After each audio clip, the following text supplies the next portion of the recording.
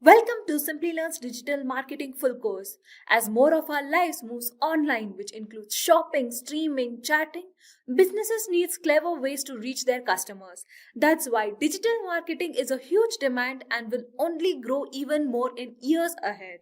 It uses platforms like social media, search engines, and email to connect with people where they spend most of their time. In this course, you will learn 7 powerful marketing strategies that include social media marketing, Google Ads and Analytics, Facebook and WhatsApp businesses, building no-code website, affiliate marketing, and selling digital products.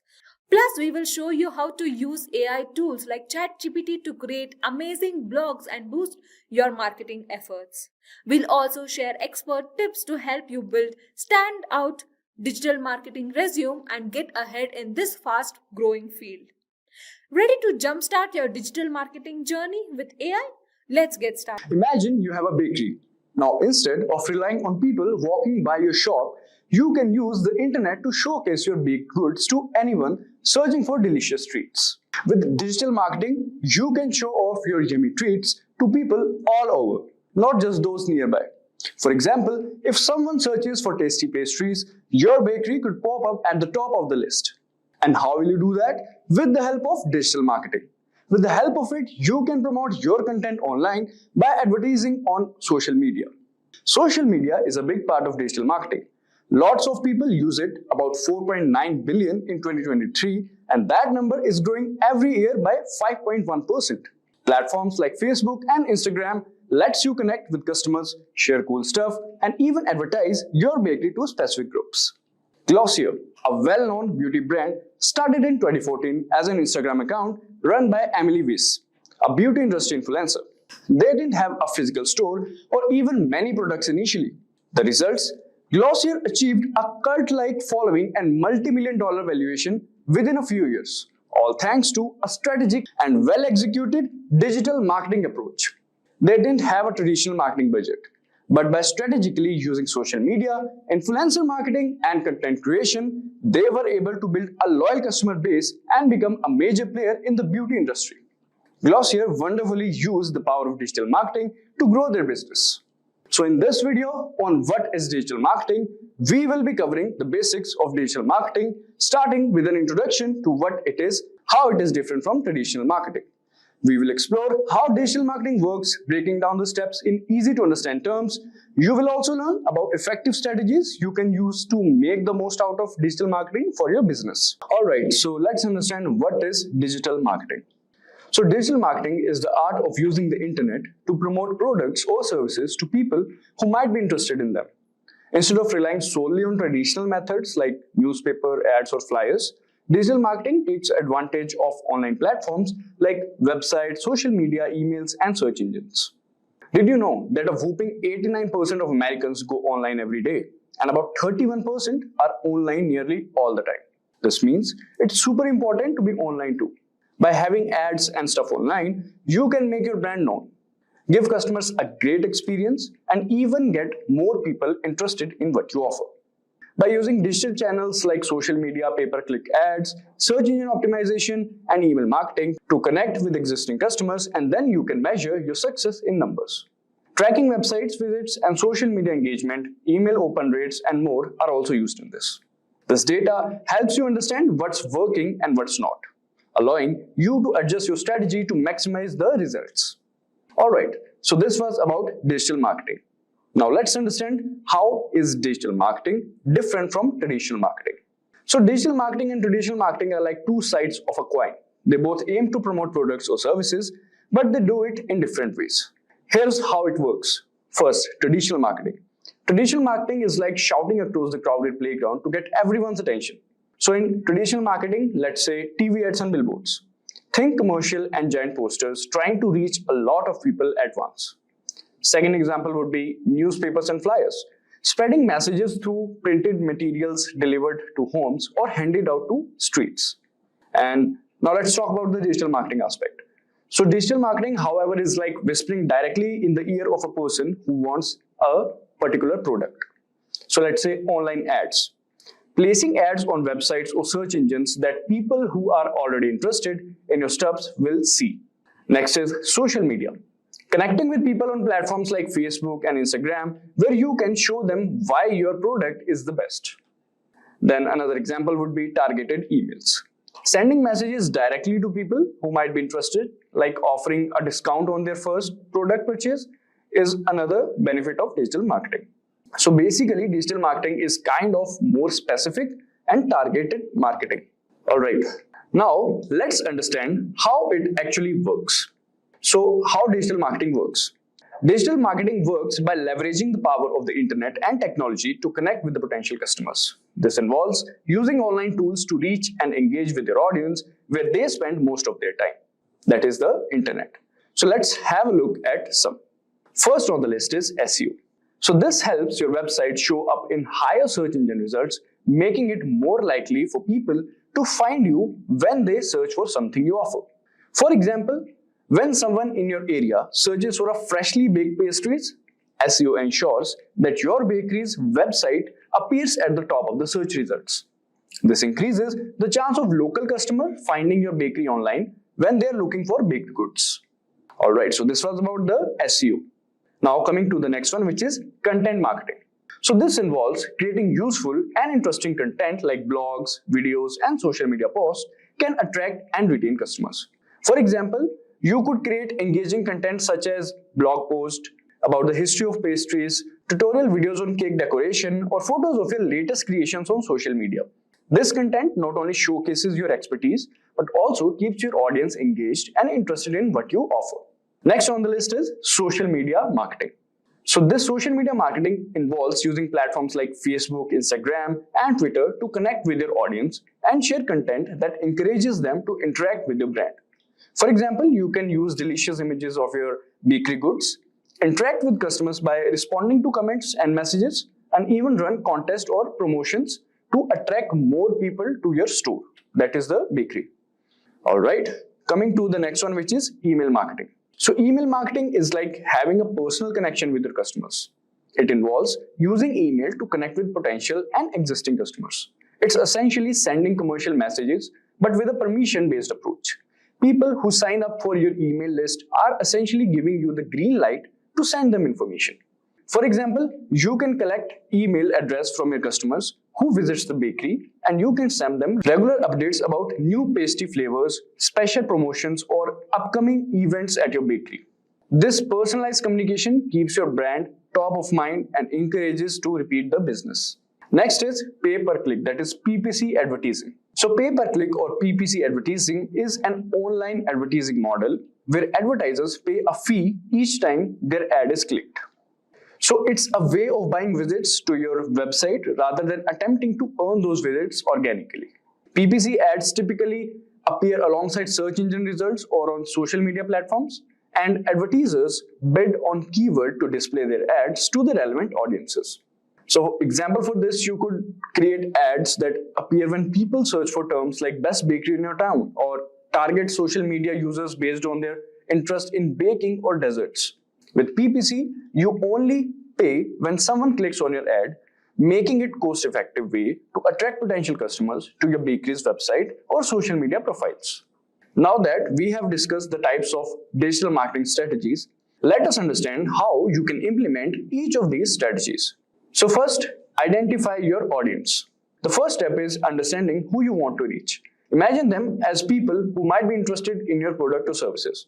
This is like picturing the people who would love your bakery.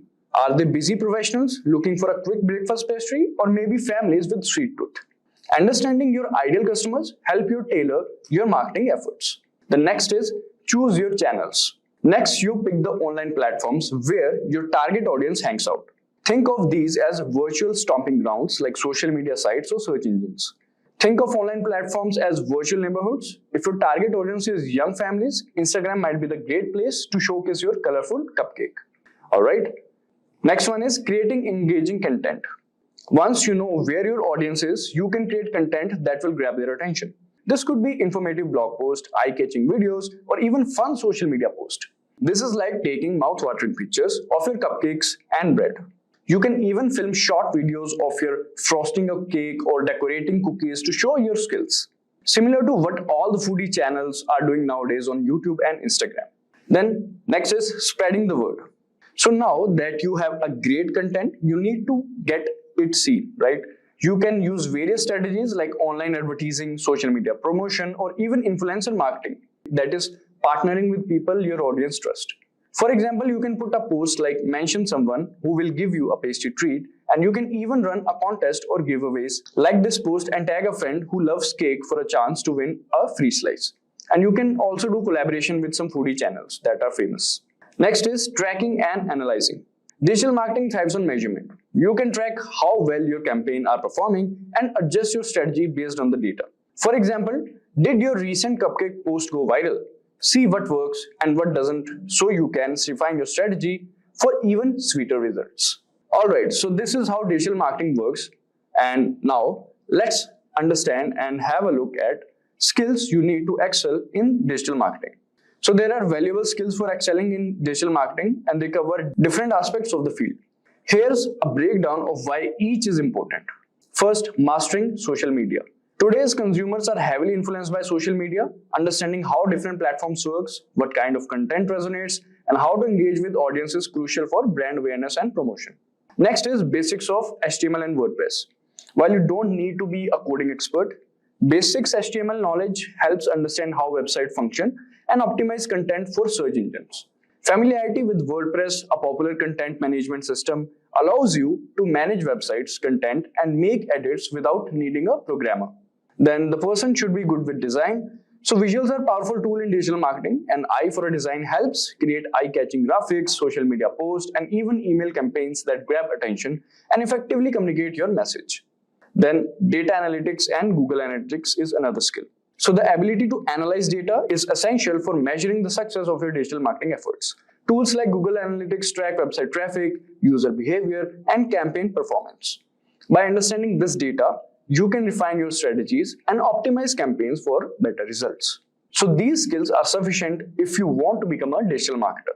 As we come to the end of our exploration into digital marketing, remember this, it's all about reaching people online to grow your business. Whether it's through social media, emails, or websites, digital marketing helps you connect with customers in a whole new way. Today, I'm talking about something that could seriously boost your career, the top 10 digital marketing certifications. So if you're interested in digital marketing, you probably already know how powerful this field is. It's all about helping brands reach people online, creating content that stands out, and using smart strategies to make an impact. And here's the best part. Companies need skilled digital marketers more than ever right now. Why? Because everything is going digital. And that's great news for people like you who want a career in this space. So there are so many roles you can go for, from social media manager to content creator to SEO expert. Plus, digital marketing careers offer excellent salaries and there's plenty of room to grow. But here's something important to keep in mind.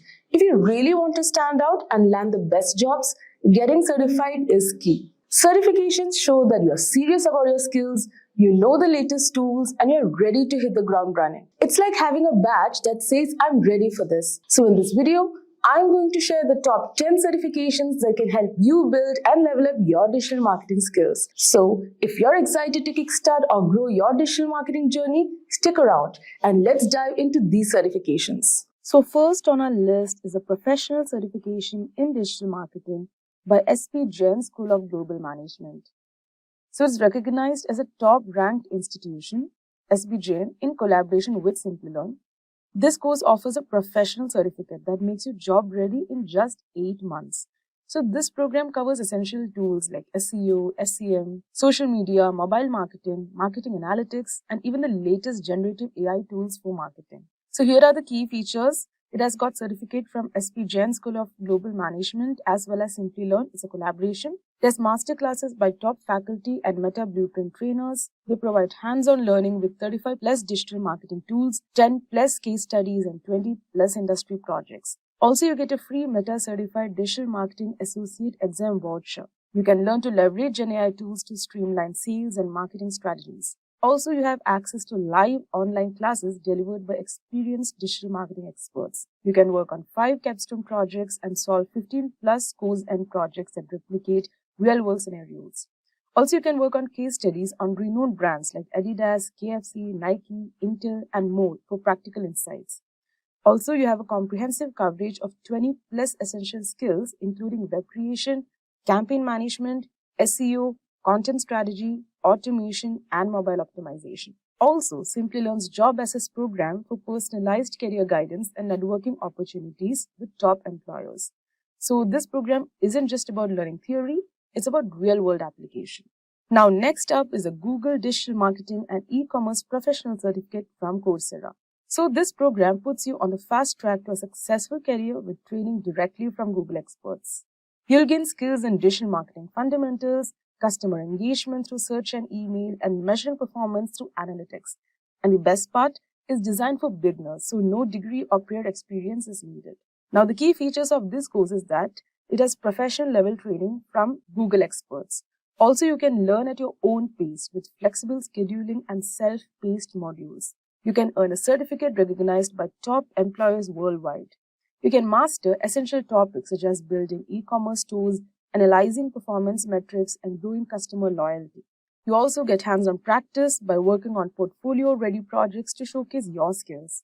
You'll be having access to tools and resources that teach you how to attract and engage customers effectively.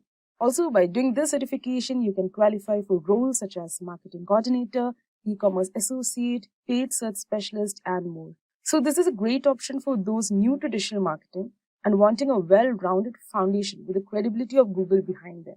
So the projects you complete during this program will be valuable additions to your professional portfolio.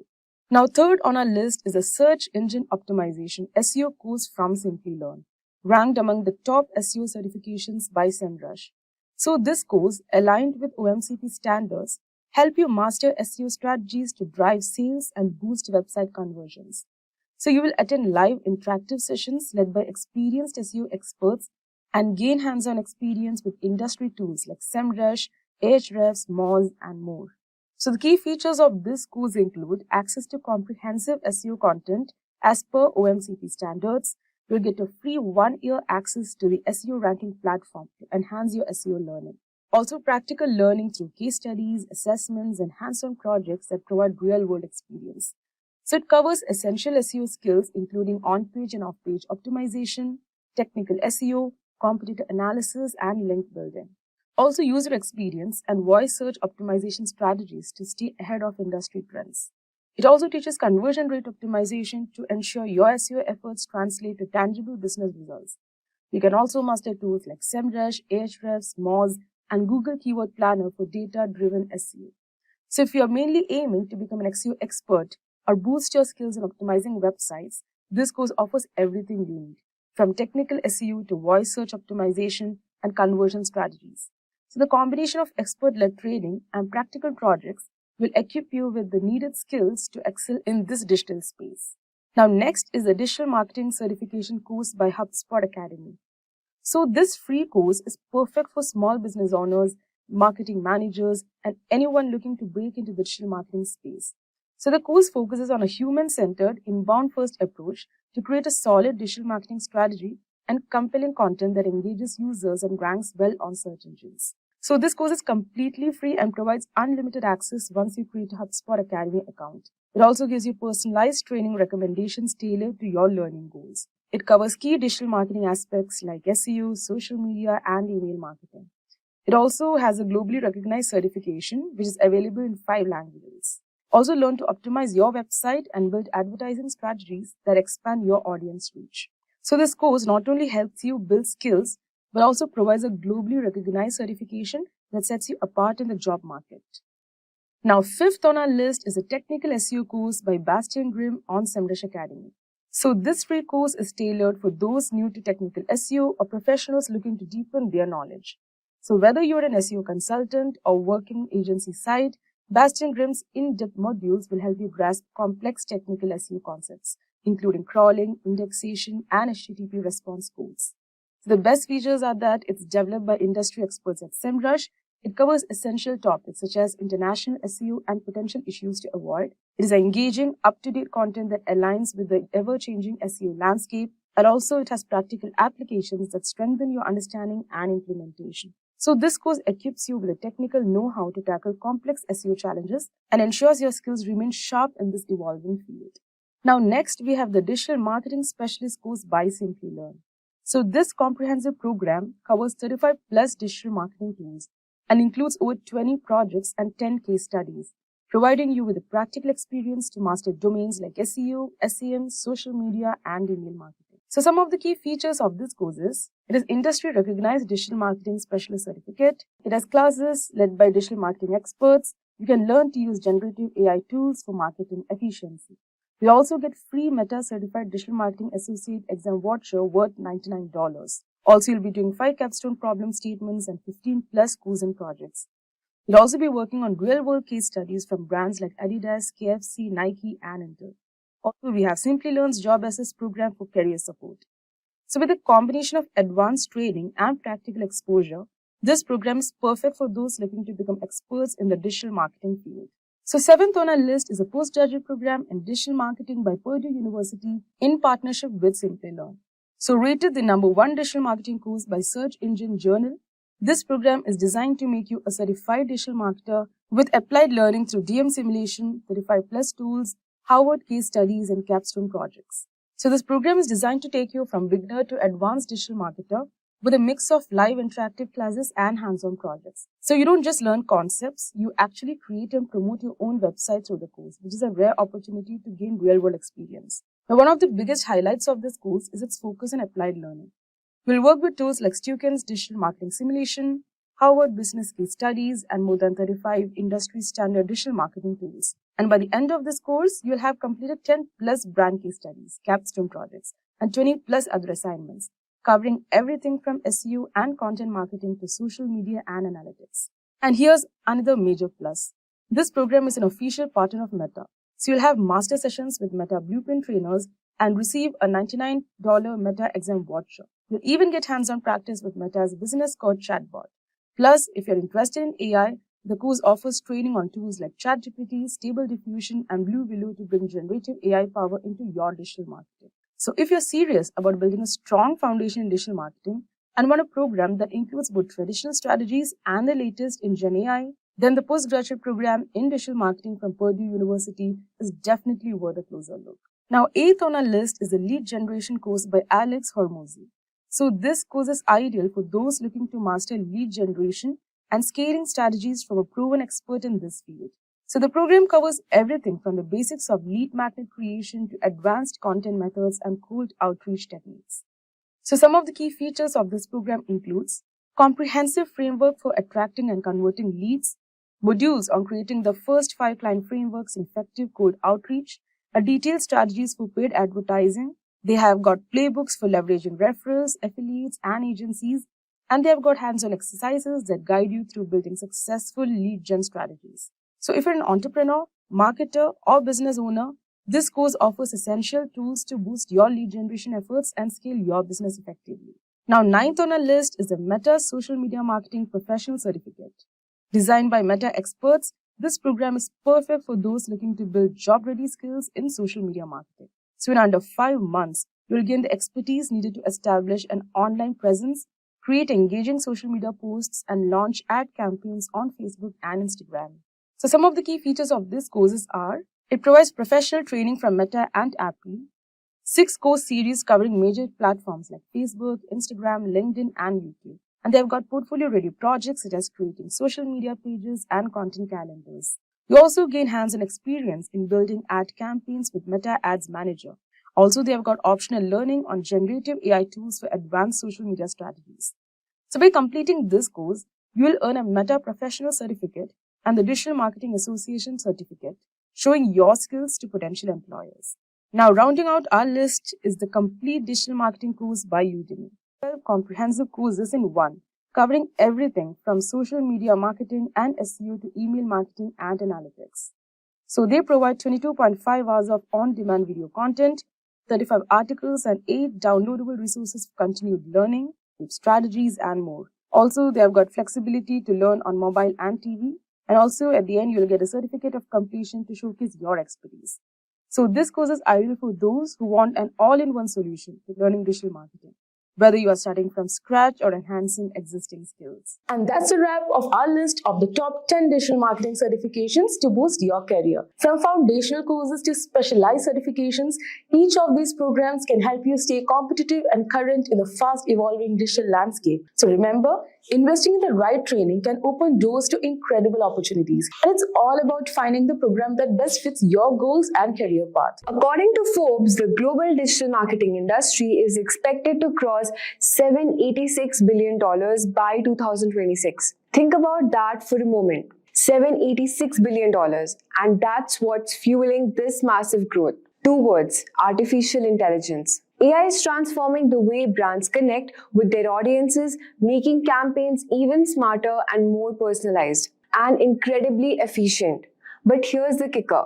This isn't just about big brands dominating the market. Small and medium businesses are leveraging these tools to compete on a level playing field, reaching audiences they never could before.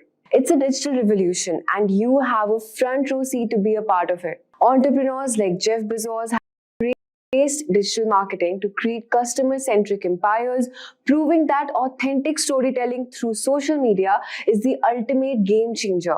Even Forbes highlights how AI-powered tools like ChatGPT are reshaping ad strategies, customer experiences, and content creation. And what does all of these mean for you? If you're looking to grow your career, the future of digital marketing is calling. It's exciting, dynamic, and packed with opportunities. So let's dive for mastering digital marketing in 2025. In today's video, we will cover why digital marketing is thriving and is in high demand, the core skills you need to succeed, and the future trends like AI and voice-activated marketing. I'll walk you through a step-by-step roadmap to kickstart your career, discuss essential certifications and tools like Google Analytics, and explore career levels and salaries. So let's break down these step by step and answer all your burning questions. So first, let's start by understanding why digital marketing is thriving in 2025. So as we know, by 2025, 75% of global ad spend will be on digital platforms, because businesses need to go where their customers are, and today customers are always online. This is happening because of the rise of e-commerce.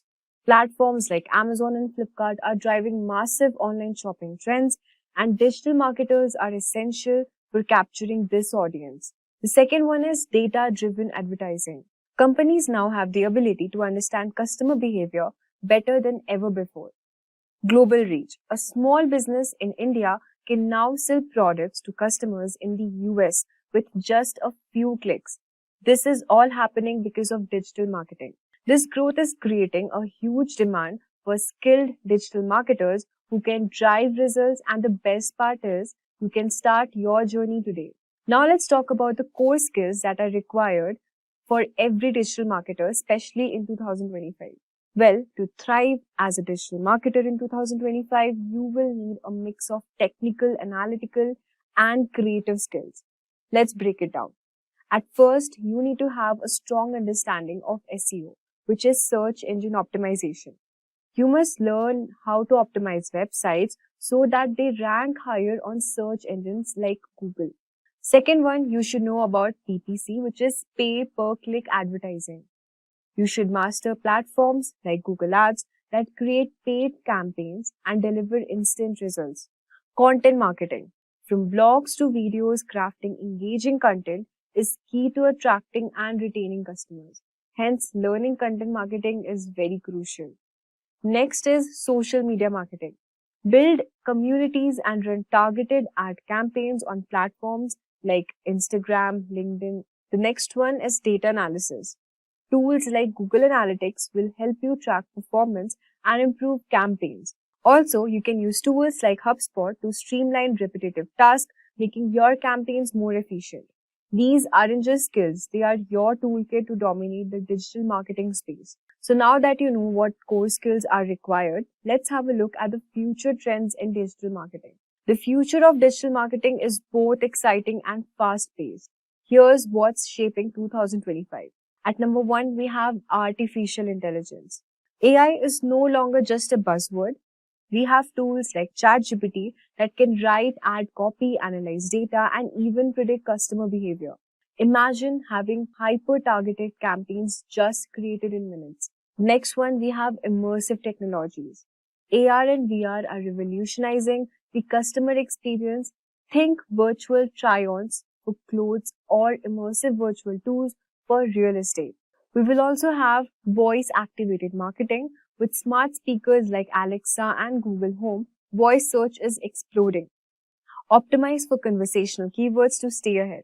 The next one is ethical marketing. Consumers demand transparency. Brands that prioritize sustainability and ethical practices are leading the way. The future isn't just about technology. It's about creating meaningful human-centered marketing experiences. Alright, let's break down this step by step. Now, if you're wondering how to start and grow in digital marketing, here's your ultimate roadmap. And trust me, whether you're just a beginner or looking to switch careers, this guide will set you in the right path. So the first step is learning the basics. First things first, you should learn the basics of marketing.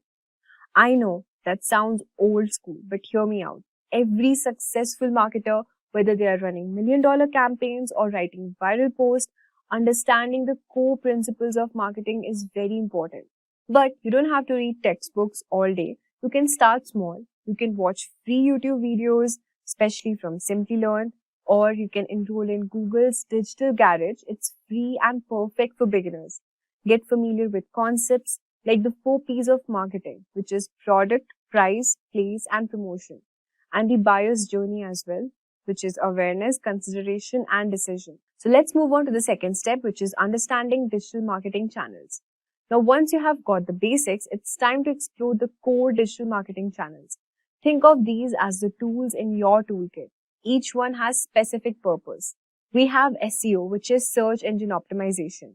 Imagine this as planting a garden. You want your website to boom at the first page of Google when someone searches for a related topic. Learn about technical SEO, keywords, and link building. Tools like SEMrush and Ahrefs will help you find the right keywords and track your progress. The second one is pay-per-click advertising. This is your shortcut to the top of the search engine. With platforms like Google Ads, you pay to get your ads shown to the right audience. Mastering Google Ads can open doors to jobs as a campaign manager or paid media specialist. It's high impact and in demand. Next is social media marketing.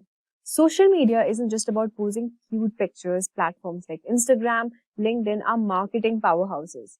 Learn to engage your audience, run targeted ads, and analyze performance tools like Hootsuite. Next one is content marketing. Think blogs, videos, and infographics. Content builds trust with your audience and keeps them coming back for more. Tools like Canva and Grammarly are great for creating and polishing your content. The next one on the list is email marketing. Did you know that email marketing has the highest ROI of any channel? Learn to segment your audience and automate campaigns using tools like MailChimp. Each channel serves a unique purpose, but together they are unstoppable. The next is you can build your online presence. Before you market for others, you need to market yourself. This is where you build your personal brand. You can create a website or blog. Platforms like WordPress and Wix makes it easy to get started. No coding needed. Write about what you're learning in digital marketing, SEO tips, campaign ideas, or even tool reviews. This shows potential employers that you are serious. You can also set up social media pages, create professional profiles on LinkedIn, Instagram, and Twitter. Share posts about industry insights, tips, and your learning journey. But why is this really important? Well, the employers will Google you. If they find an active blog or LinkedIn page full of insights, you'll instantly stand out. Plus, it's a great playground to test what you're learning. The next step is gaining certifications. Certifications are your golden tickets in digital marketing. They prove your skills and make hiring managers take you seriously. Here are some must-haves. First on the list is Google Ads certification. Learn how to create and optimize PPC campaigns, which is pay-per-click campaigns. Google Ads specialists are in high demand, especially for freelance gigs. Google Skills Shop offers free certification program. The next one is Google Analytics 4. GA4 is a game changer for tracking website performance. It also shows how people interact with your site, what's working and what's not. Companies love marketers who can turn data into actionable insights. The next step is gaining hands-on experience. Here's where the magic happens. You learn the most by doing freelance projects. Start small, offer to run social media campaigns or Google ads for local businesses. For example, creating a Facebook ad for a neighborhood cafe and track how many new customers they get. The next one is internships. Interning at agencies or startups gives you exposure to tools like Google Ads, HubSpot, and Hootsuite. Next we have is mock projects. If you can't find clients, create hypothetical campaigns. For example, designing a strategy for a fictional online store and including it in your portfolio. Experience builds confidence and credibility. When you show real results, even for small projects, you're already ahead of the competition. The next step is specializing in a particular niche. As you gain experience, you'll discover what excites you the most. Maybe it's SEO or maybe you love creating content. Specialization makes you an expert and experts are paid more. SEO specialist help website rank higher on Google. You can also specialize yourself in PPC manager who will manage high budget ad campaigns and drive ROI. You can also think of becoming a content strategist if you love creating engaging content that build brand loyalty. Specialization doesn't mean limiting yourself, it means being the go-to person in your chosen field. And thus, by following all these steps, you'll have the skills, certifications, and experience to thrive in digital marketing. The next we're going to talk about is career levels and salaries in digital marketing. Your salary in digital marketing depends on your experience and specialization. Let's talk about the entry-level roles. Roles like SEO analyst, social media coordinator, content writer, you can expect around 3 to 6 LP in India and around $50,000 to $70,000 in the US. Talking about the mid-level roles like digital marketing specialist, PPC manager, content strategist, you can expect around 6 to 12 lakh per annum in India and around $70,000 to $100,000 in the US. For senior level roles such as digital marketing manager, SEO manager, paid media director, you can expect around 15 to 30 LPA in India and around $120,000 in USA. Leadership roles like digital marketing, chief marketing officer, you can expect around 40 plus LP in India and $150,000 in the US. The key is growth in specialization and consistent skill building. To stay ahead in this dynamic field, join online communities and continuously learn new tools like ChatGPT. Most importantly, adapt to industry changes and keep experimenting. Digital marketing is your ticket to an exciting and rewarding career. Whether you're starting fresh or looking to scale up, this roadmap will guide you every step of the way. Imagine being able to market your business faster, smarter, and without burning a hole in your wallet. Well, that dream is about to become a reality. I get it. Marketing can be overwhelming. The pressure to create compelling campaigns, figure out what your audience wants, and get the right results can leave you stressed. But what if there was a tool that could make this process a lot easier? What if you have an assistant who can generate fresh ideas, write content for your ads, social media, and emails, all in a matter of minutes? Well, ChatGPT can help you do all of this. This AI tool can simplify your marketing efforts. So whether you're trying to write Facebook or Instagram ads or create social media posts or craft email campaigns, ChatGPT can help you do it faster, smarter, and more effectively. And trust me, you don't need to be a marketing pro or tech expert to use it. In this video, I'm going to show you how to use ChatGPT for digital marketing, from Facebook and Instagram ads to content creation and email marketing. And by the end, you will be able to create engaging Facebook and Instagram ads, generate high-quality social media posts in no time, write compelling email campaigns, and boost your content marketing efforts with fresh ideas and engaging copy. You'll also learn prompt engineering to unlock the full potential of ChatGPT. It all comes down to one thing: knowing how to use ChatGPT the right way. By asking the right questions and using the perfect prompts, you will unlock a treasure trove of marketing ideas and content. This skill is called prompt engineering, and it's the secret to getting the most out of ChatGPT. Businesses that don't get it right will end up with poor quality marketing that leads nowhere. But the smart entrepreneurs who master prompt engineering, they'll dominate their industries. So let's get started. So let's kick off things with Facebook and Instagram ads. As we know that running ads can actually get attention and drive conversions in a challenge. You need the right words, the right message, and the right tone. And that's where ChatGPT comes in. You can use it to create catchy ad copy in just minutes. So here's how you can get started. First, you need the right words that will grab your audience attention. So for this, you can type a prompt something like, what are some powerful or evocative words associated with, you can enter your product or service name. Suppose my service name is pizza delivery. So I have mentioned it here and just simply click enter. So here, as you can see, ChatGPT has given us some powerful and evocative words which are associated with my skin. So these are some words like hot, crust, melted, sizzling, cheesy, toppings, delivery, and so many words are there.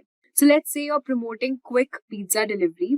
So words like delicious, steamy, toppings, sizzling, all these are words that trigger strong emotions and get people excited about your offer.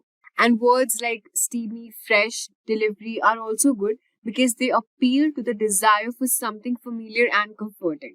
So why have we started with words? It is because the words are the foundation of any ad. Some words resonate emotionally with your audience and inspire action. Using the right words can significantly increase your chances of getting more clicks and conversions. So once you have your list of impactful words, you need to decide what angle your ad will take. So whether you're solving a problem or are you satisfying a particular desire. For example, a quick pizza delivery solves the problem of hunger and the desire for convenience. So in order to decide what angle your ad will take, you can give prompt something like, what problems which might quick pizza delivery solve for its customers who are busy professionals. So let's see what pain points it is giving for us. So as you can see here, ChatGPT has given us all the several problems for busy professionals: time constraints, convenience, stress relief, cost effectiveness, energy boost, reliability, family friendly, all of these things. So why are we mentioning this and looking for these keywords and problems? Because this is how we will curate our content in that way, so that it will attract and target directly to our audience.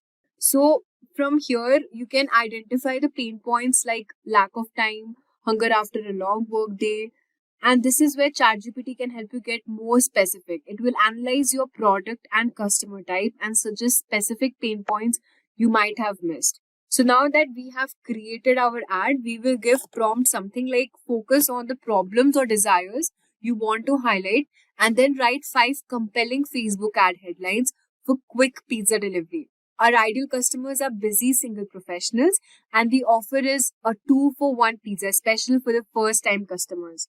So we'll just simply click enter here. Let's see what headlines ChatGPT will generate for us. Okay.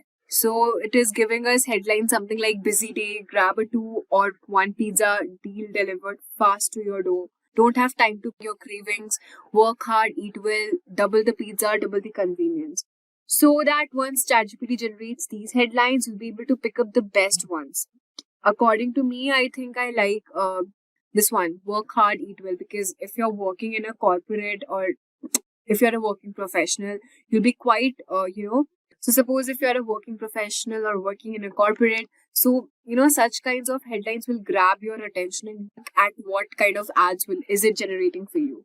And you can also ask ChatGPT on the ad copy using different frameworks that are proven to drive conversions. So you can see just with few prompts, you can have a whole set of ads ready to go. So now that we have got the basics of Facebook and Instagram ads down, let's take things a step further, which is video ads. because video is one of the most engaging type of content, and if done right, it can really boost your sales. Let's see how ChatGPT can help you write video scripts that can convert.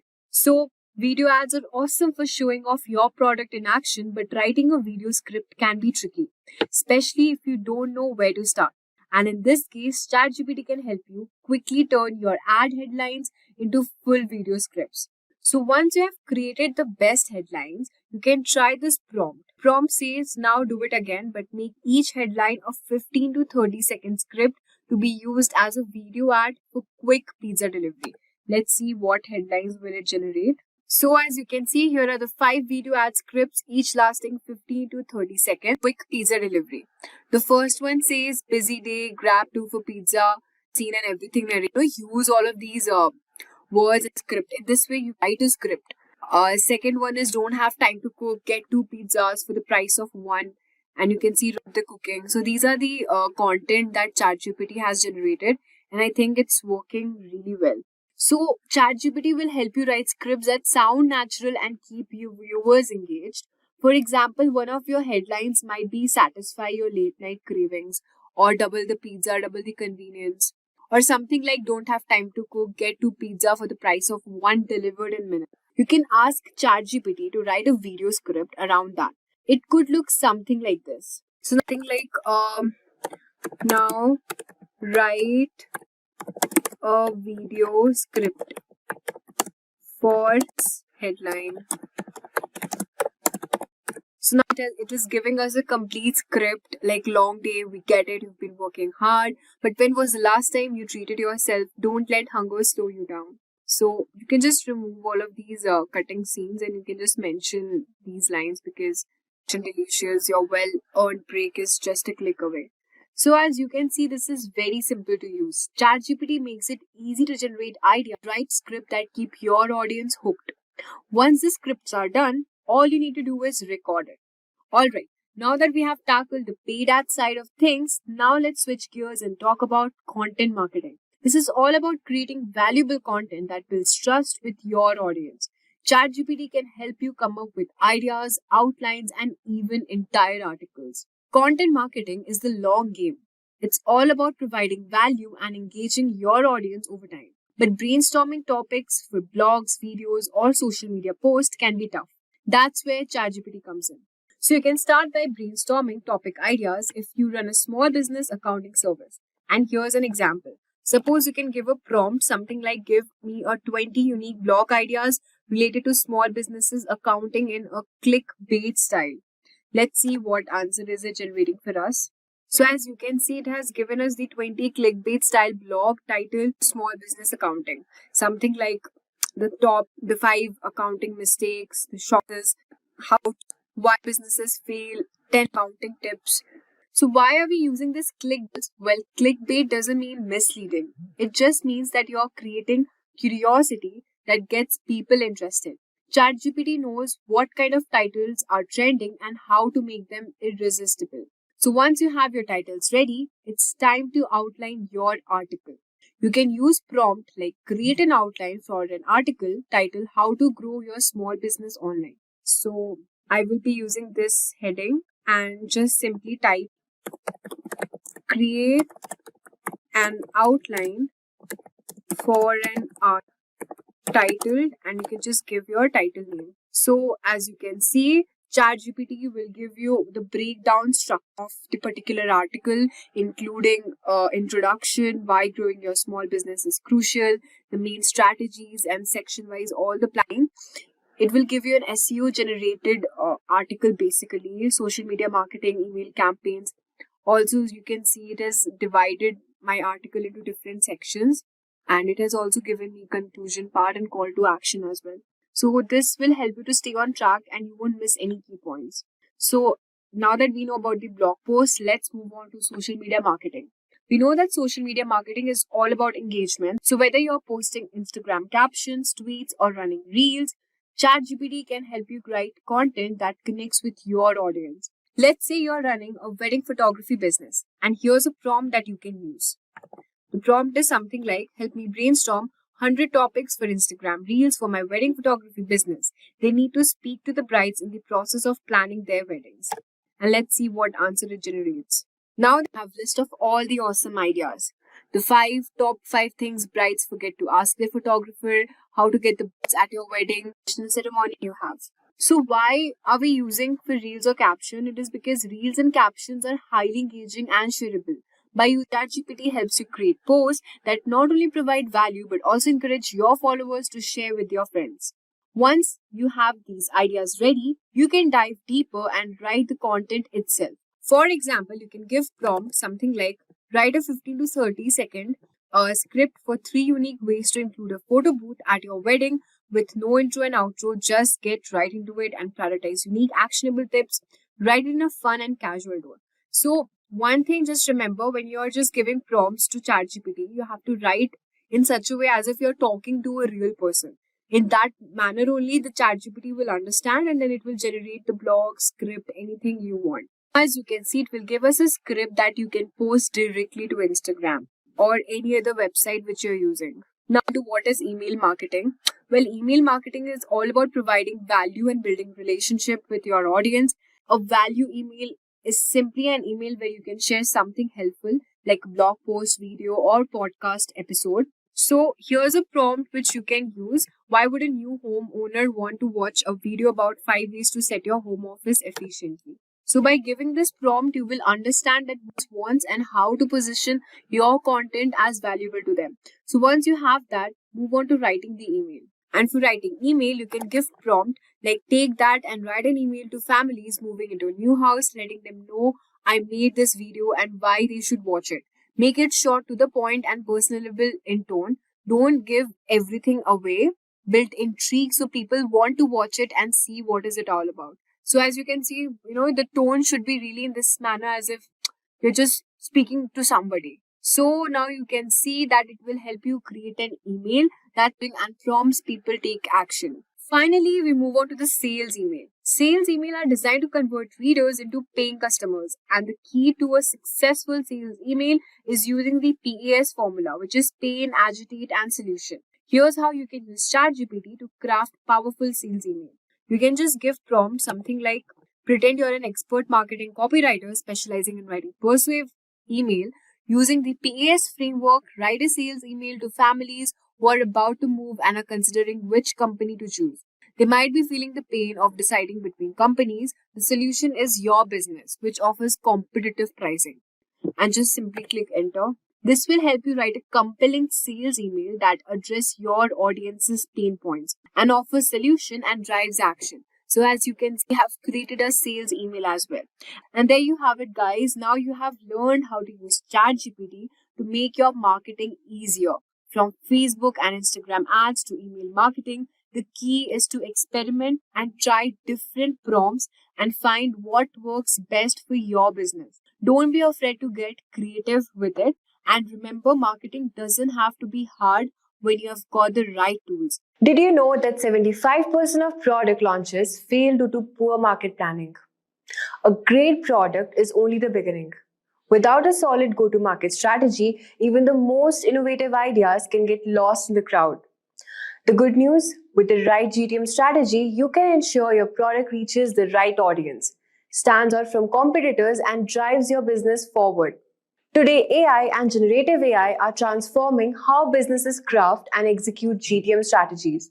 From automating customer insights to creating targeted marketing content, AI is helping businesses launch faster and smarter.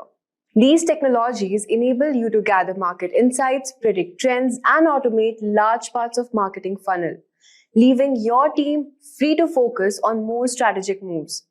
Take Dropbox, for example, competing with giants like Google Drive and OneDrive. They used a product-led growth strategy and a referral program to grow their user base without massive ad spend. Now imagine how faster they could have scaled with AI-powered analytics and generative AI for personalized messaging. AI is reshaping digital marketing and making GTM strategies more effective than ever. By the end of this video, you will understand key GTM strategies, how to define your market, and execute your plan like a pro. So let us first start by understanding what is a go-to-market strategy framework. In simple terms, it's a step-by-step process for bringing a product or service to market.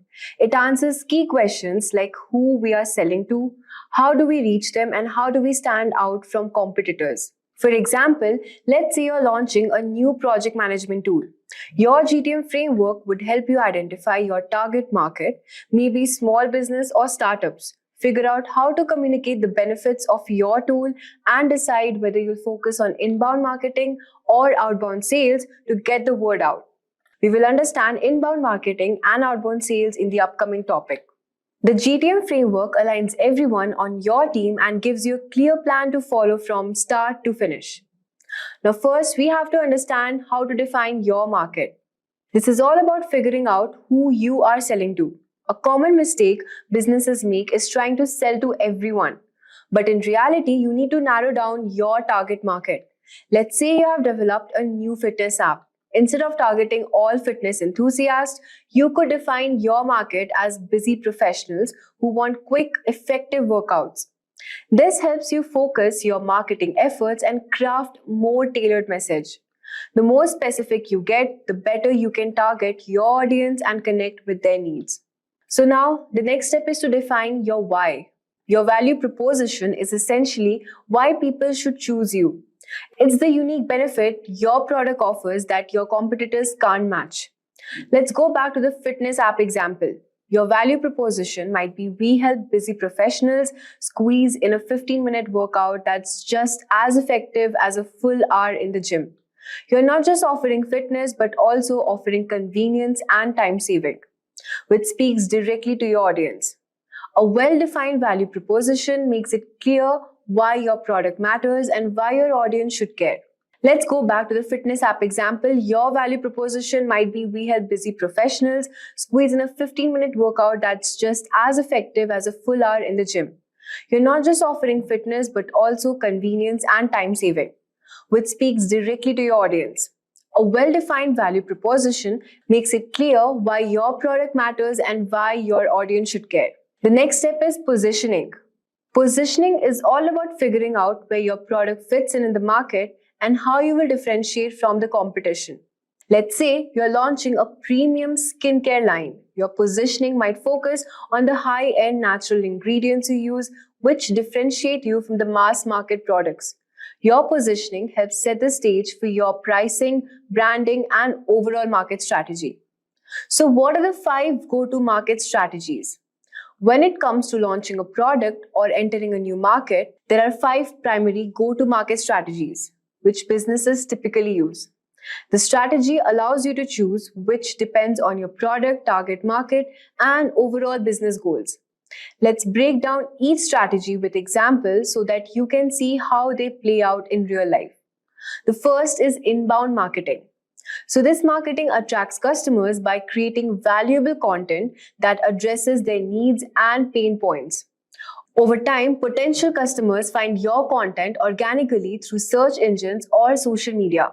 For example, HubSpot mastered inbound marketing by providing free resources like blogs and webinars. Their content is optimized for search engines, leading small businesses to their site, where they eventually convert to customers. This marketing is best for companies which is investing in long-term content creation and SEO to attract organic leads. The second is outbound sales. Outbound sales involve directly reaching out to prospects through cold calls, emails, and demos. This approach is more direct and aggressive, targeting high-value clients. For example, Salesforce uses outbound sales by targeting decision makers at large enterprises with personalized outreach, scheduling demos, and closing deals through direct interaction. This type of marketing is best for B2B companies which target enterprise clients that require personalized engagement. The third is product-led growth. In product-led growth, the product itself drives growth. A freemium model lets users try the product for free, with upgrades to premium features based on the product's value. Example, Slack, which offers a free version of its platform, allowing teams to experience its benefits before upgrading to a paid version for more features. So this type of marketing is best for software as a service companies, which is focused on user experience and self-serve onboarding. The fourth is channel sales. Channel sales rely on third-party partners, resellers, distributors to sell your product, which allows you to reach market you couldn't through direct sales alone. For example, Microsoft partners with resellers to sell products like Office 365, bundling their software with other services to reach more customers. So this type of marketing is best for companies which is looking to scale quickly through third-party networks. Fifth is account-based marketing.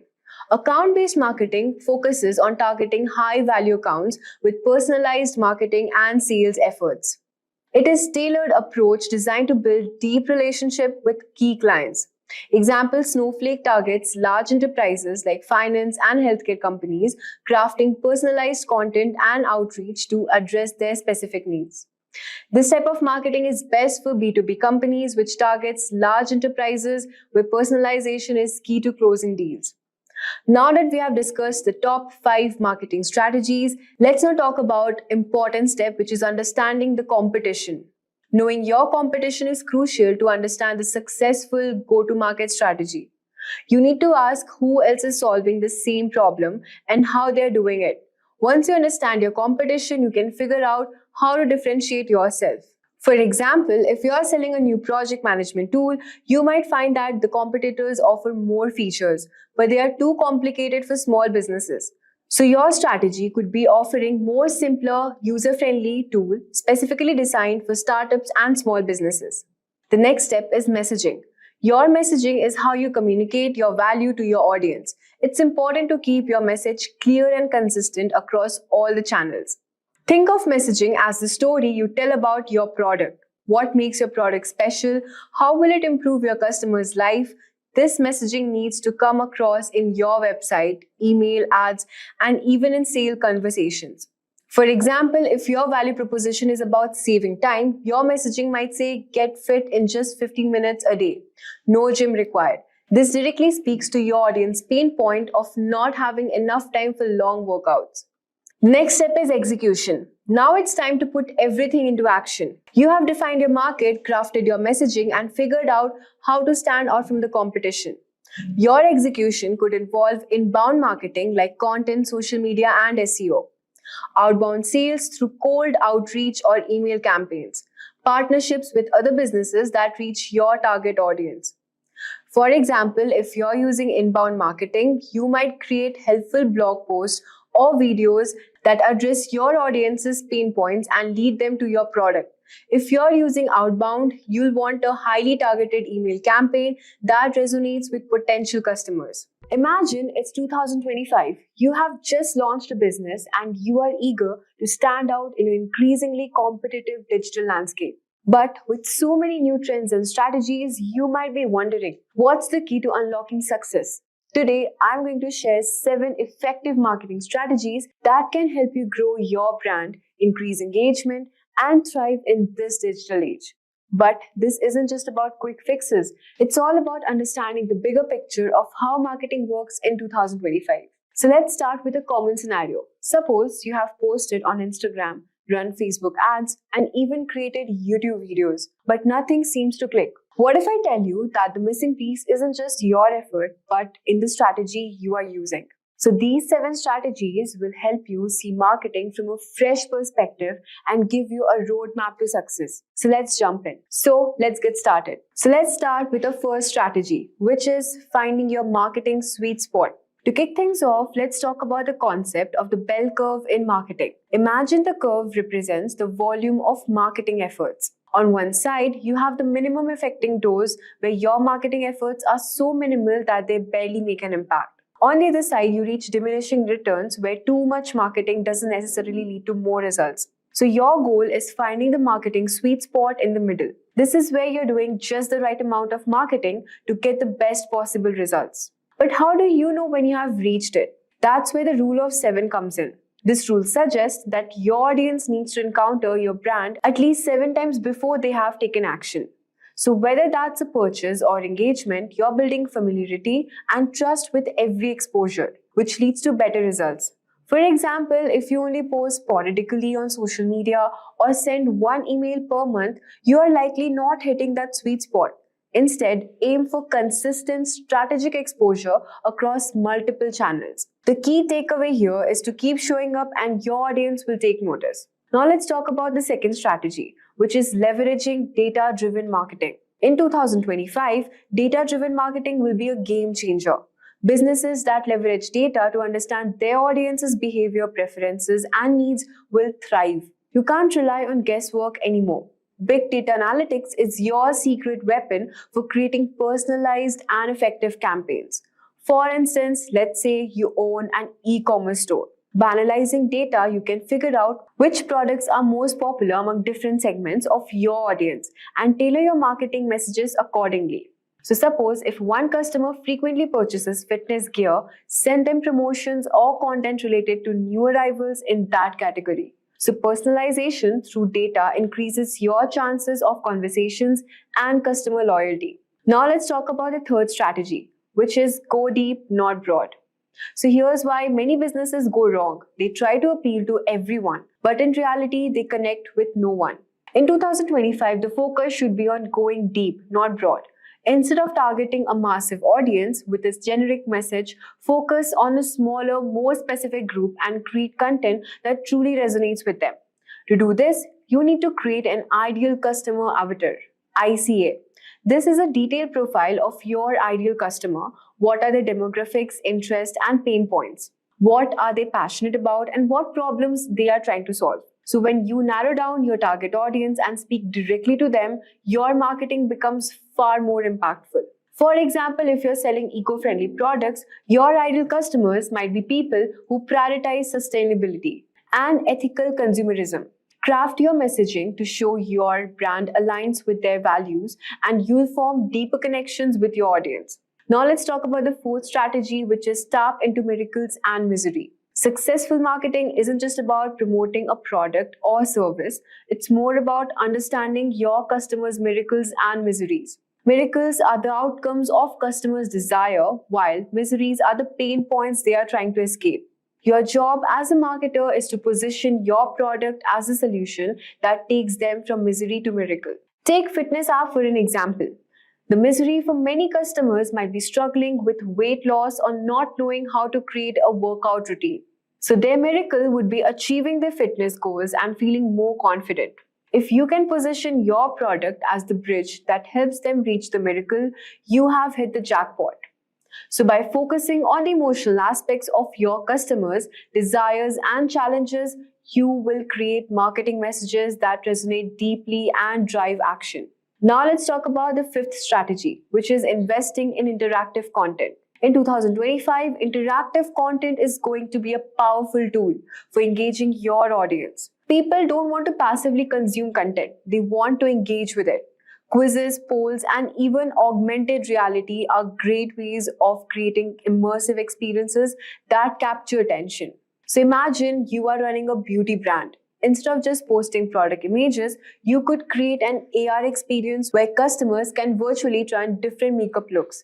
This not only makes the brand more memorable, but also encourages users to spend more time interacting with your content. So the more they engage, the more likely they are to convert into customers. Let's now talk about a sixth strategy, which is sell benefits and not features.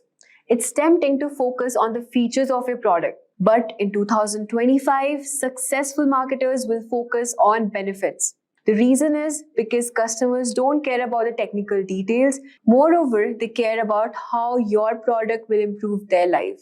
Let's go back to the smartwatch example. Sure, it might have a long battery life and advanced fitness tracking. But what customers really want to know is how these features will benefit them.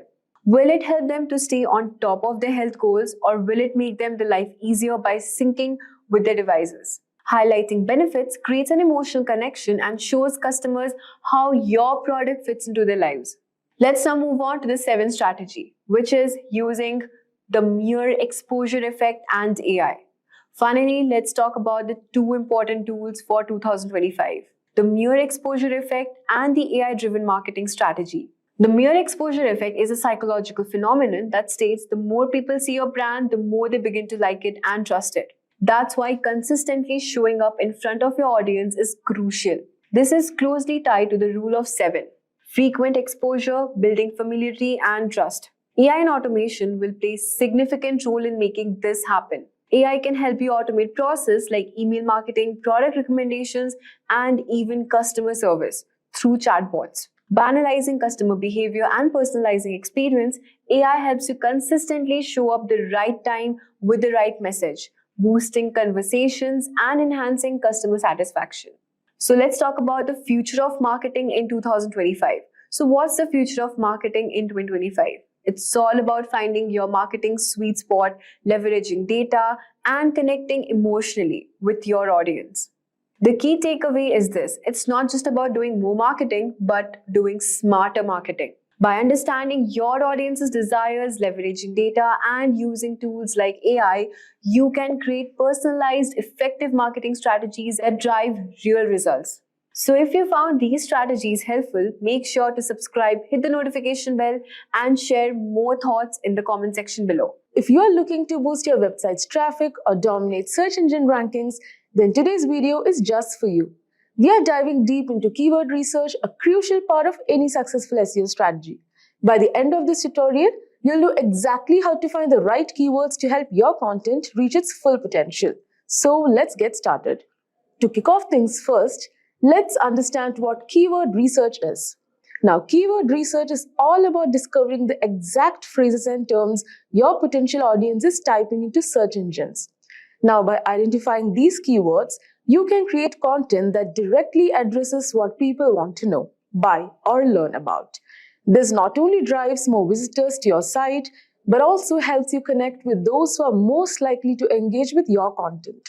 In essence, keyword research is the backbone of a strong SEO strategy, guiding you in crafting content that resonates with your audience. Now that we know what keyword research is, let's dive into why it's so important. Picture this: you are hosting a party. Would you invite random people who might not even be interested? Or would you carefully choose guests who are excited to attend? So keyword research helps you do the latter by attracting the right guests to your website.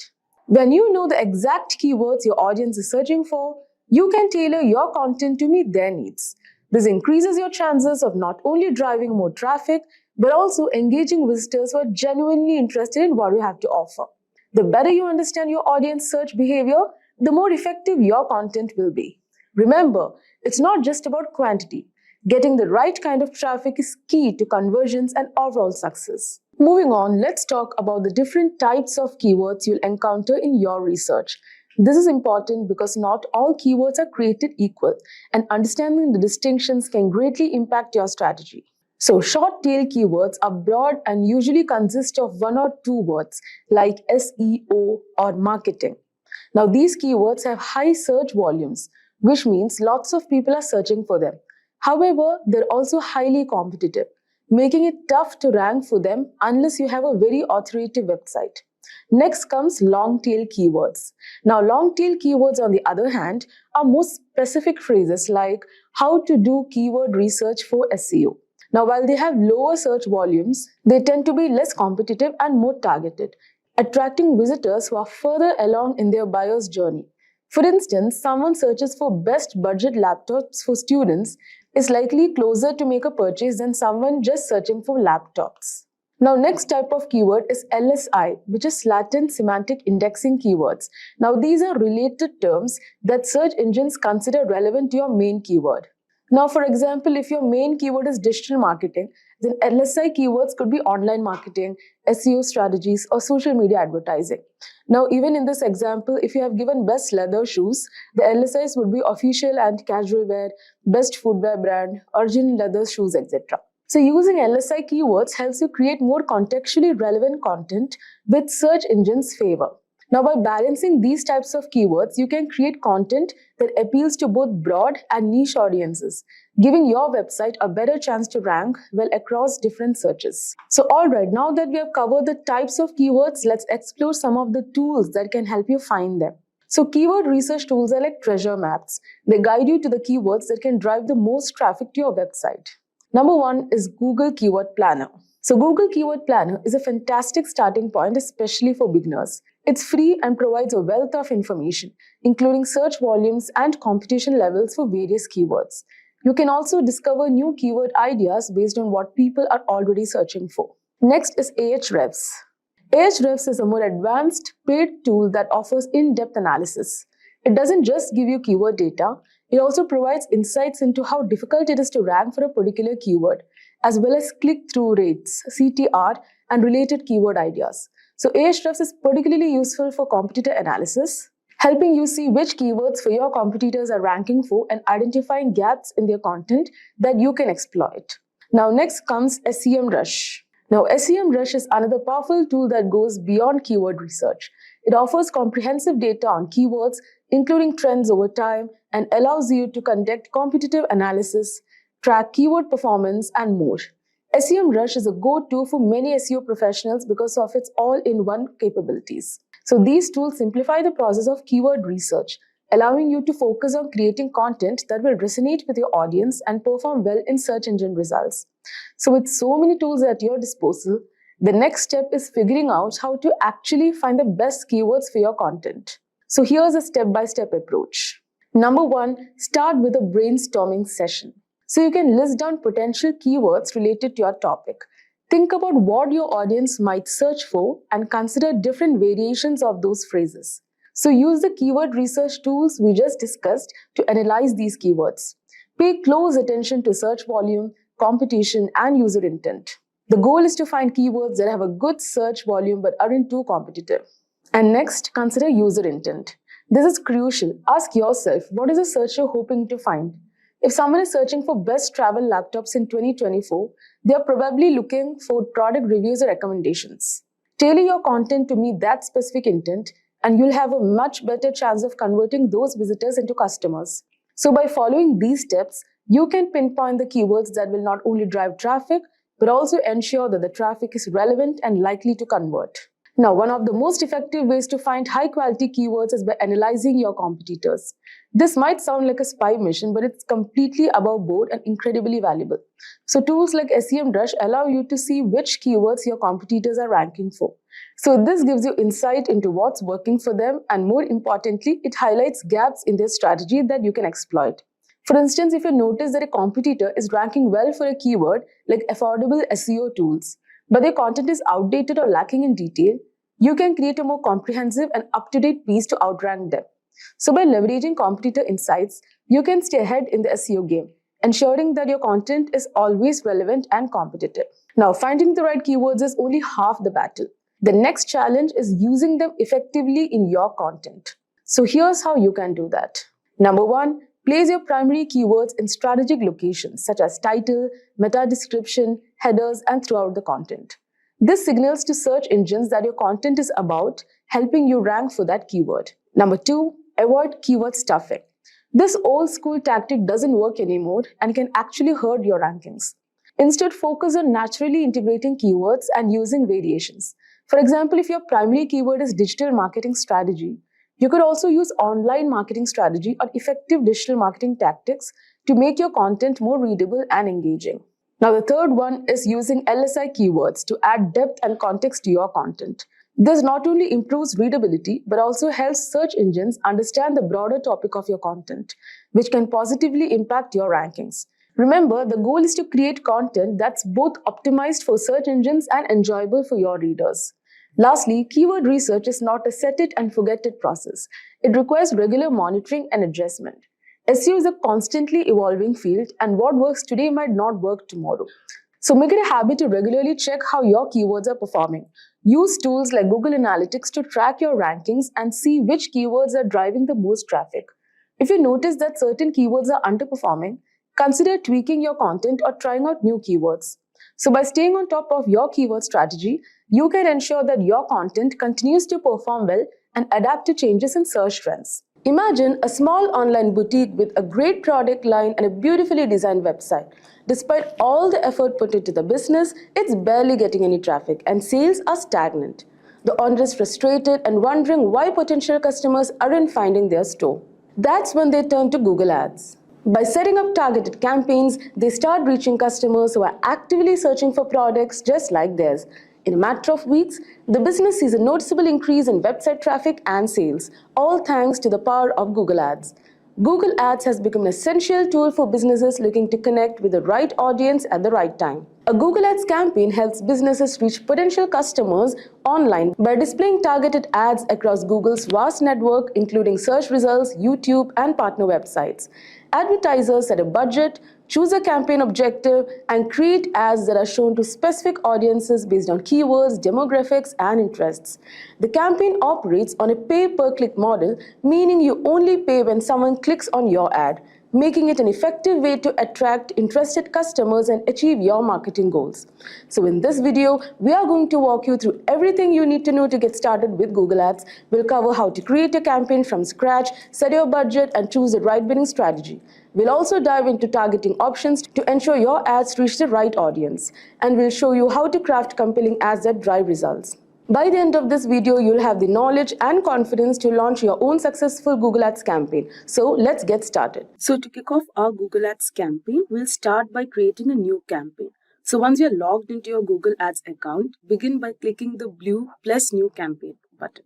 So here you're presented with a list of campaign objectives. Now choosing the right objective is crucial because it guides Google Ads on how to optimize your campaign. So let's see one by one. The first objective is sales. So this is perfect for businesses looking to drive direct conversions, whether it's online purchases, phone orders, or in-person sales. So for instance, if you run an e-commerce store, this objective will help you target users who are ready to buy. So Google will prioritize showing your ads to people most likely to complete a transaction based on their behavior and intent. So this makes it ideal for businesses focused on generating immediate revenue. So you can use this when your primary goal is to turn clicks into sales, making it perfect for businesses with clear purchase paths like online stores or service providers. Now next we have the leads objective. So this is designed for businesses that want to gather contact information from potential customers, such as through form submissions, phone calls, or signups. So for example, imagine you are a real estate agent aiming to build a list of potential home buyers. So by selecting the leads objective, Google Ads will optimize your campaign to reach users likely to fill out your contact form or call your office. Now next is website traffic. Now this is the objective you'll want to choose if your main goal is to drive more visitors to your website. So this is particularly useful for increasing brand awareness or getting people to explore your products and services online. Like for instance, if you're a blogger or a content creator, so this objective will help you attract visitors to your site to engage with your articles, videos, or any other content that you put up. So now next comes app promotion. So this is when you have created an app, like for example, an online gaming app or anything, and you want more installs or downloads. Now next you have awareness and consideration. So it is designed for businesses that want to engage users and encourage them to think about their products or services. So this is especially effective when introducing something new to the market. And then you have local shop visits and promotions. And then you can also create a campaign without a goals guidance. Okay, so here we are planning to give an example for lead generation, like how to generate lead for a free online course provider. So let's select leads and continue. Now, as we have selected an objective which is generating leads, the next step is to choose your campaign type. So there are several campaign types, like Google Ads offers several types, but the two most common are search and display ads. So anyways, let's start with the search ads. So these are the text-based ads that appear at the top of the Google search results when someone searches for keywords related to your business. Like for example, let's just see car rentals near me. So your ad could appear like this, like as you can see the sponsored ads. So your ads could appear at the top of the search results. So this is highly effective for capturing high intent users. So people who are actively looking for what you offer. Now next we have display ads. So these are visually engaging ads that appear across the Google display network, like which includes websites, like basically the ads you see in others' websites, apps, or even YouTube. So now display ads are perfect for building awareness and keeping your brand top of mind. So they work well for retargeting, like showing your ads to people who have previously visited your website but didn't take any action. Now the next one is shopping ads. Now shopping ads are a powerful tool for e-commerce websites. So these ads showcase your products directly in the search results, complete with images, prices, and your story. Like for example, if we search leather jackets, just a second. Leather jacket, yeah. So your shopping ad could appear displaying a product image, price, and a link to purchase directly from your website, as you can see here. So this makes it easy for potential customers to see what you're offering and click through to buy.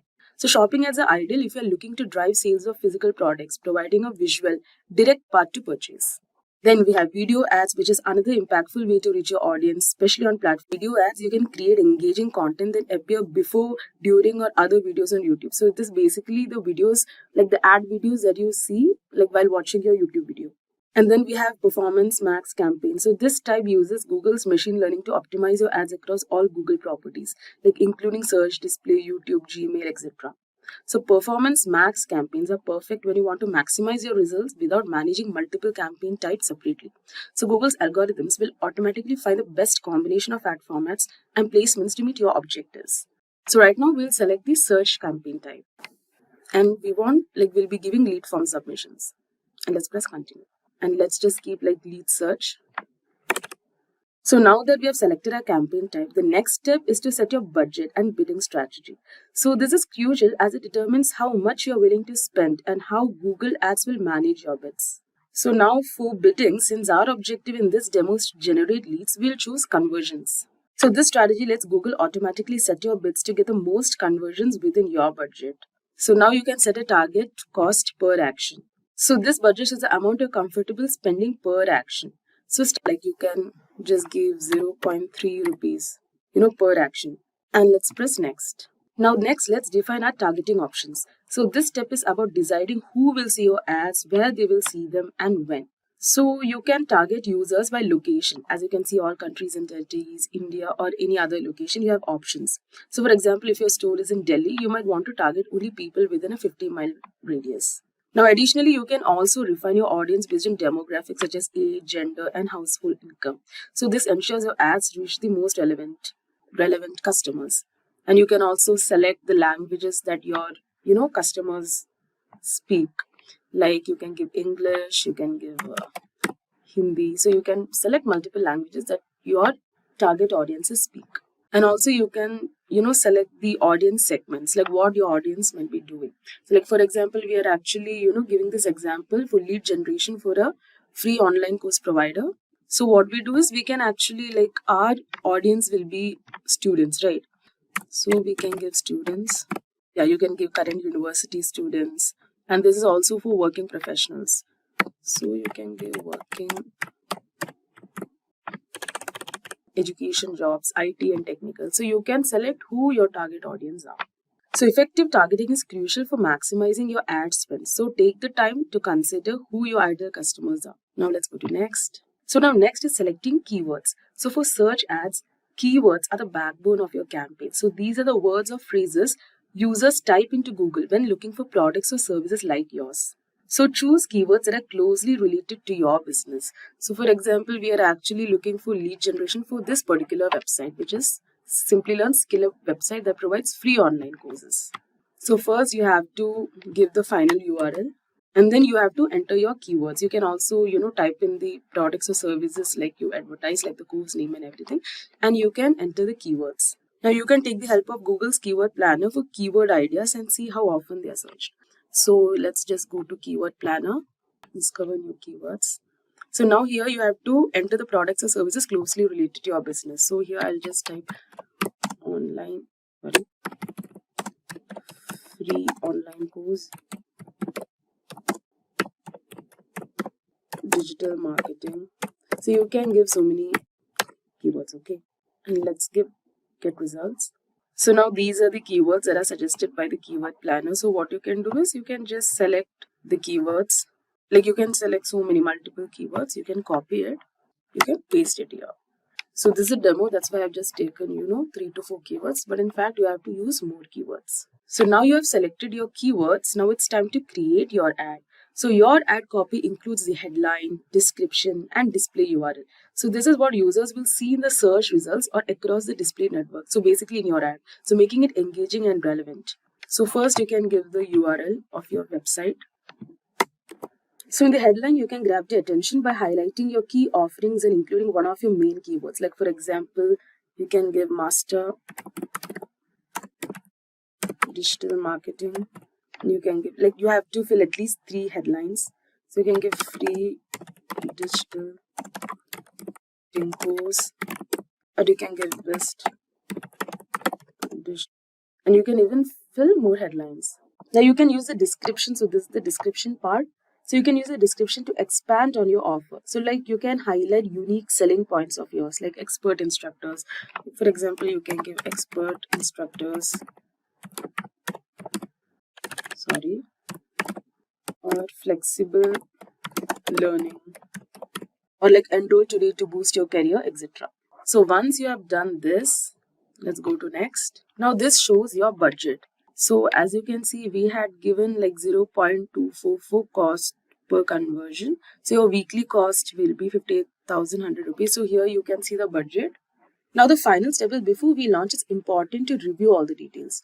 Now Google Ads will show you a summary of your campaign settings, including your budget, targeting, keywords, and ad copy. So you can double check. So next is the review. So here you can double check everything to ensure it aligns with your objective. So this will take some time. So like once you're satisfied, you can publish your campaign. So your ads will start running shortly, and you can monitor the performance in real time through dashboard. Welcome back to Simplilearn's YouTube channel. Today, I will show you how to set up Google Ads step by step, from creating campaigns to setting budgets. So whether you are new to Google Ads or want to improve your skills, this video has got you covered. So Google Ads is an online tool that helps businesses show their ads to people searching on Google, watching videos on YouTube, or browsing other websites. So there are different types of ads you can create, like text ads that appear in Google search results, video ads on YouTube, and product ads for online stores. So here's how Google Ads work. It's based on a pay-per-click model, or PPC, which means you only pay when someone clicks on your ad. You pick keywords that match what people search for, set a budget, and Google decides which ads to show based on your budget and how relevant your ad is to the search. For example, if you own a coffee shop, you could use Google Ads to show your ad to people searching for coffee near me. So this helps you reach the right audience at the right time. So now that you know the basics, let's get started with setting up the campaign. So first you have to sign up to Google Ads, then go to the campaign and press create a new campaign over here. Now here you have so many campaign objectives. You have to select one from these. So first you have sales. So the objective of sales campaign is to drive sales or conversions directly from your online, over the phone, or in physical stores. So for example, a fashion e-commerce store wants to. So using the sales objective, they can run a Google shopping or search campaign to target users searching for specific items like jackets. And when a user clicks the ad, they are directed to a product page to make a purchase. Now next you have the leads objective. So this encourages users to provide their contact information, filling out a form, or contacting the business for more information. Like for example, a digital marketing agency wants to generate potential clients who may be interested in their service. So with leads campaign, the agency can create ads that direct users to a landing page with a contact offering a free consultation in exchange for user details. Now next we have web traffic. So web traffic is basically used in situations where you want to increase visits to your website by driving relevant traffic from the ads. Like for example, a tech blog wants to boost traffic to its new article, for example. So by selecting the website traffic objective, they can create ads that encourage users interested in AI and technology to visit their blog posts through Google Display or search ads. And then you have app promotion, which is to encourage people to download and engage with your app. Like for example, you have created a new fitness app and want to attract new users. So by using app promotion objective, you can create ads on Google Search Network, Display, or YouTube that target users searching for workout apps. Then you have options like awareness and consideration. Like if you just want to, create awareness about your product or service, you can choose this. And then you have local shop visits and promotions. So this objective is to drive physical traffic to your location, like encouraging nearby customers to visit your store.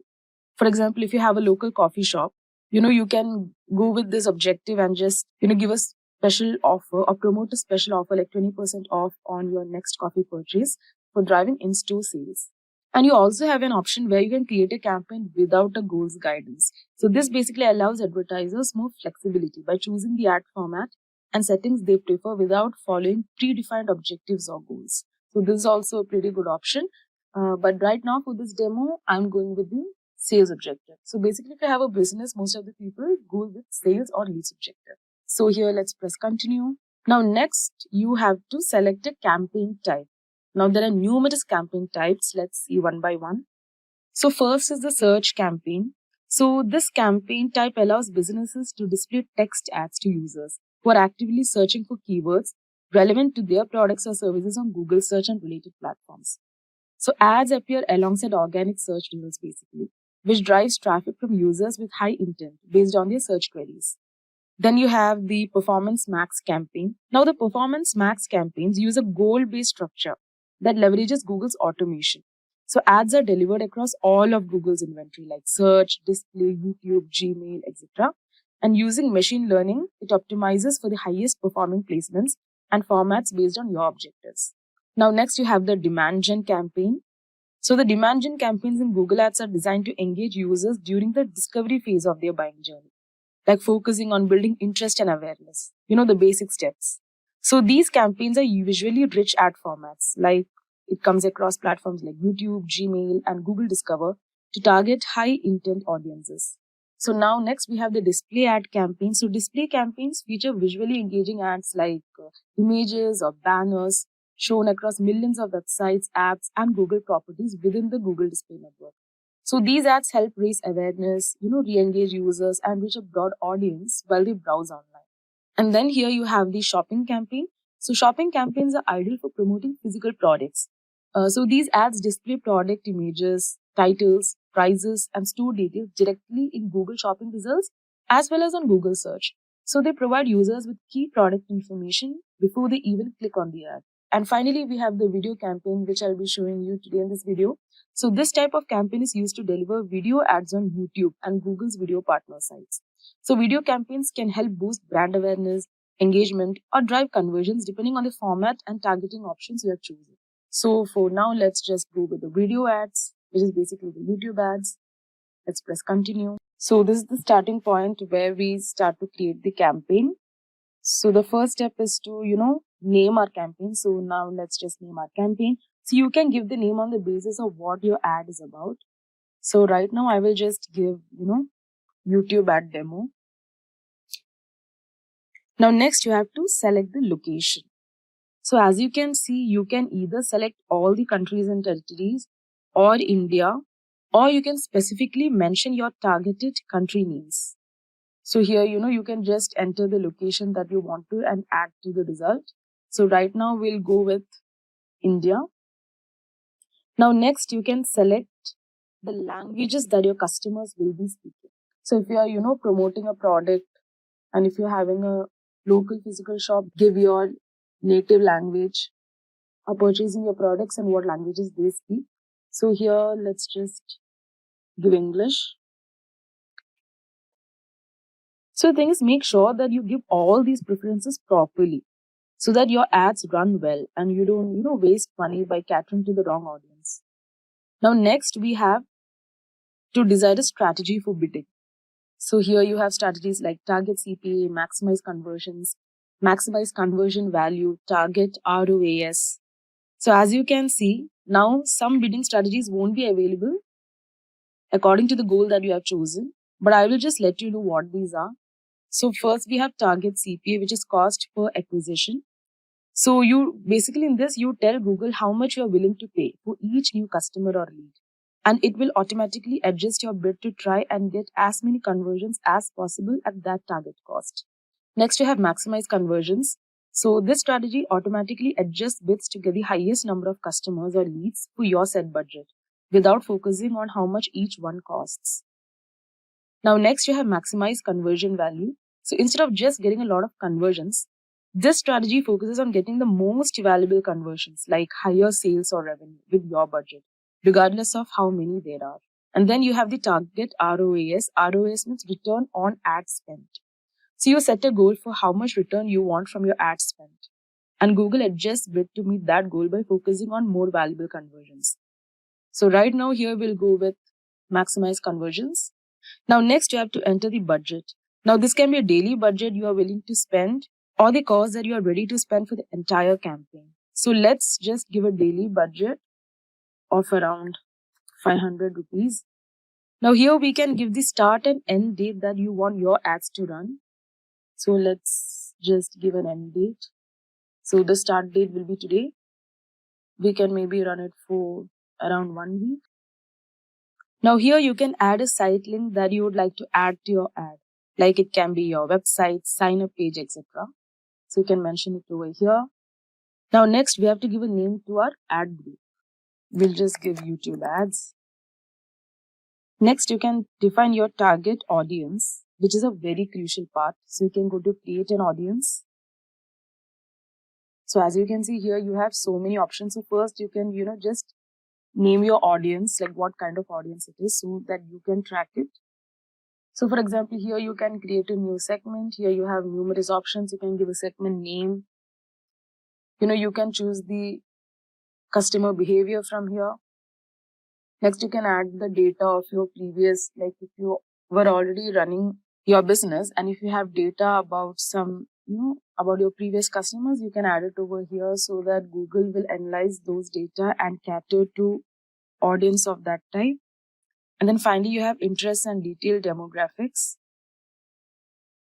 So here you can, just give from which, what kind your audiences are or from which place your audiences are.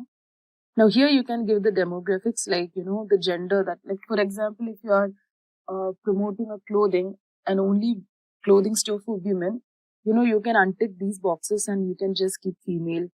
And if you are, selling clothes for youngsters, you can even mention the age group over here. So that's how you filter out your audience basically. So make sure you use these options properly.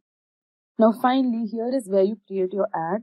But before that, if you're interested to start a career in digital marketing, then check out Simplilearn's postgraduate program in digital marketing in partnership with Purdue University. So this course provides a robust and industry-relevant curriculum to help you become a certified digital marketing expert. The program covers essential digital marketing components like website creation, SEO, SEM, social media marketing, mobile marketing, content strategy, and advanced topics like leveraging ChatGPT and other generative AI tools. You will gain hands-on experience through live interactive learning, student digital marketing simulations, case studies, and capstone projects. Additionally, you will receive a Meta Certified Digital Marketing Associate exam voucher and a Hootsuite Certified Professional credential, further validating your expertise. Enroll now and take the next step in your digital marketing journey. You can find the course link in the description box and pinned comments. So let's continue with creating our advertisement. So here you have to paste a URL of which you want to create, like, for which video of yours you want to create an ad for. So for example, I want to create ad for this particular video. So I've given the URL. Now here you can choose the formats. Like there are in-stream format, in-feed video and shorts. So in-stream format is basically, where you see skippable ads, which basically comes before a video or in the middle of the video. And then you have the in-feed video. So in-feed videos are the videos that actually come while you're scrolling. Like you might have seen some videos as sponsored, right? So these are in-feed videos. And then finally you have shorts. So these are the ads that come while you're scrolling shorts. And again, you can view it in different devices. Just a second. Yeah, for example, this is how your skippable ad will be seen on your desktop. This is a TV preview. This is a mobile preview.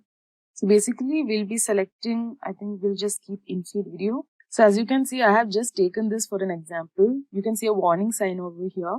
Like videos longer than 3 minutes don't usually perform as well as shorter videos. So it's basically better to have shorter videos for your ads. So next you have to give the final URL. So the final URL is where you want your viewer to reach once they click your ad's call to action button. So it can be basically the landing page, like your website, your sign up page or anything.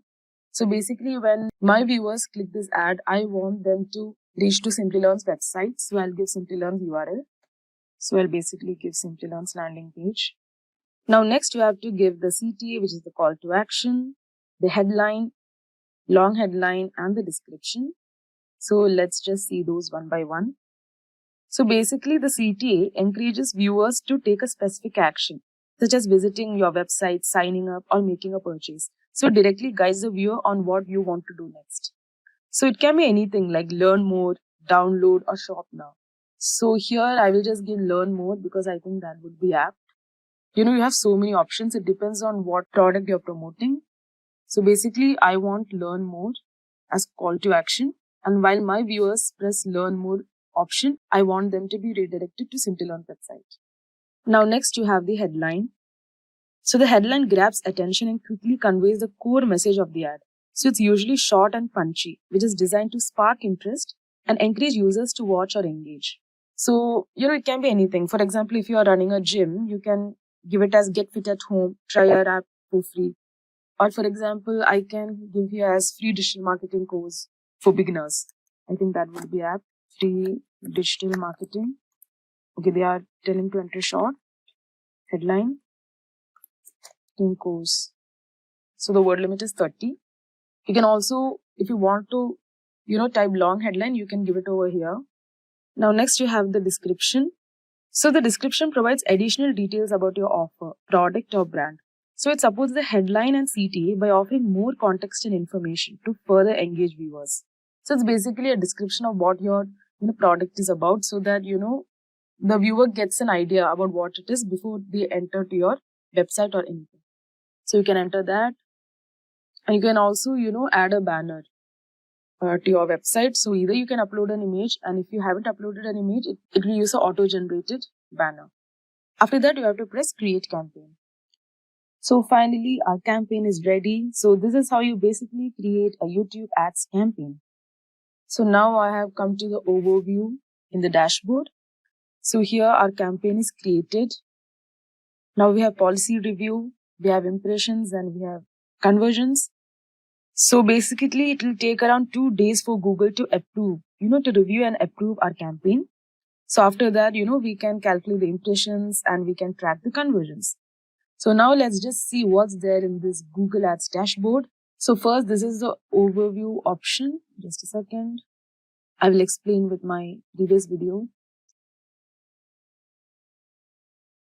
Yeah, so this is the overview option in the campaign section of Google Ads. So this gives you a quick snapshot of how your ads are performing, as you can see here. So it gives key metrics like clicks, impressions, cost, and conversions. So you can easily see which campaigns are doing well and where you might want to make adjustments. So it's like a dashboard that highlights recent trends and top performing keyword ads and devices. So this overview helps you understand what's working best in your campaign and lets you quickly spot any areas that you might need a tweak. So making it easier to manage and optimize your ads effectively. So as you can see, it gives a complete overview of how your ad is performing and everything. Now next you have the insights and reports. So basically the insights tab helps you better understand your audience and ad trends. So it provides data on how your ads are performing, which keywords are driving the most traffic, and even shows you seasonal trends or shifts in search behavior. Now then you have the campaign section. So here you can see your campaigns, like whichever campaigns you have created, the ad group, the ads, etc. Now finally here you have the goals section. So this is basically where you can actually track how your ads are performing or the conversions. So our campaign is not yet reviewed, but I'll just show you how it's to be done. So here basically you have an option to create conversion action. So you just have to press that. And here you can choose the conversion that you would like to track. So the common options are, website purchases, sign-ups, for newsletters, phone calls, and app downloads, as you can see here. So for example, if you are going with website, here you would basically have to give your domain name. Let's just give simplilearn.com. So here you can give the conversion goal, the event type. You can also add a conversion action manually.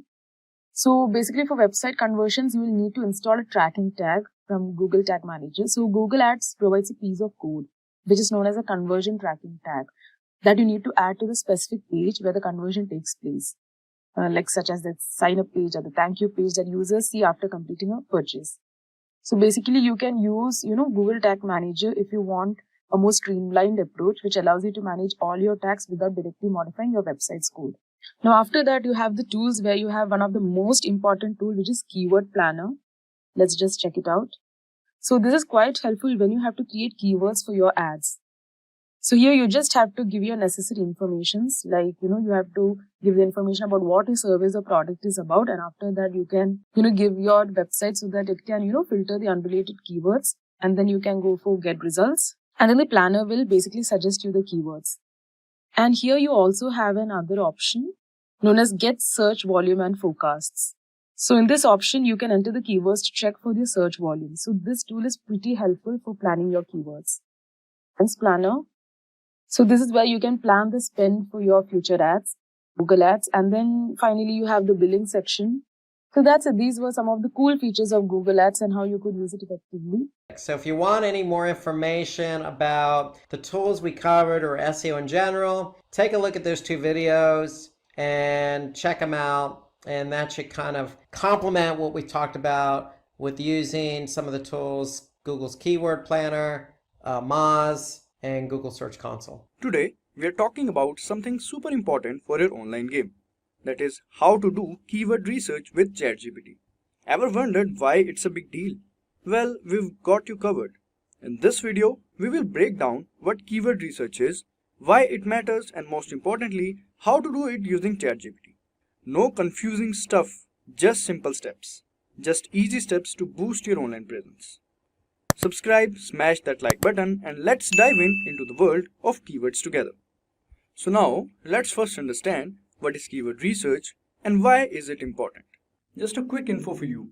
If you want to upskill yourself, master digital marketing skills, and land your dream job or grow in your career, then you must explore Simplilearn's cohort of various digital marketing programs. Simplilearn offers various certification and postgraduate programs in collaboration with some of the world's leading universities like SP Jain, Purdue, and Meta. Through our courses, you will gain knowledge and work-ready expertise in skills like search engine marketing, strategies for paid campaigns, analytics, ROI, and evaluation, and over a dozen others. That's not all. You'll also get the opportunity to work on multiple projects and learn from industry experts working in top-tier product companies and academians from top universities. After completing these courses, thousands of learners have transitioned into digital marketing role as a fresher or moved on to a higher paying job role or profile. If you are passionate about making your career in this field, then make sure to check out the link in the pinned comments and description box to find digital marketing programs that fits your experience and areas of interests. So keyword research is like finding the words people type into search engines. It's vital for online success. Picture it as using the right words to get noticed on Google. By knowing that words people use, you can make your content match what they're looking for. This is crucial because it means the right people find your website. It's not just about being at the top of the Google, it's about talking in a way that makes sense to your audience. Keyword research is like a guide, helping you know where your audience is looking. It's the key to making sure your website is easy to find and has what people are searching for. The significance of research lies in its ability to align your online presence with the actual language your audience uses. It ensures that your content resonates with their queries, attracting a relevant audience interest in your offerings.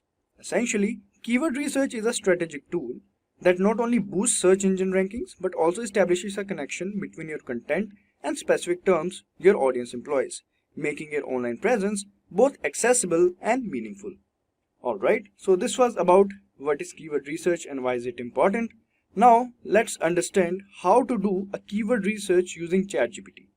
For that, let's go to google.com.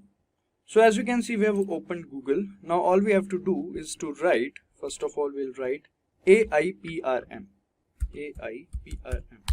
Alright, so AIPRM or AIPRM for ChatGPT you can type. Now let's open the first link. We'll click on the first link. So this is basically an extension. It is a marketplace of prompts. They provide you prompts that you don't have to type the whole prompt. They have pre-made prompts that you can use. Alright, now we can click on this add to Chrome button over here. Add extension.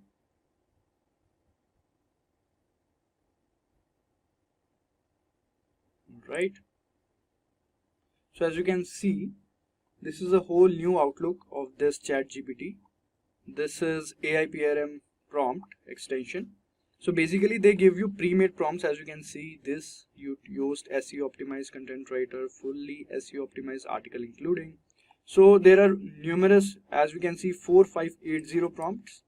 So you can choose accordingly whichever prompt you want. and you can also search over here, and this is topic, activity, sort by. You can also sort, and prompts per page. You can customize it according to yourself. So as you can see, here is the topic. We can go to topic and we can select. So we want to basically do a keyword research. We'll go to SEO. We'll click on SEO. After that, in activity, we can select this keywords. All right. Now, as we can see, there are numerous prompts according to what we have selected. That YouTube SEO, keyword generator, SEO, optimize your Google business profile, etc. So we can select as per our choice. So what I have figured out which is best is this one, keyword analysis. I repeat, keyword analysis. So as we can see, find the table of best keywords with search volume, CPC, paid difficulty, SEO difficulty. So for those who don't know about CPC, CPC or cost per click is a measure in online advertising that represents the amount you pay when someone clicks on your ad. It's essentially the cost of each interaction with your advertisement. Higher the CPC values often indicate more competitive keywords or advertising spaces. And as you can see, paid difficulty is also written. So paid difficulty refers to how challenging it is to compete for a particular keyword in paid advertising. A higher paid difficulty score means that it might be more expensive or competitive to bid for that keyword in paid search campaigns. So now there is SEO difficulty. So SEO difficulty basically is a measure of how hard it is to rank organically for a specific keyword in search engine results. A higher SEO difficulty suggests that it might be more challenging to optimize your content to appear higher in unpaid organic search results for that keyword. It takes into account factors like competition and the existing strength of other pages ranking for the same keyword. So these are the meanings of these things, as we can see. So we have already clicked on this. Now, as you can see, seed keyword that you search for. So let's say I'm searching for cloud computing, let's say. Cloud computing, and let's click on this.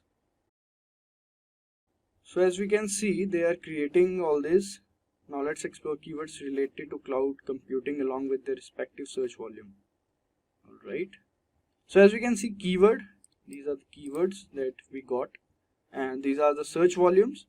So we all know what search volume is, the number of searches, and the CPC, as we already discussed. What is CPC? Again, if somebody wants to know about it, CPC or cost per click is a measure in online advertising that represents the amount you pay when someone clicks on your ad. So these are the amount you pay when someone clicks on these ads.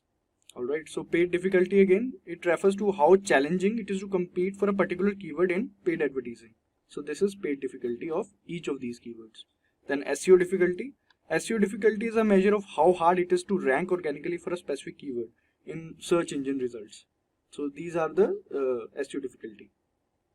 So we can select accordingly, and the table index is a mix of 100 keywords including long tail, LSI. So long tail keywords are also there, as you can see. We'll discuss long tail keywords also after this. So this is how you can do keyword research using ChatGPT. We'll do one or two more demos regarding this. So let's do another example. So we are going to select keyword analysis, and then we'll have to put seed keyword. Remember to select SEO first of all. Here we can see SEO, and then in activity you have to select keywords because we are doing the keyword research. Alright, now after selecting this keyword analysis, we basically want all these things like search volume, CPC, paid difficulty, SEO difficulty, so that we can choose the right keywords accordingly. So let's see, here we have to put the seed keyword. So let's say the seed keyword is, let's say, DevOps. Alright, now let's click on this. So they are giving us the keywords, a lot of keywords they usually give. Let's explore the keyword analysis for DevOps. So as you can see, high search volume, very high search volume, high. So these search volumes regarding these keywords are shown, and the CPC is also showing, and paid difficulty, SEO difficulty as well. So we basically want the SEO difficulty is to minimum or like medium. So we can search or extract those keywords accordingly. So They have written this table includes a mix of 100 relevant long tail keywords, LSI keywords and FAQ related to DevOps. It provides insights into search volume, CPC, cost per click, paid difficulty and SEO difficulty to help optimize your content and reach the target audience effectively. So through this you can select these keywords, and I think if you click on continue, it will keep on going for more keywords. So as you can see, long tail keywords now it is showing. So these are LSI keywords. So we will discuss these terms, long tail keywords, LSI keywords after some time. Later in this, I repeat, later in this video. So this is how you can simply do a keyword research using ChatGPT. Again, this keyword research is completely free. You don't have to pay a single buck regarding this. Now let's try another method of doing a keyword research. For that, all we have to do is to go to Google and we'll type keywords everywhere. Alright, so here's the first link. Let's click on this. This is another extension, install for Chrome. We'll click on install for Chrome. Now let it open. And now we can click on add to Chrome to just add this extension in our Chrome browser. As you can see, add extension. So I think it is added now. Now all we have to do is to pin this one. Alright, so now let's go to ChatGPT. Let's open a new one. So as you can see, this is keywords everywhere icon. Please continue. As you can see, clarify, explain, rewrite. So for that, to use this extension's powers or functionality, all we have to do is to click on this template button. Alright. Now here, the thing is, first of all, we'll select choose a category. Similarly, that we have done previously, choose a category. So as you can see, copywriting, marketing, SEO, social media, productivity, professions. We'll select SEO because we want to do keyword research. Then in subcategory, we can select keyword research, and because we want to do keyword research, then there's a template. So here we can see first is keyword strategy. So you can click on keyword strategy if you want to do basically a strategize the keywords. So basically I'll tell you what keyword strategy is. Keyword strategy involves planning like how to use specific words or phrases in your content to achieve specific goals. Like it's about selecting and targeting keywords that align with your overall objectives, whether it's to boost website traffic, increase conversions or enhance your online visibility. Then there is get search intent for keywords. So it itself tells what it is, like intent. Understanding search intent for keywords means grasping the reason behind someone online search. It involves figuring out what a person is looking for when they type a particular keyword into a search engine. Aligning your content with users' intent ensures that your information meets their needs, improving the relevance of your content. Then here is related keyword generator. So a related keyword generator is a term or phrase closely connected to the main keyword you are targeting. Including related keywords in your content helps search engines understand the content and relevance of your page. It's a way to capture a broader range of search queries related to your main topic. Then there is long tail keyword. So basically a long tail keyword is a more specific and detailed phrase, usually consisting of 3 or more words. While these phrases may have lower search volumes individually, they often attract a more targeted audience. Long tail keywords can be valuable for niche topics, are generally easier to rank for than broader, more competitive terms. So these are all these things. So let's say first of all I want to search for related keyword generator. And so first of all, as you can see, category, SEO, subcategory, keyword research, templates, select accordingly whichever you want. I've explained all these. Related keyword generator I want basically. When we'll select related keyword generator, this will come up. Language is English, we want in English only. Here is the seed keyword we'll have to write. This is total keywords, how many keywords do we want. We can select accordingly. Basically I want 40 itself. So this is a prompt template that automatically gets created whenever you select a particular template. So let's say if I want to select keyword strategy, so it will create itself a different kind of prompt. So if I'll select long tail, then a different kind of prompt will be generated. So this is a self-made itself, it will create a prompt. All you have to do is to write a seed keyword over here. So let's say, as I said, I want a related keyword generator, and let's type here DevOps. Alright, so total keywords I want 40 itself. Now I'll click on execute template. Alright, so these are the 40 keywords that we wanted. So related keyword generator, continuous integration, infrastructure as code, Docker, Kubernetes, Jenkins, and they're also telling me the search intent, informational. So all of these keywords are informational. So firstly, they'll create a table regarding these keywords. After that, they will basically list of same keywords separated by commas. As you can see, same keywords are separated by commas so that you can easily use them wherever you want. Alright, so this we have selected for the what we call related keyword generator. Now let's select another one. Let's click on template again. We'll go to related, or let's say long tail keyword generator. Now we'll put DevOps again. Yes. Alright, so as you can see, I think we'll have to select another new chat we'll have to create. Alright, now again we'll go to template, long tail keyword generator, DevOps, and let's say this time we want 50. Alright, so we'll see whenever we are doing this editing, here also it is getting edited. So let's type 60, then it will get 60, and whenever we'll type DevOps, this will also get edited, as you can see. So this is a prompt. Now we'll click on execute template. Let's see how it goes.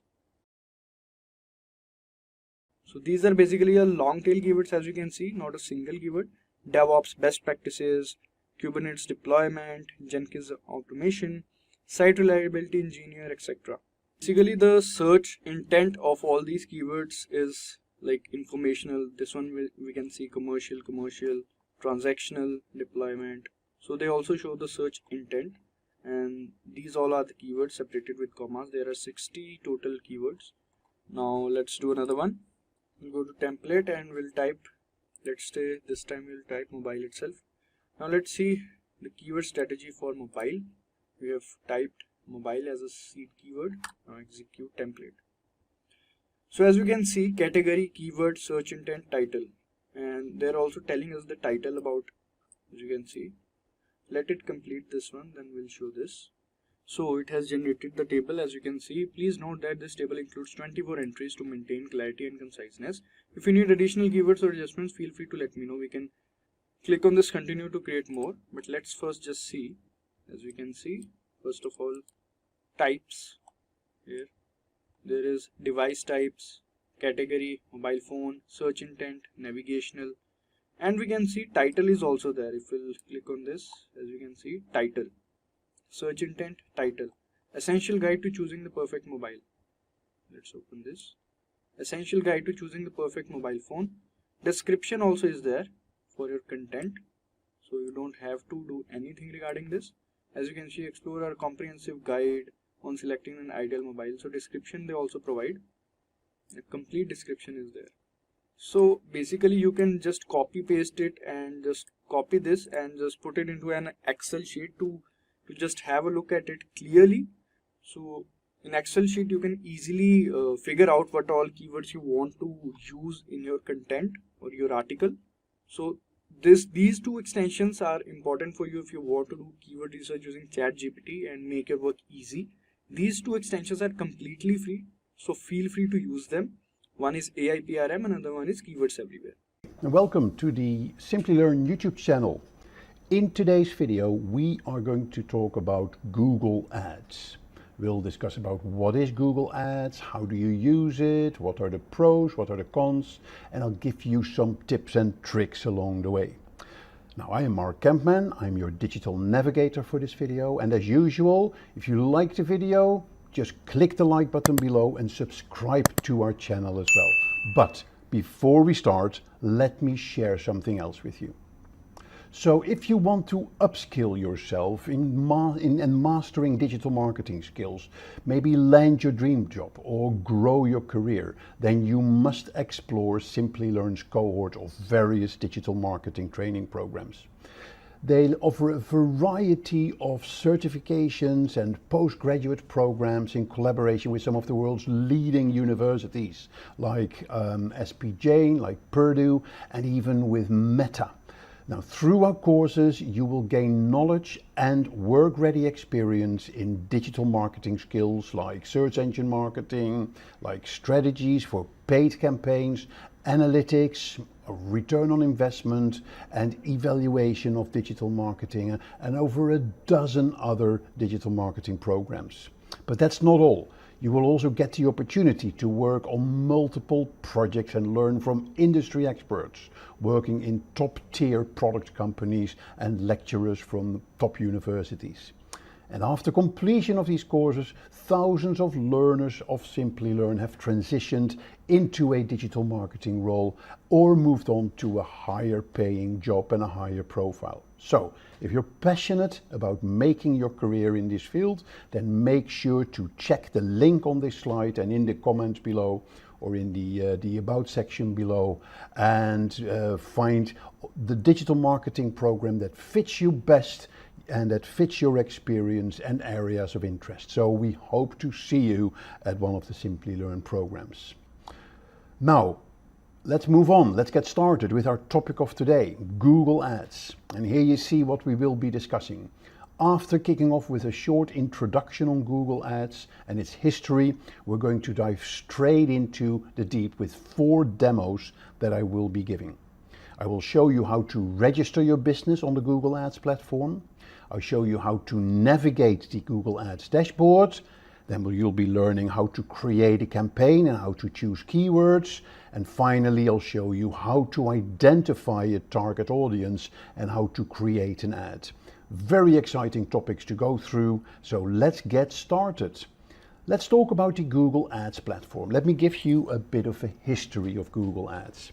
So born out of the digital revolution in the late 1990s, early 2000s, Google Ads, formerly known by the way as Google AdWords, traces its roots back to early 2000s. It was launched by Google, in fact, in October 2000, and it was a groundbreaking response to the needs of online businesses to get closer to their customers. Google AdWords in those days introduced a paradigm shift by allowing advertisers to reach potential customers through targeted online advertising. So over the years, Google Ads has undergone massive transformations, adapting to the changing dynamics of the online landscape and additional opportunities that arose from that. From the introduction of the quality score algorithm to the evolution of campaign types, it consistently innovated so advertisers could find more and do more with more effective and efficient tools. So today, Google Ads is the standard as a comprehensive and a sophisticated platform serving a bridge between advertisers and businesses and their target audience. And there are various online channels that you can use, like Google Search Ads, Google Display Network, YouTube, shopping ads, and many other opportunities that you have within the Google Ads platform. So as we journey through the Google Ads demos that I'm going to share with you, let's not just look at the functionalities, but also understand how it has evolved into an indispensable tool for businesses who want to thrive in the digital era. So let's unlock the power of Google Ads together so you can position your brand in this dynamic landscape of online advertising. So what exactly is the Google Ads platform? It is an advertising platform where businesses can create and manage digital advertising campaigns on Google Search, YouTube, the Display Network, and other owned by Google properties.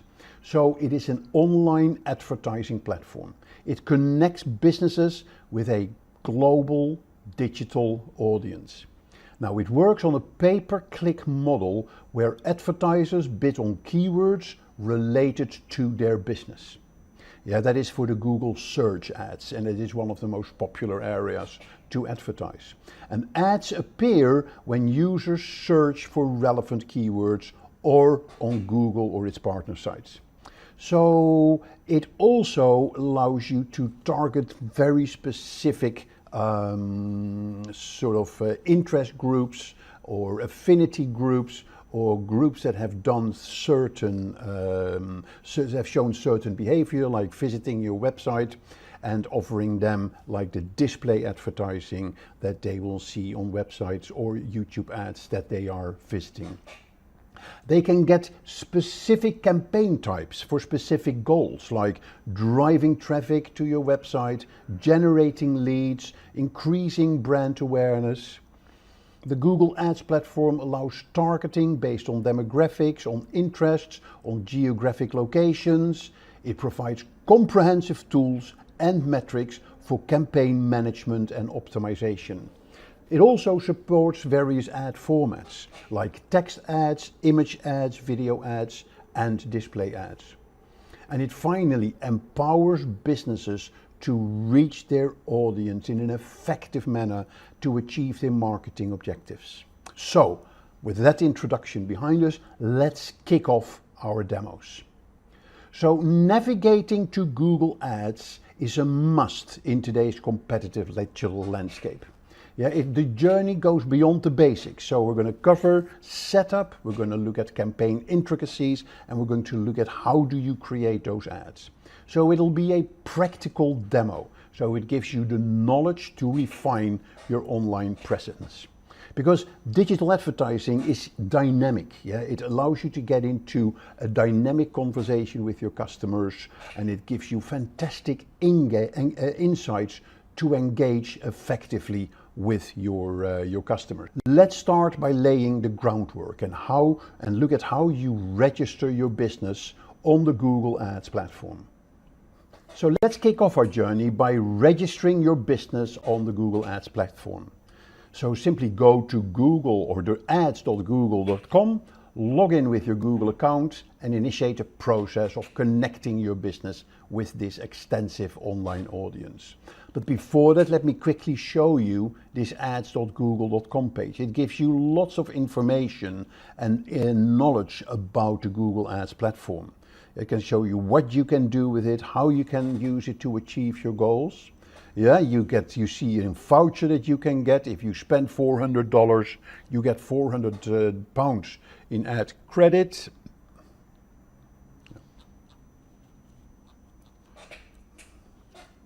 So let's kick off your journey by registering your business on the Google Ads platform. So simply visit ads.google.com and you get to this website, which is kind of the entrance to Google Ads. And on this website, you find lots of information about the Google Ads platform.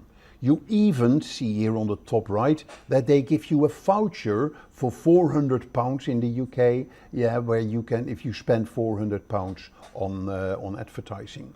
So you'll see they do that across the world. So you should be able to get those ad vouchers as well. So it gives you lots of suggestions on the goals that you can achieve, the power of Google advertising for your business, and it gives you some case studies as well. And what I really like about the Google Ads program, that you can actually get free of charge personalized support. And by scheduling a meeting with a Google Ads expert. And I would highly recommend you use that service, because they can really help you with setting up your first Google Ads campaign. So let's go into this system. We can click Start Now, or you can sign in if you have an existing account.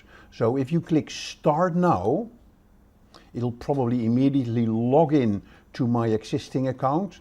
But what it will do, it will actually give you an overview of the Google Ads accounts that you already have, or you can create a new Google Ads account. So this step forms the backbone for your online identity, and it gets you a seamless integration between your business and the Google Ads environment, as it were. So very practical steps to get you started on the Google Ads platform effectively. So let's go on to create a new Google Ads account. So create a new account, and here it goes into the process of creating a new Google Ads account. So you need to add business information. You can then go straight into creating your ads and set up your budget. Now, you can go straight into your first campaign, and in the process, you will actually fill in your data to sign up. But what I advise you do here is to skip the campaign creation, that you're not ready, and then you will go in a proper setup for your Google Ads. So there's different elements that you can do here. So you give your billing country, you give your time zone, your currency. If you want personalized campaign guidance, I would certainly advise you take that, as I mentioned earlier. Yeah, you fill that data in and then you click submit. And then yes to continue. I'll select no for now. So click submit, and then you're basically all done. And then the next step, what's going to happen is actually you need to go through the verification process. Now, a few more steps here. The details are very important if you go through the entire process, like your business name, your physical location, your contact information. It's not about getting the data, but it's about crafting your digital presence. Yeah, so it goes beyond checkboxes. Make sure that you add every step, yeah, and that you fill in every step in the process. Okay, so the next step is that you will go through the verification process. When you've done that process, it is very important that you are going to verify your account. So how do you verify your account? You go back to your main Google Ads dashboard, and I will explain this dashboard a little later, and you click here on the billing, and here you see advertiser verification. Yes, so here is where you go into verification to make sure that Google recognizes your account and understands that you are the actual business owner of this account. So that gives you an extra level of security and integrity on your Google Ads account. And once you verify it, yes, so Google has then reviewed your business details, and you can ensure your accuracy, but it can also give you a good foundation for your advertising experience. So it's more than security checks. It's about making sure that your data is correct and you have a solid basis to start your journey in the Google advertising.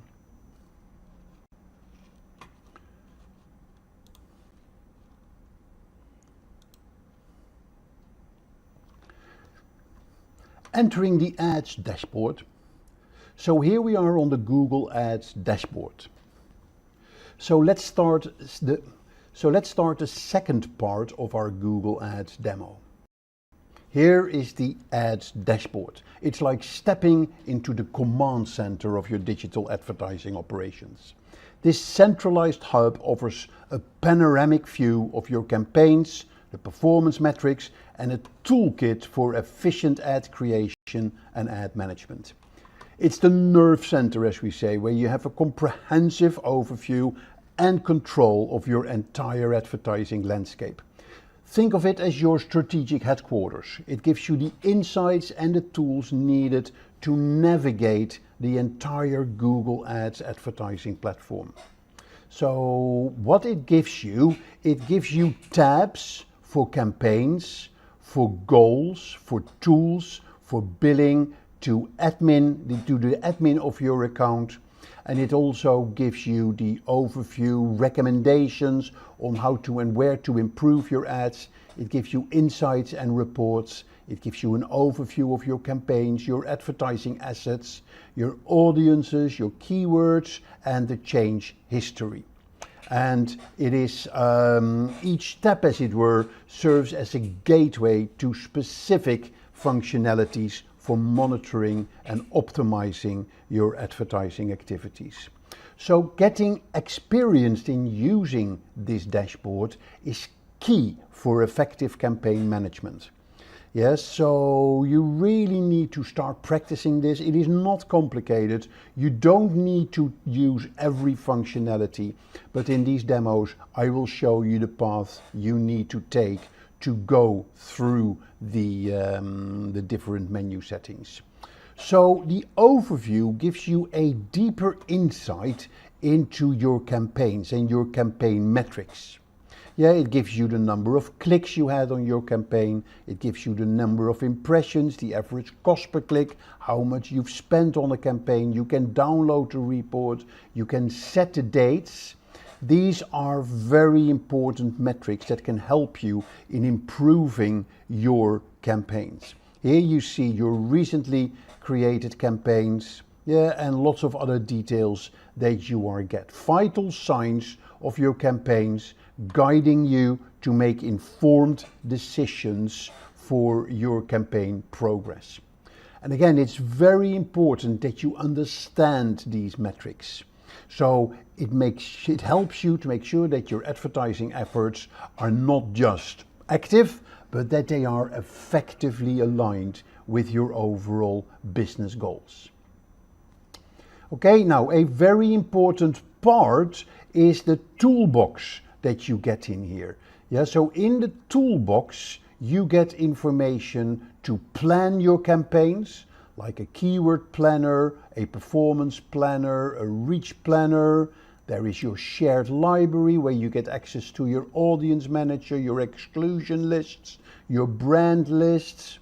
Yeah, the content, the Google tag that you can get here, we'll talk about that later.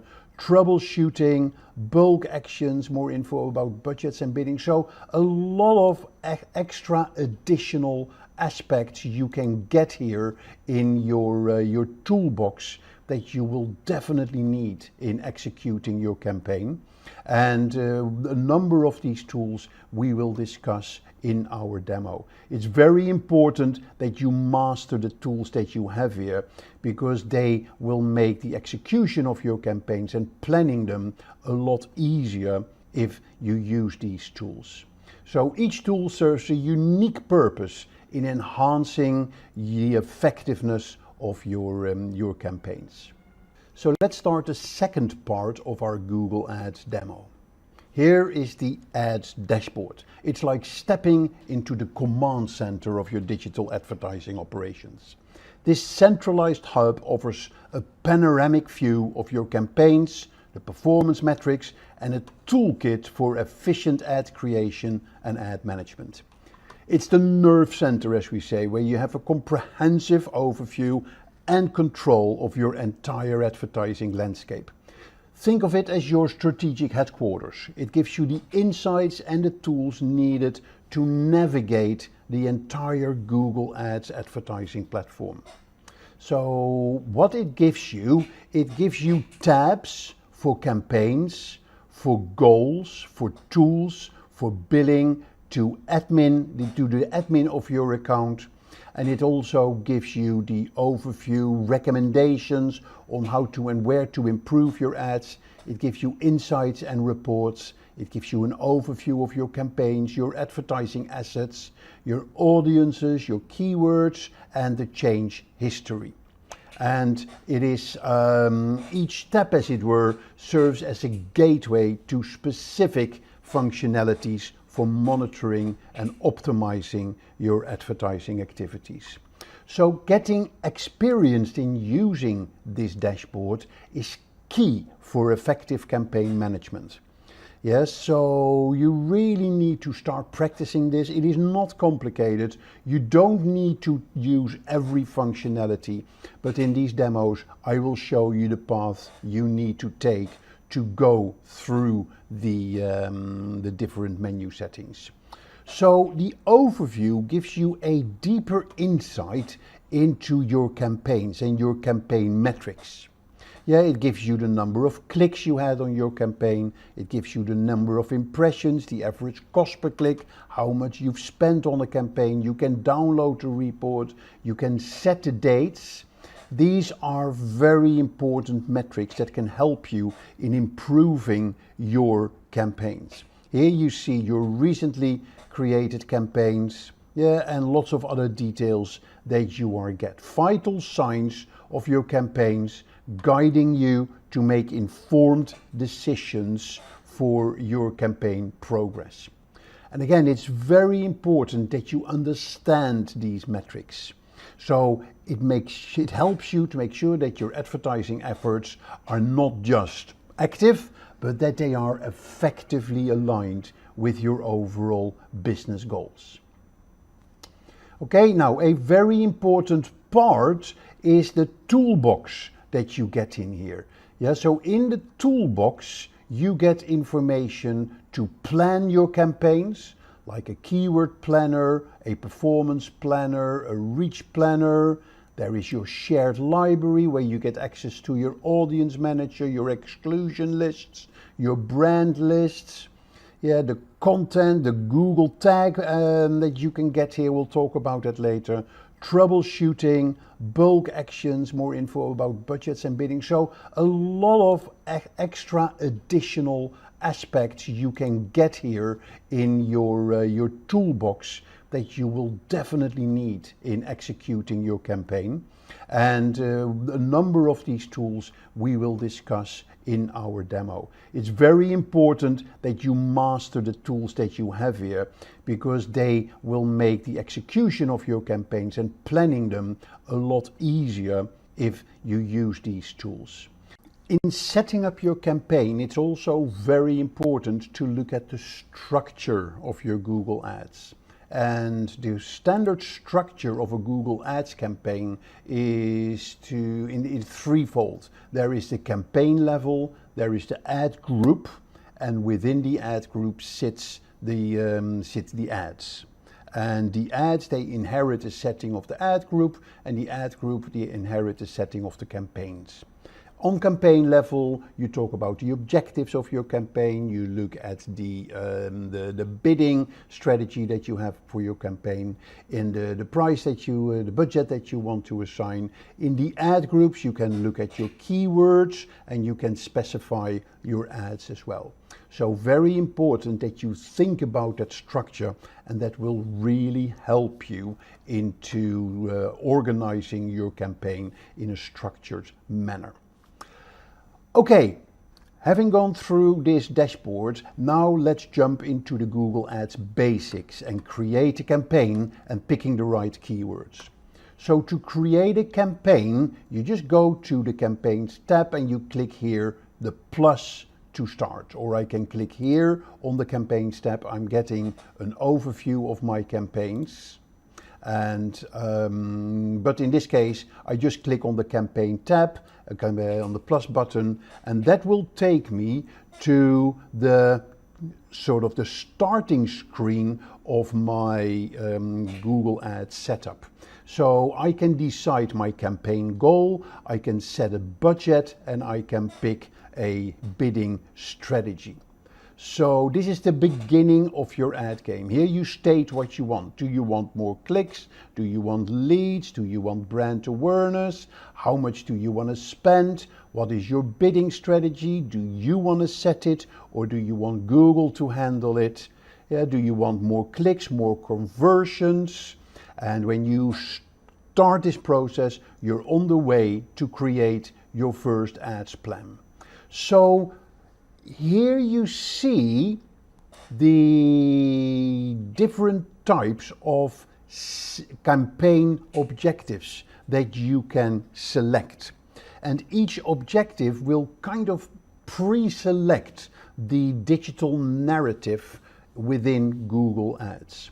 So they serve different purposes, whether it is driving sales or driving website traffic, or whether it is capturing leads, whether it is promoting your app, whether it is a local store visit, whether it is sales or a product and brand consideration, or you can also decide to create a campaign without selecting any of these, and that is for the more experienced people who know exactly what to specify.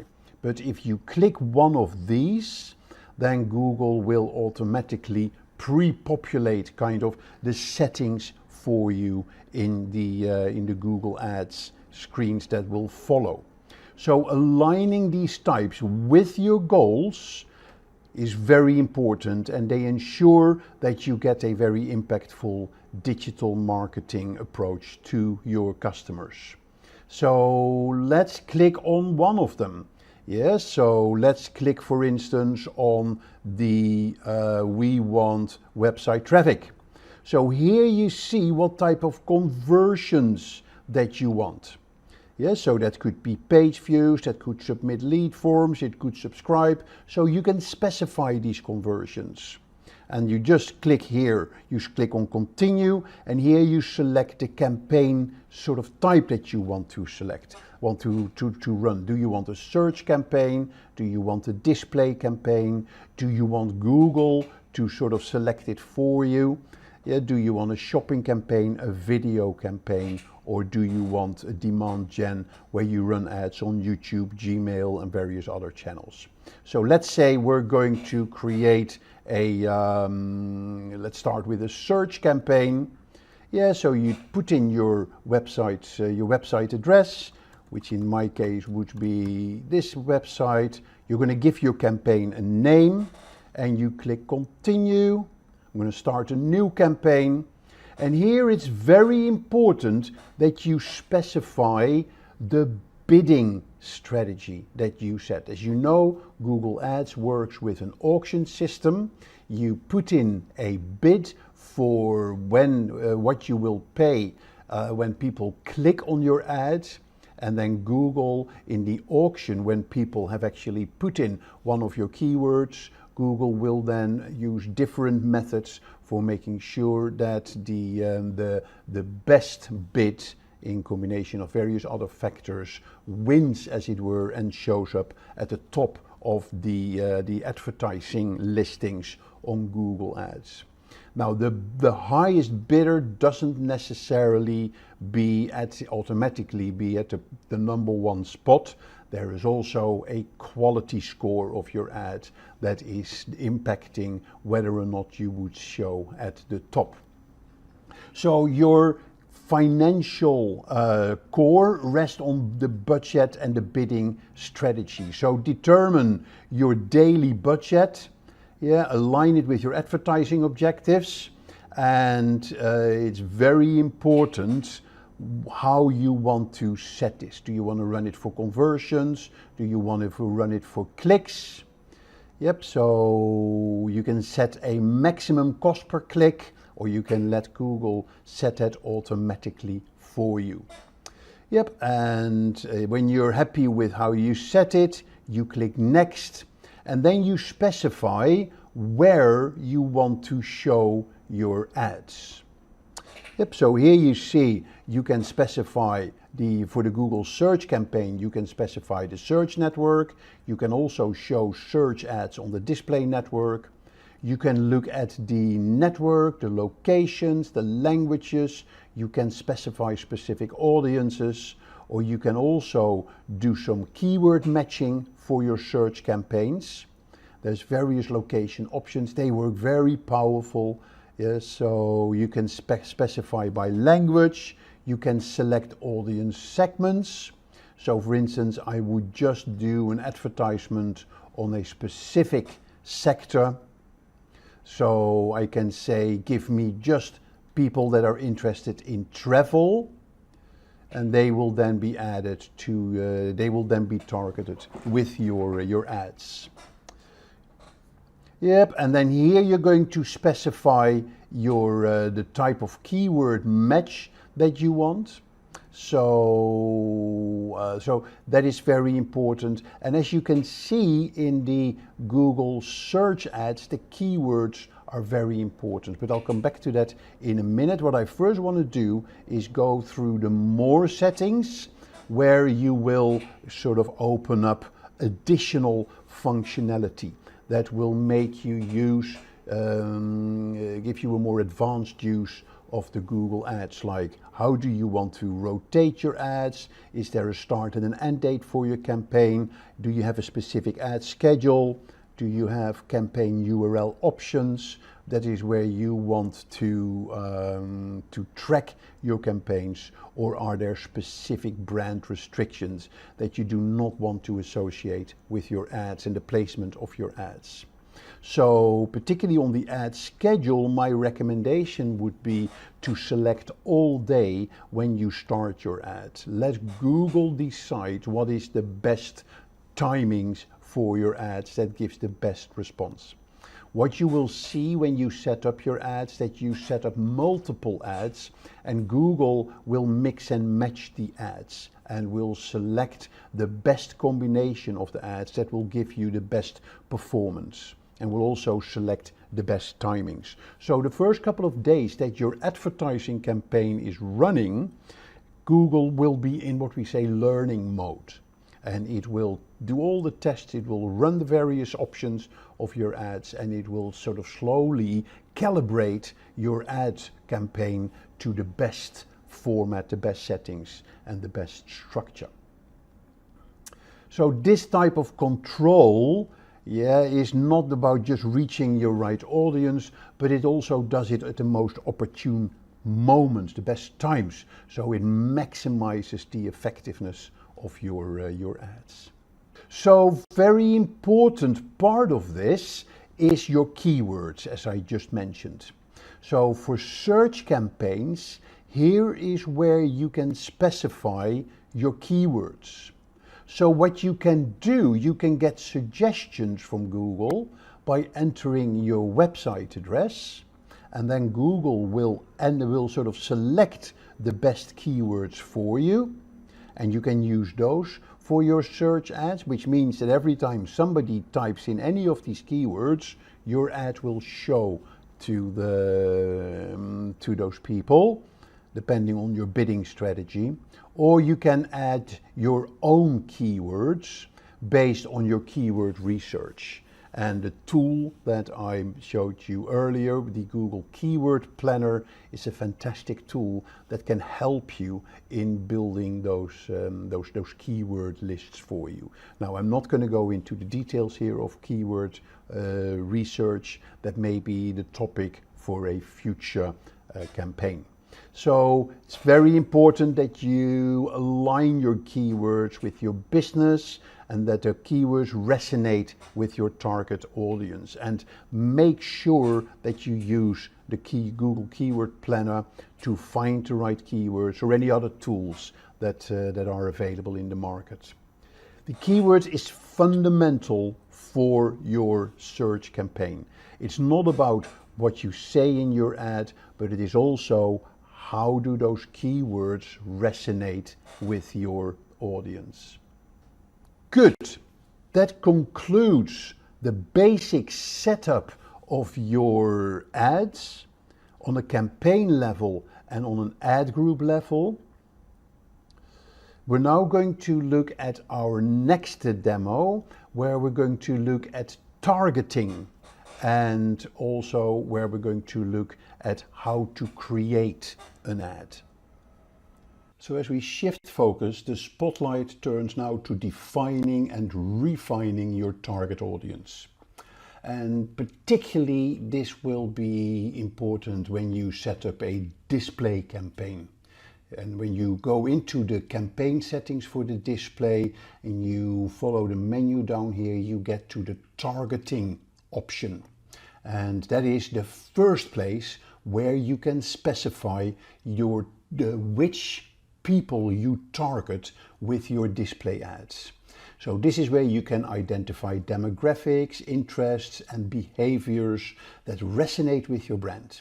So this ensures, if you set that your ads are displayed to those people that are most likely to engage with your brand. So navigating through these audience settings is not about casting a wide net. It is about precision, about reaching the right people at the right time. So let's click on the targeting, and you see here that you hone in on various areas. You can hone in on audience segments, demographics, keywords, topics, and placement. And here, while you're going through these targeting options, you can keep track of your estimated number of impressions and your estimated performance for your ads. So exploring this array of audience targeting options is about tailoring your message to different personalities, different audiences. So look at audience segments. That is where you can select audiences who are particularly interested in travel or lifestyle and hobbies. And there is literally hundreds of segments that people can select. Yeah, you can search for any segment. You can, let's say here, let's do train enthusiasts, just taking a random topic. Yeah, let's see what comes up. And here is train information, train hobby, traveling by train. Yeah, so everything to do with trains that you can pick here. You can even probably take miniature trains. So you can target those people very specifically. That ensures that your ad is not visible, but also relevant to specific segments of your target audience. So that is through the audience segments. And again, if you pick one, so say train information, then here you see how your weekly estimates are changing. Yeah, so you can go by selecting, you put them in your target, and then you see how your advertising campaign is likely to perform. So let's stay away from the train. Let's go to adventure travel, for instance. And now you get all those people that are interested in adventure vacations, activity holidays, wildlife trips, etc. And again, you see how your performance is changing. So that is the audience segments. We then can go to the next level, that is demographics.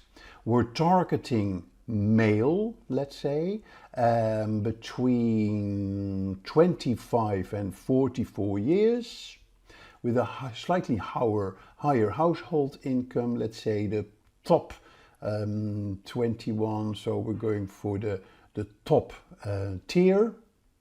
And again, your estimates are being adjusted. And then you can go to the next one. You can add targeting, so you can target keywords. So this is, for instance, I am targeting those people that have a specific interest in Kilimanjaro, for instance, and Kilimanjaro. Yep, and I can add that as a keyword if I want, and Morocco. And you see how my weekly estimates are becoming more and more specific. I can add keyword ideas from my website as well. So let's say that is done. And then we can go to the final targeting, which was by topics. Yeah, or you can even target by placements. So if we want adventure magazines, yeah, so adventure magazines, you can then select those magazines or those online publications where your ads will show. So you can by default ask Google to select this for you. But if you're very experienced in your industry, you know specific magazines where you want to place your ad, then very likely you will find them in the list here. It takes a little while to go through this list of thousands, if not hundreds of thousands of online publications. But then you can really target very specific by magazine. While it is doing this, let's go to the optimized targeting, which is on, which means Google will actually help you get more viewable impressions. Yeah, find people beyond your targeting signals. So that is what Google will help you to fine-tune your targeting and give you even better results for your campaign. Yeah, so we targeted the adventure channels, adventure magazine. So here are 253 websites. There are YouTube channels. that you can target YouTube videos, apps and app categories where your ad can show. So this is a very good section where you can make your ads reach the right people. So that is one area where you can feature, where you can be very specific in the targeting of your ad. That is within the display campaign settings. You can also target people based on behavior. And one very important behavior is what they have done on your website in the past. Yeah, and that is what we're going to look at next as part of this audience segmentation and audience targeting. We're going to look at how can I leverage activities from people, behavior of people, for instance, visiting my website or buying a product. Yeah, how can I capitalize on those people and maybe put them in a separate audience that I can then target with my ads. This is what we call retargeting.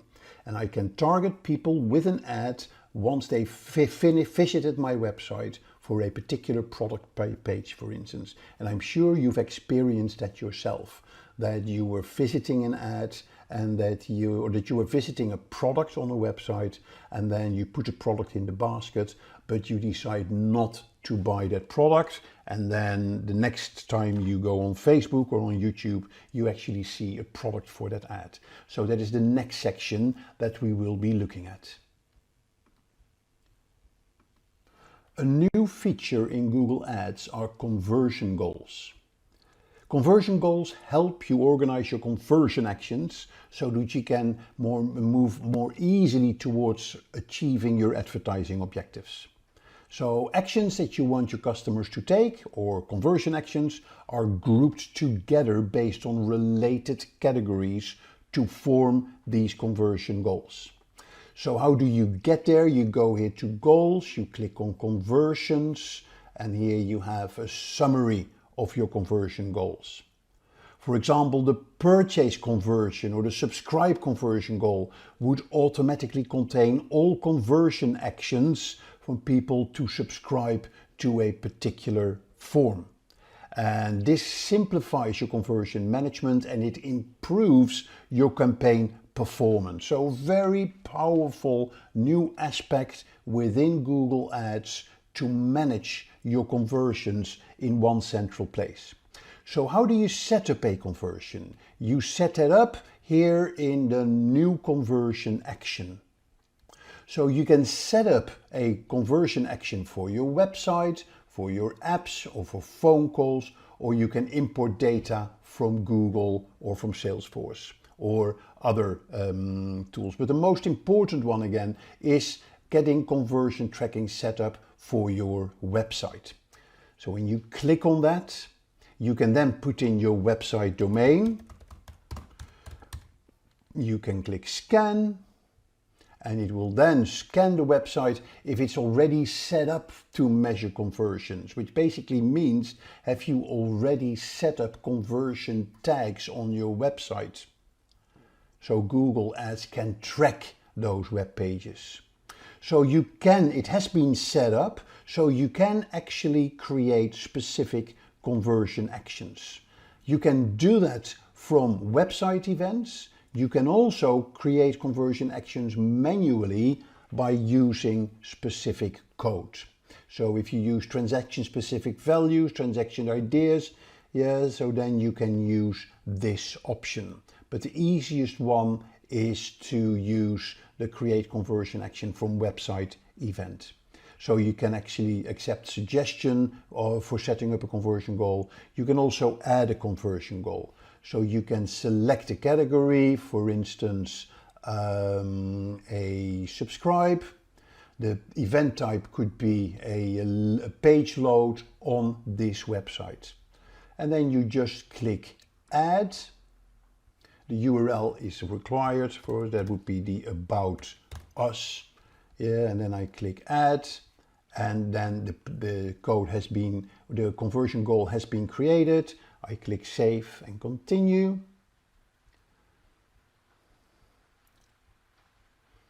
And then it sets up this conversion action, where of course I need to make sure I set it up properly with a Google tag through Google Tag Manager.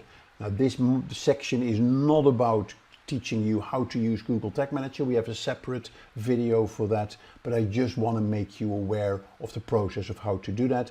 You can also email the instructions to your webmaster. Yep, so let's say if we want to email the instruction, then we'll just put in the email address and then it's sent. Or you can also set it up yourself. And then what you do is you get a piece of code that you basically need to copy and that you need to paste in the Google Tag Manager. So you can use the Google Tag Manager, that's where you use this particular piece of code. You can also install manually, and here is the piece of code that you need to install on every page of the website. So then Google can see that that is a tag for those specific conversion goals that Google can then start tracking. Good, you can test the installation as well, but I'll just want to make you aware where you go to set that up. Okay, so those are the conversion goals in Google. The last topic of this demo is ad placements and the networks, the ad networks, and the actual creation of ads. This is very important. It is like choosing the stage for your performance and exploring the various options, including the Google Search Network, the Display Network, and YouTube, is vital to align your ads with your advertising objectives. So the different ad options that you have, they start with the Google Search Network. The Google Search Network places your ads in search engine results. That gives you visibility for your ads when users actively search for related content. The next area is the Display Network that showcases your ad across a multitude of websites and apps, thereby having a big reach of your ads. YouTube, as a video platform, offers a very extensive advertising platform with lots of advertising opportunities and different versions of ads. And tailoring your approach to each platform will amplify the effectiveness of your ad strategy to make sure that you get maximum impact on your ads. Now let's go to the fun part of Google Ads, and that is the actual creation of your ads. So we'll head over to the ads, we go to the campaigns, click a campaign.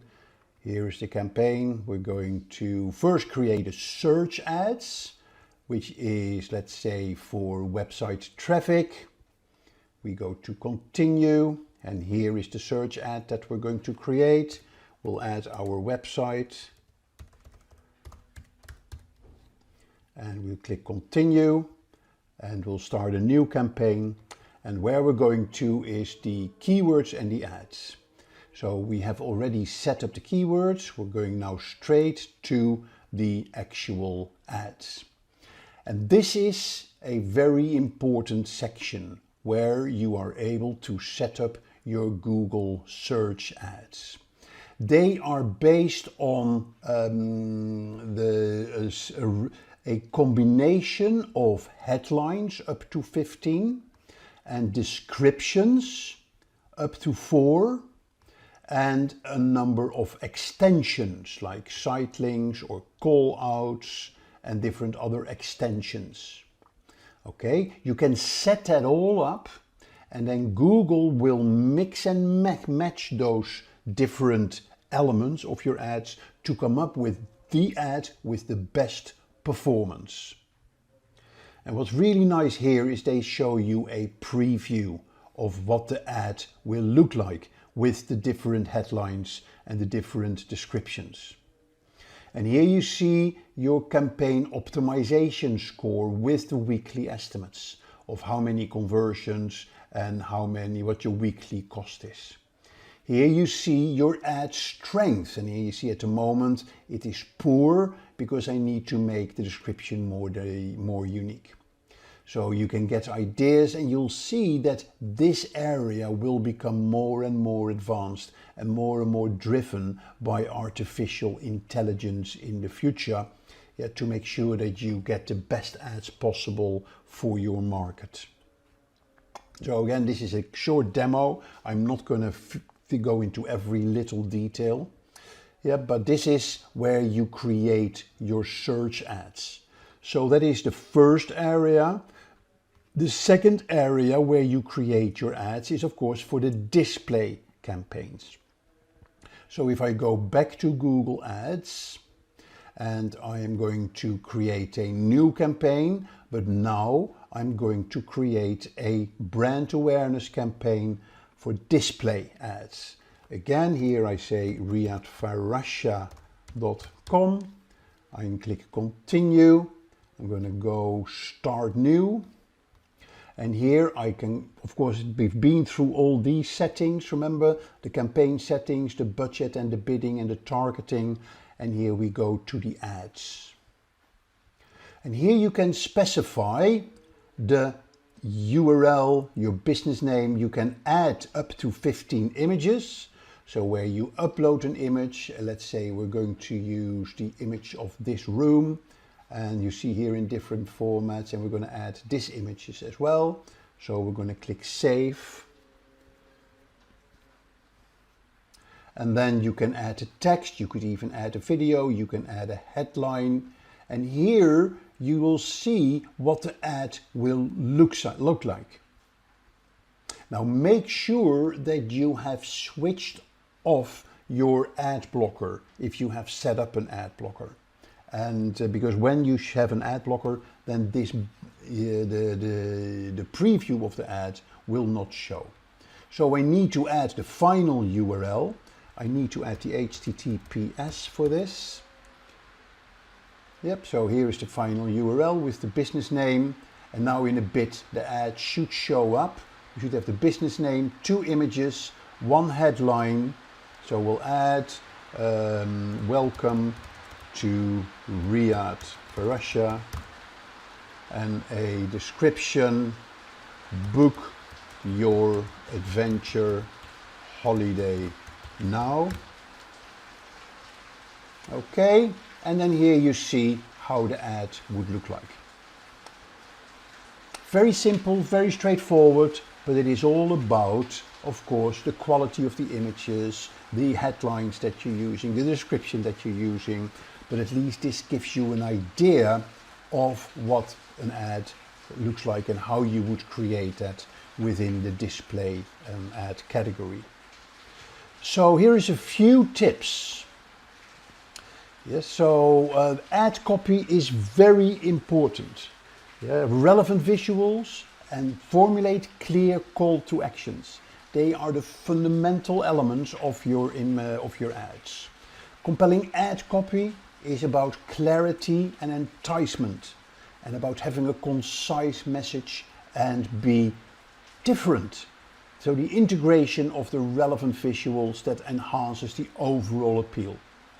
Now, calls to action, I can't emphasize enough, and they guide users on the desired next steps, and that will drive conversions. So keep that in mind. And this all comes back to clearly defining your objectives. So outline your advertising goals, whether it's increasing website traffic, generating leads, or boosting sales. Well-defined objectives will guide your entire ads strategy. Also, do very thorough keyword research. Do a comprehensive keyword research to identify the relevant terms for your business, and try to familiarize yourself with the tools like Google Keyword Planner, so you can discover the high performance keywords. Also think about your ad copy. Develop compelling ad copy that speaks directly to your target audience. Use your unique selling points, include relevant keywords, create a strong call to action.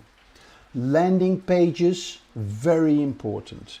Ensure that your landing pages, that your ads direct the users to optimized and seamless experience on your landing page. Content on your landing page should be aligned with your ad, and the page should be user-friendly and have a very clear call to action. In the search ad, make sure that you use ad extensions. Take advantage of those ad extensions. Provide additional information in your ads and increase ad visibility. So extension links like site links, call outs, structured snippets, they enhance your ad, providing users with more reasons to click.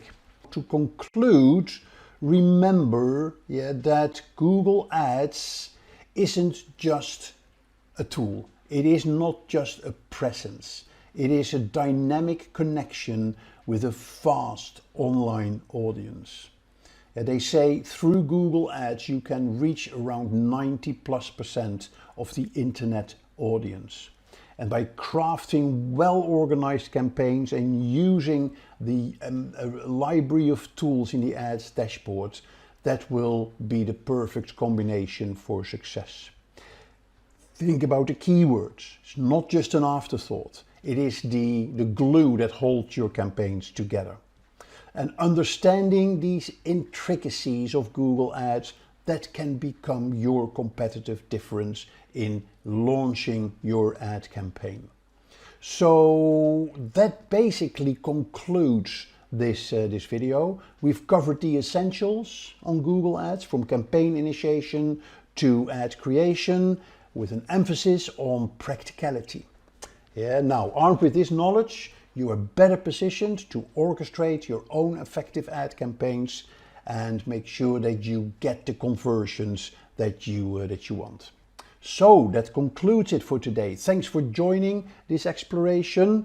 As you venture in this new world of Google Ads, your campaigns, make sure they are strategic, your keywords be impactful, and your digital presence be dynamic. So I wish you the best of luck in your advertising behaviors. Remember, if you like this video, click the like button below and subscribe to our network, so you get access to other videos that we will be publishing in the near future. What social media marketing actually means. What is it? And we got to put this in the context of the definition of marketing. I studied marketing in the very early days in the 80s, and my main sort of guru in marketing was Philip Kotler.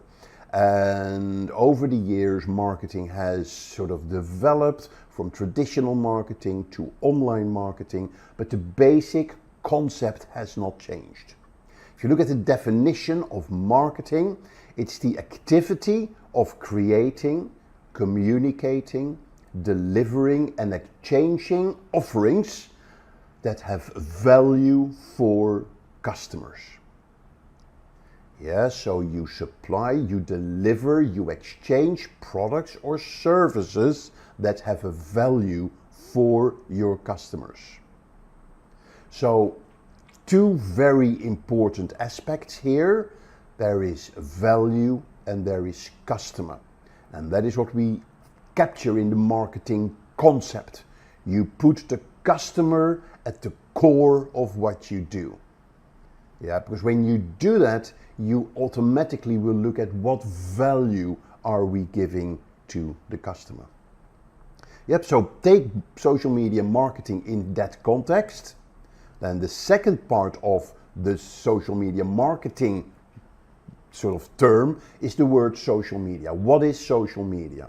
When I explain social media, I'm using the 3 C's. The 3 C's of social media marketing.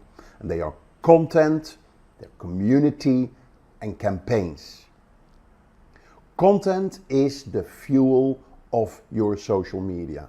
Content is the currency of social media.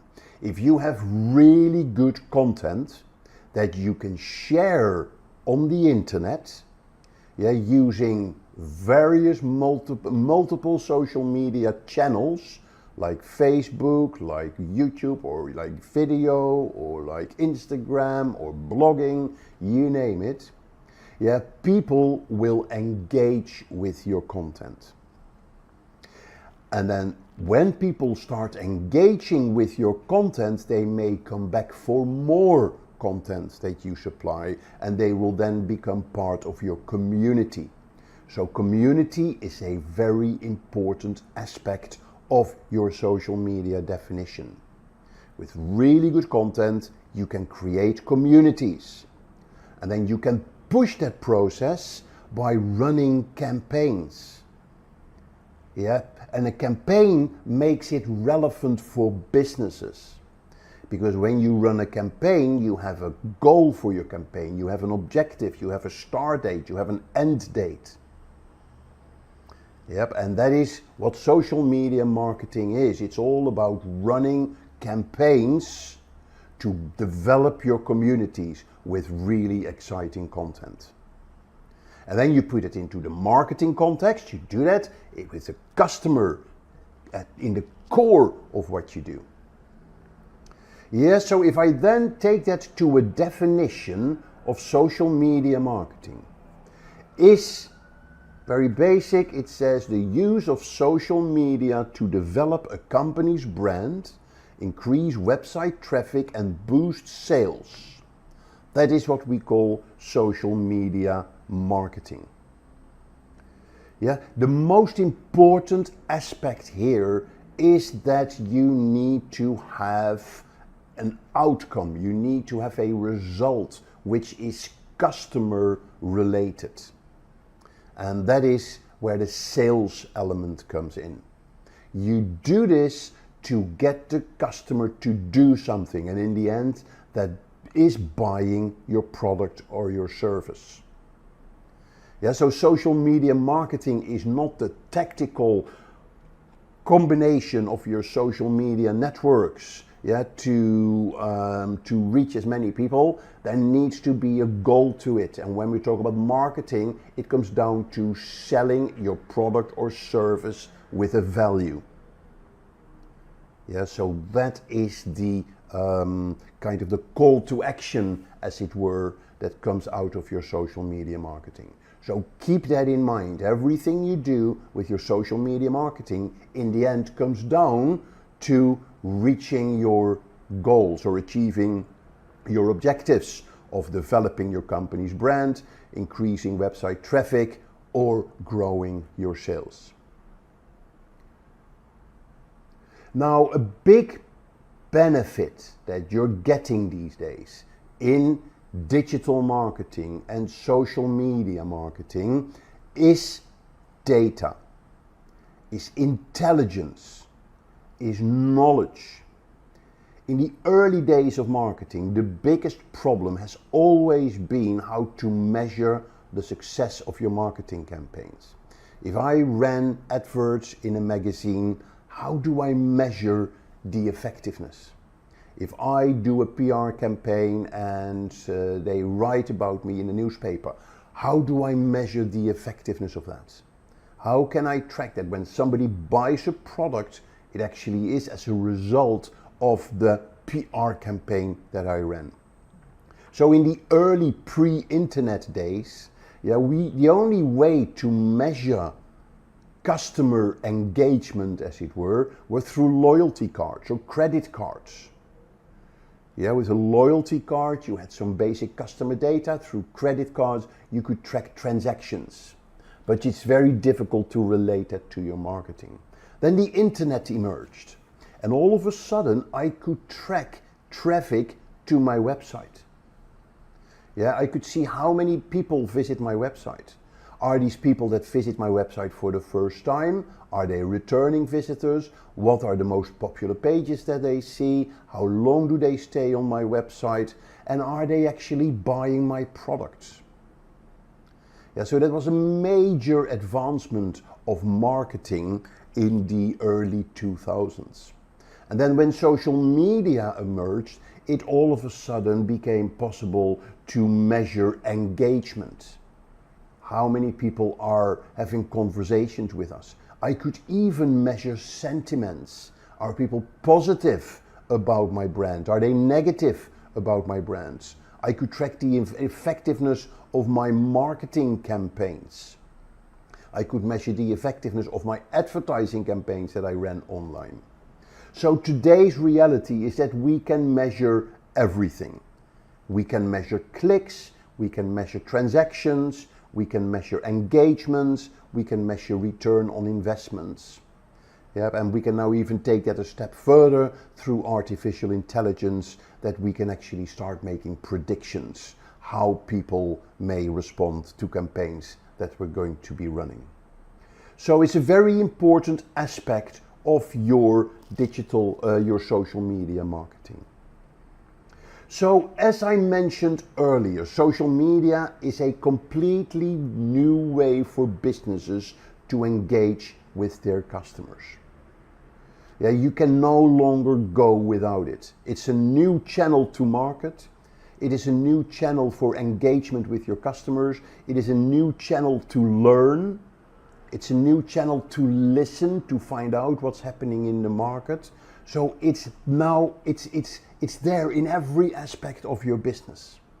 And not only for the marketing department, it's there for the sales department, it's there for logistics, it's there for the customer service department, it's there for the HR department. Using social media for your recruitment is a very important element of social media marketing. Yes, so keep that in mind, that social media marketing is not a fad. It is there and it's there to stay, and it touches every aspect of your business. Now, to summarize this, there are 3 areas where social media has changed the way businesses operate. First of all, there is the connection. Social media is a new way to connect with your stakeholders. Yeah, and stakeholders in this case can be customers, they can be prospects, influencers, your own employees, using social media for internal, and not only on a local scale, this happens nowadays on a global scale. The internet allows you to sell locally to a global audience if you want to. Yeah, so you can cover the world. You can target specific audiences wherever they are. So the connection aspect, the targeting aspect, yeah, the market where you want to sell your product is opened up through social media, and that is a big benefit for business. The second area where social media has changed businesses fundamentally is in the interaction side. It's not just about connecting with your stakeholders, you can also interact with them, and they can interact with you on their terms, on their preferred platform. And remember, in social media land, the customer is in the driving seat. If you're not interacting with them on their terms, you're going to miss the train. It's not about you don't liking Facebook or LinkedIn. Yeah, as long as your customers are on Facebook, you better be on Facebook, otherwise you're going to miss the boat. Yeah, because if you don't interact with them, they will move on to your competitors who are very likely engaging with them. Yep, so it's the connection aspect, it's the interaction aspect, and then the third part is the customer data aspect. All of this, yeah, what we talked about can be done, and you can track every aspect of your social media marketing at a customer level.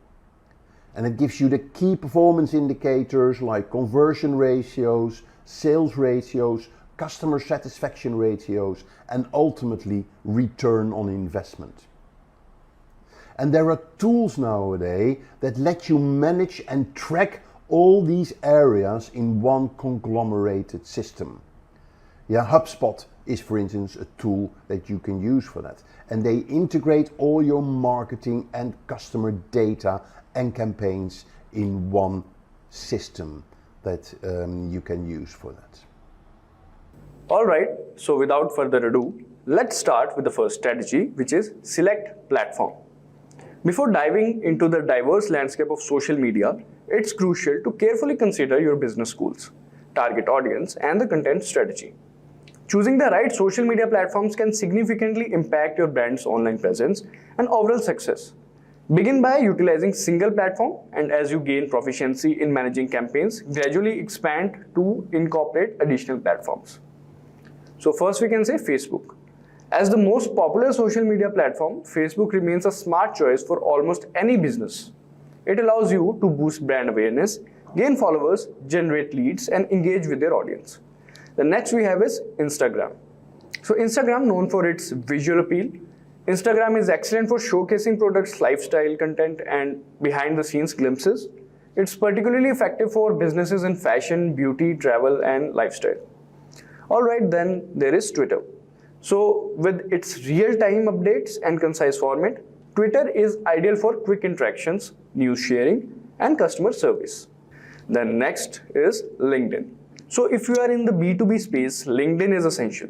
It's a professional networking platform where you can connect with industry peers, share through leadership content, and build business relationships. So it's a very effective app. Alright, now next is YouTube. Video content continues to dominate, and YouTube is the go-to platform for sharing video tutorials, product demos, and brand storytelling. So it is again one of the most important tools. Alright, now coming to the next one, which is TikTok. Especially popular among younger audiences, TikTok offers short-form video content and creative challenges. So once you have selected your platform, then you can proceed to knowing your audience. So understanding your audience involves grasping what you are trying to connect with and tailoring your content accordingly. For instance, if your target audience is tech-savvy individuals, incorporating content related to the latest gadgets and tech trends would be relevant. On the other hand, if you're reaching out to the fitness enthusiast, content on workout, healthy recipes, and lifestyle tips would resonate. By recognizing these details, you can effectively engage with diverse groups. It's like to speaking the language of your audience, whether it's through fashion or environmental concerns or entertainment preferences, fostering a stronger connection. All right. Now, this was about knowing your audience. All right. Now, next we have is competitors research. So competitor research is a fundamental aspect of a top social media marketing strategy. It involves systematically analyzing the digital presence, content strategy, and engagement tactics of competitors in your industry.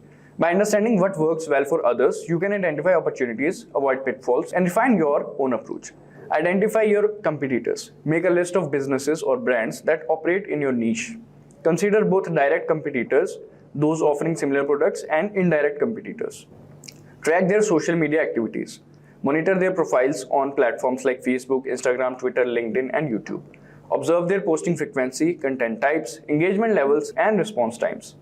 Pay attention to their tone, messaging, and visual aesthetics. Leverage insights from competitor analysis. What are their strengths? What unique value do they offer? Identify gaps or weakness in their strategy that you can capitalize on. Learn from their successful campaigns and adapt relevant tactics. The next is series-wise content. Series-wise content involves organizing and sharing content in a sequential or episodic manner, creating a cohesive narrative or theme. Series content not only includes your audience interest but also encourages them to return your subsequent episodes, enhancing engagement and building anticipation. It allows for a more structured storytelling approach, fostering a deeper connection with your audience. Explaining what the series is about. Now share the purpose, benefits, and what viewers can expect. Each post should provide value, educate, entertain, or inspire your audience. Use a mix of formats, images, videos, carousels, or infographics. Remind your audience when the next post is coming. So by using these series-wise content and all these strategies, you can enhance your traffic. Now next up we have is, the next strategy we have is optimization. So optimization is a crucial component of an effective social media marketing strategy. It involves refining various elements of your online presence to enhance performance and achieve better results.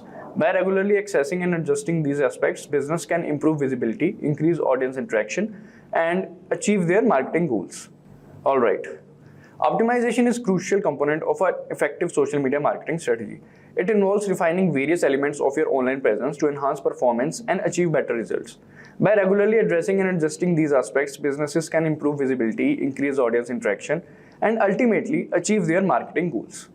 So this was about optimization.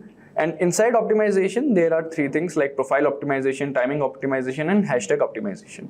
So let's start. First, profile optimization. So profile optimization, you'll have to do fill out all the profile details, include a clear profile picture, bio, and relevant links. Keywords. Use relevant keywords in your profile description for better discoverability. Then there is hashtag optimization. Research and use relevant hashtags. Optimize by selecting a mix of popular and niche specific tags. Then avoid overusing hashtags. Quality matters more than quantity. Then time optimization. Post when your audience is most active. Use social media analytics tools to identify optimal posting times. Different platforms have varying peak hours, so you have to look into that. So this was about optimization. Next strategy is create a content calendar. So yeah, developing a content calendar is a vital component of a social media marketing strategy. This involves planning and scheduling your content in advance, ensuring a consistent and organized approach to your online presence. A content calendar helps in aligning your post with key events, product launches, or marketing campaigns. It facilitates better time management and coordination across various platforms. By strategically mapping out your content, business can maintain a steady flow of engaging material, stay relevant to their audience, and efficiently execute their overall marketing plan. The next is select your channels. Identify the platforms where you will publish content, example blogs, social media, email, newsletters. Each channel may have different posting frequencies and formats. Build guidelines and a content workflow. Define content guidelines, voice tone, and branding. Establishing a workflow from ideation to creation, review, and publishing. Plan and schedule your content. Then there is create a calendar grid with dates, content topics, and channels. Then assign responsibilities. Writers, designers, editors. Include key milestones, launching, events, holidays, etc. Now coming to the next strategy, which is content promotion. So content promotion is a vital component of an effective social media marketing strategy. It involves actively showcasing and boosting your content to a wider audience, utilizing platforms like Facebook ads and others. Businesses can amplify the reach of their content beyond organic methods. Collaborate with bloggers and influencers to amplify your content. Share content across platforms like Facebook, LinkedIn, and Twitter. Make sure your content is shareable with visible share buttons. Alright, so this was about content promotion. Next is track and evaluate current efforts. So this is the next strategy. To ensure the effectiveness of your social media strategy, it's essential to consistently track and evaluate your content efforts. Regularly monitor the performance of your campaigns by assigning audience engagement, website traffic, lead generation, and other relevant metrics. Evaluate how well your campaign aligns with your set targets. If discrepancies arise, scrutinize the specific areas contributing to the shortfall and make necessary adjustments. This ongoing assessment allows for a dynamic and responsive approach, ensuring that your social media efforts remain aligned with your objectives and adaptable to evolving circumstances. Track and evaluate current efforts. To ensure the effectiveness of your social media strategy, it's essential to consistently track and evaluate your social media efforts. Regularly monitor the performance of your campaigns by assessing audience engagement, website traffic, lead generation, and other relevant metrics.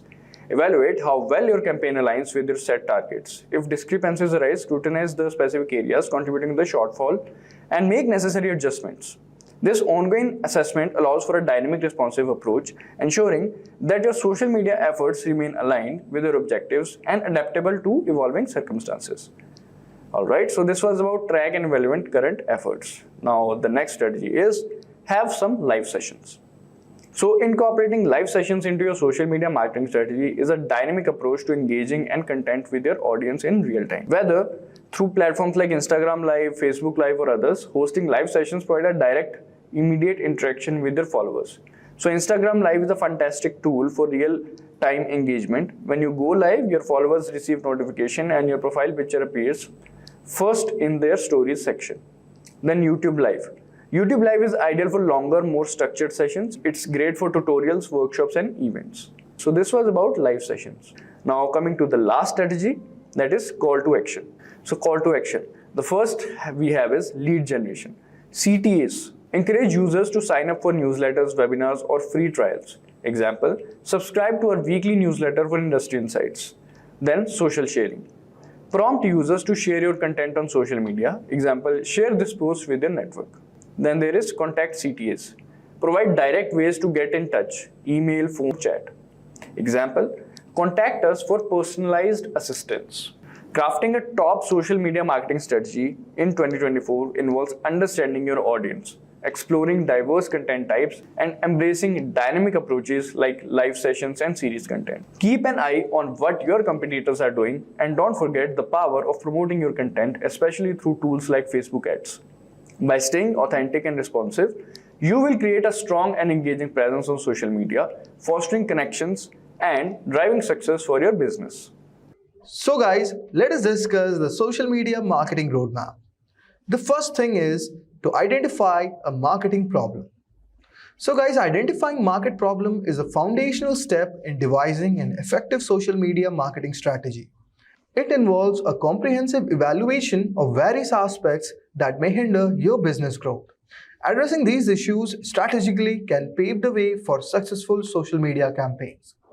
Firstly, consider the challenge of inadequate brand awareness and publicity. If your target audience is not familiar with your brand, it's crucial to focus efforts on increasingly visibility through engaging content and targeted campaigns. Next is the declining sales from traditional channel signals that need a shift in marketing approach. Embrace social media platforms to reach a wider audience and explore new avenues for sales.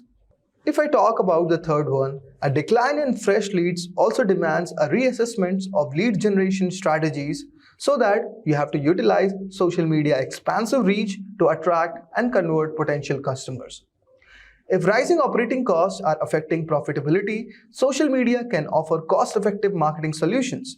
Leveraging these platforms can optimize resource allocation and enhance overall efficiency. Customers' defection due to poor service also highlights the importance of using social media as a customer service tool. Address concerns promptly and showcase positive experiences to build loyalty. Lastly, if your content isn't generating desired engagement, refine your strategy. Analyze audience preferences, experiment with content formats, and encourage interaction to increase shares and engagement. By pinpointing these challenges, you can tailor your social media efforts to address specific needs, ensuring a more targeted and impactful marketing strategy. Now let us move on to our next one, which is setting up social media marketing objectives or goals. In the realm of social media marketing, setting clear goals, defining objectives, and establishing measurable metrics are crucial components of a strategic approach. Let's delve into each aspect. The first one that is coming into my mind is goals. Goals are broad and overachieving statements that articulate when you aim to achieve through your social media efforts. For example, increasing brand awareness online. This goal provides a general direction indicating a desire to enhance the visibility and recognition of your brand within the online space. It sets a tone for your social media strategy but lacks the specificity needed for direct measurement. Now let us move on to the next one, which is objectives. Objectives are specific, measurable, and time-bound milestone desired to achieve a broader goal. For example, increase the number of new fans on social media platforms by 20% within the next quarter, or boost post engagement by 15% over the next 6 months, or achieve a 25% growth in the web traffic from social media channels in the next year. These were the certain examples which showcases what are your objectives. Objectives break down the broader goal into actionable and measurable components. They provide a roadmap for achieving the overachieving goal of increased brand awareness, offering clear targets and timelines. The next and the most important one is metrics. Metrics are quantifiable parameters used to measure the performance and success of your social media efforts. For example, the number of new fans or followers. What is the post engagement rate or growth percentage in the web traffic? Metrics are specific data points that help assess progress towards objectives. They provide tangible, numerical evidence of a social media performance. For the goal of increasing brand awareness, the chosen metrics should align with the defined objectives, such as tracking the increase in followers, engagement rates, and website traffic originating from social platforms. By aligning goals, objectives, and metrics, businesses create a structured framework that not only guides their social media activities but also enables a systematic evaluation of success or areas that may need adjustment. This disciplined approach enhances the effectiveness of social media marketing efforts and contributes to the overall success of the digital strategy. Now let us move on to our next one, which is very important. That is conducting social media audit and analysis. Once you have established your social media marketing destination, it's imperative to assess your current position. Akin to determine your standing point before embarking on a journey, this evaluation process often is concurrent with setting objectives, is analogous to recognizing that attempting to reach the moon is futile if your flying machine can even take off. So what are the areas where you can perform audit and analysis? So guys, let us discuss each one of them one by one. The first one is evaluating your current social media presence. Assess the strength, weaknesses, opportunities, and threats, which is SWOT, of your existing social media engagement. Understand the current state of your online presence to identify areas for improvement. Next is analyzing competitor strategies. Investigate social media tactics and performance of your competitors. Identify potential gaps or weaknesses in their approach so that you can capitalize on. The third one is understanding your audience and their journeys. Study your customers, exploring demographics, psychographics, online behaviors, and historical preferences. Map out customer journeys through stages like awareness, interest, consideration, purchase, retention, and advocacy. An essential aspect of this phase involves keyword research, a critical exercise to discern what your customers are actively searching for. Utilize tools like Google AdWords Keyword Planner, which facilitates this process, aiding in identifying the key terms and phrases that align with your audience interests and online behavior. This is a comprehensive evaluation which not only informs your social media strategy but also positions you to leverage opportunities and address weaknesses effectively. The next one is develop a social brand story. Like every other facet of online promotion, the initiation of social media marketing commences with narrating your brand tale. In the digital era, social branding involves crafting a unique value proposition and a unique story proposition. It revolves around instigating a grassroots movements within your communities and constructing a lasting connection founded on trust and affability. To infuse a narrative to your brand, it's valuable to contemplate the following. The first one is, what principle and conviction does your brand uphold? Next one can be, how are your brand narratives conveyed in the online sphere? Third one could be, in what ways are your stakeholders, especially customers, engaged in your brand social narrative? And finally, you can also add and think upon it that how is your brand expressed through visually appealing brand images, profile descriptions, and cover photos optimized for social media platforms. So this way, you're going to develop a social brand story. Let's move on to the next step, which is selecting social media marketing channels. Choose a right social media marketing platform. This is a phase that demands decisive choices. Although each social platform holds its own appeal, attempting to master all can lead to spreading efforts thin and mastering none. Consider these factors when determining the suitable social channels for your brand. The first one is Facebook. If I talk about Facebook, guys, this is the largest social network that is also highly competitive. Facebook ads often yield to positive ROI compared to other online advertising avenues. The next one can be Twitter. Characterized by its concise 144 character limit, tweets are now featured on Google search engine result page. Then you can have Instagram and Tumblr, which are popular light social networks, especially among teens and youths. Emphasis on visual content and pop culture. The next and the most famous one is YouTube. This is the second largest search engine. However, video production is resource intensive. If we talk about Pinterest, known as the social candy due to its preference for visually appealing designs and images, over the 2/3 of Pinterest users are female. Making informed decisions about the platforms aligning with your brand goals and target audience is very essential. Rather than trying to be present on every platform, focus on mastering the ones most relevant to your objectives and audience demographics. Now let's move on to the next one, which is social content creation and curation. After determining your social channel, the next step is crafting compelling social content. Embracing 80-20 rule in the content creation and integrating best practices in both written and visual content are key considerations. Here are certain crucial aspects to ponder upon. The first one is content creation techniques.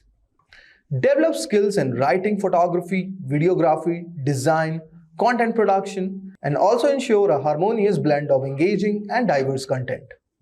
The next one is content curation strategies. Employ effective methods to filter and curate relevant content suitable for sharing. Showcase a mix of original and curated content to keep your audience engaged. Third one is consistency and frequency. If I talk about consistency and frequency, it comes under the calendar development. Maintain a consistent and a regular schedule for your content production and distribution. For the same, you can choose a calendar development. Create content calendar outlining keywords, topics, and content types for distribution across various social channels. Plan and organize content to align with specific goals and strategies. By mastering the art of content creation and curation, you can effectively engage your audience and build a robust online presence. Establishing a content calendar helps maintain consistency, ensuring that your content aligns with your brand voices and also resonates with your target audience across different social media platforms. Let's move to the next one, which is evaluate and quantify the success. How you are going to measure and quantify your success. And what are the key metrics? The timeless saying is that you cannot manage what you don't measure, which holds particular relevance in the era of measurable marketing. In social media marketing, it's crucial to develop a comprehensive set of key performance indicators or KPIs to assess performance. These are certain key metrics which we have to discuss. And these encompass a variety of metrics. Let's discuss each one of them one by one. The first one is the brand awareness metrics. The reach, website visits, page views, fan growth, likes, and comment all come under this section. The next one is we have the conversion metrics. The sign up, on leads, memberships, trial purchases, and the actual purchases comes under this section. The next one is the engagement metrics. The comments, shares, retweets, downloads, and participations in contests come under this section. And finally, our social advertising metrics, which is cost per clicks, cost per acquisition, return on advertising spends, among others. By amalgamating these metrics, you can derive insights into your social media marketing into return on investment. The ability to quantify success through these indicators allows for informed decision making, enabling you to refine and optimize your social media strategy for better outcomes. Exploring social media marketing ROI can be very fruitful in evaluating and quantifying the success measures. So guys, in conclusion, effective social media marketing demands a strategic planning, consistent execution. From identifying challenges and setting clear goals to selecting platforms, creating engaging content, and measuring success through key performance indicators, each step is crucial. A thorough social media audit, align goals and audience understanding from the foundation. Selecting the right channels, mastering content creation, maintaining consistency are very pivotal. Measuring success through metrics allows for evaluating return on investment and refining strategies. In this dynamic landscape, adaptability, continuous improvement, and genuine audience engagement are essential for sustained success. By prioritizing authentic connection and staying attuned to trends, businesses can leverage social media to enhance brand presence and also foster lasting customer relationships. Right, so let's go straight into the Meta Business Suite.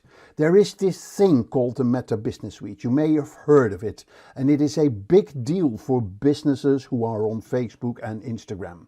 It's not just some regular tool. It is the main hub for all your online stuff on Facebook and on Instagram. Now, why does this matter? Well, it brings all your Facebook and Instagram activities together in one dashboard. Yeah, that means that dealing with ads, with pages, teams, analytics and everything, and posting and planning your content all happens in one place.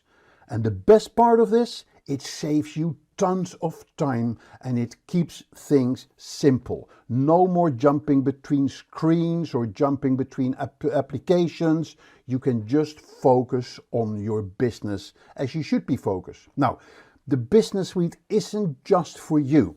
It's good for your marketing team as well. So even if your team is spread out over multiple locations, it lets you work together. You can assign different responsibilities in the Meta Business Suite. It keeps everyone on the same page. It gives everybody access to the same content, the same ads, the same posts, and the same analytics data. So you can all work towards that same goal.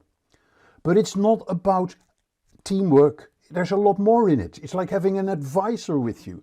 It has tools that will give you how engaged your audience is with your ads, how you're doing on Facebook, how you're doing on Instagram, and it helps you turn your data into smart decisions. So, in simple terms, the Meta Business Suite is like the behind the scenes manager for your business in Instagram and Facebook. It is your go-to place for making things happen in a very smart way.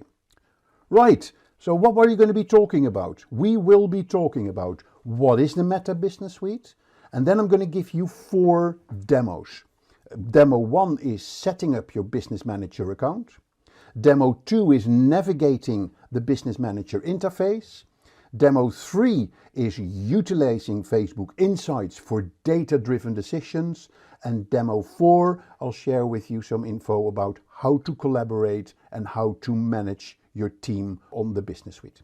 Okay, so let's get going. The Meta Business Suite used to be known as the Facebook Business Manager. In fact, Facebook Business Manager is still available. And I'll come back to that in a minute, the differences between the Meta Business Suite and the Meta Business Manager. But as launched in 2014, it now is a all-encompassing tool for advertisers, marketers, business owners, agencies to manage the Facebook and Instagram business that they are running. So there's a lot of good stuff about the Meta Business Suite. There's some good advantages and some good benefits that you can get from this. It makes handling your Facebook and Instagram account very easy. There's lots of functionality that you find in the Meta Business Suite to manage your accounts of Facebook and Instagram. It also allows you to manage your team smoothly. You can assign responsibilities to team members, making the communication and getting things done on Facebook and Instagram a lot easier. There's extensive analytics and insights that gives you lots of information about how you're performing on Facebook and Instagram, helping you to improve your activities. There is tight security with detailed control over who can do what on Facebook and Instagram. There are tools like chat and inbox that you can have to manage your communication with your customers. And being part of the Meta family, it links with other Meta platforms as well. Yeah, like audience management, advertising, messaging tools, and what have you. So it is your full package for your digital and your social media marketing game focused on Facebook and on Instagram. Good, so let's look at how to set up your Business Manager account. I'm going to walk you through setting up your business account, and then we're going to show you how that gives you access to your advertising, your pages, your teams, how you can post, etc. So if you go on Facebook, there are 2 places. There is the Facebook Business Manager and there is the Meta Business Suite, and that is a bit confusing. Yeah, so let's talk about the difference between the 2. So the Facebook Business Manager and the Meta Business Suite are 2 different applications and they serve different purposes. Yeah, though the Facebook Business Manager is designed for businesses that rely on Facebook for their marketing and advertising efforts, while the Meta Business Suite is designed for businesses that want to manage their total online presence. Yeah, the Meta Business Manager is free and it helps you manage your Facebook page, the advertising and all your assets in one place. Once you have a Facebook business page, it is essential to have Meta Business Manager as further development of your Facebook and your Instagram. So the Business Manager allows you to create and track your ad campaigns that you are managing. It helps you access and control billing settings and create custom audiences for your ads. And you have the option to allocate specific tasks across your team. But it's very much focused on Facebook and the core functionality of managing your Facebook page. But the business, also by the way, the Business Manager gives you the ability to manage your Meta pixels or your Facebook pixels that you can use for retargeting. So everything you want to do with your Facebook page, you can do within the Facebook Business Manager.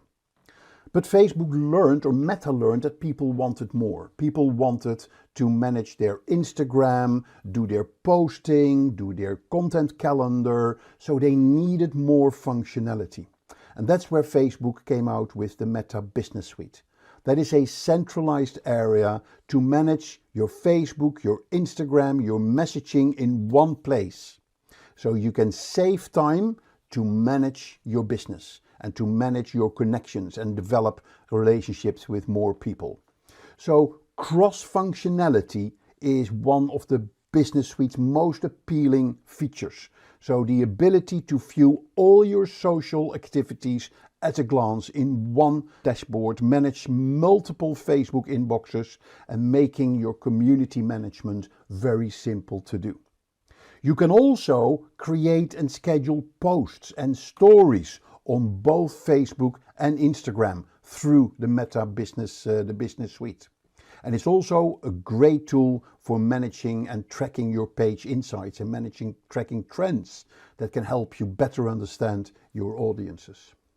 So in summary, Meta Business Suite is an application that should be used if you are looking for an easier way to post, engage with your communities across Facebook and your Instagram business accounts, where the Meta Business Manager is a site to be used if you're looking to run ad campaigns with a team, control your business account settings and manage your Facebook page. So here are the two introduction screens. Here's the screen for the Business Manager that you will see, but what we're going to focus on today is the Meta Business Suite. So if I click here, it takes me to the welcome screen of the Meta Business Suite. It shows you the get started, gives you lots of functionality. It leads you to the advertising, lots of places where you can learn, where you can get support. Yep, and then here you find more information about the Meta Business Suite with case studies, how to get started, tips and what have you. And everywhere you see that button, get started. Yeah, so definitely before you start with using the Meta Business Suite, go through this website to familiarize yourself with all the ins and outs of the Facebook or the Meta Business Suite. And when you're ready to start using the Meta Business Suite, you just click on the Start Now button and that will take you to the dashboard of the Meta Business Suite. And this is your one-stop shop, as it were, that gives you access to all the functionality within the Meta Business Suite. So it's based on a page. Yeah, so here you have a page that I own, which is Riyadh Farasha, is a place in Marrakesh that I have a website for, and a Facebook page and an Instagram page. And here you see the management place for the Riyadh Farasha on Facebook and on Instagram. So here you see the menu of functionality. So you see notifications, planner, content, insights, the inbox, monetization, advertising, and a lot more tools that you have access to. You have also got access to the settings here. And then here you have your sort of your to-do list, manage your marketing content, how you can give you tips on how to explore more ways to grow your audience. And it's sort of the new center as well of new elements and new items and new functionality that you can find in the business, the Meta Business Suite. Okay, so that is the screen that you will get when you already have an account. If you don't have an account, you go here on Riyadh in the screen here, what you will get, instead of seeing this screen, you will actually see this screen. Create a business account. Create a Meta business account. And there's a few things that you need to do here. First of all, you need to create your account. Second, you provide your business details. And third, you complete the verification. And once you've created or completed the verification, you're going to add your accounts, like your pages and your advertising accounts, and you're going to invite team members. And to close this, you're going to configure business settings and start verifying other features like your website, for instance. And then you are ready to start using your Facebook or your Meta Business Suite. So quickly, let's go through that. So you're putting in your name, so that could be Mark's Riyadh. You put in your contact info, that would be Mark Campman, and then very important, you're going to put in your email. And this email must be related to your Facebook page, of course, so that is where they will, Facebook or Meta will connect your email with your Facebook page. And you will also need the Facebook or the email addresses from other people that you want to assign for a functionality on your Meta Business Suite. Okay, so that is how you create your business account. So then you're going to click, let me just put in here my email, you click create. You're then coming to the next screen where you're going to start filling in more business information and where you're going to provide more business details. So here you see Mark's Riyadh. Then you can connect different pages to it.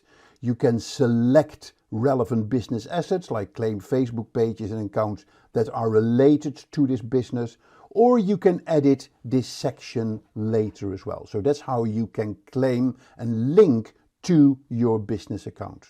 So let's say we're going to add another Facebook page to this.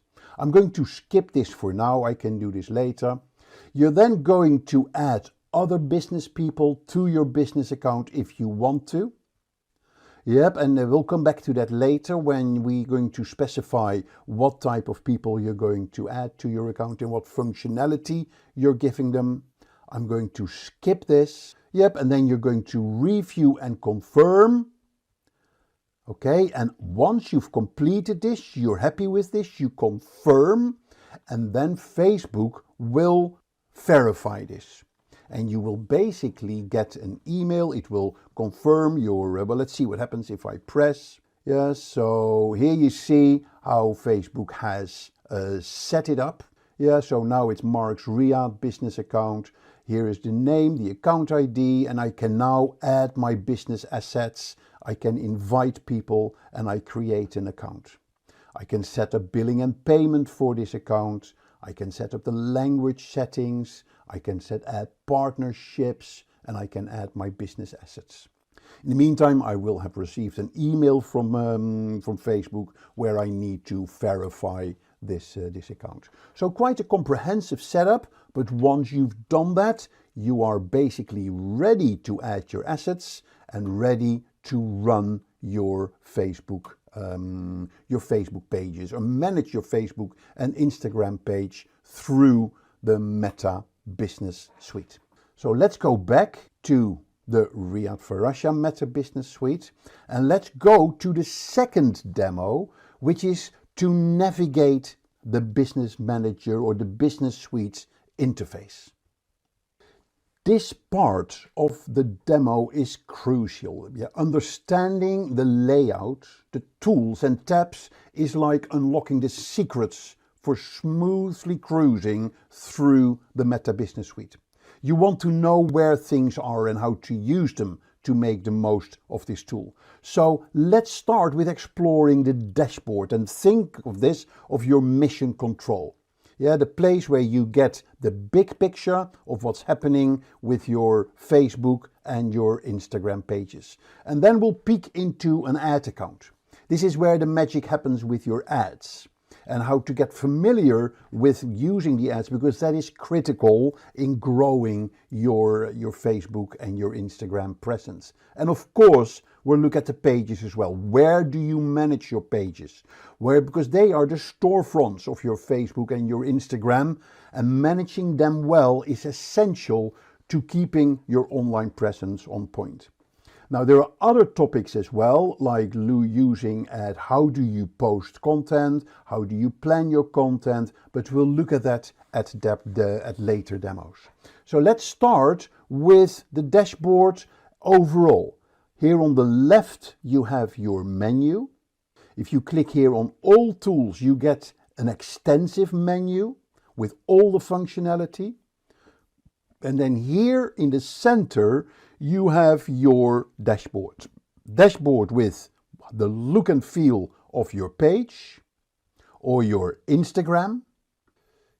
And it will also give you the to-do list. It gives you draft posts that are in the process, and it gives you details of your marketing content, your planner, your post reels and your stories, and it gives you tips on how to grow your presence on Facebook and on Instagram. This is the home screen. Here you have notifications, are important, because this is where you get messages from things happening in your Facebook and your Instagram world. Here is your planner. It's a really cool tool where you can plan your content. Here you have your content, here you have your insights, here you have back to the menu. Let's go back to the inbox. Here is your email inbox. Here is info about monetizing your Facebook, Instagram content through advertising. And what else have we got? We're talking about advertising, and here are all your tools. As we saw that. The tools are about getting active in your Facebook and your Instagram. So there's a section about creating posts and stories and ads and go live. There is a section about engaging with your audience, a section about advertising. A very important part of your advertising are the audiences. There is about your commerce, Facebook commerce, which is selling products and services. Here is a section about managing all the details like your billing, safety, business apps, collaboration, file manager, page settings and what have you. And here is analyze and reports, which are ads reporting and insights. They're the most important ones. So that is in a nutshell. And then here you have search, there's help, and here you have settings, which is very important tool as well, because that's where you can specify the settings in using your Meta Business Suite. Right, so this is what the dashboard is all about. This is all about making your life easier and your business management game stronger. So let's dig in there and let's go into a bit more details.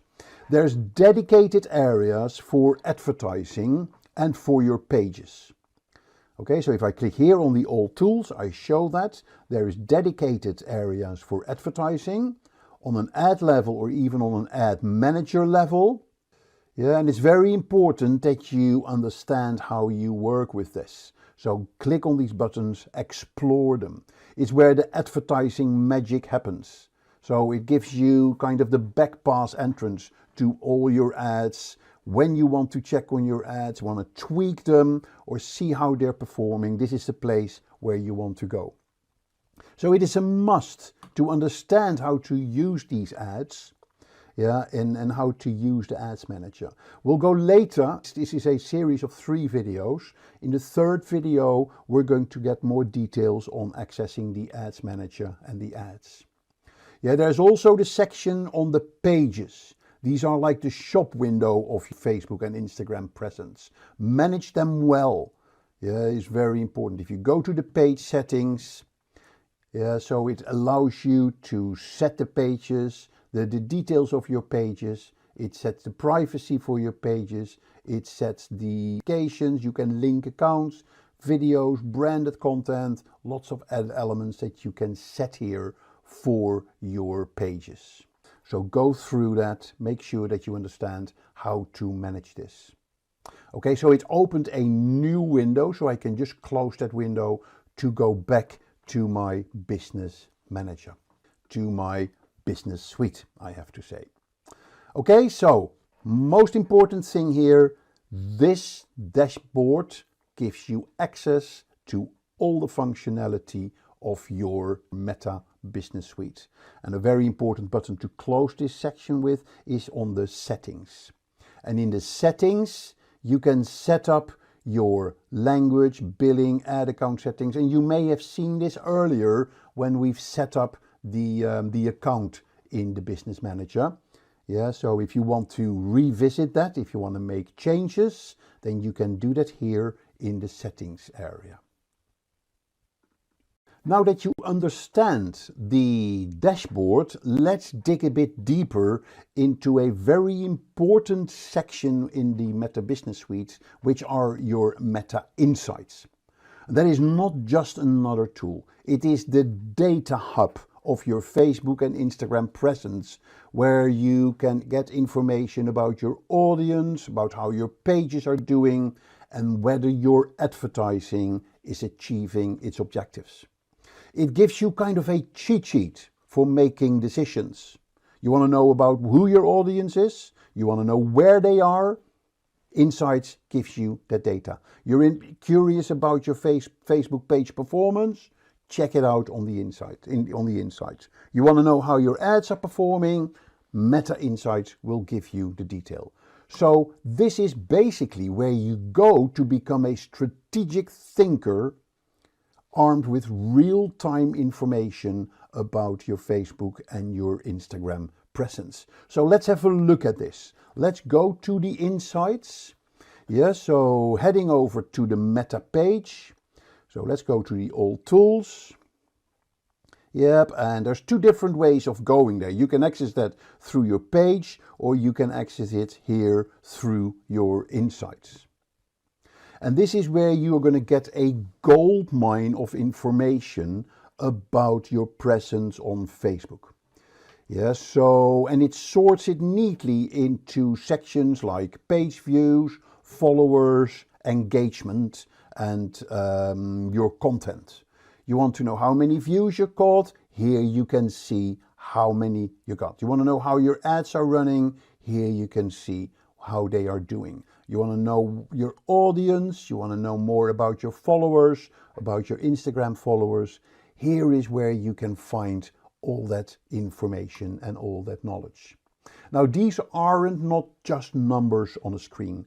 These numbers, they tell you what is happening, and they can help you refining your Facebook strategy.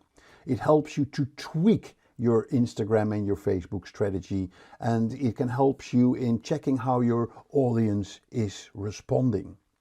It is really good information. So take, for instance, information about your audience. It gives you the followers, it gives you on Facebook and Instagram. It also gives you detail about age and gender of your followers. It gives them where are they coming from. The top cities or the top countries. So you can benchmark this data with competitors. You can also look at your content. So the content is a very important one. This is probably, in my opinion, one of the most important tabs in the Meta Insights section. So this dissects your posts and it shows you how each of your posts is doing when it comes to number of people reached, number of people that have seen the post, number of people that have seen the video.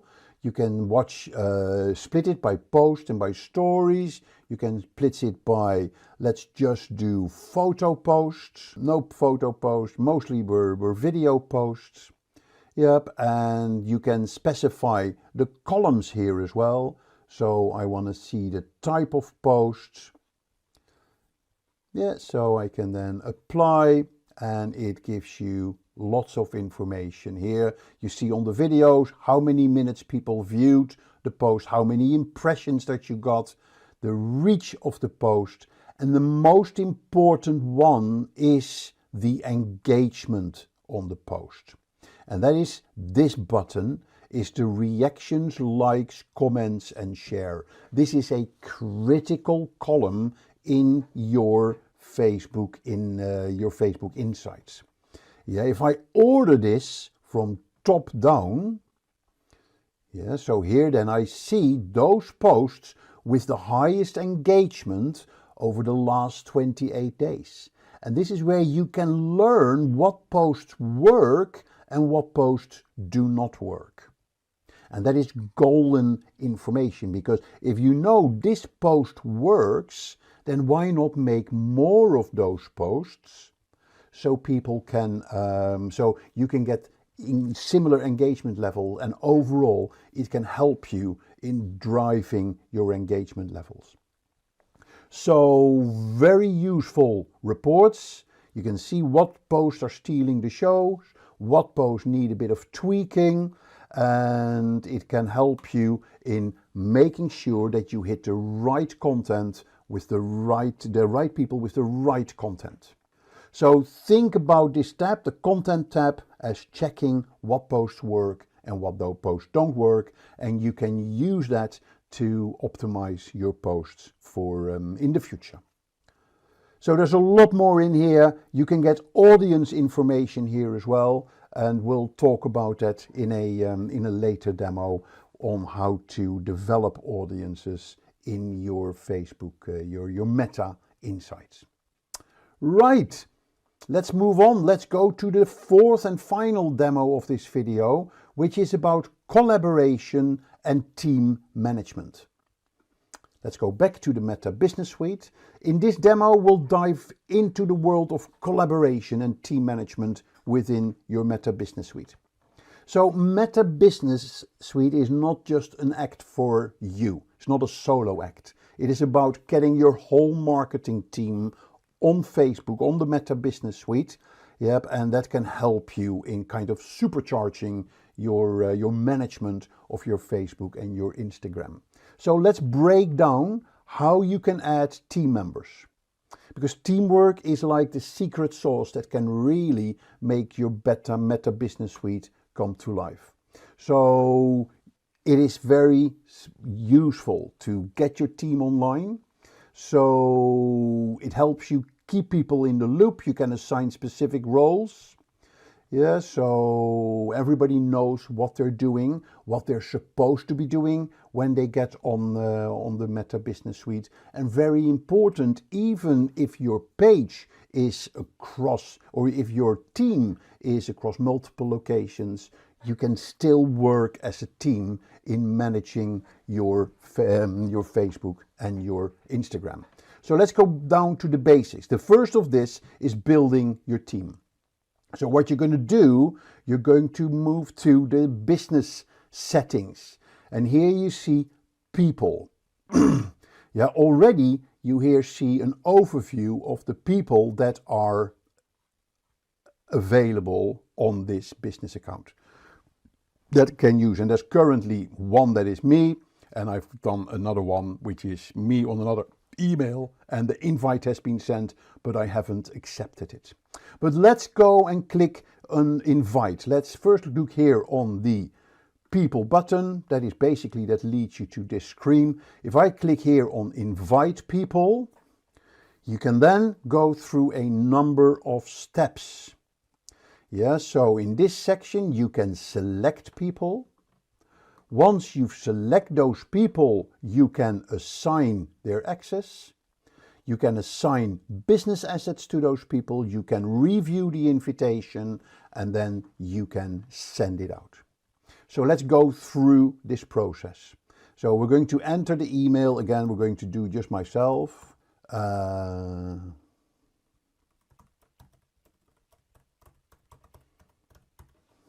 Yep, and I can get temporary access, or for the advanced option, I can remove, but I'm just doing it. Yeah, so this is actually quite useful, temporary access. For instance, if you want, like an agency, you want them to have a quick look at your Facebook insights, for instance, you can just give them temporary access for the day, and then you want to switch it off, yeah, on that particular time frame. We're not going to do that. I'm just going to click next. And then here you can specify the access that you want to give to this person. Yeah, so you can give the person partial access or you can give the person full control. So partial access is they can only work on the tasks and the business assets assigned to them. Basic access, yeah, which was formerly the employee role, is the default access that everyone gets when they are added. Okay, so that is what you can set. You can integrate with apps and different integrations like the Facebook Pixel, that people can view them and manage them. I'm not going to do this in this case. Or you can give somebody full control, which is like an admin role. Yeah, so that would be the business admin role, and they can manage everything, including settings, people, tools, business asset. They can delete the business account. Yeah, so does not include the advanced options. So you need to be careful with this, but once you give somebody full control, yep, then they are basically an admin for that. So click shared, then there you can also look at the financial information like transactions, invoices, account spent and payment method. So that could be for your finance manager, for instance. So I am just going to be full control. Yeah, so I'm happy with that. No, let's not do this. I am actually none. I'm just going to be a basic control and I click next. I can then assign business assets. So there is the Facebook page, there is the ad account. I can assign products, I can assign the Instagram account, the commerce account, I can assign pixels, data sets. So lots of stuff that I can assign here. Okay, so the Facebook page and the Instagram account. That's what I want this person to be assigned. I can then review. Business assets not assigned. Assign business assets. I then here probably need to specify, I can manage the content. Yeah, so insights, ads. Oh, select the business asset. So the Riyadh Farasha page. Yep, I can then assign content, community activity, ads, insights, and leads. Okay, that's all I want to get, and then I'll click next. And then I'm going to send an invitation to mark@markcampman.com, and as soon as I accept the invitation, I will then show up on this list, as we saw here, yeah, and accept it, and I am then part of the team that manages the Facebook or the Meta Business Suite for this particular page. Right, so that's a wrap, an introduction to the Meta Business Suite. Let me summarize. Yeah, the Meta Business Suite is a one-stop shop for managing your business presence on Facebook and on Instagram. It was formerly known as the Facebook Business Manager. Facebook Business Manager is still available. No new developments, but it's great if you just manage a Facebook page and want to manage your advertising. If you want to do more, if you want to manage everything on your Facebook and Instagram accounts, from your page, your advertising, your messaging, your content, you name it, then the Meta Business Place is there to streamline your communication and getting valuable insights through the Meta Insights. And that empowers your business to fully utilize all the functionalities that Facebook and Instagram have to offer you, and it enables you to make informed decisions on real data on how to optimize your Facebook and Instagram to be successful. And if you want to know more about this, there will be 2 more videos to come on the Meta Business Suite in this series of 3 videos. In the second video, we will be talking about posting and planning your content on Meta Business Suite. And in the third video, we're going to be looking at advertising, more details about insights, and we're going to be looking at making money on Facebook and Instagram by managing your commerce through the Meta Business Suite. Posting, scheduling, and publishing through the Meta Business Suite. But before we go into that, as usual, I am Mark Kempman. I'm your digital navigator for this video. And if you like the video, then please subscribe to our channel by clicking below. Before delving into the details, let's talk about the pivotal role of the Meta Business Suite. It serves as the central control hub for businesses using Facebook and Instagram. And it's more than just a tool. It manages their entire digital presence on Facebook and on Instagram. It consolidates all elements of your presence into a unified dashboard, simplifying the management of your ad account, your pages, and your team collaboration. And this streamlining saves you a tremendous amount of time. It also minimizes complexity, so you can focus your attention on those business matters that work for you best. Now, in the previous video, we talked about how to set up an account on the Meta Business Suite and how to navigate the dashboard and how to collaborate by setting up other users in your account. In today's video, we're going to look at another topic, and that is the topic of how to use the Meta Business Suite to create and plan your posts and your stories. So in the demo, we're going to cover the following topics. We're going to look at how do you create a post on Facebook and on Instagram? How do you plan your content and how do you use the content calendar? What are the notifications that you need to work on and that you can set up, and where do you set them up in the Meta Business Suite? We'll look at the inbox, the messages and comments, and how you can automate responses. And then finally, we'll dig a bit deeper into the stories. How can you create stories using the Meta Business Suite? There are many social media posting and planning tools, like Hootsuite, like Soho Social, Buffer, Sprout Social. They all work really well, and they allow you to schedule and manage posts on your social media channels, on Facebook, on X, on Instagram, and many other platforms. However, there are various reasons why you want to choose the Meta Business Suite for your posting over other platforms. First of all, Meta Business Suite is developed by Meta, ensuring a seamless integration with Facebook and Instagram, and making sure that you can leverage all the functionality in Facebook and Instagram within your posting in the Meta Business Suite. Also, content published through the Meta Business Suite may have a slight advantage in the algorithmic reach on Facebook and Instagram. Basically, Facebook will reward you for using Meta Business Suite to post your content by giving you a wider reach for your post. It also gives you access to new features and updates within Facebook and Instagram faster than other tools like Hootsuite. They offer better security measures and compliance with platform policies within the Meta Business Suite, and direct access to support is available within the Meta Business Suite as well. So that will expedite your issues resolution. So Facebook, the publishing facilities within the Meta Business Manager, they are designed specifically for Facebook and Instagram. So that makes it much friendlier, easier for you to use than some of the other platforms. Good.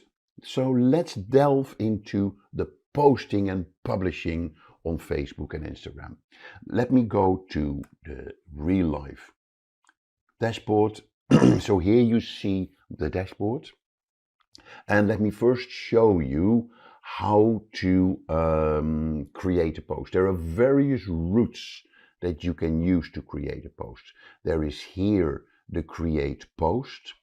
Yeah, you can also go through the planner, you can go through the content. So there are various ways that you can get into. But let me show you the create post, the simple approach.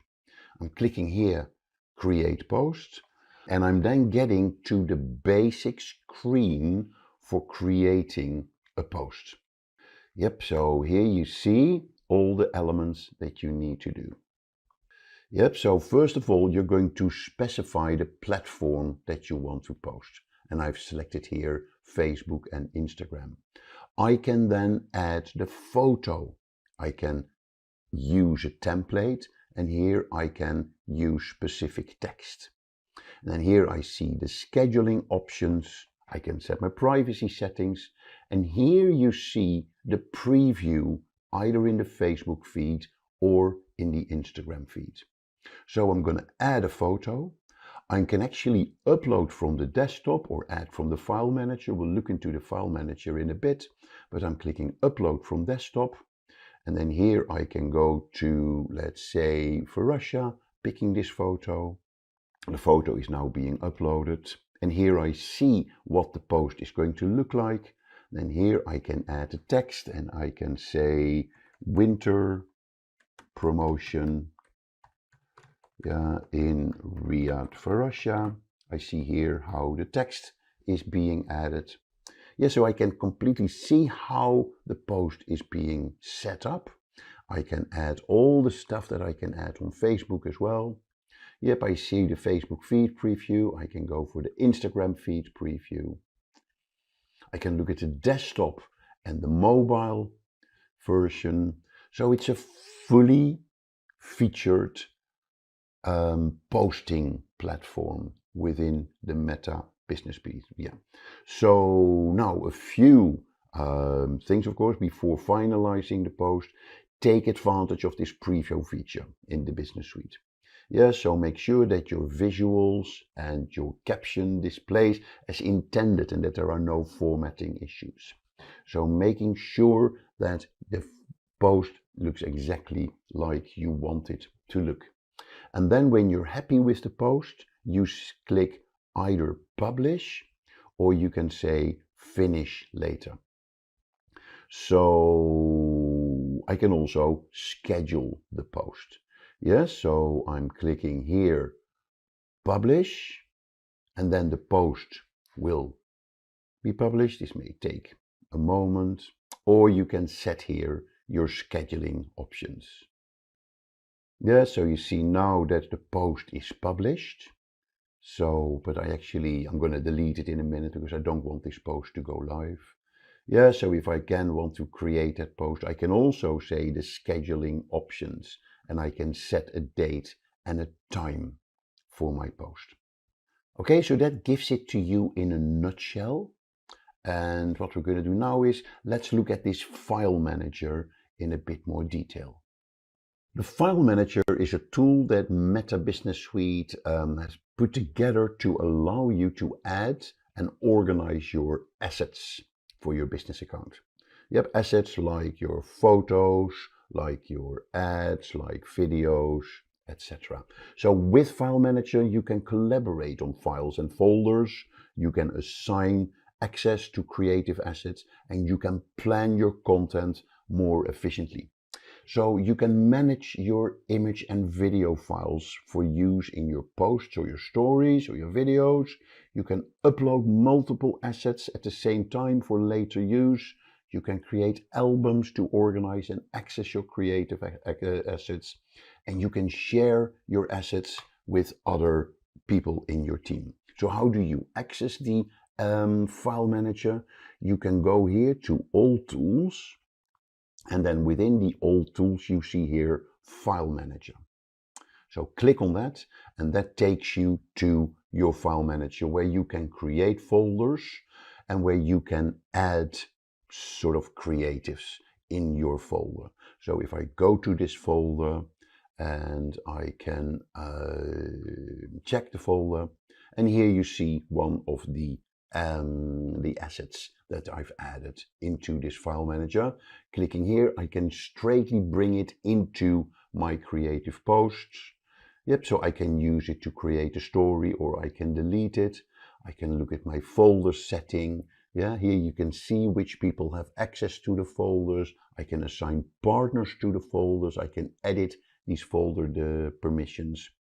So very useful tool, and particularly if you have lots of assets for your products, then this can be a very helpful tool in managing those assets. So that takes me then a step deeper to the Content tab in the Meta Business Suite as well. Yeah, that is where you can find all your published and drafts and scheduled posts, including your reels, your video posts, your stories, your photos, and your live videos. You can see what is published, what is scheduled, what is draft, what is expiring, what is expired. Yeah, you can add your reels, you can even export the data, and still access to your create post or your create reel. Here you can see the date published of the post.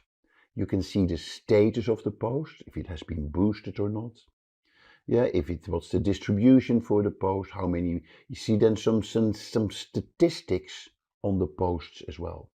And we'll dive deeper into the insights later in the third video, but here you can already see the impressions, the reach, the players, and very important, the reactions, the engagement that you had on the different posts. So very useful tool. Yeah, so you can, within this tool, you can manage your post, you can create posts as well. And there's also access here to your A/B tests if you want to test posts on their effectiveness. You can also, within the content, and I like that, you can see your feed and your grid. Yeah, so here you see your Facebook feed. This one is that I've just published, although I've deleted it as well. But yeah, and here you see your Instagram feed. You can see your mentions and your tags, so it's almost like managing your feed as well. And here you see your collections within your File Manager, like Facebook photos, playlists, and series that you've created. Very useful tool that you can use to manage your content together with the File Manager. Right, so that concludes the posting element. Yeah, let's now go into the next level of managing your posts, and that is through the planner. The planner can be accessed by clicking the planner button here on the menu in the Meta Business Suite dashboard. So if I click on the planner, yeah, you can access your your content dashboard. And within this dashboard, you can have a total overview of what you have posted and what you're going to post. And you can see some basic information about your different posts as well. Yeah, and it's a very useful visual tool to plan your content and to plan ahead of your content. So you click on the planner tab as I mentioned, Yeah, it also features this calendar that helps you plan, schedule, and visualize what content you want to share and when you want to share it. You can also use this calendar to coordinate your content with holidays and special events, what is going on. And you can also use it to manage your creative access, your creative assets.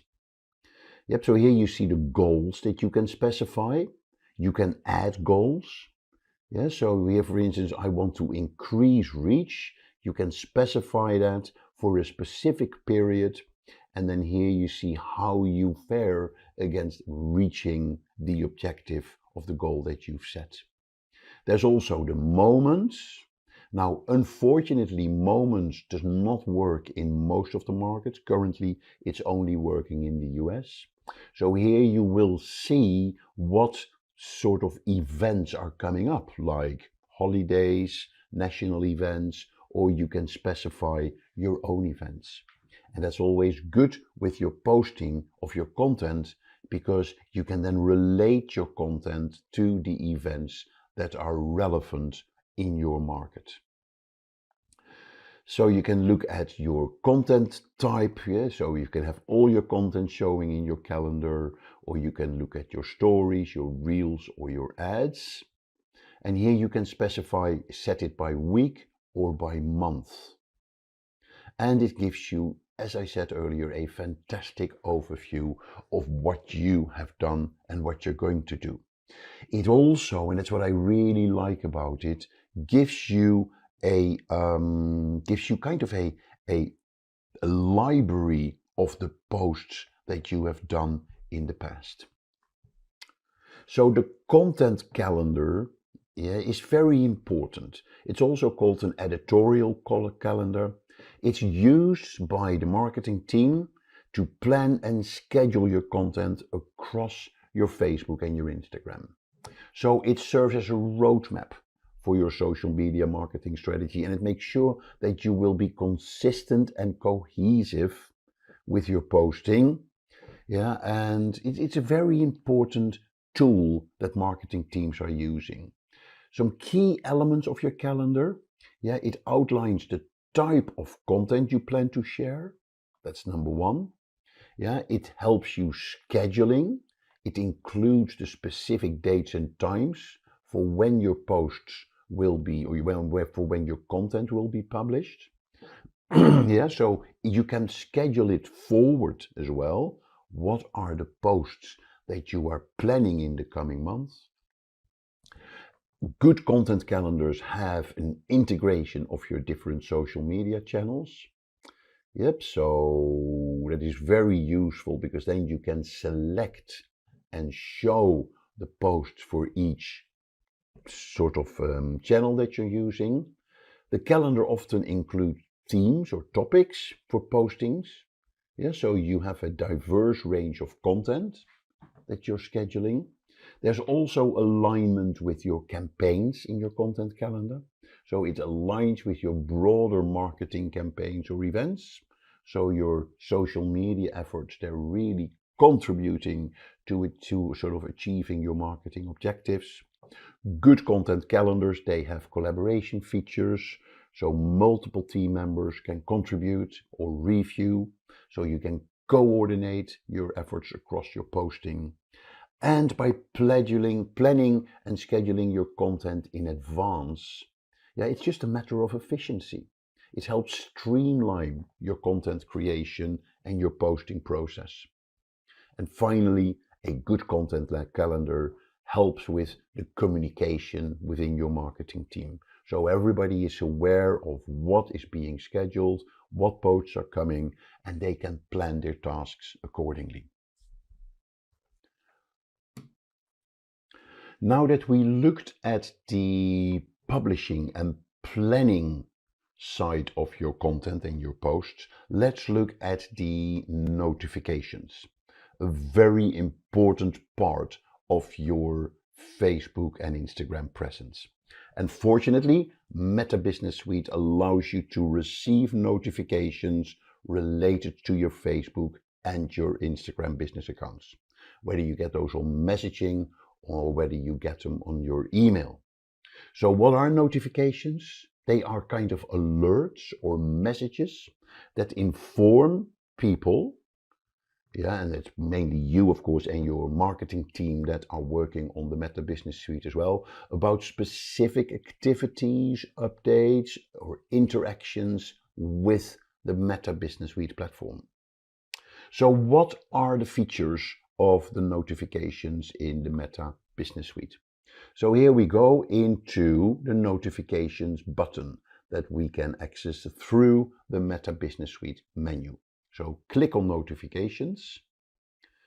Yeah, so first of all, you can customize your notifications. Yeah, so you can customize the notification preferences based on your settings and your priorities. You can receive real-time updates on relevant activities, so that keeps you in the loop, and you can explore the advanced notification settings. And in the advanced notification settings, you can tailor your notifications based on specific activities, so you can be prompt sort of messages about events that are critical to your business. So here's the overview. Yeah, so here there's no new notifications. Here are the other notifications that are coming in. These are notifications from within your Facebook or your Instagram. Here you can filter your notifications. Yeah, so you can have set for action needed, message reminders, comments, recommendations, notifications only for Facebook or Instagram or your business account. Here you can set mark as read, and here you have the settings of your notification. And here you can specify what notifications you want to have. And most notifications that will go within your team, your marketing team, will go through email. Yeah, so you can set notifications for Facebook, for your page, for messages, for comments, for announcements, for suggestions, other communications like tags, like shares, and here are you can set your business email notifications for business permissions, roles, ad accounts, pixels, and more. Yeah, so that goes quite deep. So let me dig a bit deeper in the type of notifications you can get via your email. That could be activity alerts. Yeah, so they include alerts about activities on your business pages, like new likes, comments, or shares. There can be page insights. So users may receive notifications about insights and analytics related to the performance of the business page. There could be alerts on Messenger interactions. Yeah, so if you use Messenger for customer communication, you may receive notifications about new customer messages. Could be alerts or notifications around ad campaign updates. So information about your ad performance, the budget charges or budget changes, or other ad campaign related events. There could be page management alerts, important actions or changes related to the management of your business page. There could be platform announcements from Meta. They may use the notifications to communicate important platform announcements, updates, or changes. There could be notifications related to security. And finally, notifications around events and reminders. So a very useful tool to use. Important to make sure that you set the right preferences and make sure that you check it regularly, what the notifications are that you are getting in. Besides the notifications, another important area is your inbox. And within your inbox, you have your messages, you have your comments, and your automated responses. So you can access that by clicking on the inbox in your menu. Yeah, and Meta Business Suite, they offer several features related to this communication and engagement within your inbox. They enable your business to effectively manage your communication and your engagement on Facebook and on Instagram. So a centralized inbox is very handy that you can have that, because it streamlines your responses and it makes sure you respond timely and consistently with your audience. So if you look at the menu, your centralized hub as it were, this is where you can manage your entire inbox. You can look at just the messages, Messenger, Instagram, yeah, on WhatsApp, Facebook comments, Instagram comments. Yep, so here you see all the messages, whether it's unread, if it needs follow up. You can label it. Here is the filters that you can specify. Here you see the people that communicate with you. Then here you see the community, or the sort of the communication that is being done. So really useful. If I go here to myself, yeah, what you see for the users as well that have enabled that, you can see their profile details as well. And you can set a label, could be like a new customer or a prospect. You can add labels. Yeah, so that can be like a mini sort of CRM system to manage the communication with your prospects, for instance. Yes, so that is the inbox.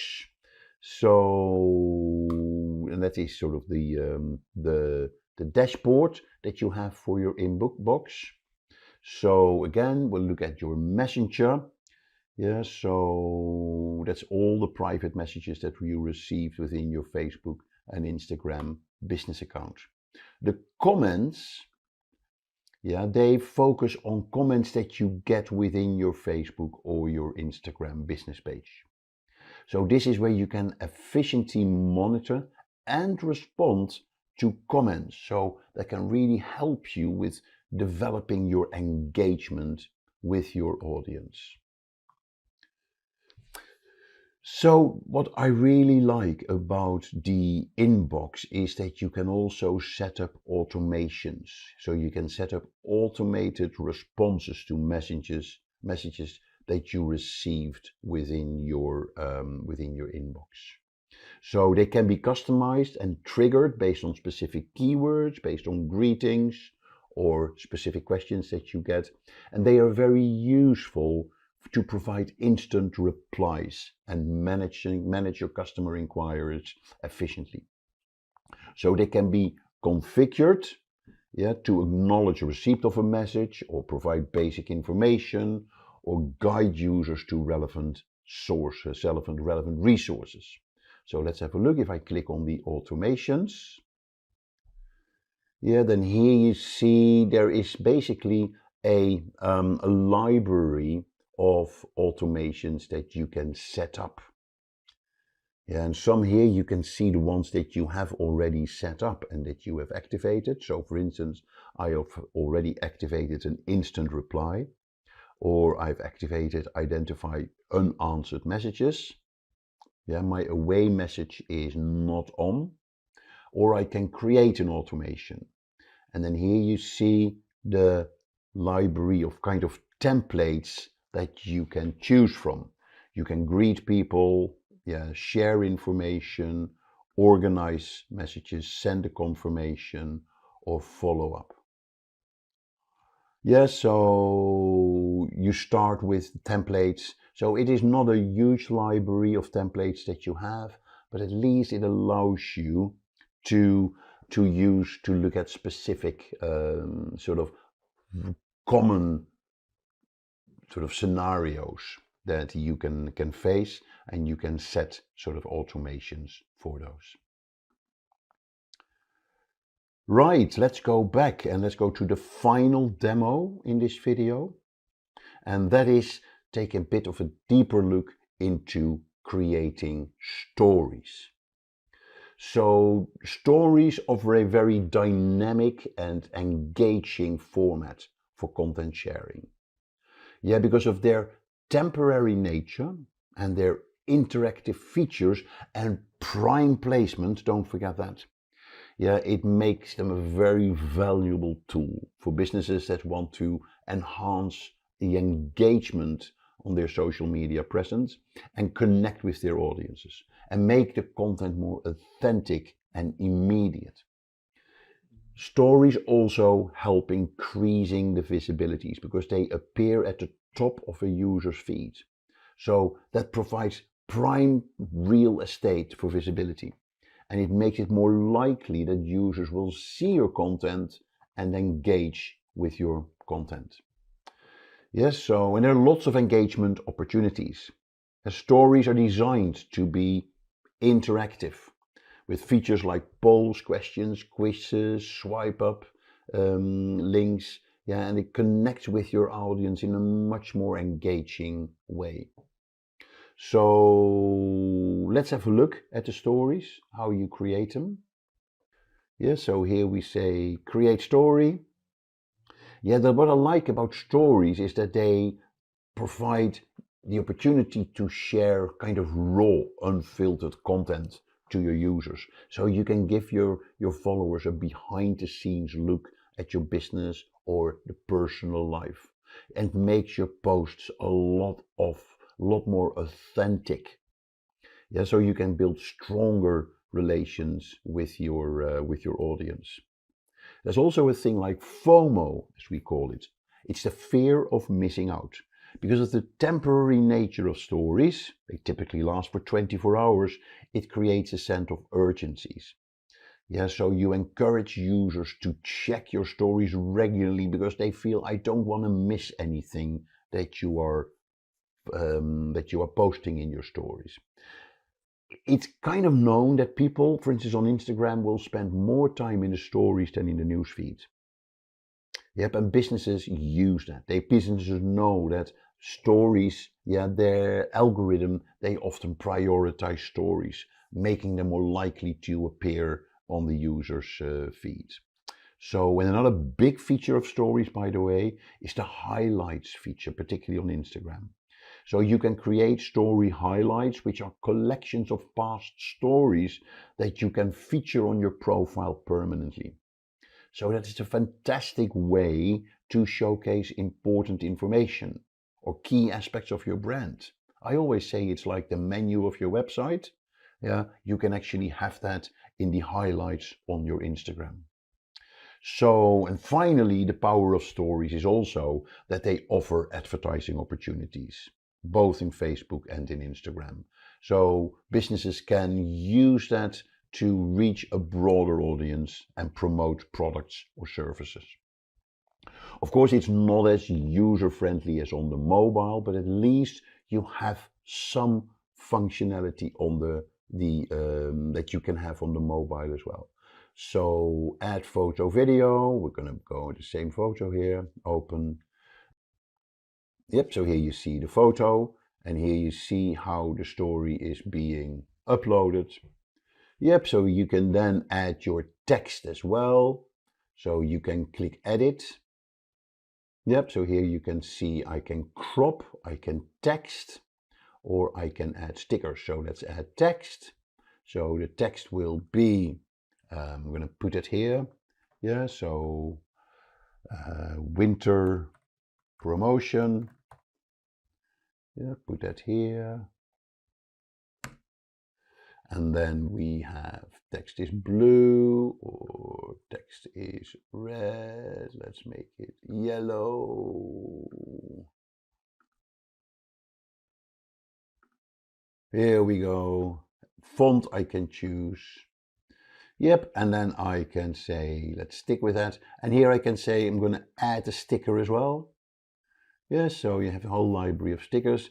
It is, again, not as advanced as you have on the mobile, but at least you can do a bit on the, yeah, so then I can click apply. I can add my multiple media, of course. I can schedule it, I can share it straight away, or I can schedule it, and I can set my privacy settings as well. So really good functionality within the Meta Business Suite. So create the stories here or create them on Facebook or Instagram itself on the mobile. But at least you have some functionality on that here as well to leverage the power of the stories. There are two additional items in the old tools that you need to be aware of that can help you with your content creation and your content planning.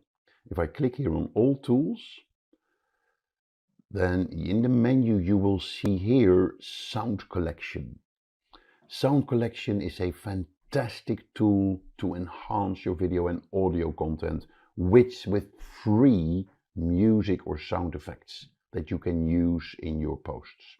And it's a hidden sort of secret in the Meta Business Suite, but it gives you a great collection of hundreds of sound files that you can add to your videos or your photos or your stories.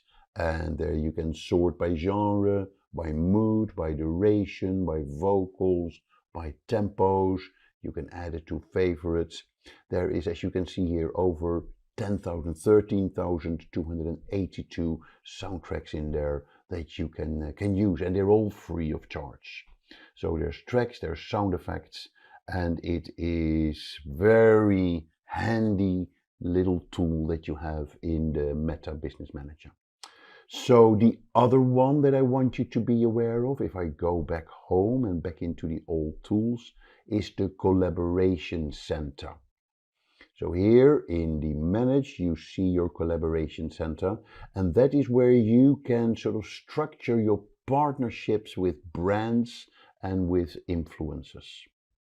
So you can sort of assign brands and partners that you want to collaborate with on your posts. And with the whole growth in the influencer marketing area, this is a very useful part that you can set up to manage those relationships. We're going to talk about the Meta Business Suite Commerce, the advertising, and the insights that you can get out of it. We're going to talk about what it is, how it works, how do you use it, what are the pros, what are the cons, and I'll give you some tips and tricks. And we will talk about what the future holds for the Meta Business Manager. Now, I'm Mark Kempman, I'm your digital navigator for this video. And as usual, if you like the video, then subscribe to our channel by clicking down below. But before delving into the details, let's talk about the pivotal role of the Meta Business Suite. This suite serves as the central control hub for businesses that use Facebook and Instagram. And it's more than just a tool. It manages your entire digital presence on Facebook and Instagram. No more need to use other tools. Yeah, you can now do it all within the Facebook and Instagram world.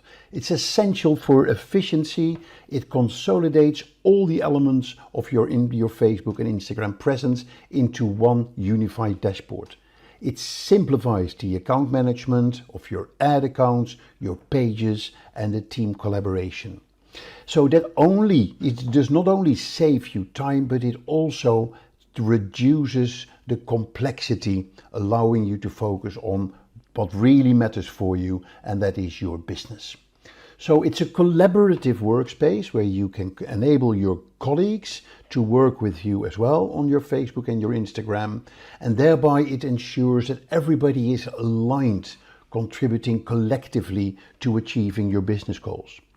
So it's a suite of tools with lots of valuable insights like audience management, audience engagement metrics, like ad performance. Yeah, and it is a one-stop shop to manage everything you need to do in managing your Facebook and your Instagram. Now, we've been through various areas of it, like we looked at the dashboard, we looked at the posting, scheduling, managing your content. We found a treasure of tools and functionalities. And in today's session, we're going to look at three specific areas. We're going to dive into the Commerce Manager, and we're going to be talking about some very important changes that Meta has announced in 2023 about managing your shop. We're going to look at Facebook and Instagram ads. I'm going to show you the process of creating an ad and how to manage your audiences. And then we're going to conclude the video with a demo about the Facebook and Meta insights that you can get. Right, let's kick off demo 1, the Commerce Manager. Now, it's important to understand that Meta has made some very important announcements in managing your Facebook shop. In response to the current economic downturn, Meta is investing heavily in AI and automation tools to boost campaign performance through shop advertising and the Meta Advantage suite of ads. And we'll come back to that in a little bit, what that means. But it means that shops are scaling down in functionality, but promoting your products through advertising is kind of scaling up in Facebook and Instagram. So the shop ads are going to be consolidated under the Meta Advantage, and they facilitate easier shop setup with in-app checkout.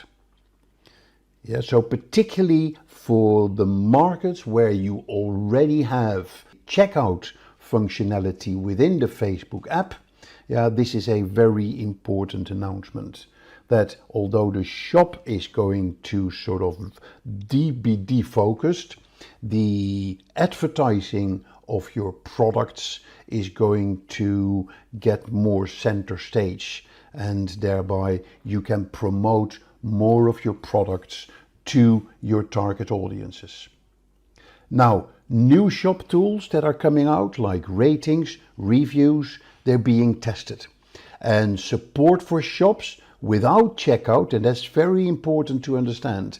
If you haven't got a checkout functionality in your shop, and that will be in most of the countries, except in the US and I believe in India, the support for the shops will be discontinued, with a focus on helping the US businesses in adding the checkouts to their existing shops. Basically, what Meta is doing is to optimize the whole shopping experience in the US market and then rolling that out across other markets.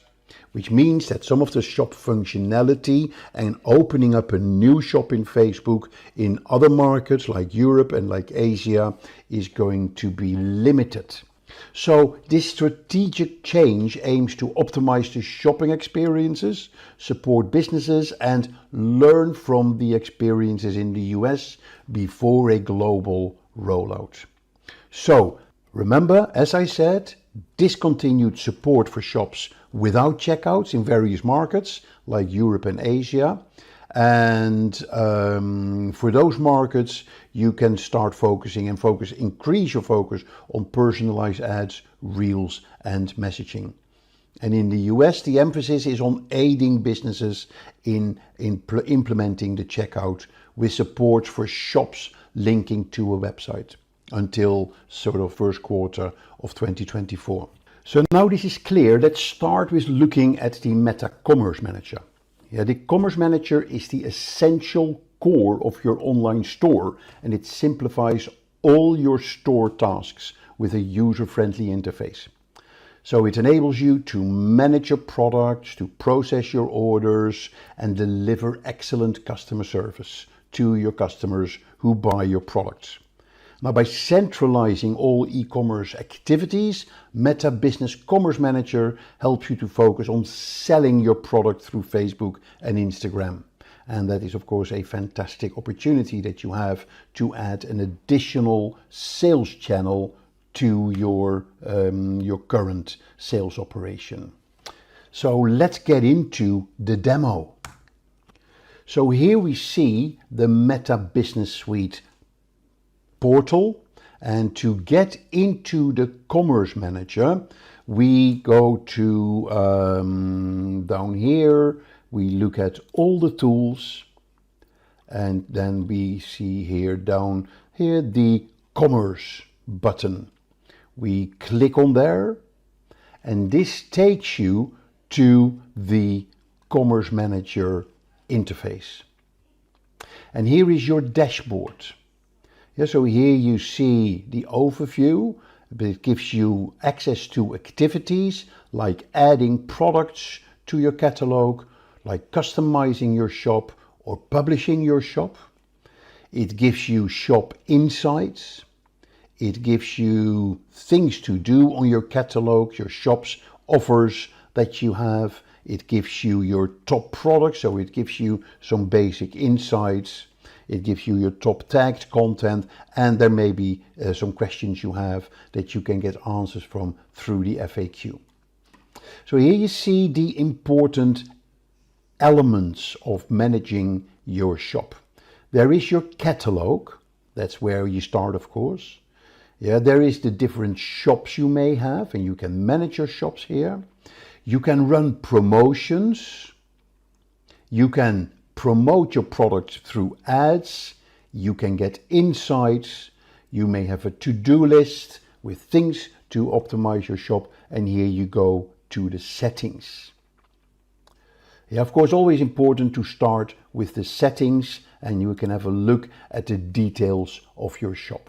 There's the general settings of your shop, yeah, like your account info, like your email. There is your localization of your shop, but you can specify the currency, the language, the product details, the shipping information. You have the settings for your catalog, for your business assets, for your checkout method. Permissions, very important. You can assign permissions to different users, colleagues in your organization or your agency, yeah, what they can do within the Commerce Manager. And then there is your customer support, where you can manage your claims, your chargeback email address details, shop contact information, and what have you. Right? So that's important to understand all the different items that you can go through within your Commerce Manager. So let's go and let's add a product. Yeah, so first you're going to do here back to your home, to your overview. Yeah, and there are various ways that you can start adding products to your catalog. Yeah, so you can here add products to your catalog directly here. Yep, and then there is the catalog menu here, where you can set items, have product sets, the data sources, where are your products coming from, yeah, and then there's the events as well that you can specify. Okay, so let's go quickly here at one item is very important, that is the data sources. Basically, where are your products coming from? Yeah, now here you get from your current product catalog, you see here what the status is of your catalog. Yeah, and particularly when products come in from a commerce site like Shopify, there may be issues with various products that you need to have a look at. But here we can click on add an item or add an item here. Yes, so I'm just going to click here in general, add an item, and here you see the different ways that you can add a product. It can be done through a data feed, it can be done manually, or it can be done through a pixel. Yeah, that you can bring it in through a pixel from another website. So look at the manual. Yeah, so if I'm just going to click here on manual, then here you see the manual. Let's have a look. Here you see the manual process for adding a product. Yep, so you can just click a new item. Well, here is an item. You can add an image for your item. You can add a title, a description, a website link, the price for your product. You can add a sales price, a Facebook product category, condition of the product, availability, the status. Yeah, so lots of stuff that you can add here for your product. And once you've done that, yeah, you then just click upload items.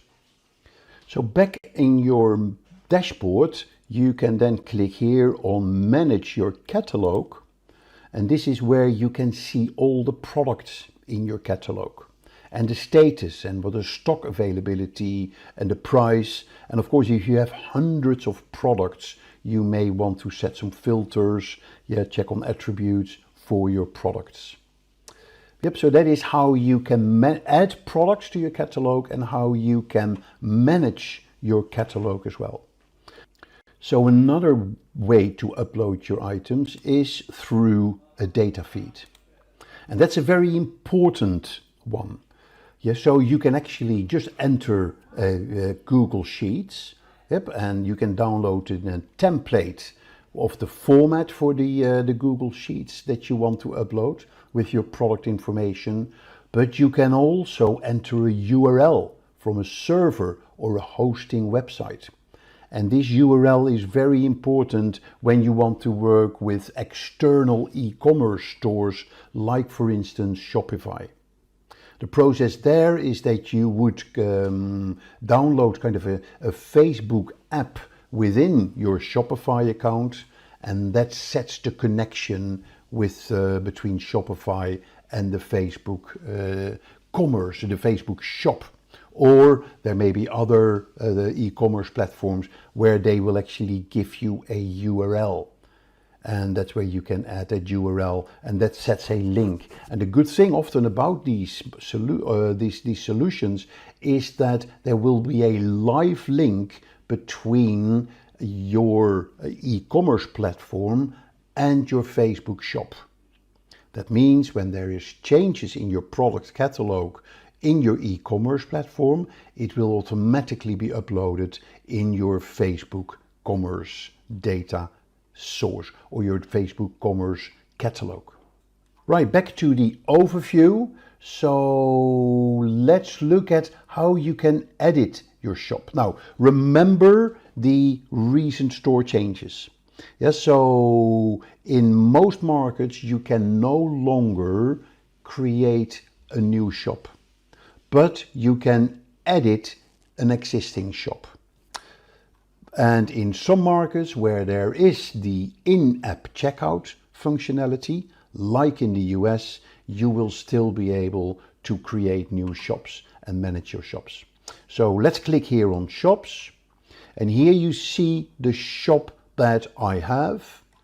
Yep, and it's here I can see the live shop. So here you see how the shop looks like. Yep, so I can look at the products and I can look at the categories. I can search within the shop. Here you see a version history. Yep, or I can close this and I can edit my shop. I can edit the layout of the shop and I can edit the settings of the shop. So here you see the home page. I can look at collections, I can optimize the layout, I can add banners for offers, I can add a carousel of products or collections to the carousel, and here I can have suggestions for you, yeah, or a dynamic product, and it serves the product that is relevant for the customer. Yep, but remember, this is going to scale down in the future. Yeah, you will no longer be able to see a shop, and actually on most sort of Facebook pages, you already see that many Facebook pages have already removed the shop because of the limited functionalities that you have these days. Okay, so that is the shop that you can edit in the layout, and here in the settings you can edit the visibility, the inventory, the website content, the categories.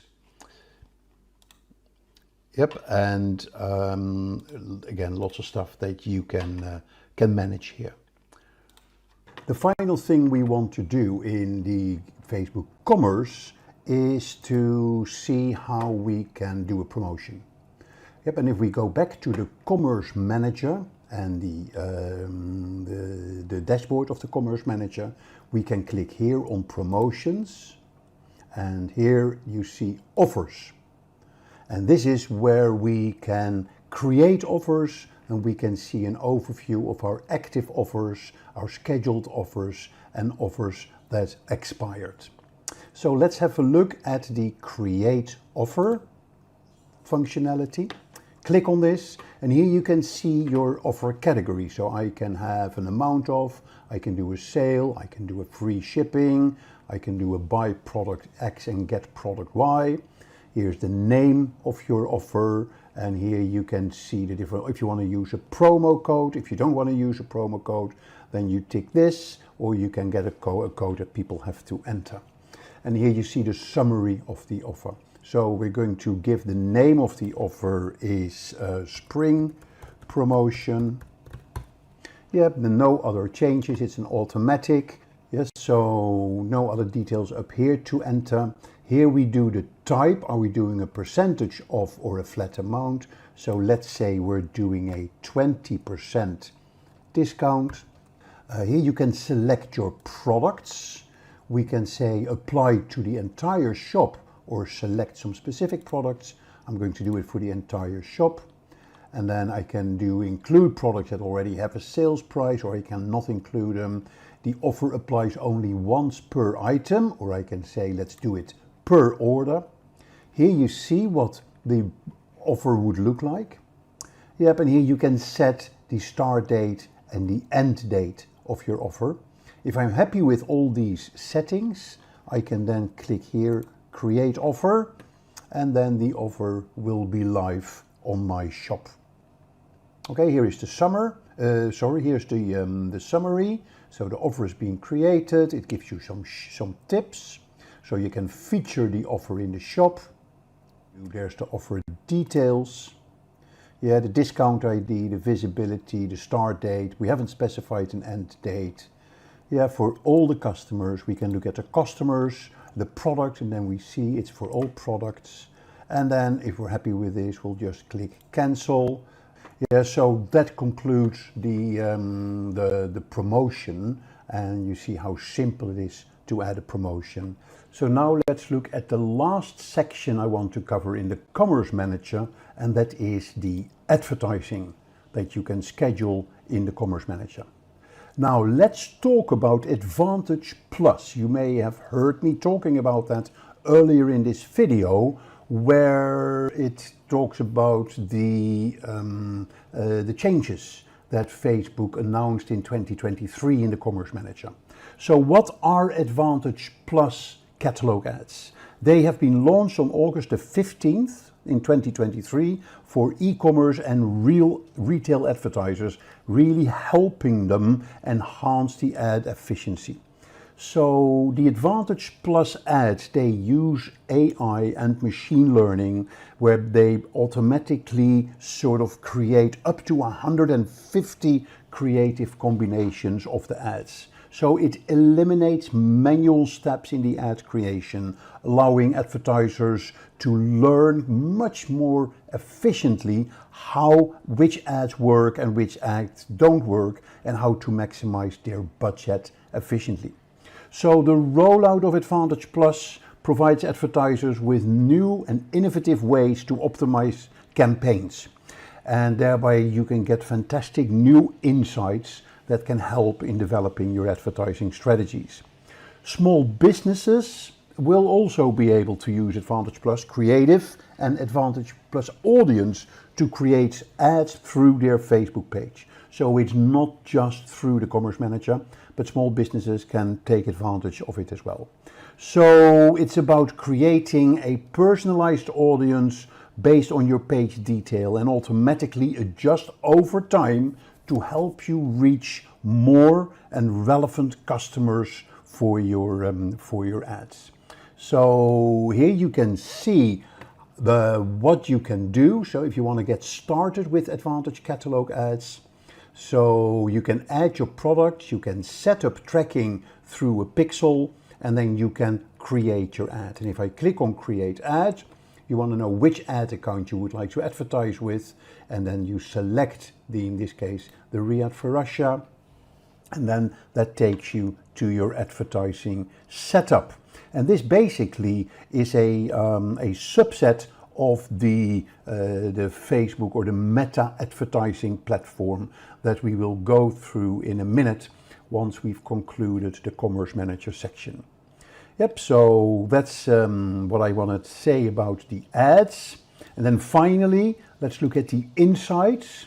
So here in the insights, you can get details, knowledge, information about your catalog, your performance, your audiences, your tagged content. You can get in details about awareness, and there is the helicopter overview of your shop performance as well. Well, we had very little activity in our shop because we have basically no real shop in this Facebook account. But here again, you will get all the details about your shop if you have a full operating shop within the Commerce Manager. Right, that concludes the Commerce Manager. So now let's look at the advertising on Instagram and Facebook that you can manage through the Meta Business Suite. And we'll go there by various ways you can go into the advertising. Yeah, so Facebook or Meta is very keen to get you to advertise. Yeah, so you see in your feed, you see posts that you can boost.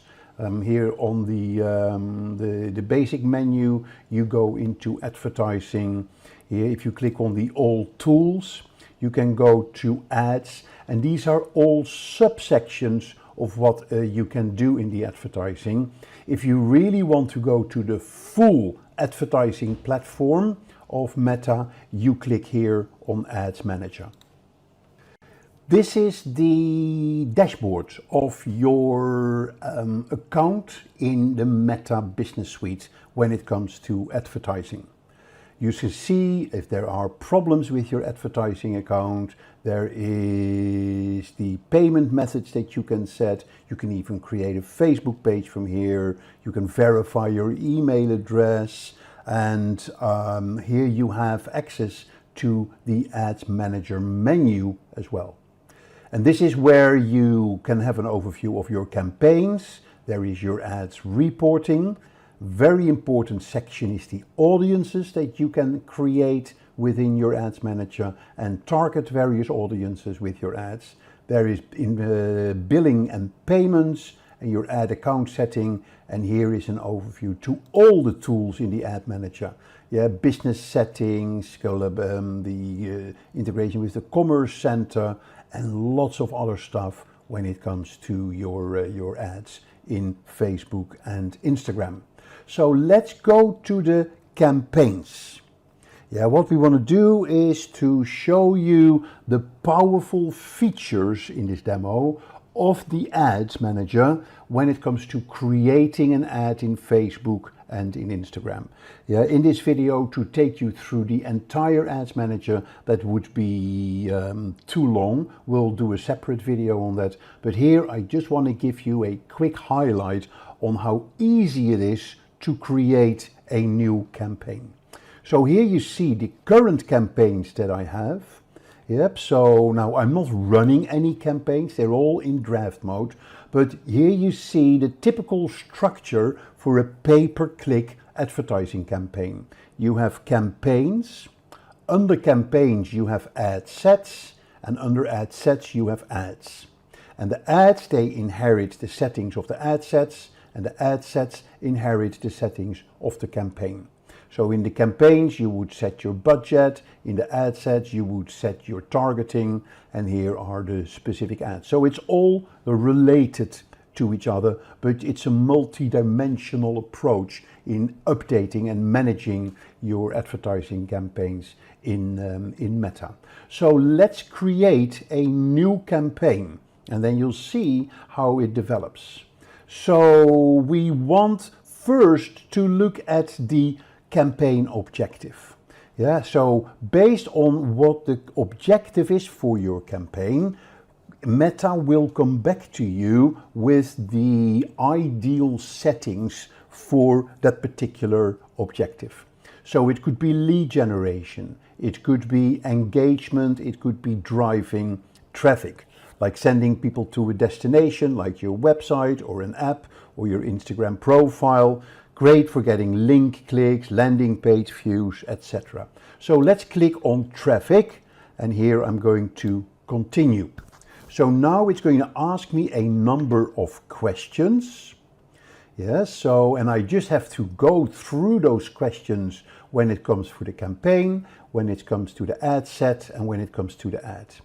Yeah, so we have the campaign name, we have the special ad categories if you want to do. Yeah, so there are special categories that Facebook or Meta wants to know about, whether it's related to credit, employment, social issues, elections, yeah, because there may be different requirements.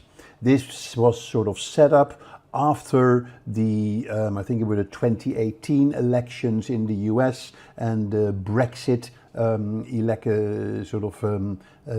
poll on how advertising was kind of abused to reach audiences with kind of false information. So now when you do advertise for social issues and elections or politics, then there are very specific requirements. Yeah, but we say they're not applicable. Here we go to the campaign details. Yeah, I can edit this. The buying type is an auction, so the highest bidder with the best quality ad will get the best position for the ad. You can change this as well. You can do by auction or by reservation, but that is where you will have to pay more. Yep, and then here's the campaign objective that we've set at the beginning of the process, which is objective of traffic.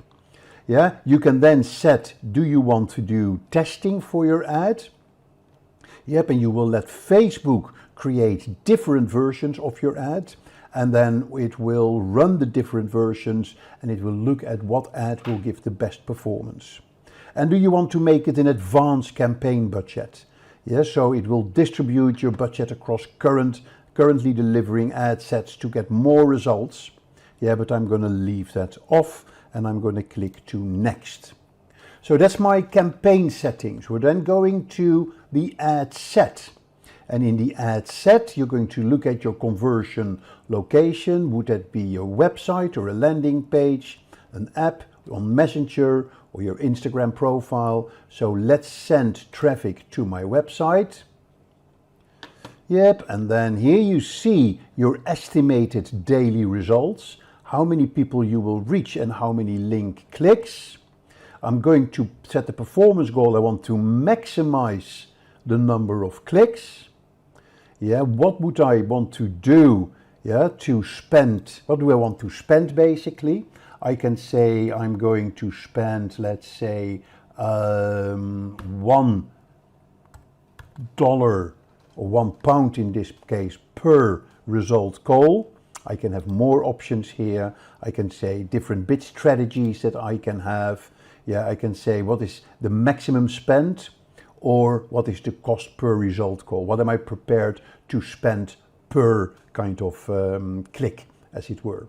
Yeah, I'm going to leave it at that. And here you have dynamic creative. Yeah, I can also leave this blank, by the way, because I have my budget setting further down below. So dynamic creative, I would just provide creative elements such as images and headlines, and then Meta will automatically generate the perfect ads for you. A very interesting process. I'm going to leave it off for now because I want to show you how an ad may look like and how you can develop that. So my daily budget, I'm setting it at £20 a day. Yep, here's the start date, and I can set an end date. Yeah, so I'm going to set the start date a bit further.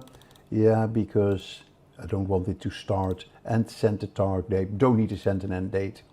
Yep, and here is the budget and scheduling. You can now schedule budget increases on certain days. I'm not going to do that at the start of the campaign because I want Facebook, or Meta in this case, decide what works best for me. Yep, so and then ad scheduling I can specify, but again I'm going to run all the ads at the same time. And then here you have your audience controls. So this is set criteria for where ads can be delivered. So this is, we have sort of location, we have age, we can look at existing custom audiences that we have created over time. I can look at audience suggestions. Yep, so that is part of the Advantage Plus audience that I created, that I discussed with you earlier. Yep, and here you have your placements, and there is let Meta decide for you where your ad is going to be shown.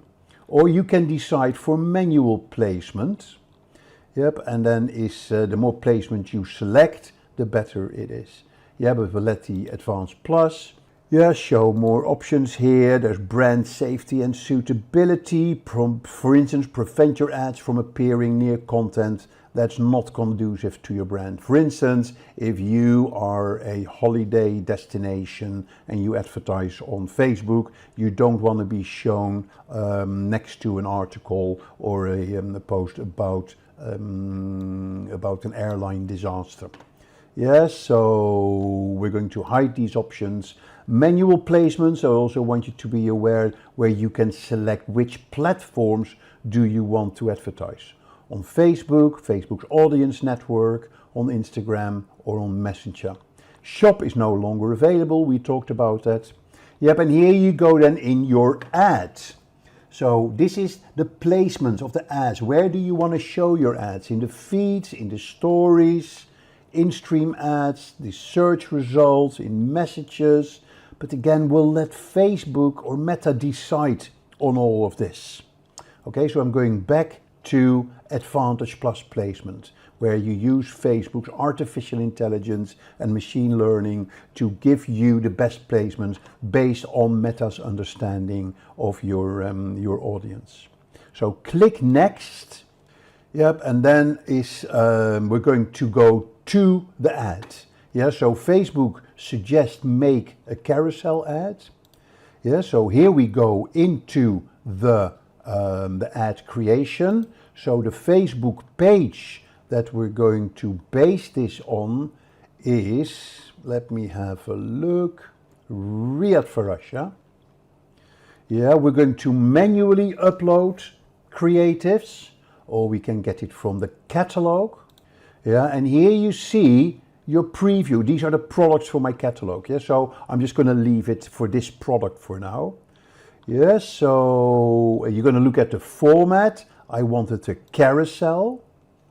Now I have 2 products in my carousel, so they should probably come up now. Yeah, so so here's the second product. No, yeah, so but that's how it would look like. Or you can do a collection. You can do multi-advertiser ads. So, and I can have the catalog for the ad creative, as I said. Could be a product set, have multiple products. I can make carousel cards as well. Yeah, I can turn it in a slideshow. Lots and lots of opportunities. And here you have your headline and your description. Yeah, so the headline is carpet. I can take that out. I can say spring promotion, sort of Atlas Mountains.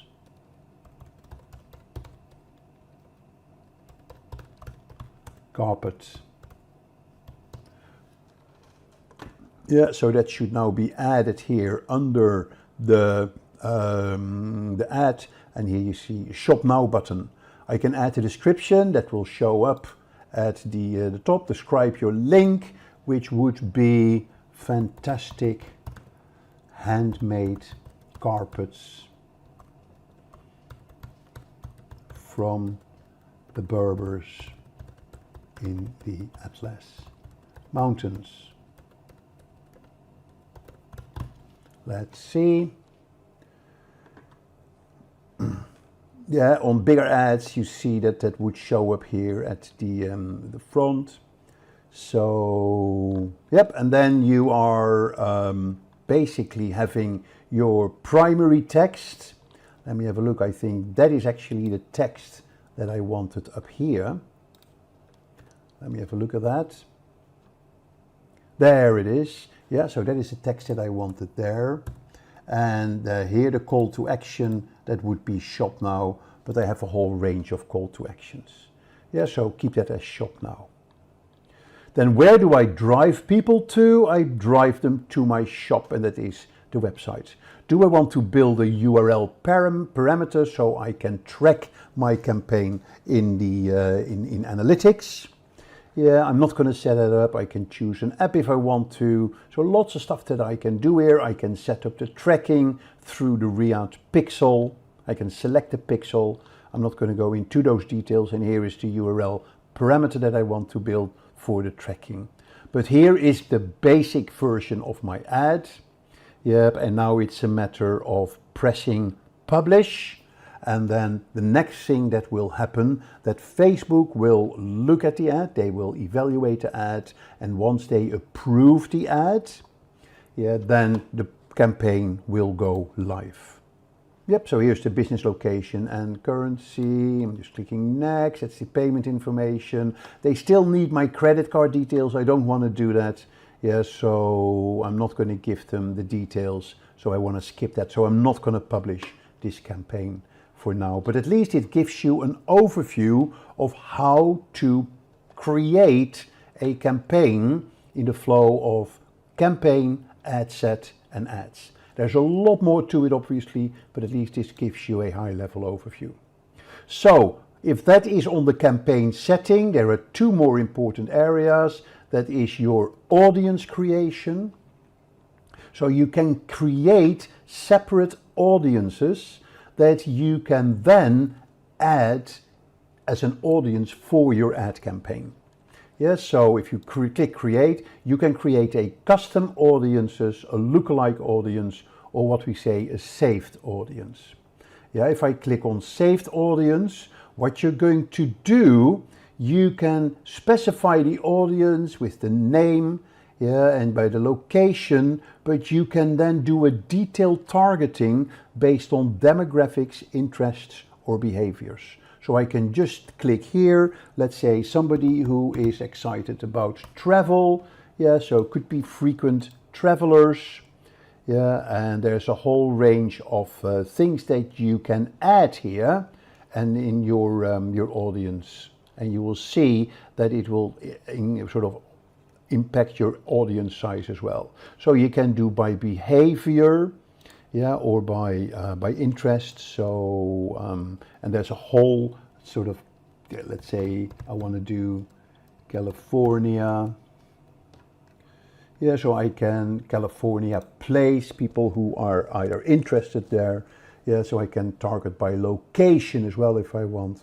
So this is the really powerful aspect of pay-per-click campaigns on Meta and also on Google, yeah, on the targeting.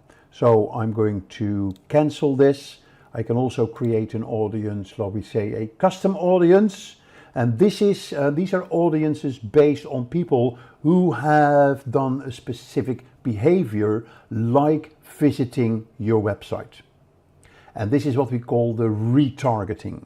So Facebook allows you to target people who have visited your website, a particular page, which means the next day they could get an advert of your Facebook ad of the product that they saw on your website. So it's all to do with the retargeting and the pixel marketing. Now, I'm not going to go into that because that's beyond the scope of this video, but this is where you would set that all up. Okay, and then of course within your advertising you have your ads reporting section as well, where you can look at the account name, yeah, for the yeah, you can look at reach, impressions, frequency, amount spent, and attribution setting. Now I haven't got any campaigns running, so I don't see any details here. Yeah, also because the period is, but let's say if we can select, let me have a look. let's say, no, I haven't run any Facebook campaigns on this campaign, so I can't show you any data. But this is where you can create your advertising reports, where you can select all these breakdowns and bring them into your report. Good, that's it on the Facebook and Instagram ads. And what we're going to do now is move to the next demo, the final demo of this series, which is everything to do with the Meta Insights. To access the insights in the Meta Business Suite, you go to the main dashboard and you click on All Tools and you scroll down in Analyzing and Reporting. So you have your specific ads reporting. You can create tests like experiments that you can get reports on. You can get traffic analysis. So trends are related to the Facebook impressions and usage of the website or app. And you can go into the Insights section where you learn about your Facebook page and about trends and activities and engagement around your activities on Instagram and on Facebook. So here you see the summary, your last week in review. So you see the reach from last week on my Facebook and Instagram, the total for this week, your messaging activity, how you're progressing towards goals that you've specified, like increased reach, for instance. And here you see your activity, the content that we placed and how and if we did any advertisement. So that is sort of your high-level summary. If you click here on View All Insights, you're going to your dashboard. So let's start and have a look at this dashboard. This is where you get a very detailed breakdown into your audiences. So you can understand your audience's characteristics and behaviors, and you can develop your content strategies for a more personalized and engaging customer experience. So let's look at the most important reports here.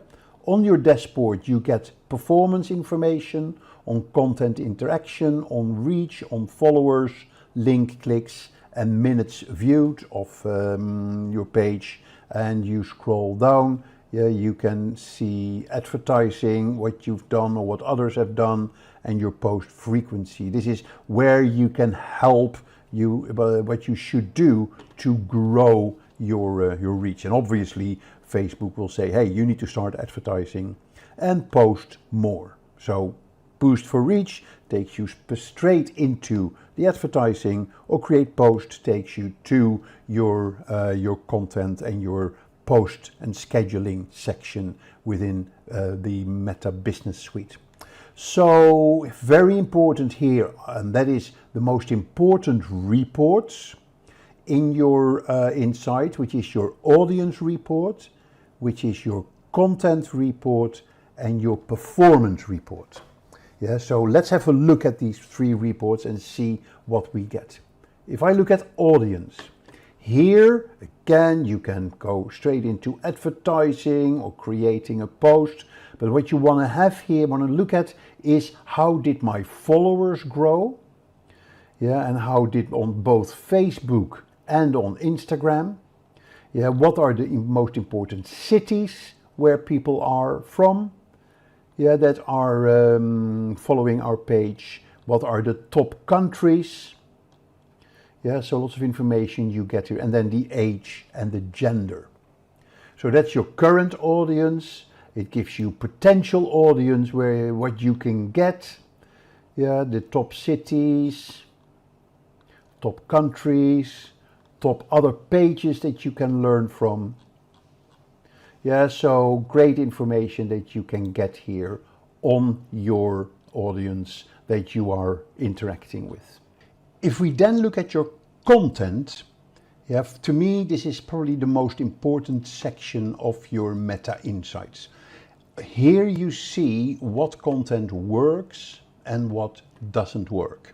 Yeah, for your Facebook posts, your stories, and your Instagram posts and stories, whether those posts are photos or videos or text posts. Yeah, so here you have your high-level overview of when you can select for Facebook or Instagram. You see the reach and the engagement, but the real spicy details you can find under content. Here you can see every post and story and video that you did. Yeah, and you can see here what is the title, what is the date published, and what else you can see here is information about reach and impressions and further details that you get. Yeah, so, and this makes it so exciting because here you can see which posts have the highest engagement levels, like reactions, like comments and shares. And you can order these from high to low. So I can now see what post has been my most engaging post when it comes to reactions in the last 28 days. I can say make that in the last 90 days. Yeah, I can now see what has been my most popular post over the last 90 days when it comes to reactions and comments and share. And the nice thing then is by clicking on that post, you see what the post was about, and then you can say, hey, if that post worked, then can we make the other post similar to this post, because for this post we know that that post works. Yep, so very useful information you can get here about your content and use that to your advantage. Yeah, so we looked at the audience, we looked at the content. So now let's look at the performance of the videos and the reels. Again, I can see a summary. I can also go down straight into the details.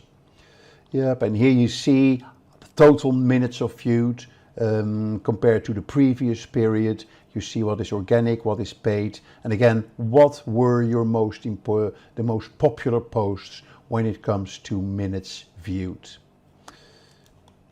Yeah, for the period that you selected. So here in the sense some final details about your audience. Yeah, for your videos and the retentions. Now we haven't got any earnings on videos. So that kind of summarizes everything there is to know about the insights. A fantastic pool of data that you can use to kind of look at trends. Yeah, so you can kind of predict of what is going to happen, and you can stay ahead of the curve with what you learn from your meta insights. So very useful, and take this information and turn that into your advantage by creating better posts, targeting better audiences, and thereby getting better results. So let's start by understanding what is email marketing. At its core, email marketing is the art of leveraging email communication to connect with the targeted audience and achieving marketing goals. Whether it's promoting products, sharing valuable content, or nurturing customer relationships, email marketing offers a direct and personal channel for businesses to engage with their audience.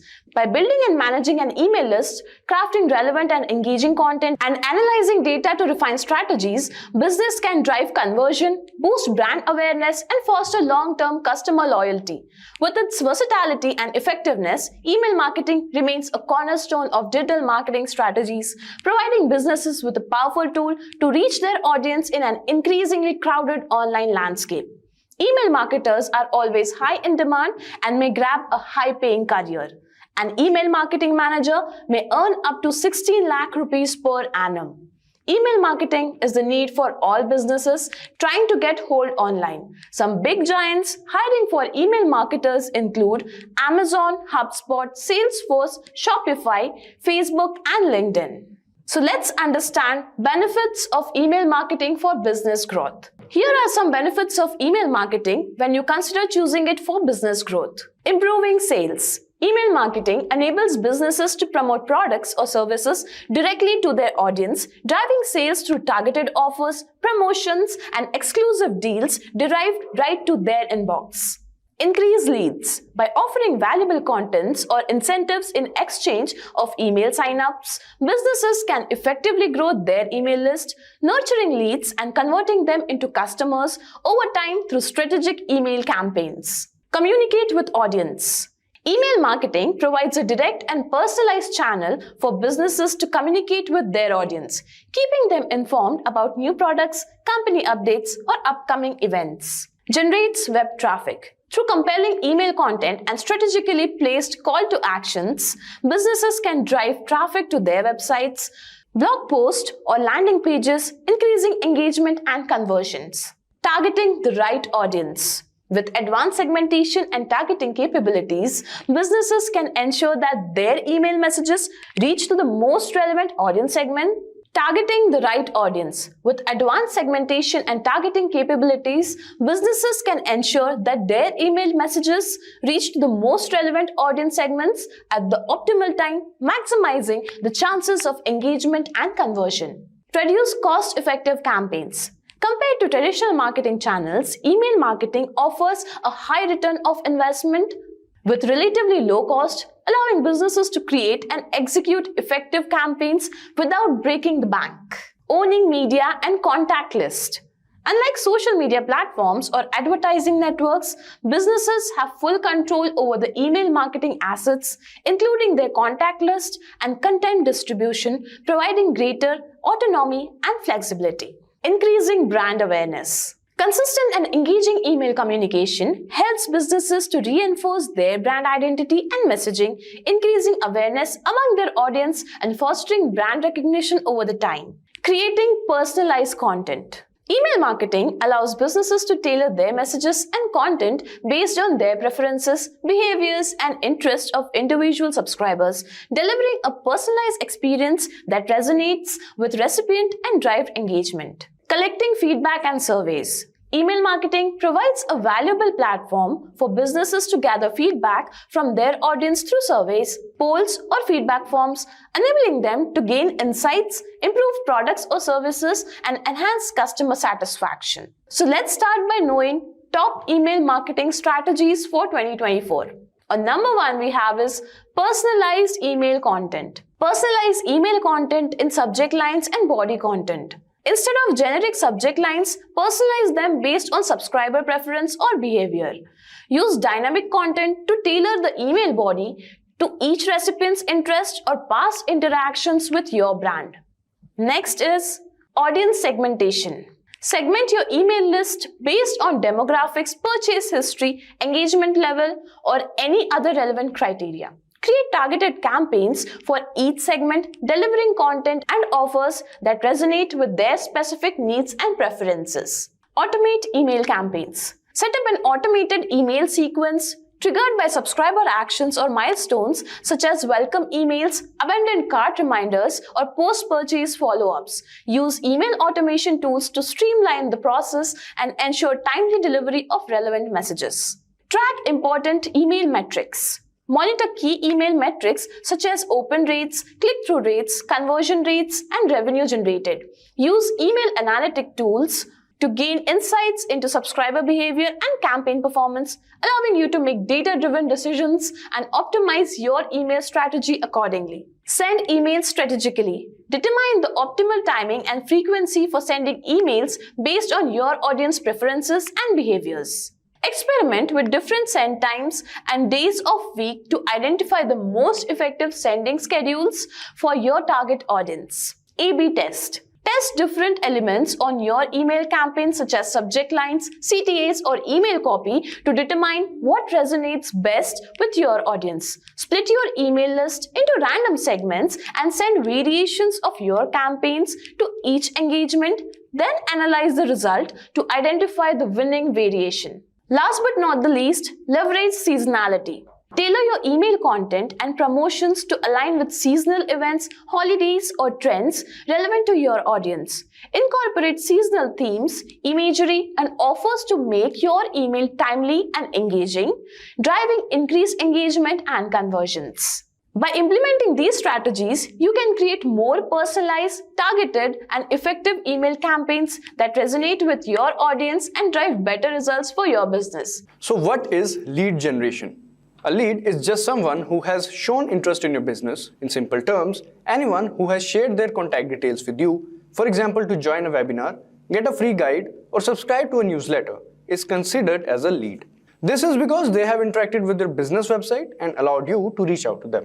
Now, lead generation is the process of attracting and collecting information from potential customers who have shown interest in your products or services.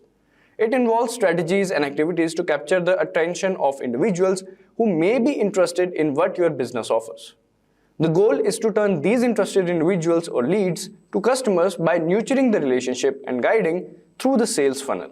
Lead generation methods can include various marketing efforts. The aim is to build a pool of potential customers that can be further engaged and converted into loyal clients for your business. So this was about lead generation. Now let's understand the process of lead generation. So lead generation involves multiple steps. This process guides potential customers from initial interest to becoming a valuable leads for business growth. First one is research. Before attempting to gather leads, it's crucial to gather as much information about your target audience. Understand not only who they are, but also their location, priorities, and especially their immediate challenges. Next one is creating your personal personas. Creating customer personas can be helpful. Outlining typical customer details like demographics, budget, and requirements. Consider factors like social habits, professional background, etc. After identifying your target audience, pinpoint where they usually engage. Do they use Facebook actively, or are they more responsive to email communication? What sets apart your product or service from theirs? And importantly, what makes yours superior? So these all things you'll have to take care about. Next one is create great content. Yes, at this point, you should be aware of the problems your product solves for potential customers. Utilize the knowledge to make content that addresses those issues. Consider the platform you're using as it impacts the type of content you can share. For instance, videos are effective on social media, but you cannot include directly them into the mail. So if your audience is on Twitter, keep in mind that long blogs might need to be linked or shortened. Always prioritize providing value, ensuring each piece of content serves a particular purpose. Alright, now the next one is lead generation database. You might have the best potential customers, but it won't help unless you manage them properly. It's essential to set up a database to keep track of and analyze, sort, and group your potential customers. Consider using an automated CRM system to make this process much easier. These systems often let you categorize leads by type and their level of interest. This helps your sales team go through their list more effectively. So this was about the process of lead generation. Now let's have a look at its strategies. Alright, so lead generation strategies. So first one on the list is create landing pages that are straightforward. Create simple and easy to understand landing pages. Choose straightforward designs that focus on clarity. Use plain language to deliver your message so visitors quickly understand without getting confused. Get rid of any unnecessary complications to make their experience smooth and user-friendly. Pick a clean layout without extra things that might distract. Make sure to have a clear call to action to guide visitors effectively. Embracing simplicity creates a friendly online space, makes users more engaged and leaving a positive impression. The main aim is to make information easy to understand for everyone, no matter their level of knowledge. Alright, now the next one is craft more effective advertisement. So this is the second strategy. So make your ads better by creating interesting content that people can easily understand. Use simple words and attractive pictures to share your message. Talk about the most important good things your product or service offers. Don't make it too complicated or include too much information. Your ad should be clear and easy to get even if someone just looks at it quickly. Try different versions of your ad to see what people like best. Listen to what customers say and make changes if needed. A good ad makes its point quickly and stays in people's mind. Keep it clear and related to what people care about to make your ads work better. Alright, now coming to the next one, that is generate plenty of opportunities for opt-ins. Yes, create lot of chances for people to sign up on your website. Use webinars, free reports and live demos to get users interested. Don't just stick to a couple of sign-ups options. Turn every blog post into a chance for people to join. Give away things like recipes, PDF versions of blog posts, worksheets and resource guides. Move the sign-up box from the sidebar and use pop-ups to grab attention. Make users decide by using clear pop-up messages. The idea is to offer many appealing opportunities for people to connect with content and offerings. This helps more people to get involved and expand your potential audience. Alright, now coming to the next one, which is remarketing. Remarketing lets you reconnect with website visitors across the internet. By tagging users, you can reappear in various online spaces like email, YouTube and Google. This strategy enhances the impact of your overall marketing efforts such as content and social media marketing. It brings your startup back to the attention of the potential customers, reinforcing your brand presence. In essence, remarketing acts as a friendly reminder, ensuring that your audience doesn't forget about your products or services while they engage in their online activities. It's an effective way to stay on the radar and maximize the impact of your marketing endeavors. Alright, so the next one is Gmail ads. So Gmail ads offer a potent way to connect with your desired audience, particularly advantageous for SaaS startups. These ads provide a unique opportunity to engage with a highly valuable demographics, your competitors' customers.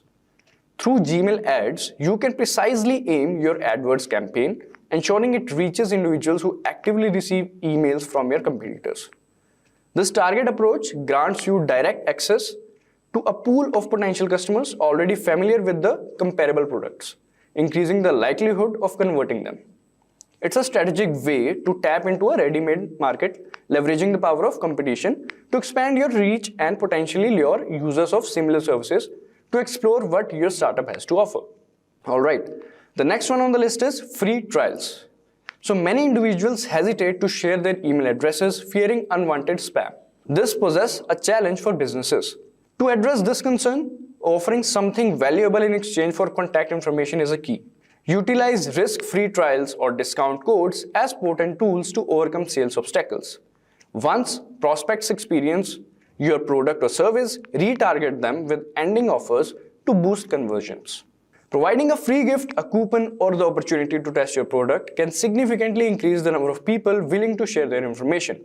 This approach not only captures leads but also builds trust and increases the likelihood of turning potential customers into satisfied ones. First thing first, what is affiliate marketing? Affiliate marketing is a performance-based marketing strategy where individuals or businesses known as affiliates earn a commission by promoting other people's or companies' products. When a sale is made through affiliate's unique link, they receive a percentage of the revenue.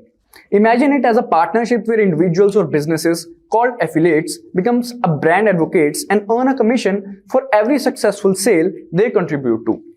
It's a win-win scenario. The affiliate earns a percentage of the revenue and the company gains a new customer.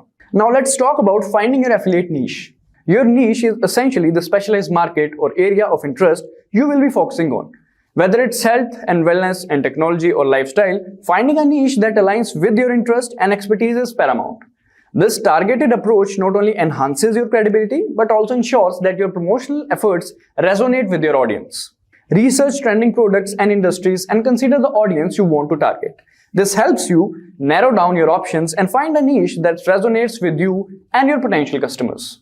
Now the next step is joining an affiliate program. Once you have pinpointed your niche, the next step is to join an affiliate program. There are various affiliate networks and individual companies programs to choose from. So now let's do a demo. Let's navigate to Google and let's type. So first of all, whatsoever affiliate marketing, whatsoever company you want to do affiliate marketing for, all you have to do is just type the name of that company and then the affiliate program. So let's say I want to do affiliate marketing for a company called Nike. I'll type Nike affiliate program. Alright, so as you can see, what is the Nike affiliate program? So we'll click on this and let's see. So here, as you can see, what is the Nike affiliate program? They have explained. After that, apply now button is there. FAQs, if you have any questions regarding FAQs, then you can go through it. like what are the benefits of Nike's affiliate program. Once you have accepted into Nike's affiliate program, you can benefit from the following perks. Earn up to 11% commission on all valid sales, 30-day cookie period. Now, what is cookie period? Now, what is tracking time or frequency? In affiliate marketing, tracking time or frequency means keeping an eye on how long people engage with ads or click on links. This helps marketers understand which times are most effective for their promotions. By studying these patterns, they can improve their strategies, focusing on when people are most active. This way, affiliates can make their campaigns work better, targeting the right times and getting more values for their efforts. It's like figuring out the best moments to show ads so that more people notice and respond to them. Now, what is cookie duration? So, in affiliate marketing, a cookie is a small piece of data stored on a user's device after clicking an affiliate link. Cookie duration specifies how long this information remains on the user's device. Example, a product has a cookie duration of 60 days. If someone clicks your affiliate link, a cookie is stored on their device. If they make a purchase within the next 60 days, you receive a commission. Alright. Then full range of category specific affiliate banners, etc, etc, etc. Now there is requirements like who can become a Nike affiliate partner. So all of these companies have their own requirements. So we have partnered and established websites including sports sites, fashion clothing shoe sites, news sites, health and fitness sites, true content sites, and bloggers, etc. So if you fall under the category of any of these, then you can do affiliate marketing for Nike. Alright, how will my customer benefit from me joining Nike affiliate program? So these are all the benefits that you will get. Alright, now if you want to do or join this program, you can click on apply now. Alright, now you can read all these key reasons to start promoting Nike today. And then you can do, if you already have an account at AWin, then you can log in and join program. Otherwise, you'll have to sign up and join the program. So let's click on sign up and join. So here we'll not be showing how to do the complete process, but you can go through all of these and do the thing. So there they have written, are you an Instagram influencer? Great news, we have made a joining AWin even easier. If you are Instagram influencer, then you can click on this sign up here button. Otherwise, join AWin is there. So let's click on join AWin, and there you have to put the company name, tax residency, first name, last name, and the complete details. After filling all these details, you can see promotional type, promotional space, verification. After completing this, you will be provided a affiliate link so that you can use wheresoever you want to use in your blogging sites, etc. So this is how you can do affiliate marketing in Nike. Once you have approved into the affiliate program, you can usually log in to your affiliate dashboard. There you will find a section where you can search for the products you want to promote. After selecting a product, the system will generate a unique affiliate link for you. This link contains a special tracking code that identifies you as the affiliate. Use the affiliate link. Once you have your affiliate link, you can use it to promote the product through various channels as your website, blog, social media, or email marketing. When someone clicks on your affiliate link and makes a purchase, the system tracks the sales back to you and you can earn a commission. So alright, now let's do affiliate marketing for MyProtein, another whey protein brand, very famous it is. So we can type MyProtein affiliate program. Alright, so here's the link, became an affiliate, you can click on that. Alright, as we can see here, want to become a MyProtein influencer. The MyProtein influencer programming is an easy way to monetize your website. The benefits, as we can see, the benefits can go as high as 8% commission on all sales that you are drive via the website. You'll also benefit with exclusive affiliate promotions, and the cookie period is 30 days cookies. So if you make a purchase in the next 30 days, you will get benefit out of it. You will get a commission. Now, we'll support you along the way. All right. Apply now. So as we can see, we want to partner with the best people in the fitness space while introducing more customers to our great brand. We look forward to working with you. Please ensure you fulfill these conditions found here. So again, as I told, every company has their own conditions or requirements. So MyProtein has their own requirements. So we'll click on here. So as you can see, influencer and affiliated partners. So they have mentioned the benefits: 8% commission, 30-day cookie period, in-house affiliate team to respond to requests, etc. So now the thing is approval. If you have a social media profile with over 10,000 followers and would like to work as an influencer, please email to this email account to assist you with the query. Please include all the links of your social media profiles and an explanation as to why you think you would be a great fit for Team MyProtein. We do have strict approval process, and so they have clearly mentioned we do have strict approval process, and we will make a decision based on multiple factors. Most importantly, whether or not your profiles are brand aligned with MyProtein. So these are the conditions they have put on. If you fulfill all the conditions, and then only they can go forward with your program or your marketing, affiliate marketing. And these are the FAQs, terms and condition. Then now there is no apply button to directly apply for this affiliate program. You'll have to mail yourself and what all influencer marketing you do and which kind of influencers are you. If you have 10,000 plus followers, then only you can mail to this person or this team and let them know and attach the links they have asked for. Then only they can go forward with your program. So this was about how you can become an affiliate marketer for MyProtein.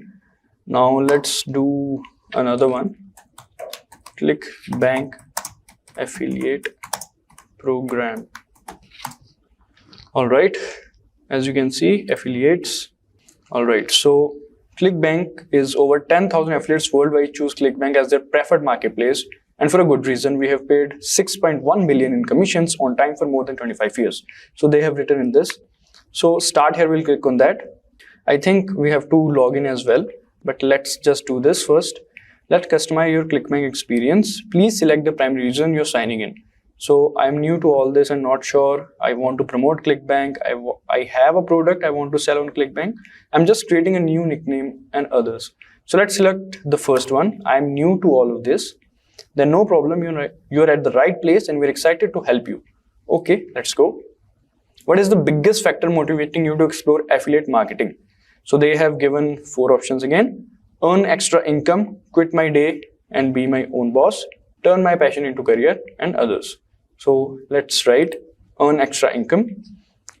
Do you currently have traffic or audience to promote? Yes, I have. If you have, you can select this. Otherwise, you can select no, I do not have a consistent traffic.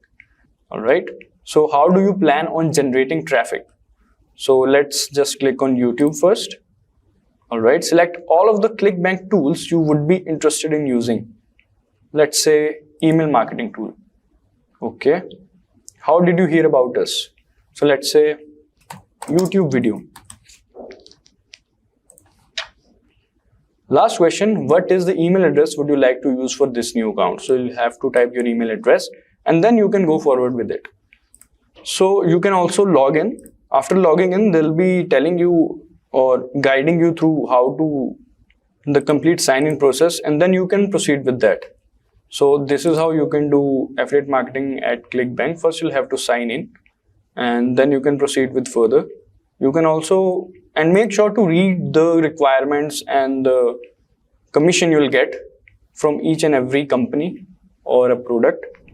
Now let's talk about the platforms to promote affiliate links. So the platforms where you can effectively promote your affiliate products, social media platforms like Instagram, Facebook, and Twitter are great for reaching a broad audience. Additionally, content platforms such as YouTube and blogging sites allow you to create valuable content and drive traffic to your affiliate links.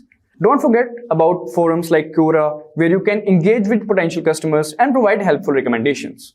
So now let's navigate to Google and let's type Quora, Quora. Now we'll click on this. All right, continue with Google. All right, so here it is, Quora.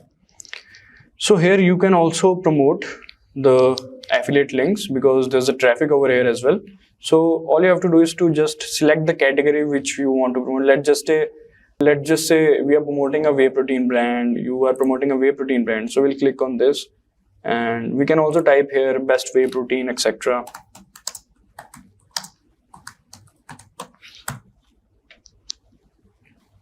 And you will get the questions Similarly, like what is the best whey protein brands in India, what is the best whey protein brand for building muscles, etc., etc.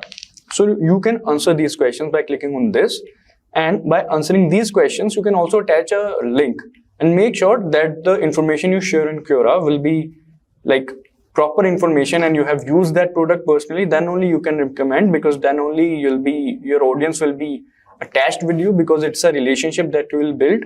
Then only they'll trust you.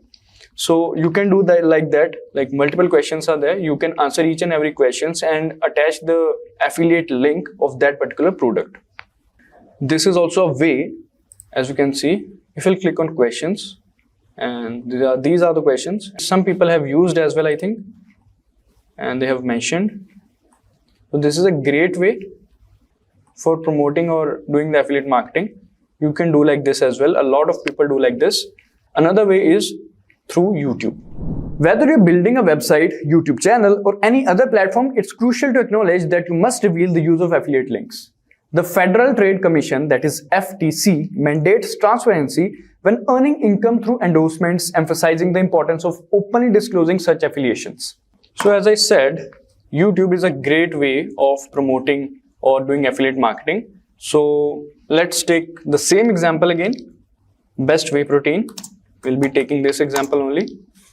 So as you can see, there are multiple influencers out there, and let's just select this video. So you can promote or like do affiliate marketing in videos, in your own videos, because a lot of traffic after Google comes to YouTube, and the traffic, you can navigate that traffic. Yeah, so you can navigate that traffic to your affiliate link. So as you can see, this guy has attached an affiliate link and also get up to 40% on this protein powder. So you can click on this and he can get a commission out of it.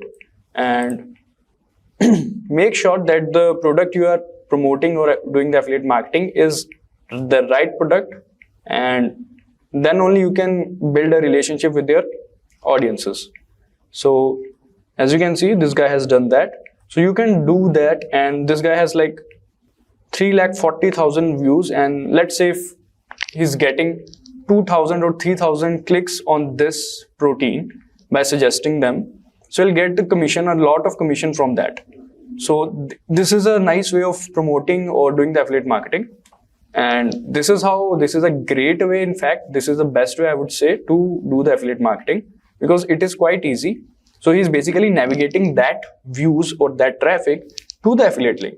So this is another best way to promote your or do the affiliate marketing. In today's course, we are going to show you how AI is changing the game in email marketing, making it easier and more efficient to reach your audience.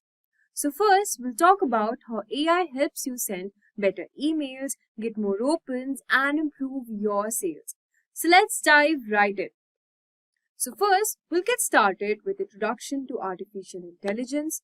What is email marketing, how AI works in email marketing, predictive versus generative AI, and how AI in email marketing can increase your performance. We'll also look into the challenges of implementing AI in email marketing, AI's role in email content creation, improving ROI with AI in email marketing, best practices for using AI in email marketing, and we will also look at some future trends in AI for email marketing. And at last, we are going to look into the live demo, that is how to create email campaigns using AI tools and writing catchy email subject lines and content AI, like with using ChatGPT, and also demonstrating tools for bulk email sending. So without any further ado, let's get started with the very first topic, which is what is artificial intelligence. So now let's understand what is artificial intelligence first. So as we know that AI enables machines to think and act like us. Yes, like humans. Imagine a computer or a robot that can learn, reason, solve problems, and even understand language, just like we do. From recognizing patterns to making decisions, AI mimics the cognitive abilities of the human brain. And by studying how we think and process information, AI systems are designed to think smarter and more efficiently, enabling them to perform tasks that once required human intelligence. So whether it's recommending your next favorite movie or driving a car autonomously, AI is shaping the future. in ways we once only imagined. Now tell me, does this sound intriguing, making you wonder how AI accomplishes all this? Yes. So in the following part, we will learn what email marketing is, how AI works in email marketing, and many more. Now let's understand what is email marketing. So email marketing is a way of delivering effective messages to convert leads into sales by sending personalized emails to target customers. It also helps us to educate our target consumers on the value of our product. Talking about the importance of email marketing, so first of all, it costs lesser as compared to other marketing channels. It shows a higher ROI, that is return on investment, and it also helps in attracting new customers. It's easy integration with other communication channels as well. Then it will also help you in assisting and creating targeted and personalized messages. It helps higher intent client to engage with your business, and it will also help you reach larger audiences and even smaller targeted lists. Now that you have understood the importance of email marketing, let's understand how we can use AI in email marketing. Well, AI in email marketing involves the use of machine learning algorithms and advanced analytics to automate, optimize, and personalize email campaigns. AI enhances email marketing strategies by improving targeting, customizing content, and predicting customer behavior. The integration of AI can lead more efficient email campaigns, increasing engagement and driving better results over time. So how does AI works in email marketing? First of all, it helps in personalization, that is, AI leverages user data such as demographics, past behaviors like clicks, open purchases, and preferences to tailor email content. AI can automatically adjust email content based on individual user behavior, ensuring that recipients receive relevant and personalized messages. Second of all is optimization. Now, AI analyzes patterns in historical data, enabling marketers to optimize and send times, subject lines, and email content. Predictive models use engagement data to determine when users are most likely to open an email and respond to a call to action. Third is segmentation. Now, AI allows email marketers to segment their audience with higher accuracy. It dynamically divides customers into groups based on similarities such as purchase history or browsing behavior. Now, these segments can then receive specific targeted emails designed to maximize engagement. So first, let's talk about predictive AI. Now, this type of AI analyzes historical data and helps marketers forecast future actions.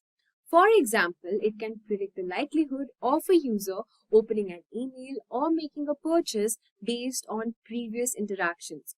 It also helps marketers optimize when and what type of content to send. Next is generative AI.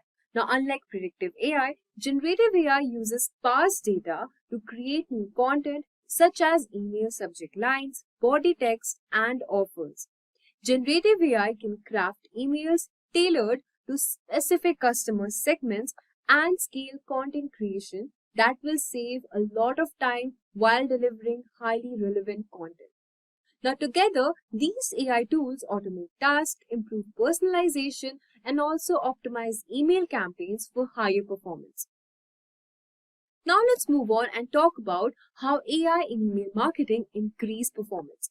Well, AI has changed email marketing by boosting performance metrics such as open rates, click-through rates, and conversions. Now, by understanding user preference, AI can ensure that your emails are engaging, timely, and also relevant. Now, let's talk about the key ways AI enhances email performance. First of all is personalized and targeting messaging. So, AI helps marketers deliver personalized email content at scale. So, it uses customer data to tailor emails for different segments, ensuring each recipient gets content that resonates with their preferences and their interests. Now, this level of personalization drives higher engagement. Second thing we are talking about is the optimized timing. Now, predictive AI analyzes when customers are most likely to interact with your emails based on your past behaviors. For instance, it can predict that a particular customer tends to open emails around 8 a.m. on weekdays. Now, by sending emails at the optimal time, AI ensures higher open rates and minimizes the chance of emails being ignored. Third, we are going to talk about is behavior-based segmentation. Now, AI dynamically segments email lists based on real-time behaviors such as product views, cart abandonment, or past purchase history. Now, this will help marketers deliver highly relevant messages like sending a cart reminder to customers who have abandoned their shopping cart or sending product recommendation based on your browsing history. Now let's talk about the fourth way to enhance our email performance. That is using email A/B testing. Now AI significantly streamlines the A/B testing process by automating and analyzing tests for subject lines, contents, and call to actions. So by continuously learning from customer responses, AI refines the campaign strategy, which leads to higher conversion rates and better messaging. For example, AI can test different subject lines, determine which one performs the best, and implement it across all the future campaigns. The fifth one is enhancing customer experience. Now, as AI learns more about the individual recipient, it can refine the customer experience by tailoring content more effectively. AI can dynamically alter the design, layout, and content of the email depending on the user's preference, past interactions, and demographic data. Now let's look at an example from a marketer's perspective. Now, one marketer shared that their A/B testing improved 10x by using AI, not just the subject lines, but also for the user behavior analysis.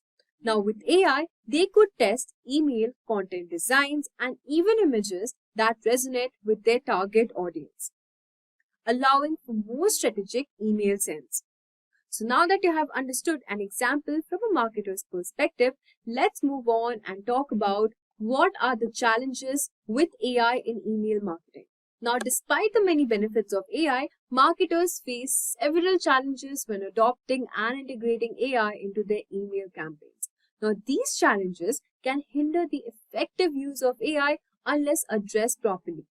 So, the first challenge of implementing AI is the data quality and availability. Now, AI heavily relies on data to make accurate predictions. If the data you provide is inconsistent or incorrect, now AI cannot generate useful insights.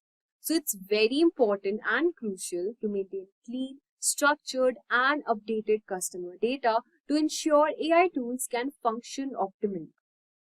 Second thing is, marketers must ensure data quality and have a solid data strategy to help AI provide actionable insights. The second challenges we are going to look is the ethical concerns and privacy issues. Now, AI uses personal data to personalize messages, which raises ethical concerns regarding privacy and data security. The marketers must ensure that they are compliant with regulations such as GDPR, which is General Data Protection Regulation, and CCPA, which is California Consumer Privacy Act, when using AI. There is also the challenge of building consumer trust. Brands need to be transparent about how customer data is being used and ensure that AI-powered personalizations respect privacy concerns. Now, the next challenge we are going to talk about is some technical expertise. Now, by implementing AI in email marketing, it requires a certain level of technical knowledge as well. Now, for companies that are new to AI or lack in-house expertise, there is a steep learning curve. Marketers may need to invest in training or hire specialists to integrate with tools properly into their campaigns. Now, the fourth challenge is cost of AI implementation.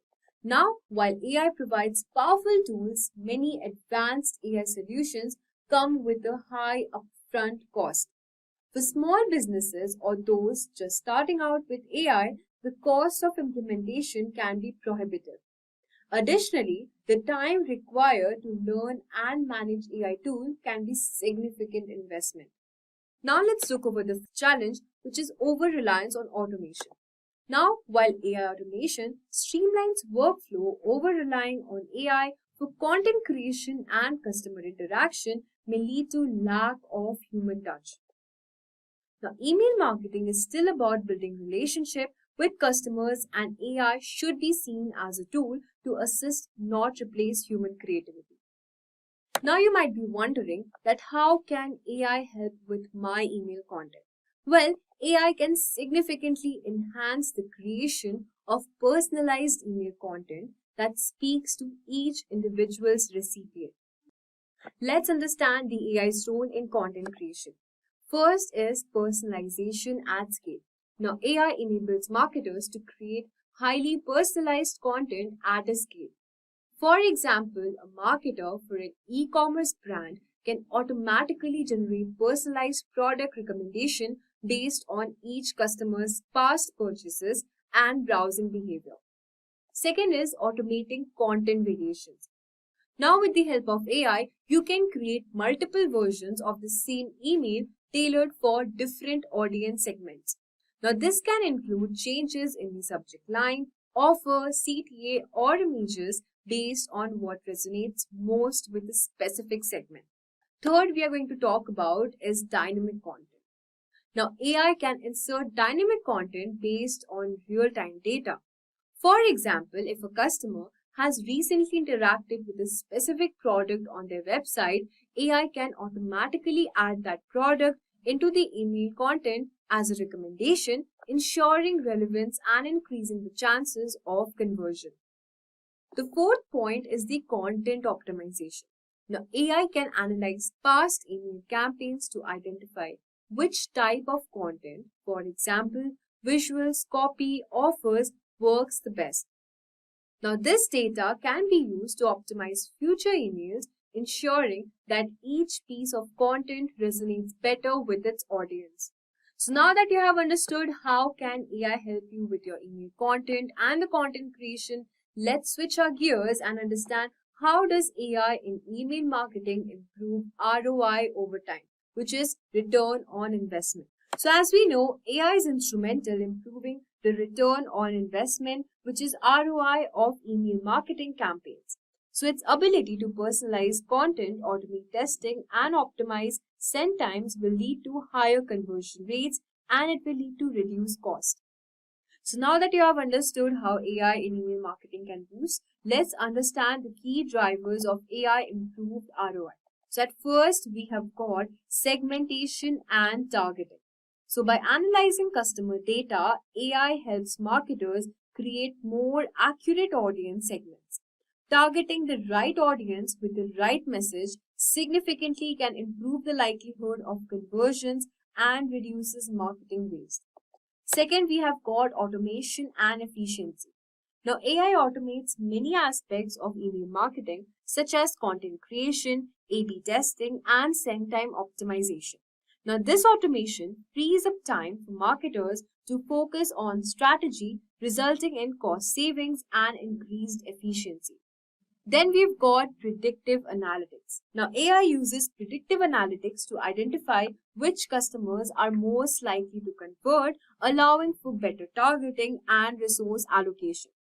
By focusing on high-value leads, marketers can maximize their ROI over time. Then we've got enhanced customer engagement. Now, through personalization and relevance, AI will help increasing customer engagement, which will lead to higher open rates and click-through rates, which is the CTR. Now, over time, this will lead to greater brand loyalty, repeat purchases, and an increase in customer lifetime value, which is the CLV.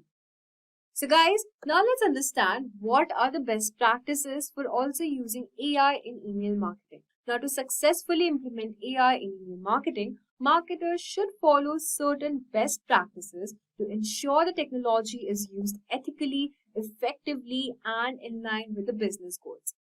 So first, we have got establishing clear goals. Now, setting clear objectives for AI use in email marketing, determining what you want to achieve, whether it's increased personalization, better targeting, or higher engagement, is very important. Second, we have got ethical AI usage. Implement ethical AI practices by ensuring transparency and compliance with privacy regulation, which is the GDPR. Respect customer data and inform them of how it will be used. Then we've got start with easy to use tools. So for beginners, start with no-code AI tools like send time optimization, content generation, and subject line testing. So as you become more comfortable, you can expand to more complex AI applications. Then we have got leveraging data. Now integrating AI with your customer data platform CDP to get a unified view of your audience. You can use this data to personalize emails and improve targeting.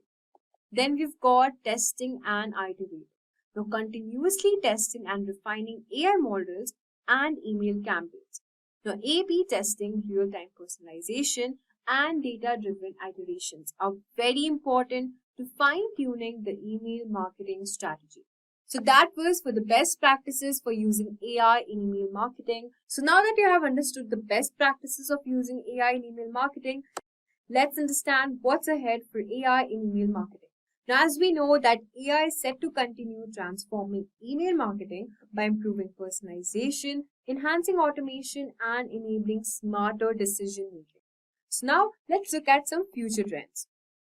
At first is creating more personalized content. So generative AI will be able to create highly personalized email content for individual users, not just for customer segments. Second, we've got faster campaign execution.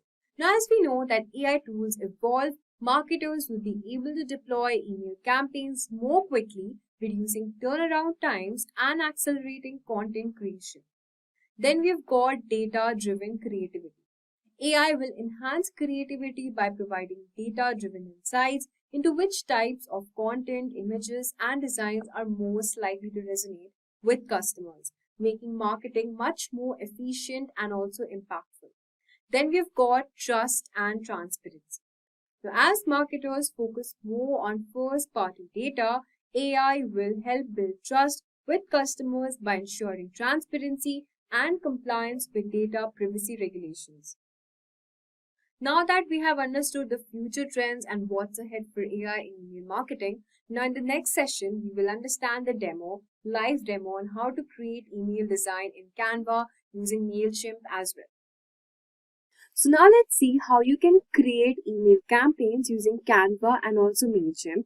So first, we'll just head over to Canva. So for this, you just have to first sign up if you don't have an account already, or else you can just log in into your Canva account. Now from here, as you can see, this is the dashboard, and you can just select any particular, you can create designs, whether it's for your presentation, social media, website, doc, anything, maybe your emails, anything. Also, you get plenty of templates available here, as you can see, and you can also, browse as per as your category wise. If you're making for your Instagram post or for some educational website, or maybe for marketing or cards and invitation, you've got plenty of templates from which you can just select and simply change the content if you want to, and your template and your particular card, email, newsletter would be just ready in few minutes. So guys, now we'll just head over to this home section, and then we can just search our content, which would be our email newsletter for now. And as you can see, we've got plenty of templates available. Alright, so I want to create an email newsletter for my skincare brand. So from here, I'll just select category. So I'll just search your email newsletter and I'll just type for skincare. And let's see what templates am I getting. Alright, so these are pretty number of templates. But remember, these are the pro versions. So we'll just have a look at the free versions available. Alright, so really like this one, we'll just click on this template, and then we'll just click on customize this template from here. Okay, so this would be a template for my skincare brand, and from this section you can just head over to the design if you want to change the design of your template, and You can just alter the styles from here. These are the color palettes and the image palettes combination. So let's suppose if you want to make it quite dark, you can just use this particular color palette.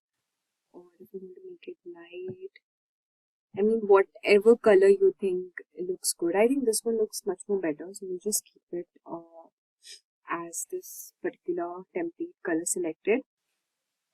And then from the elements, you can just use any elements if you want to, or you can also generate your own using the AI image generator.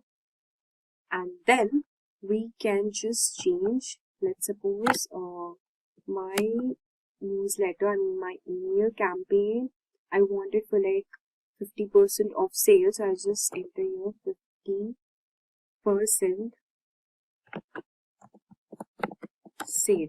Okay, and I think the text color is quite light, so we'll just change the color of the text to maybe black. Oh yeah, so this looks better. You can also use charts, polls, quizzes, tables, frame if you want to. Let's suppose I also want to add a sticker of maybe like a sale or something. Alright, we have this glow up thing here. So if I add this, is it looking good? I don't think so. So we just adjust it.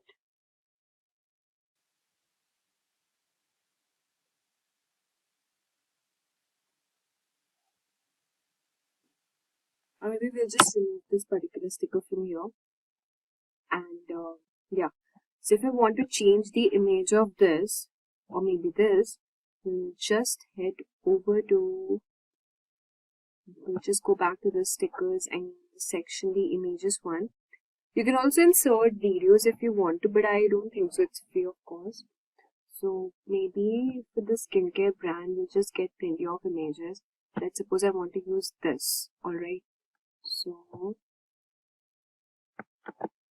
I'll just click on this and then we can use this particular image here.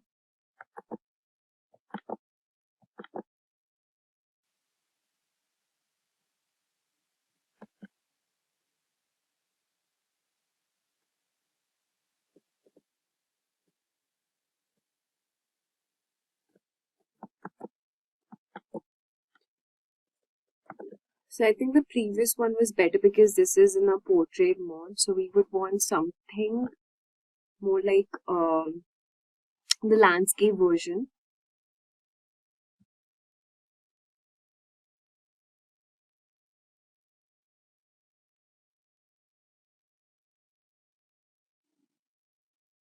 So here, maybe suppose I want to use this image instead of this.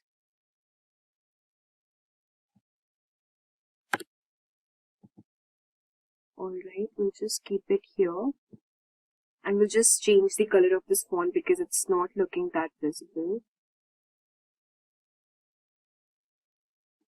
And I just want to change this image, so I'll pick up another image from here. Maybe this works better.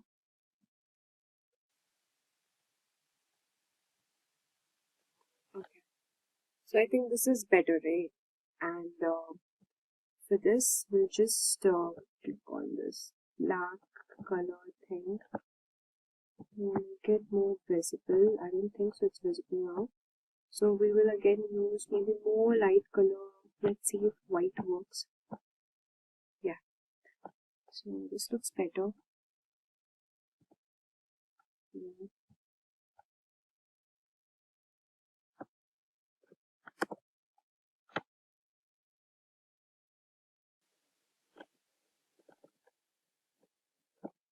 We'll even make this more white and let's see. So I think this looks better now.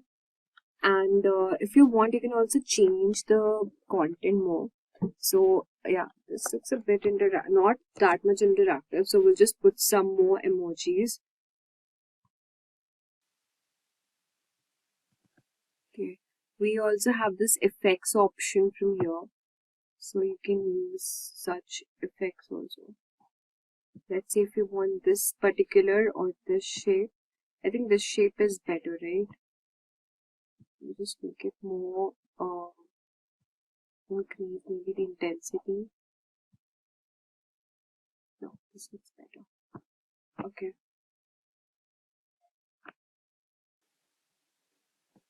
If you want, you can also add shapes from here, but I don't think so it's of any use for me now. Okay. We also have these mockups, very different mockups and the collections also. I think this is fine now, and we'll just type something. Keep your skin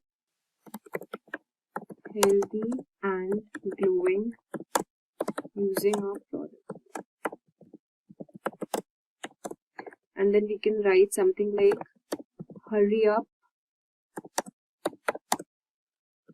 and grab them now. Okay. And we'll just increase the size of our text. And maybe change the font as well. So maybe this particular font looks better.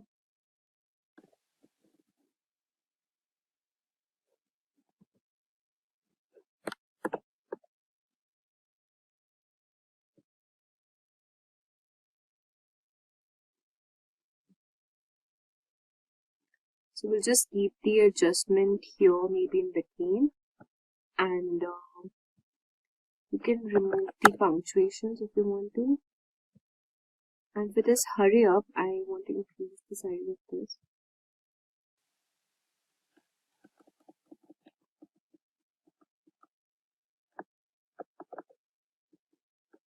Okay, so this looks better.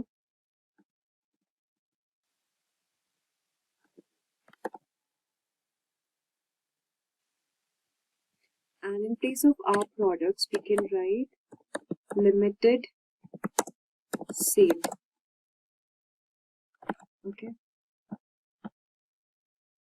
And yeah, this looks pretty much convincing now. We have given 50% sale, glow your skin naturally, limited sale is there, hurry up and grab now, and that's pretty cool for now. So this is how our page would look like, and here you can just edit and give your website name, your product website name. So we can also add one more page here,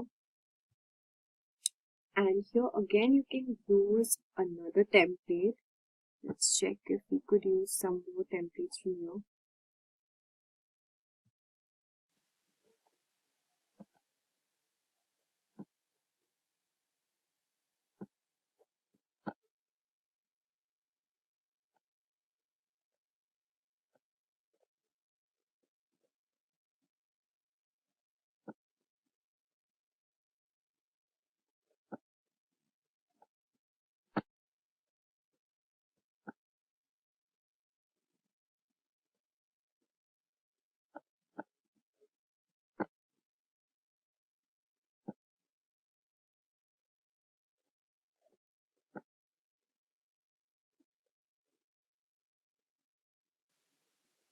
Yeah, so maybe I want to use this template, so I'll just add as a new page here. Okay, so we'll just remove this.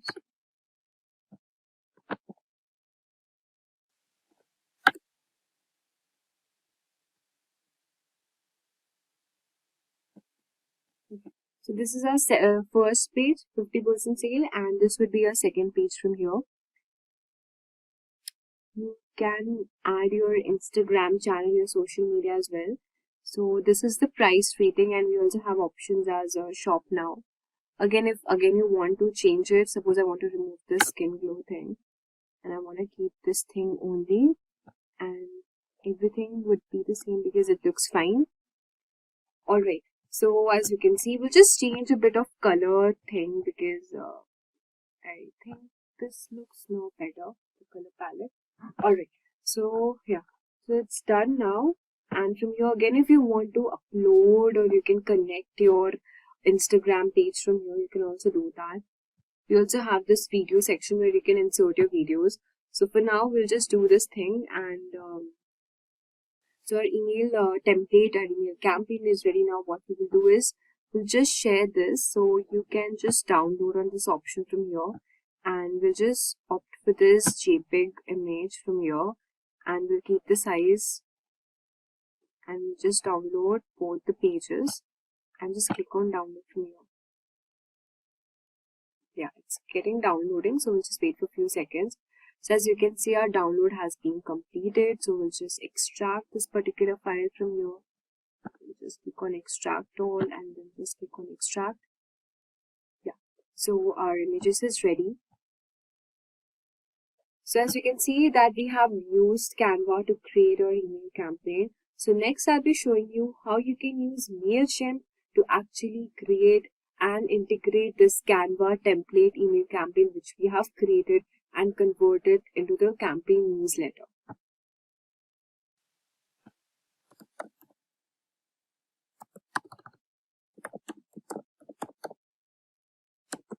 So we'll just head over to MailChimp.com first, and yeah, this is our website ready. So we'll be using the free version now. So as you can see that you can turn your emails into revenue. So MailChimp is actually an email marketing company. So where you can get plenty of options. With that, you can grow your audience with high quality leads. You can also use refine the segmentation. You can create email campaigns much more faster using generative AI. You also get these automations, email automations options from here. So if you want the paid version, you also get that. So we have got this offer starting, which is 50% off for 12 months. Alright, so we'll just click on login. And now since we already have our account,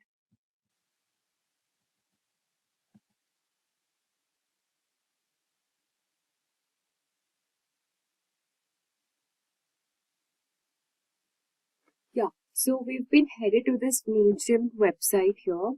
And you can see in the navigation bar, we've got this home where we have the email performance option here. So once you can send an email, once you use MailChimp for sending emails, your data will be shown here. The click rate percentage, the open rate, orders, order rate, and many things as well. So for now, in this tutorial, we'll just click on the campaigns option, and here we can get the email campaign option, which is the campaigns here.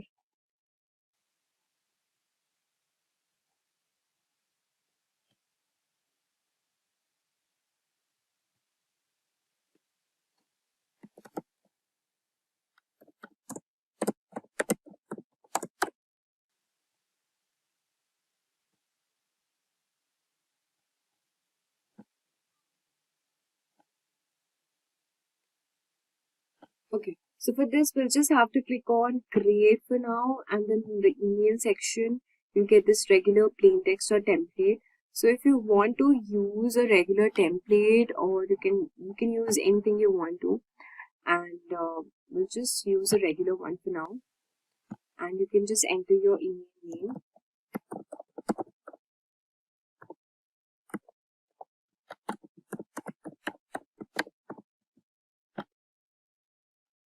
And then you can just select begin from here.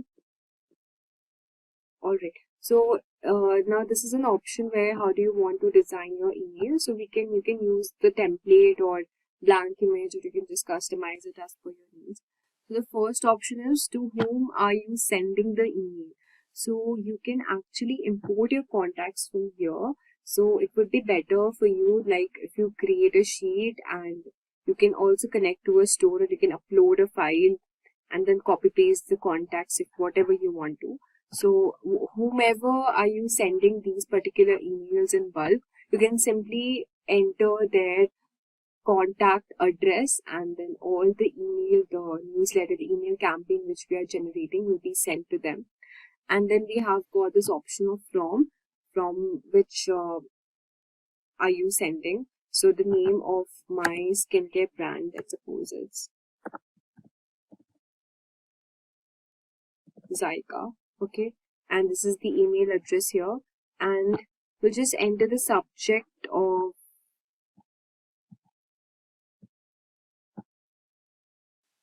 Just click on save here. And the subject would be, let's suppose, my subject name would be 50% off on, this would be April sale, okay? And you can add also an emoji from here which would make it look more interactive. So I've added this heart emoji, and then the preview text will be limited sale, limited stock.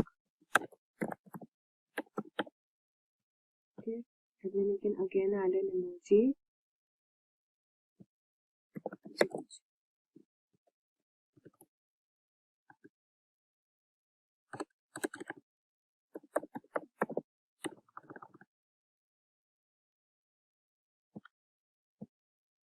Okay, and now this would be our subject and our preview text. We'll just save from here. Okay. Now the main part begins, which is designing our email. So we'll just click on this design email from here. Yeah, so we've got these templates, the basic layouts, the fully designed one, crafts, code your own, whatever you want to select.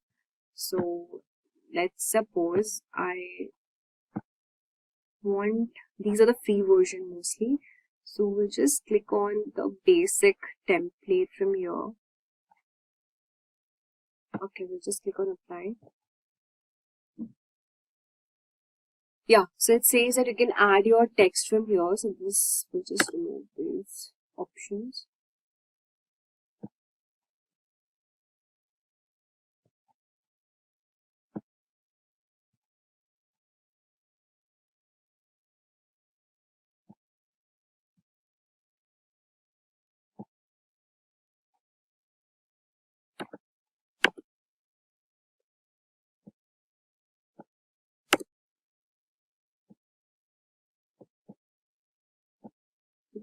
You can drop your content here.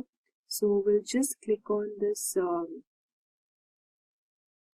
image option.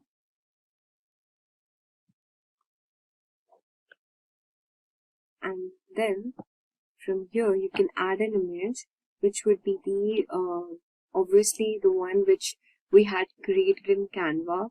So we'll just click on uploads from here, and then we'll just select upload.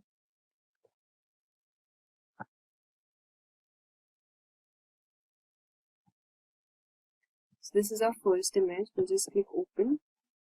So our image is being uploaded. Yeah. So as you can see, this was the image you remember we had created before. Alright. So this is the first page, how it looks like. And again, you can drop your content here, which would be the text you want. I think this looks better. And then you can edit your image, which would make it more enhancing. So after editing our image, we'll just actually crop it. Okay, we'll just click on this. So we'll just actually crop it from here. Limited save, we'll just keep it till here, right?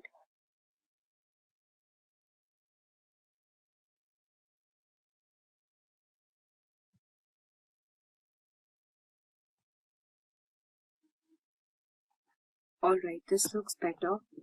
So this is our first image again.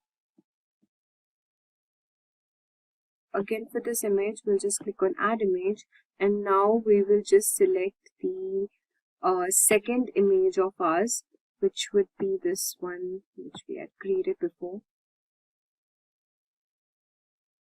Yes, and now we will again click on edit image.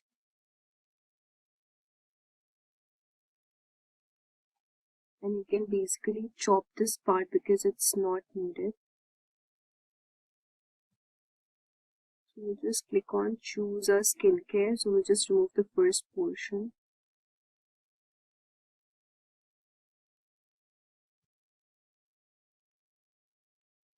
Alright, we want to keep it till here only. And then just select on save. Now you see this is ready, and we don't need this thing, so we'll remove it. And these are the websites and the social media websites, whatever you want to select. So if you want LinkedIn, Pinterest or whatever, so let's suppose I want the Pinterest, and you can enter your link also from here. Then we have LinkedIn. You can also select Instagram, Facebook or whatever you want to.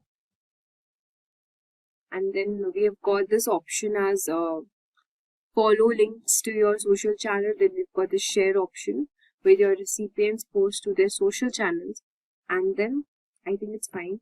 So if you want to change the style of the icon from here, we are using the dark icons, but if you want, you can also use the colored icons or the dark one. I think the colored one looks much more enhancing. We'll also delete this particular line and this image as well.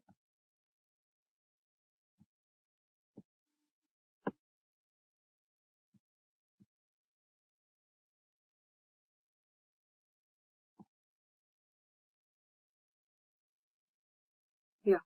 So our email newsletter is ready now.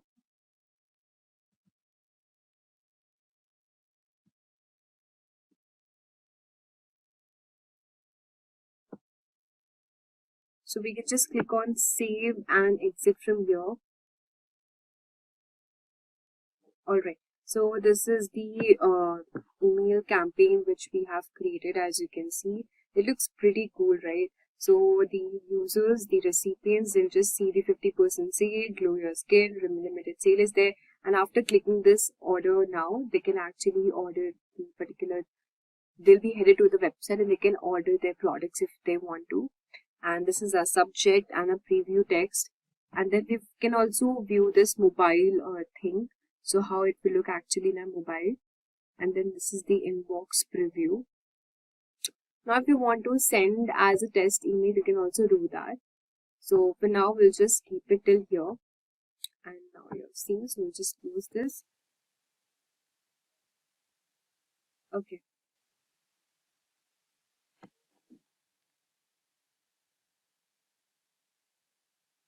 So guys, we have learned how to actually create our email campaigns using this MailChimp as well as Canva. Now the last thing would be you can actually schedule your content. You can just select the send time. You can actually schedule whatever time you want to. I think for this you will have to upgrade your plan, but it's best if you find a particular time for posting your email campaign. I mean, maybe on weekends day, usually people log in the afternoon. On the weekdays time, people actually log into their email. I mean, suppose around maybe in the morning. So that would be fine. So you can actually schedule according to the post and the engagement, how the viewers and the audiences are using the mail. Alright. Now, in this session, we have done with this particular thing. And now the next we'll be learning about how we can use ChatGPT in email marketing. So in this particular lecture, we'll see how we can use ChatGPT in email marketing. So the first thing is, first we have to go to ChatGPT here. You can just log in from your account, and the thing is, you can actually customize your GPT as per as your need. So we'll just click on this ChatGPT option. We'll just click on this Explore GPTs from here, and we'll just select the Create option. Alright.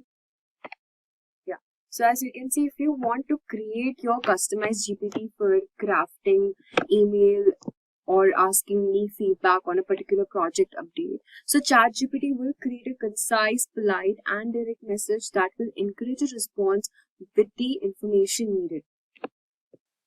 So you can actually provide custom instructions to ChatGPT. You will need to customize your settings. So once you're logged in, as I told you before, just click on New GPT. And you can set your preferences. That is, you can fill out the prompts to tell the ChatGPT.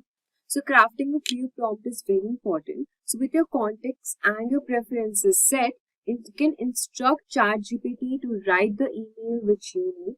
Remember, be specific about the tone. That is, whatever tone you want to select, may it be polite, urgent or formal. So let's suppose I want to write, I want you to train me to create emails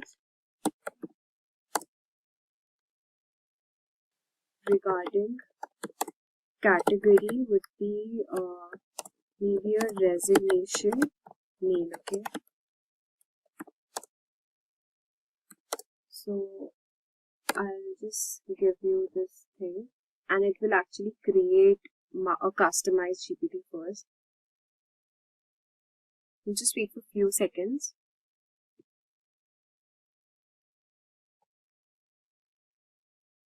No, the name should be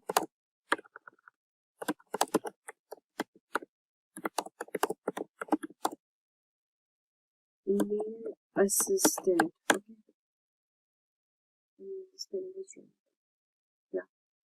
So it's actually creating a profile picture for my GPT model. So as you can see that our profile picture is also set for our customized GPT, which is our email assistant, and we'll just click on yes from here. So now we are creating actually our customized email assistant. There you can actually start with your email, I mean whatever email you want the GPT to make it for you. Just write good to go. So now in the preview chat, we can actually write our prompt regarding the mail we want to generate. So let's say I'll just give a prompt like write a resignation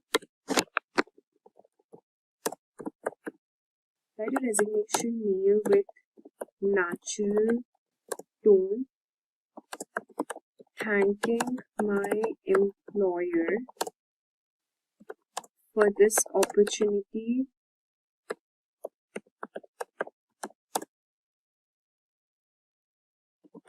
and informing them about my last working day,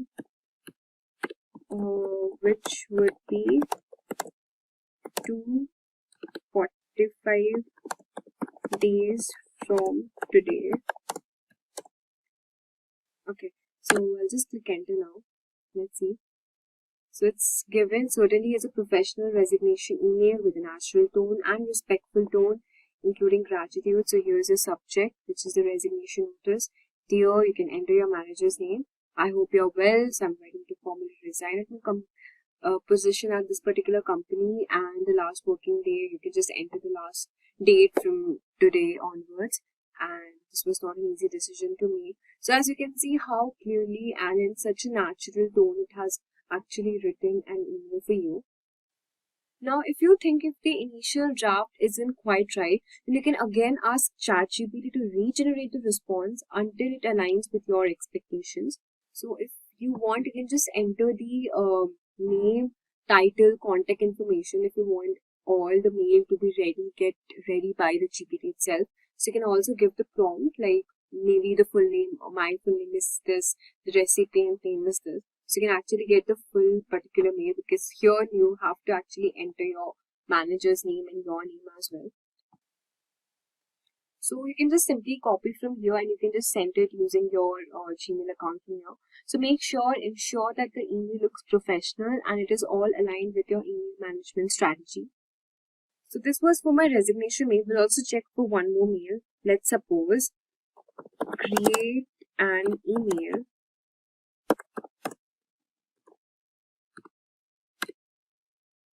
asking for a follow-up regarding a particular project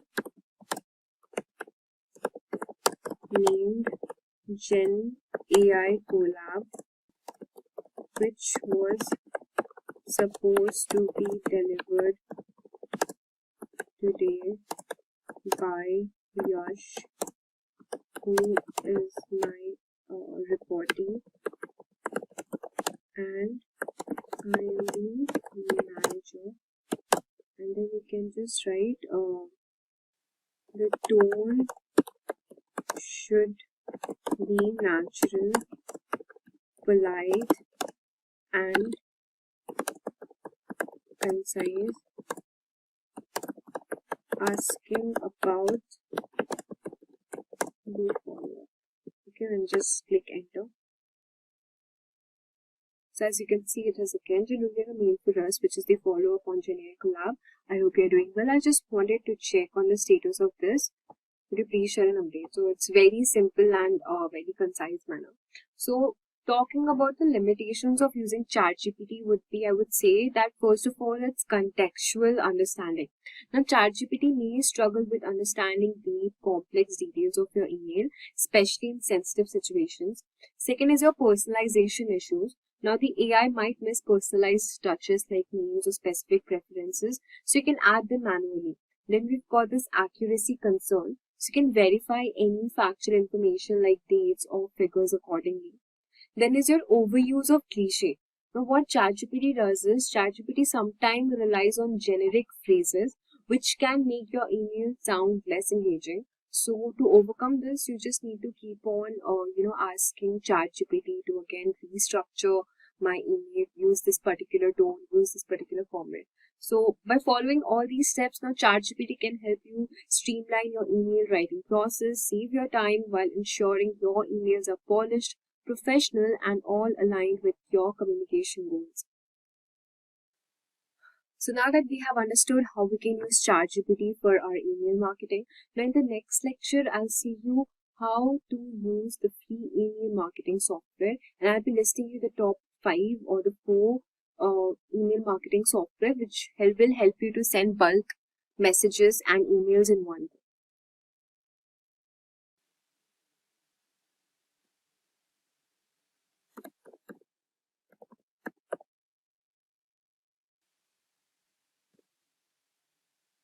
So in this session, we are diving into the free email marketing software that will help you and allow you to send bulk emails without spending a dime.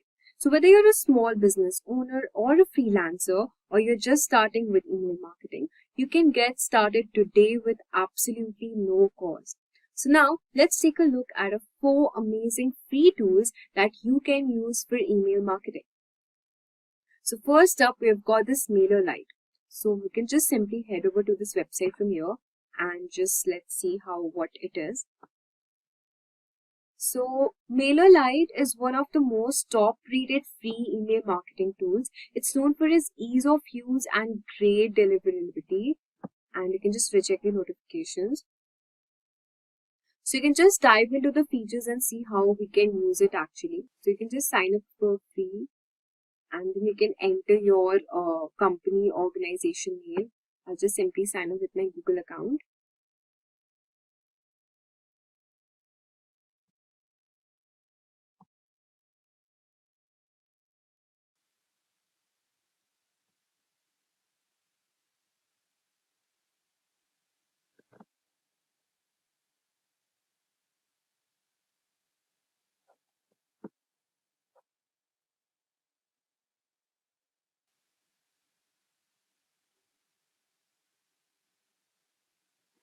So from here, you can just enter your account name. You can just type email tools and just click on continue.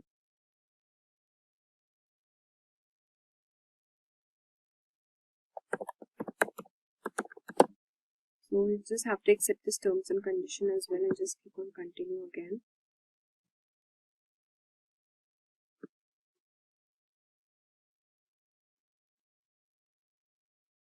So now we are head over to this dashboard of MailerLite. So you can see from here, you just have to complete your profile, and this is the navigation bar.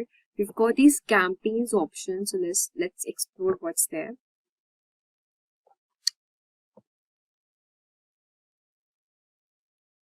So I think we'll just have to complete our profile thing first.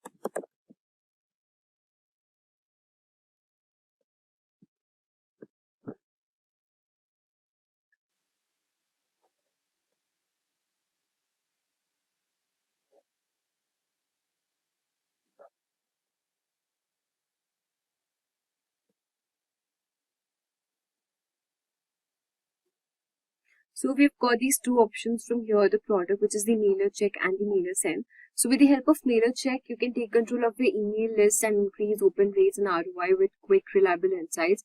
Then we've got this mailer send, where you can send transactional messaging built to be scaled quickly and for the entire team to contribute. So these were the extra products of this MailerLite version.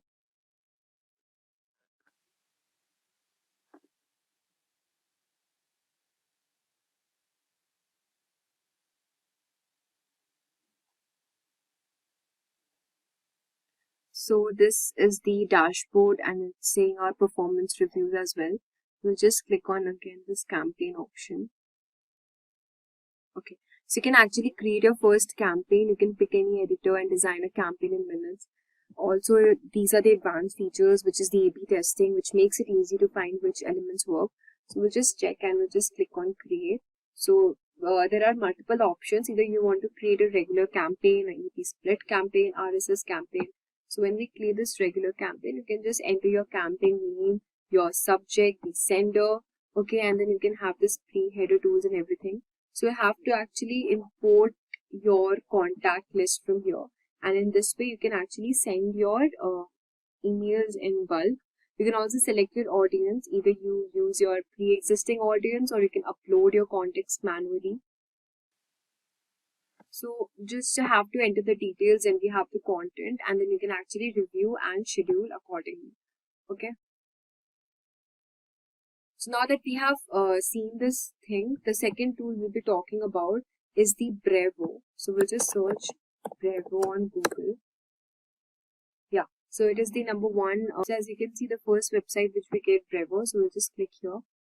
And again, you can sign up for free. So basically, Brevo, it was formerly known as Sendinblue, and it's perfect for people who are looking for more than just email marketing. So because Brevo also offers, and it includes a CRM and an SMS capabilities, which is free of plan. So there are many, you can have this marketing platform, sales platform.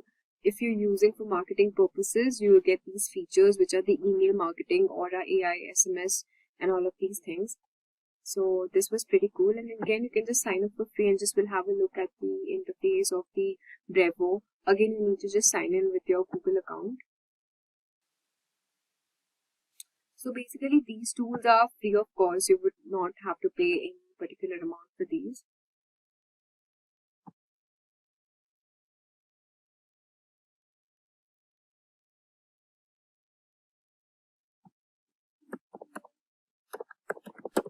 You can enter your company name and your website and just click on continue.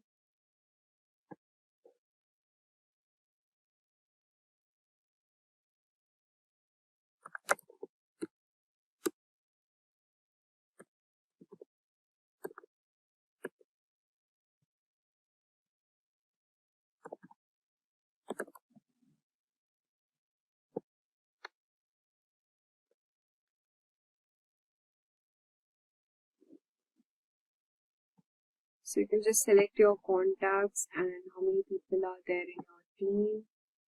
And do you sell online? Yes or no? Of course, we sell online. You can just click on continue here.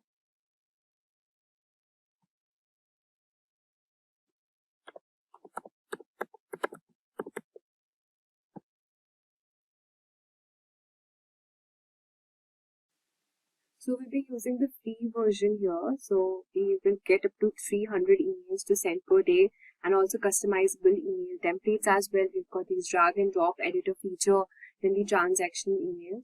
So you can just click on the free version and just click on continue with free plan, and you'll be redirected to the website and the interface of Brevo here. And yeah, so you can see that you have this campaigns option, the contacts option. So here you'll have these lists of contacts. So you can actually load a list or a segment of your contact. Then you've got this company, the landing pages, and then we've got these campaigns options. So maybe WhatsApp, web push. So for now, we're just looking for email. So we'll just click on email and you can just enter your campaign name, which is maybe 50%.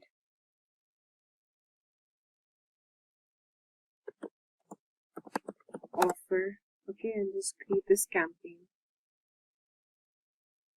So here you just have to manage the sender, the recipients. You can add your recipients. Again, I told you just import the contact list file. Then you have the subject, and then you can start designing your template. So you've got these plenty of this template gallery. You can use any particular template from here you want to use, and then your email campaign would be ready. So it's like same as how we used it for the other tools also.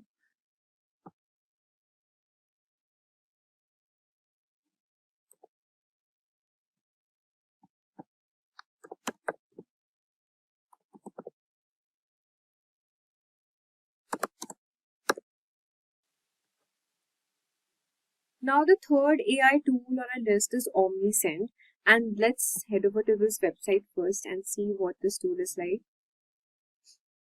So this is the third AI tool which we are discussing. So basically OmniSend is especially great for e-commerce businesses. Now if you run an online store or anything, OmniSend's free plan has some cool features that will allow you to create and check out. So we'll just click on start for free and we'll just see the features of the OmniSend.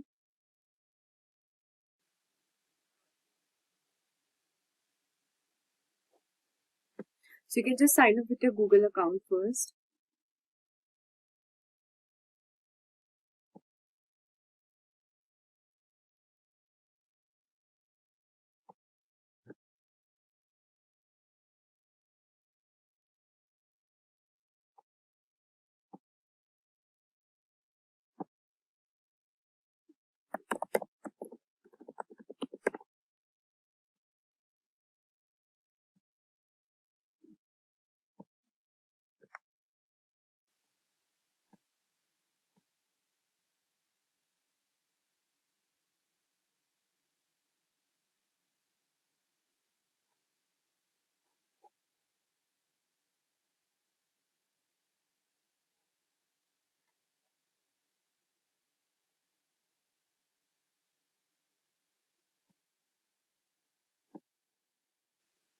So as you can see, we have head over to this website from here.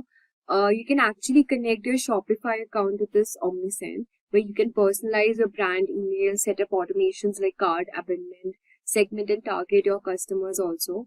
So we've got these campaigns option from here. So just click on that campaigns option. We also have this automation forms, audience reports, and many things. So we'll just, for now, we'll just be looking at the email campaign. So you can actually create an email campaign. It must be the same as the other free AI tools, but this is one more additional feature we have got in here. Yeah, so you can actually enter your subject line, sender's name, the same thing which we did before. Then you can email template. We've got the email template from here. You can actually choose your email template like how you did for your Canva and Mailchimp as well. So yeah, it's pretty cool. And now we'll just be seeing at our fourth, the last AI tool. So finally, we've got this Sender. Now, if you're looking for a tool with a generous free plan, now Sender offers one of the most best option. So you'll have to actually sign up first and then you can upload your contacts. You can create emails. Now Sender comes up with easy to use email builders. So you can actually drag and drop elements like images, text, buttons into your email. It also has features for adding product URLs, making it easy to promote your products. We've also got options like automations and support, limitations, and everything. So you can actually sign up for free and just look over it. It's basically the same as we did for the other AI tools as well. So guys, each tool has its own unique features. So the best one for you really depends on your needs. All of them offers free plan. So you can try them out and see which one works best for your business. So guys, we have completed and we have come to the end of our course. Congratulations on completing the AI for Marketing course. Now you have built a strong foundation on how to use AI for your email campaigns and creating email marketing campaigns. Now from understanding the core components using tools like Mailchimp, Canva, all of these things, and you have understood everything. And also we have seen how we can use ChatGPT to leverage our email campaign.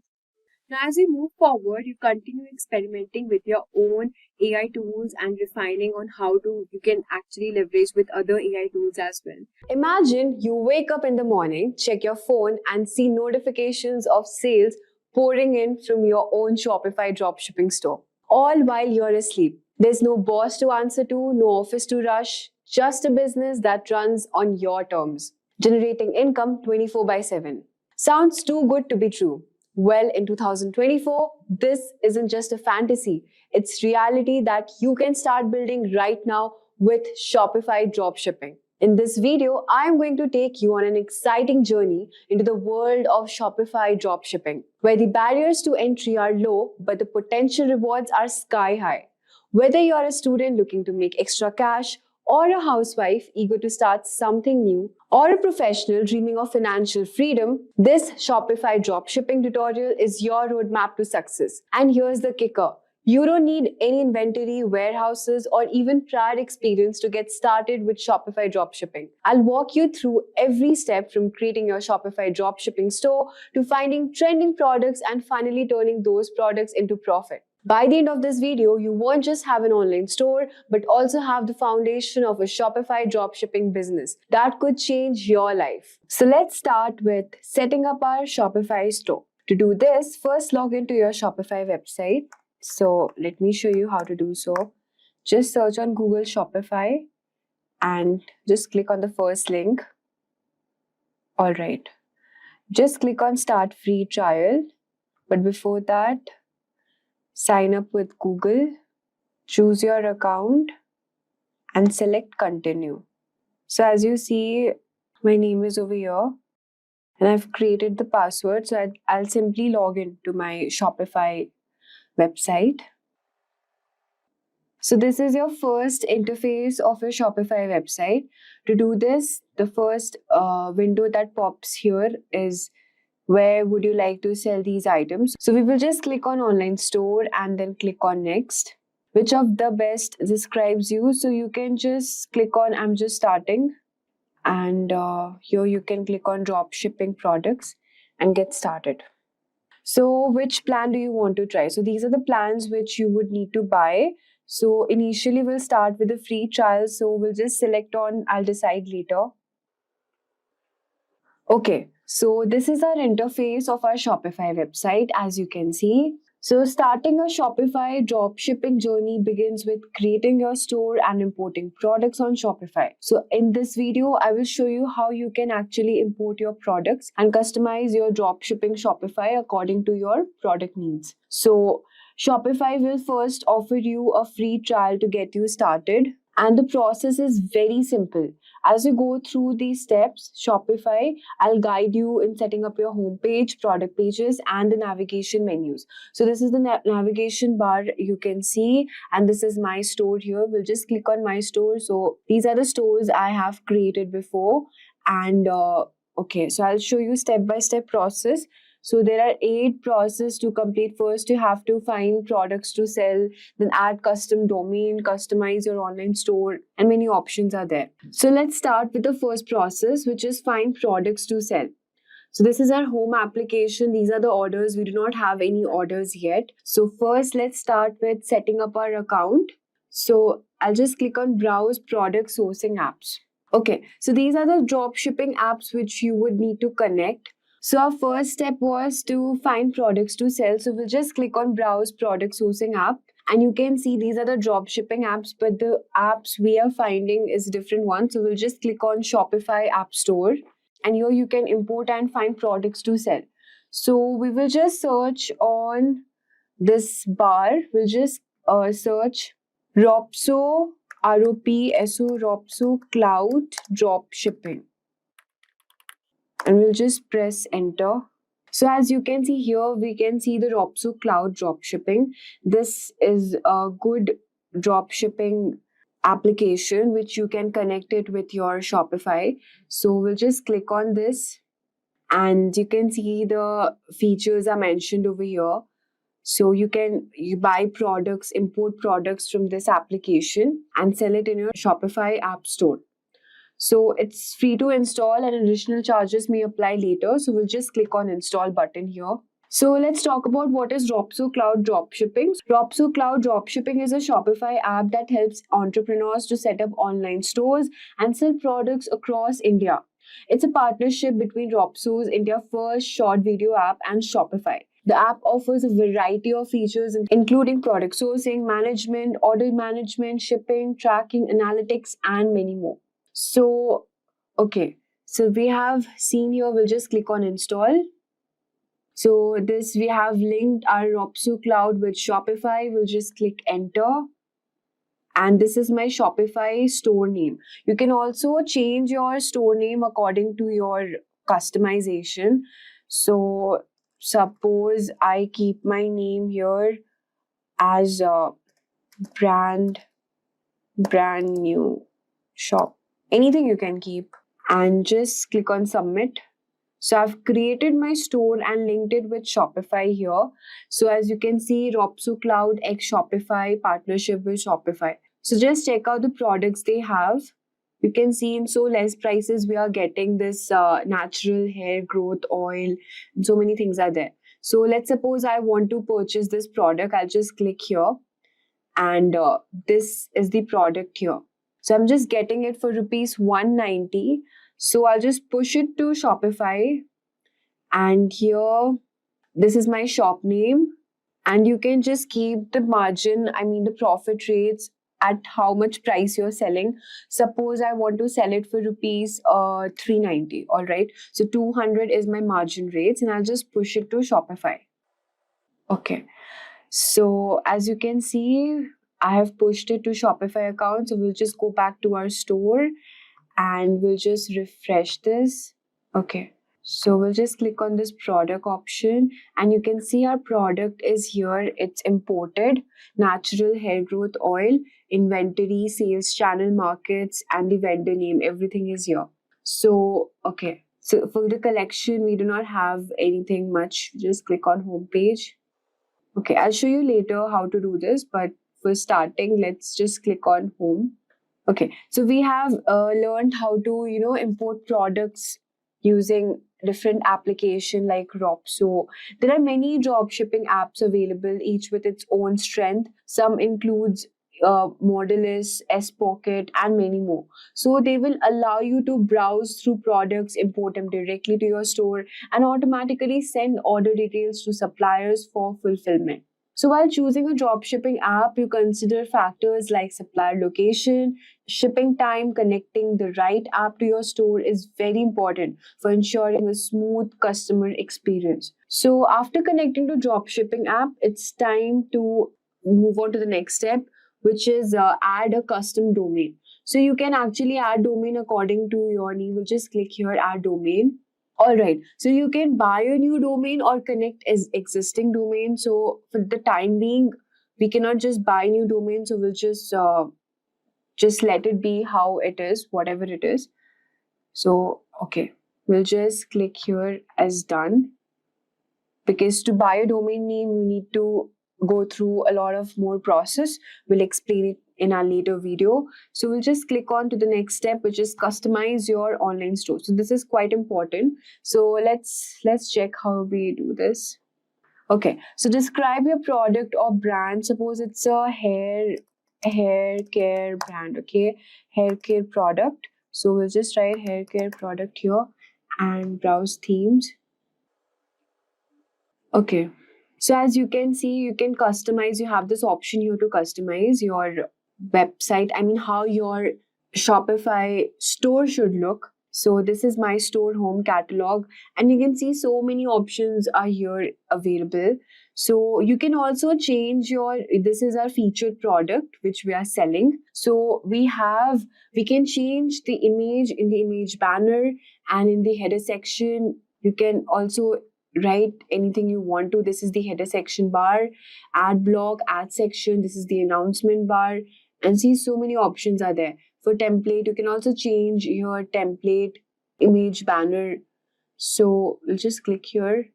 Browse buttons options are there. So just click on buttons to browse the latest products. So we can just write here. Check out our latest products. And heading size, you can keep it medium and just click on save. Okay. Okay, I've just typed here wrong, so I'll just write latest and just click on save here. Alright, you can customize according to your personalized, however you want to make your website look more attractive. And announcement bar is there, so whatever you want to write, it's written welcome to our store. If you want to change it, you can. So you can see you can explore free images here, and suppose like I want to keep any images from here. Suppose this image. So I'll just click here and select. So these are so many options available here according to your need. So you can just customize it whatever, however you feel like. So we'll just move on to our next. We'll just check out the next options. So now we have know how to customize your online store.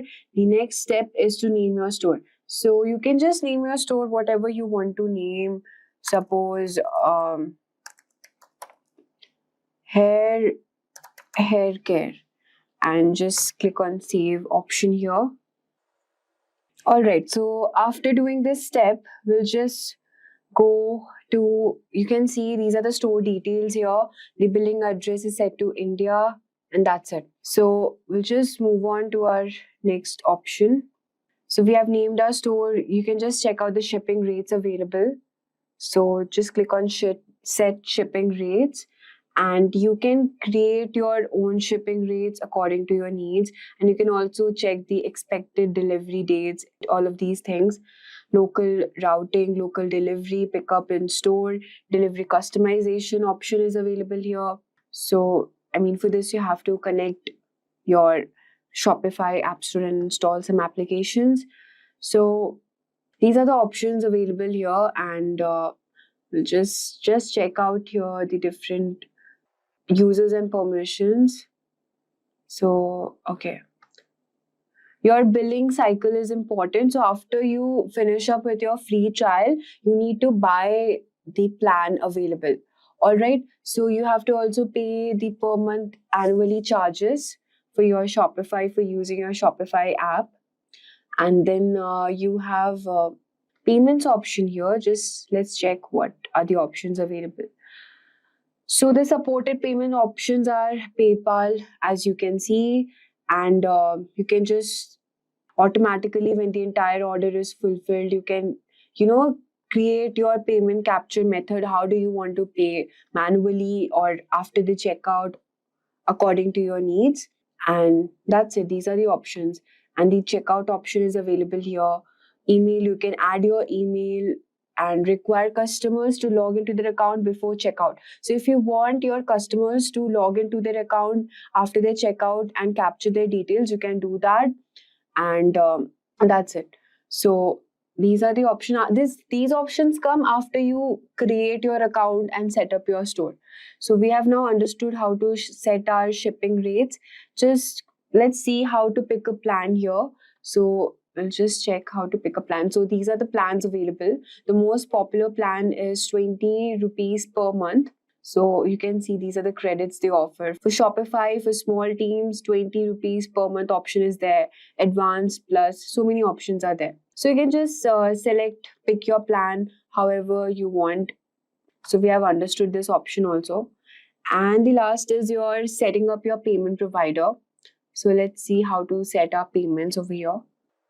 So these are the payments provider. We have checked this out option previously, how to activate PayPal. So after you complete and setting up your store, particularly, you can just click on the payment provider option here.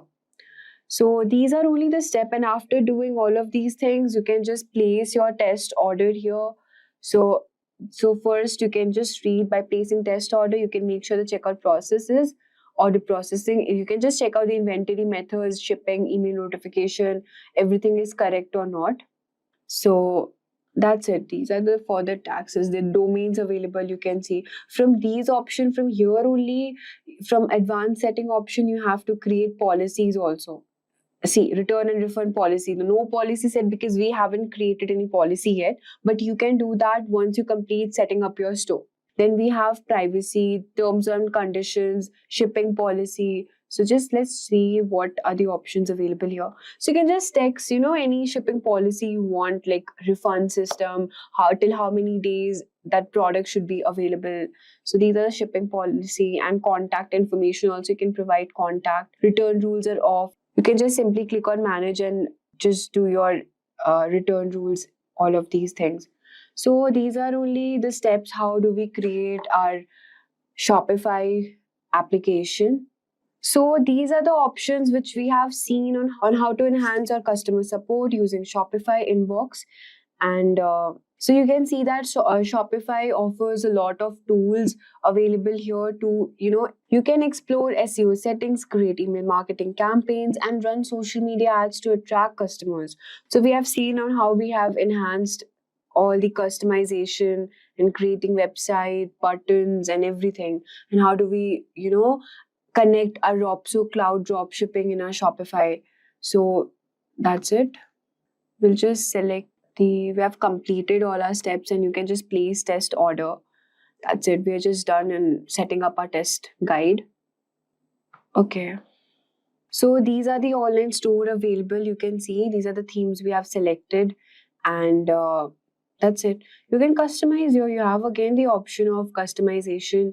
We last saved 12 minutes ago. Blog post options are there. Marketing. You can, just click on marketing, how like previous period, how you have sell your products, the sales attributed to marketing, what is the average order value and the total sales. You can also click on the analytics option and check the total sales, the discounts available, gross sales, duties, how is your Shopify application growing, and you can just plan it accordingly.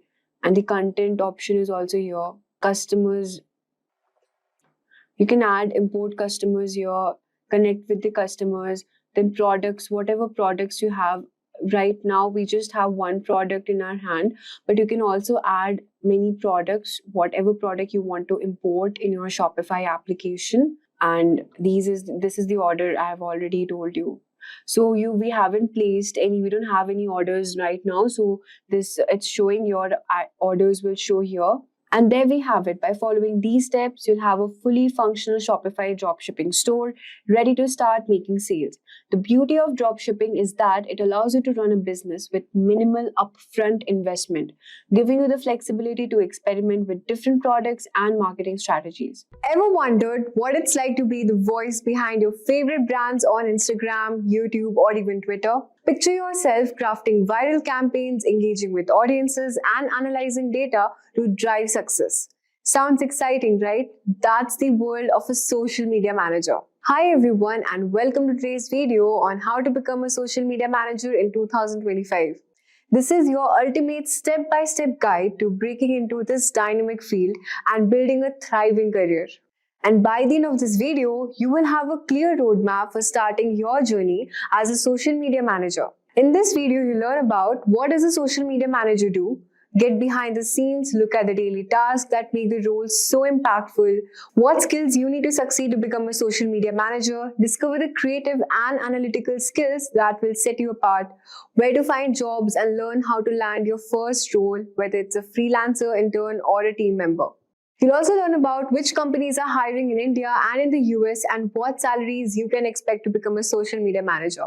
This isn't just another career video, it's your complete guide to becoming a social media manager in 2025, a year with endless opportunities in the ever-growing social media industry. And by the end, you'll know exactly how to start, the steps to take, and how to stand out in this competitive field. So what exactly is social media management? Social media is the heartbeat of modern marketing. Companies are investing billions to connect with their audiences, and they need experts like you to make it happen. The demand is massive, and there's no better time to start than now. So let's get started and dive into this video. So now let's start by understanding, what does a social media manager actually do? A daily life of a social media manager is dynamic, creative, and fast-paced. You're the voice of the brand on digital platforms, and your responsibilities touch every aspect of content creation, audience engagement, and performance analysis. Let's break it down. At first, you have to build and engage audience. Your main objective as a social media manager is to grow followers and increase engagement. This means creating content that resonates with your audience and encourage interaction. For example, if you're managing a clothing brand, you might design Instagram reels showcasing the latest collection or host a fun Twitter QA session to connect with customers directly. It's all about sparking conversations and keeping the brand top of the mind. Second is strategizing content and campaigns. Strategy is at the heart of social media management. You'll align campaigns with marketing goals and find creative ways to captivate your audience. Let's say you're working for a food delivery app. You could organize a contest like Best Food Compos where users share photos of their meals for a chance to win discounts. This might not only engage your audience but also promote user generated content. The third is analyzing data. Social media is a mix of art and science. We all know that. And the science lies in analytics. Tracking metrics like reach, engagement, and follower growth helps you understand what's working and where you can improve. So tools like Google Analytics or Hootsuite makes it easier to measure success. Fourth one we are talking about is posting and monitoring platforms. Consistency is key in social media, and scheduling posts ensures your audience always has fresh content to interact with. But it doesn't stop there. You also need to monitor components, messages, and trends. For example, if a trending hashtag aligns with your brand's identity, jumping in quickly can maximize your visibility and engagement. Fifth one is understanding brand consistency. A strong brand identity is very important, and it's your job to maintain it across all the platforms. Think of Nike's famous tagline, "Just do it." Every post they share, from motivational quotes to campaign videos, it reflects the same tone and style. Your job as a social media manager is to ensure the same level of consistency for your brand. Sixth one is communicating with stakeholders, a very important step. Your work doesn't end on the platform themselves. As a social media manager, you often share performance reports with marketing teams or company leadership. These reports demonstrate how your effort drive results such as growing followers, increasing engagement, or generating leads. Clear communication ensures that your contributions are understood and appreciated. Now we'll talk about the skills that you need to become a successful social media manager. Becoming a successful social media manager requires a combination of creativity, analytical thinking, and the ability to adapt ever-changing trends. At its core, social media is about communication, writing, and copywriting. Your ability to write, engage caption, post, and messages is paramount. Great copywriting isn't just about perfect grammar, it's all about telling a story, sparking curiosity, or evoking emotions that align with your brand. For example, imagine you're managing the account for a skincare brand. A simple post showing a product bottle might not get much attention. But pair it with a caption like "Glow like never before" a vitamin C serum, "Say goodbye to dull skin and hello to radiance, shop now," and you have created something that speaks directly to the audience's desires. That's the power of effective copywriting. It's also important to adapt your tone to different platforms. On LinkedIn, a professional tone works best, while Instagram might demand a playful or some trendy approach. The second one we're talking about is having design awareness. Social media is highly visual space, so having an eye for design is very important. Even if you're not a graphic designer, understanding the basics of what makes your post visually appealing, like color schemes, typography, and layout, can help you create scroll stopping content. Let's say you're promoting a new coffee flavor for a cafe. A well designed post featuring a steaming cup of coffee with a bold headline like "Pumpkin Spice is back" grabs attention immediately. Tools like Canva make it easy to create such designs, but having an inherent sense of balance and aesthetic ensures your post looks polished and professional. The third skill we're talking about is analytics proficiency. Success in social media isn't just about creativity, it's also about results. Understanding and interpreting analytics is crucial to knowing what works and where to improve. This involves using tools like Google Analytics, HubSpot, or Hootsuite to track metrics such as read engagement and follower growth. Imagine you have run two similar posts, one on LinkedIn and another one on Instagram. The LinkedIn post receives a lot of clicks but minimal likes, while the Instagram post has high likes but low clicks. By analyzing this data, you might realize LinkedIn is better for driving traffic, while Instagram is more effective for building brand awareness. These insights can help you tailor future campaigns to maximize results. The fourth on the list is adaptability and timelessness. The world of social media is unpredictable, with trends and algorithms changing constantly. As a social media manager, you need to be quick on your feet and ready to adapt. For example, remember the Ice Bucket Challenge? Social media managers who jumped on this viral trend helped their brands gain massive engagement while contributed to a good cause. On the flip side, posting tone-deaf content during sensitive times like major world events can backfire. Staying updated on current events and online conversations is very important of staying ahead in the relevant and avoiding missteps. The fifth skill you need to have is definitely management skill. As you grow in your career, you're likely to find yourself managing a team of writers, designers, and analysts. Strong leadership and communication skills are very important to keep your team motivated and aligned with the brand's goal. For example, suppose you're leading a holiday campaign for a retail brand, you need to design and delegate tasks effectively, assigning the designer to create visuals, while the writer to craft captions, and the analyst to track the campaign's performance. Clear communication ensures everyone understands their role and works cohesively.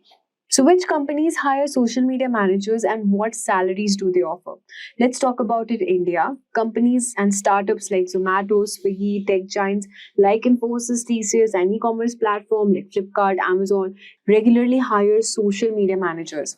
And talking about salaries, entry-level roles offer around 3 to 5 lakhs annually, while an experienced managers can earn around 8 lakh to 20 lakh per annum.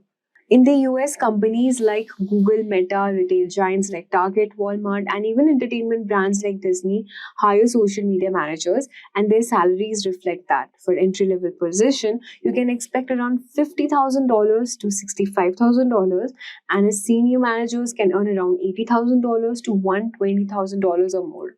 But now the question arises is how can you become a social media manager? If you're passionate about social media and ready to turn that passion into a career, becoming a social media manager is a fantastic opportunity. However, like any other profession, it requires deliberate steps to build the necessary skills and gain experience. So let's break it down step by step with detailed explanation and examples to guide you. The first step is learning the basics. Social media management is a mix of art and science. You need to understand both the creative side, content creation, storytelling, and the analytical side, such as metrics and strategy. And here's how you can start. You can take online courses. Online courses are a great way to build foundational knowledge. Google's free certifications are there. These cover the fundamentals of digital marketing, including social media marketing strategy. Now let's talk about how can you build your portfolio. A strong portfolio can set you apart even if you're new to this field. Here's how you can create one. You can showcase your work, start with mock projects, create a content calendar, social media campaign for hypothetical brand. For example, design a long week campaign for a fictional coffee shop that includes daily Instagram posts, stories, and like hashtag morning brew. You can use a personal account as practice grounds, experiment with growing or following and creating engaging posts. You can also offer free services. You can also focus on results.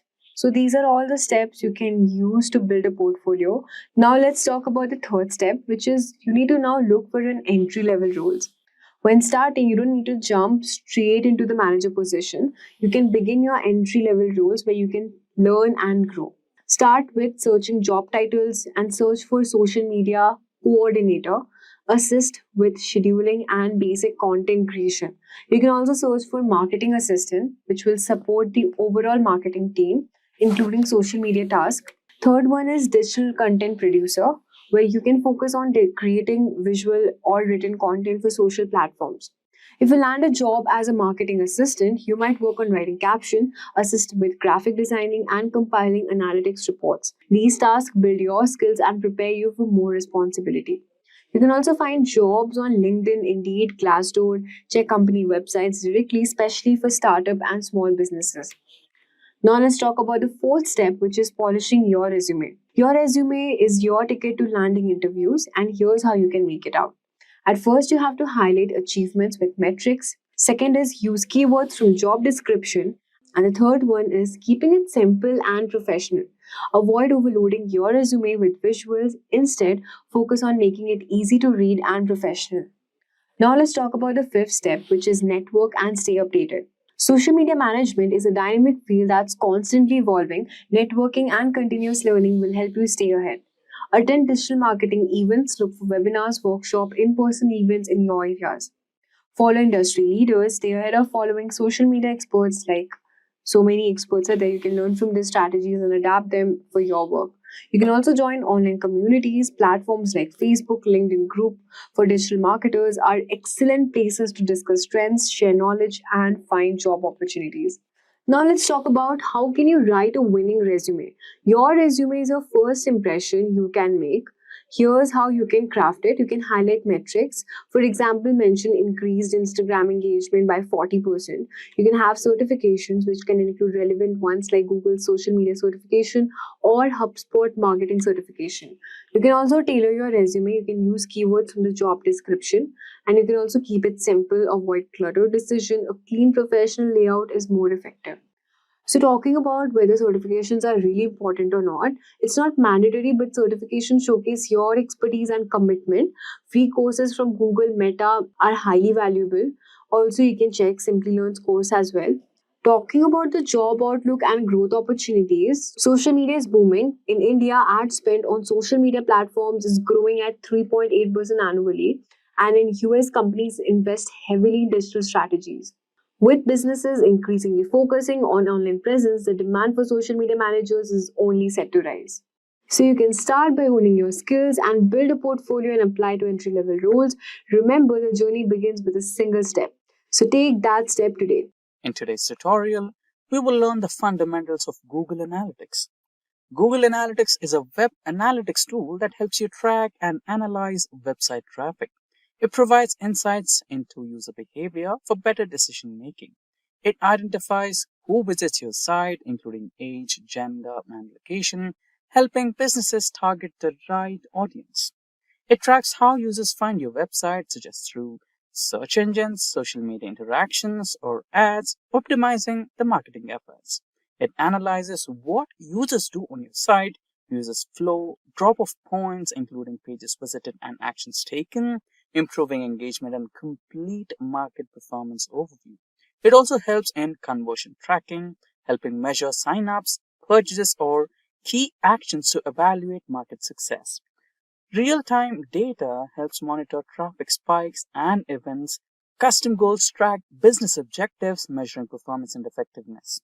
So basically, Google Analytics is your one-stop tool, and businesses use these insights to enhance website performance, boost engagement, and increase conversions. So this was a quick, brief overview of Google Analytics. So that's it. If these are the type of videos you'd like to watch, then hit that like and subscribe buttons and the bell icon to get notified. So before we get started to deep dive on how to establish a connection with a website, how to, proceed with Google Analytics, let's understand a few basic situations and scenarios. Firstly, what exactly is Google Analytics? Let's say you came up with a business plan. You have a certain product and you want to sell it to your audience. Let's say you had a medical achievement, you created a new diabetes tablet and you wanted to sell it online. Or let's say you have a certain product and you want to sell it out, like computer chips, or you delivered some mobile phones or anything like that, right? So you had a business idea. So you created a website and you host all your products on that particular website. And now you want the sales, right? Let's say in the first few weeks you made some sales and now you want to, let's say 2 times of it or 3 times of it. You want to exponentially grow your business, but you don't know how to do it. And you came across data analytics and you're doing it right and it's working, right? But all of a sudden you want to deep dive and target your products to a particular set of audience who are really interested in your products, right? In such scenario, you perform some advertisements, you create a social media handle for your product on various platforms and then market it. Anyways, you'll get the leads and everything. And now you want to still go a little bit deeper into that rabbit hole, and you want to find out what is the biggest source of your audience and who are the age group and where exactly which geographic location is really interested in your products, right? Sounds a little more interesting. So this is what the problem statement is. And in such problem statement or a use case, Google Analytics is another web-based tool or plugin that helps you analyze these things. Now, you might have just created a website for your product and you have launched your product on that particular website. And now you're getting leads from all the social media platforms, say YouTube, Google, maybe, right? Somebody searched for the product name and Google gave results of your product as well. And Facebook or Meta, Instagram, Twitter, and somebody might have also, put up some sales, right? So Google Analytics will help you to understand the experience visitors had based on the factors like bounce rate, etc., interaction, right?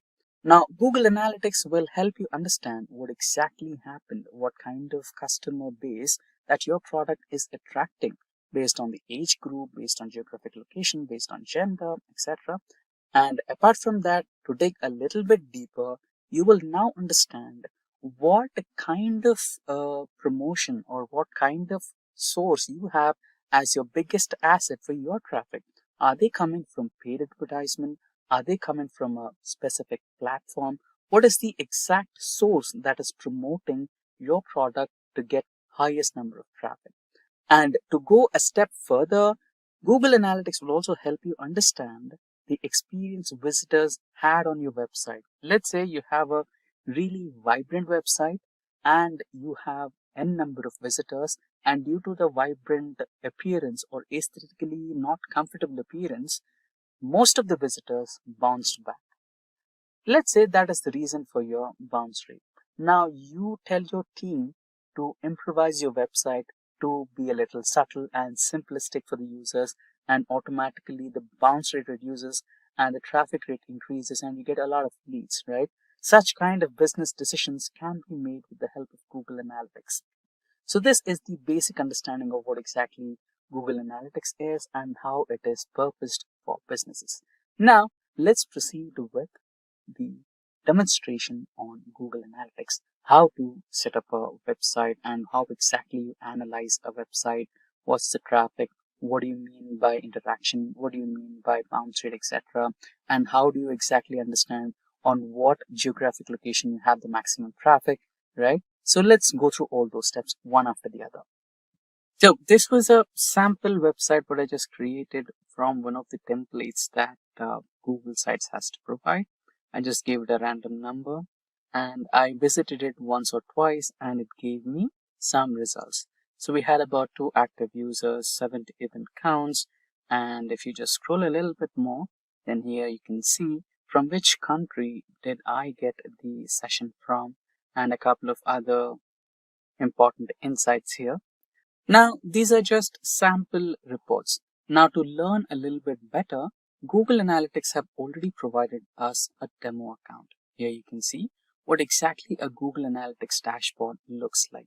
Before we get ahead with this, let's try to create another website using Google Sites so that we can understand how exactly this works.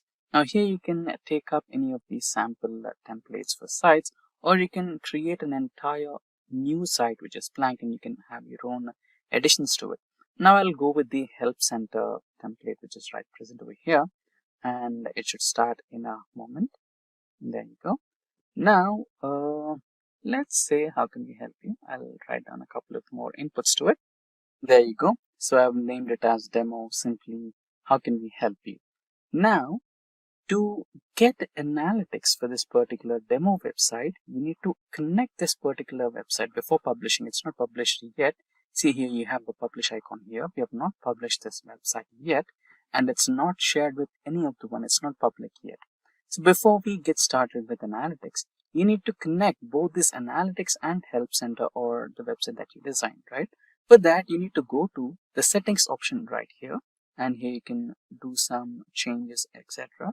But since we're dealing with analytics, go to the analytics button right here, and here you can see enable analytics. But now there's a small problem.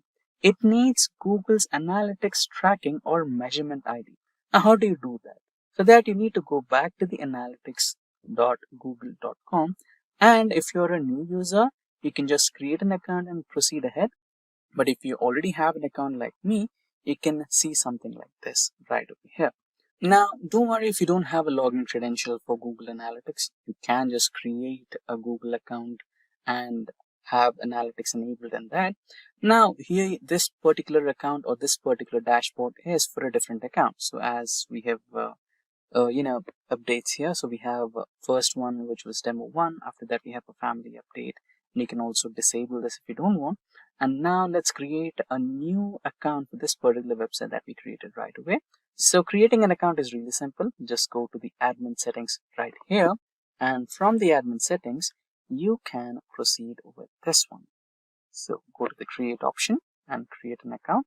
And here you can give some name to your account. Let's say simply the same name what we have for our account, which is Help Center. We'll give the Help Center name here. Now that we have given a name, just check all the options here. So here we have account sharing settings. If you want, you can just click in this one if you want to share your data with Google, or you can just straight away go to the next option over here and proceed with the next one. So here you can give the same name here as well. So Help space Center simply, and here you have an option of deciding with the reporting time zones. By default it is United States of America. You can change it if you want, and same with the currency. For now this is just for demo purpose, so we will proceed with what we have here. Now next, and here you want to select what type of business you have. Now you can go with a wide range of options over here. For now it's just for education purpose, so you can choose education here, or I'll go with the last one, which is other business activity. So I'll go with the smallest option here, 1 to 10 employees, and next. Done. And here you can also choose some objectives of your business, so based on your requirement. I'll go with everything and anything available here, and if you want you can choose not to select them as well, and then just create and just go through the terms and agreements of the Google Analytics team. And after you're done, you can just select the also accept data processing. I accept, and there you go. In short notice, your account is done. Now you want to choose a platform, whether you want to go with web, Android app, or iOS. I'd like to go with web, so just select web, and here you might have to put the URL of your website, which is here. Now you have the answer. Why did I take the use of Google Sites option and create a demo website? So whenever you're creating an official website using WordPress or any of the web development applications out there, you need to have all the credentials of that particular website. You need to be the owner of that particular website. So that's the reason for demo and learning purposes, we created a sample website using googlesites.com. Now, before we proceed, let's go with this particular website, and here you have a URL link. So you can just close this and select this particular URL. Can't copy because unpublished. So you can just publish this for now in kind of private or unlisted mode. Now you have the link enabled. Just copy the link of this particular URL and go back to the Analytics Center and paste it right here. And you might want to change a couple of things. So if you have to remove the HTTP / thing, you don't want that because you already have it here, and you also don't want this particular homepage link. So now you have just name of the application and no /home. There you go. So this is all you need, and even HTTP is not required, right?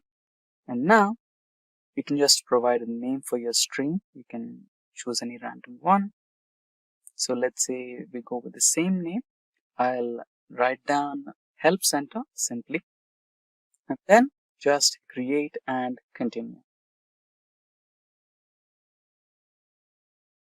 Now click here Just close this setup Google tag. Now this is what you need. So this particular measurement ID was the one that we were looking for. You need to copy this measurement ID, go back to the help center, and here go to the settings and analytics, and you need to have that particular ID mentioned in this particular section. Just copy paste it and your enable analytics has been done. You can just simply close this particular window and you'll have a notification saying analytics for this site is enabled. Now you can just, take this particular URL, paste it on your browser, and do some activity in this particular website. Maybe like scrolling or just checking out the names or anything like that, right? So now you have some activity done on your website. Maybe select some topics over here. You can add those things and you have some sections. You can just click on some links. There you go. And now if you go to the analytics home, just close this and you can just press the home button over here. So now you're on the home section here. Open the topics, click on the help center and you can do this. And now you'll have the activity which has been happening on your website. So go back to your website that you created, do some activity here, scrolling or selecting some options, clicking, go to the home page, documentation, although if you don't have any. So you have done some activity here, scrolling, selecting some sections, and then go back to the home page again and refresh this so that you have some activity which has been recorded. So there might be a small issue here. If we go to the home, I think we have not received yet. So let's try to publish this once again. Return to editor, view published site. And now let's create some activity on this particular website. Again, maybe selecting the documentation or anything like that. Go back to the help center. Maybe you just have to refresh it. So there was a slight connectivity issue. Now it is recognizing the registrations and activity on the website that we just created. So this was the website that we created, a sample demo website, and it is now recognizing all the activities that have been happening on this particular web page. Now let's go to the demo account that Google Analytics has given us. So in this particular account, you can see total number of active users is about 14,000 worldwide and 12,000 plus key events are happening. And if you just go down a little bit here, you can see the total number of users active in the last 30 minutes based on country wise and real time, right? And if you go down a little bit more, you can see a lot of organized visualizations which are currently happening on the Google Analytics demo account. Let me ask you something. Have you ever searched for pizza near me or best plumber in town on Google? What's the first thing you notice? Probably the businesses that pop up at the very top of the page or on Google Maps, right? That's the magic of SEO. Now, if you're wondering what's SEO, don't worry. Let me break it down for you. SEO stands for Search Engine Optimization, and it's how businesses make their websites and profiles to show up higher in Google search results. But why does it matter? Because if people can't find your business online, they can't become your customers. Studies show that 97% of people search online for local businesses before making a purchase or booking a service. And here's the thing, SEO isn't just for websites. If you own a local business, your Google My Business profile is your ticket to being discovered. So what exactly is Google My Business? Or as they now call it, Google Business Profile. It's like an online business card, but so much more powerful. You can showcase your address, phone number, photos, reviews, and even updates about your business. And it's completely free. Let's say you run a bakery. When someone nearby searches for best chocolate cake shop near me, your Google Business Profile can make your bakery pop up right at the top on Google Maps and in local search results. That's why optimizing your Google Business Profile is so important. Without it, your business might not even show up, and you could lose customers to competitors. In this video, I'll take you step by step through how to create and register your Google My Business profile, how to optimize it for better rankings, free tools you can use to analyze and improve your profile, and some pro tips to beat your competitors. So let's get started. So first, let's get started with how to create and register your Google My Business profile. So first, let's talk about how to create your profile. It's very super simple and it only takes a few minutes. Just simply go to Google and just search Google My Business Sign In. And from here, you have to just sign into this account. If you don't have one, you just have to create your account. It's free to use. So the next step is you can enter your business name. Make sure that it matches with your brand. So the name of my business is The Baker's Corner. Just simply click on continue. Now this third step is to choose your business type. It's very important because it tells Google what kind of business you are. For example, if you run a coffee shop, you can choose coffee shop as your primary category. So from here, you can just select your category if it's an online retail or a local store. In my case, it's a local store, so I'll just click on this. Now you have to enter a business category. It's cake shop, okay? Now click on next. Now you have to enter your business address. It's in micro layout, let's suppose, Bangalore South, and your state is. So we have entered our address also over here, and then we'll click next. So here you can also enter your contact details if you want your customers to contact you by your number. So it's an alternate choice. You can add your number or you can also skip. So you can also put your business on the map, start connecting with your customers across Google all in one place. If you put your business on the map, then you'll get discovered by people in your area, respond to reviews for your business. Let's say if somebody is searching for a cake shop near me, so they will obviously see your business list over there on the map. So you can just stick on this if you want to, otherwise you can just select continue. So now a verification code will be sent to your particular number you have registered. So just simply enter the code sent to your SMS. As you can see, it's showing that you're now verified. So verifying your profile is very important. Google will send a code to your address or also your number. And then you have to just enter the verification code and you're all set. So here just simply click on next. Now the next thing is customizing your profile. So you have to let your customers know when are you open for businesses. So let's say I want my business to be closed on Sundays. So I'll just click on open on Monday, Tuesday, Wednesday, Thursday, Friday, as well as on Saturday. And from here, what timings do you want to be opened at? Let's say it should start from 8 a.m. in the morning and it will be closing on, let's say 11:30. Same we will be adding for this also.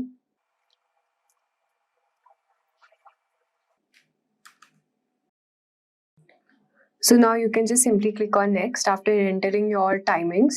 And now an important step is to add your business description. You have to let your customers learn about your business by adding a particular description about your business profile. So if when somebody is searching about your shop, it should describe that what your bakery shop or your cake shop is about and what items are available there. So here I'm adding my description.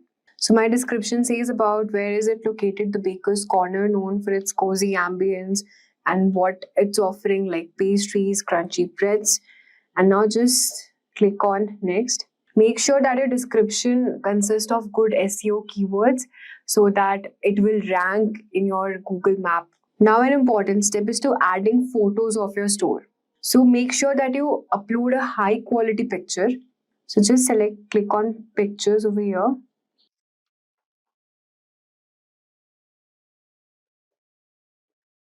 So as you can see, we have uploaded the images of a store over here, and then we'll move on to the next step. So now the next step is customizing your profile if you want to claim your 2000 rupees advertising credit. So if you click on this option advertising, what will happen is when somebody is searching for cake shop in the nearby area, Bangalore South, then it will show as an advertisement and your cake shop will be listed on the top of the Google ranking. So it's not that important. If you want to go for advertising, you can, but for this time, we're just clicking on the skip option. You can do it later if you want to. Now you can also get a custom domain name for your website and custom email address as well. We'll be just skipping this option. So your edits will be visible once you're verified. So now we have created a business profile live, but creating is just one step. Let's now talk about how do we optimize it. So creating a Google business profile is now live, but creating is just one more step. Now let's understand why is Google My Business so important for local SEO. First of all, it boosts your visibility. A well-optimized profile helps your business rank higher in the Google Local 3 pack and on Google Map as well, putting you right in front of people searching for your services. Second of all, it builds trust. When customers see a complete profile with updated information, good reviews, and even pictures, they are far more likely to choose your business. And here's the big thing. It drives sales. Nearly 30% of your local searches lead to purchases, sometimes on the same day. Exactly. Even your GMB profile enhances engagement. Customers can call, message, visit your website, or even get directions directly from a listing. It's also like running a free advertising for your business 24/7. No other platform gives you so much visibility without spending a dime. Simply put, if you want more customers and better local rankings, you need a well-optimized Google My Business profile. Now let's talk about how does Google determine local rankings. It all comes down to three main factors. First, there's relevance. It's all about how well your business matches with what the searcher is looking for. For example, if someone searches pizza delivery, Google will prioritize businesses that clearly offer pizza and delivery services. Next, we are talking about is distance. How close your business is to the searcher's location. If two businesses are equally relevant, Google will usually favor the one that's closer to the user. Finally, there is prominence. This is all about how well known and trusted your business is. Google looks at things like customer reviews, backlinks, articles about your businesses, and even offline reputation to measure this. The more trust and authority you build, the better your chances are of ranking higher. Now we have discussed about this. Now let's talk about how do you optimize a Google business profile. So for this, you just simply have to fill out all the details completely. The more information you provide, the better include your business hours. Also include catchy business descriptions. Don't leave anything blank. Google reward businesses with complete profile by ranking them higher. Adding high quality pictures, collecting Google reviews, everything is very important for ranking your business. So as you can see, after you have verified your account, you can just simply come to this page over here. And from here, you can just edit your profile if you want to. Business category, the business name if you want to change. The description if you want to just enhance more. The opening date also you can add if you want to. The phone, we have not currently added a phone number. We'll be updating it later. You can add your phone number over here. And if you already have a website link, you can just simply paste your website over here. The business location areas, what service area you are providing. So you can add more places, okay. I'm just adding more places near me. So when people are searching for nearby cake shop, they will also go through my business name. So now just click on save after you have edited your description over here. And then you have so many options like planning, payments, parking, offering, dining options, more from business. Just we can add more hours also, breakfast, brunch, happy hours. You can also add a list name as special hours, which you want your guests to be known. And these are our opening hours, which we have already entered before. This is the location over here. And the contact info. So we have gone through this edit profile. Next, the step is our reviews. Your reviews are very important. So for this time, we do not have any reviews yet, but make sure that you get plenty of reviews as much as you have, because this will help your business to rank higher on the SEO. Because Google will select that particular business, it will favor it more if you have good number of reviews and more replies you're giving to that reviews, because it will show that it's a genuine and authorized business. Now the next step is also adding your pictures, which we have already added before. Next we are talking about is performance.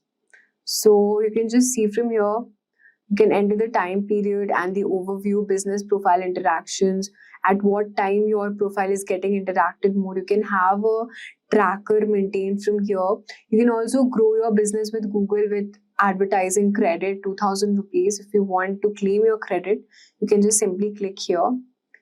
And because it's my new business account setup, so we do not have much views yet. But then after some time, you just get views on your profile, business profile.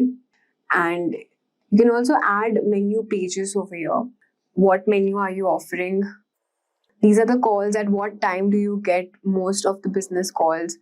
From here, you can just select on bookings. Here are the directions request made for your business profile, how many website clicks you're getting. So everything, if you want to track the performance of your website and your Google Map SEO, you can just have it from this performance. Next, we're talking about is advertisement.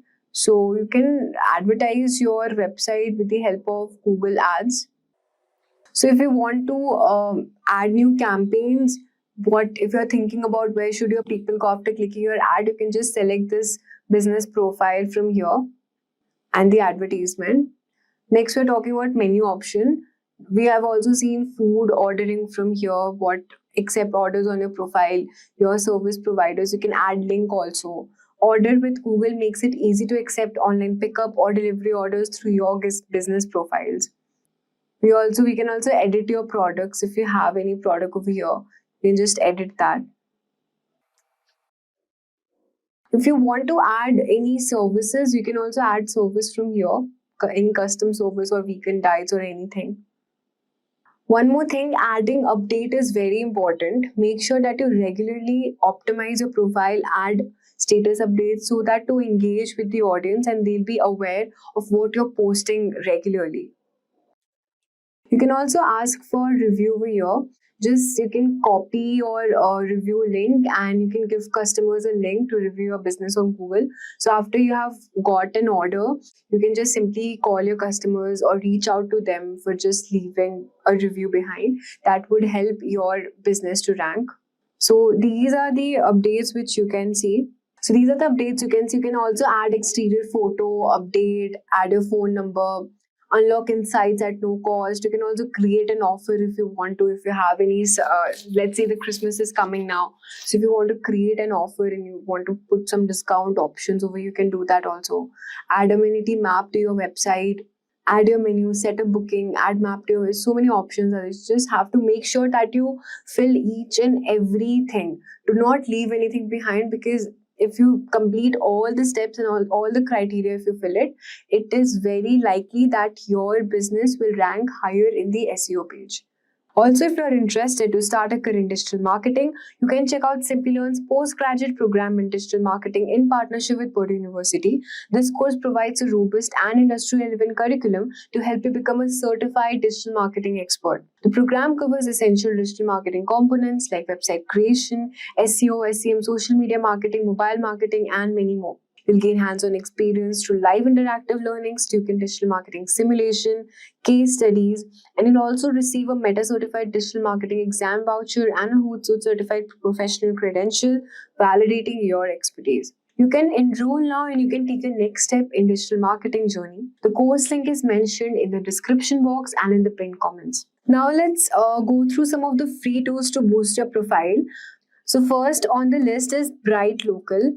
Just simply search for Bright Local on a Google search engine. So basically this Bright Local is an SEO tool which is designed to specifically serve for your local businesses. It helps you monitor, manage and improve your local search rankings. Bright Local offers basically a 14-day free trial period, after which there's a paid service with affordable plans. So this will help you to basically track your local rankings, audit citations and listings, monitor competitors, reputation management, performance reporting, and many more. So if you want to track rankings, fix listing errors, and get data-driven insights for improving your local SEO, Bright Local is one-stop solution for small businesses. Next on the list is GMB Everywhere. GMB Everywhere is basically a Chrome extension designed specifically for Google My Business optimization. So you can just simply add this extension. GMB Everywhere has a free version and it also offers premium plan for advanced insights if you want to, but the free version is sufficient for most small businesses. So it will help your business SEO, competitor analysis, it will help in keywords insight, review metrics, profile comparison, and many more. Make sure that you use the keywords from keyword planner so that you can keep a track on what this is this keyword ranking or not, and what is the volume of this particular keyword, and what are the keywords people are searching more. Next on the list is Plepper. So Plepper is also an advanced local SEO tool that will provide in-depth insights about businesses listed on Google Maps and Google My Business. It will help you to uncover hidden details, analyze your competitors, and optimize your GMB profile very effectively. That is Google My Business profile. And so basically, Plepper offers a free version with basic insights.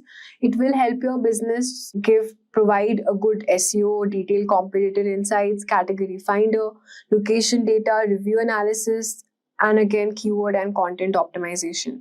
Plepper gives you detailed GMB competitor analysis like no other tool. If you are serious about ranking higher in Google Maps, Plepper's insight will help you make data-driven improvements to Google My Business profile.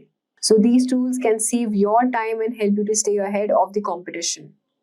So now at last, we'll be talking about the pro tips to beat your competitors.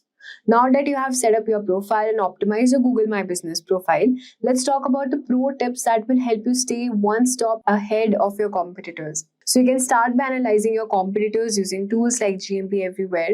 Check the categories, keywords, and reviews. For example, if a top competitor uses emergency plumbing services as a secondary category, add it to your profile if relevant. Next, focus on long detailed reviews. Google values reviews with 200 plus characters. You should encourage the customers to write specific feedback, something like the team arrived on time, fixed my leaky pipes quickly, and charged with a fair price.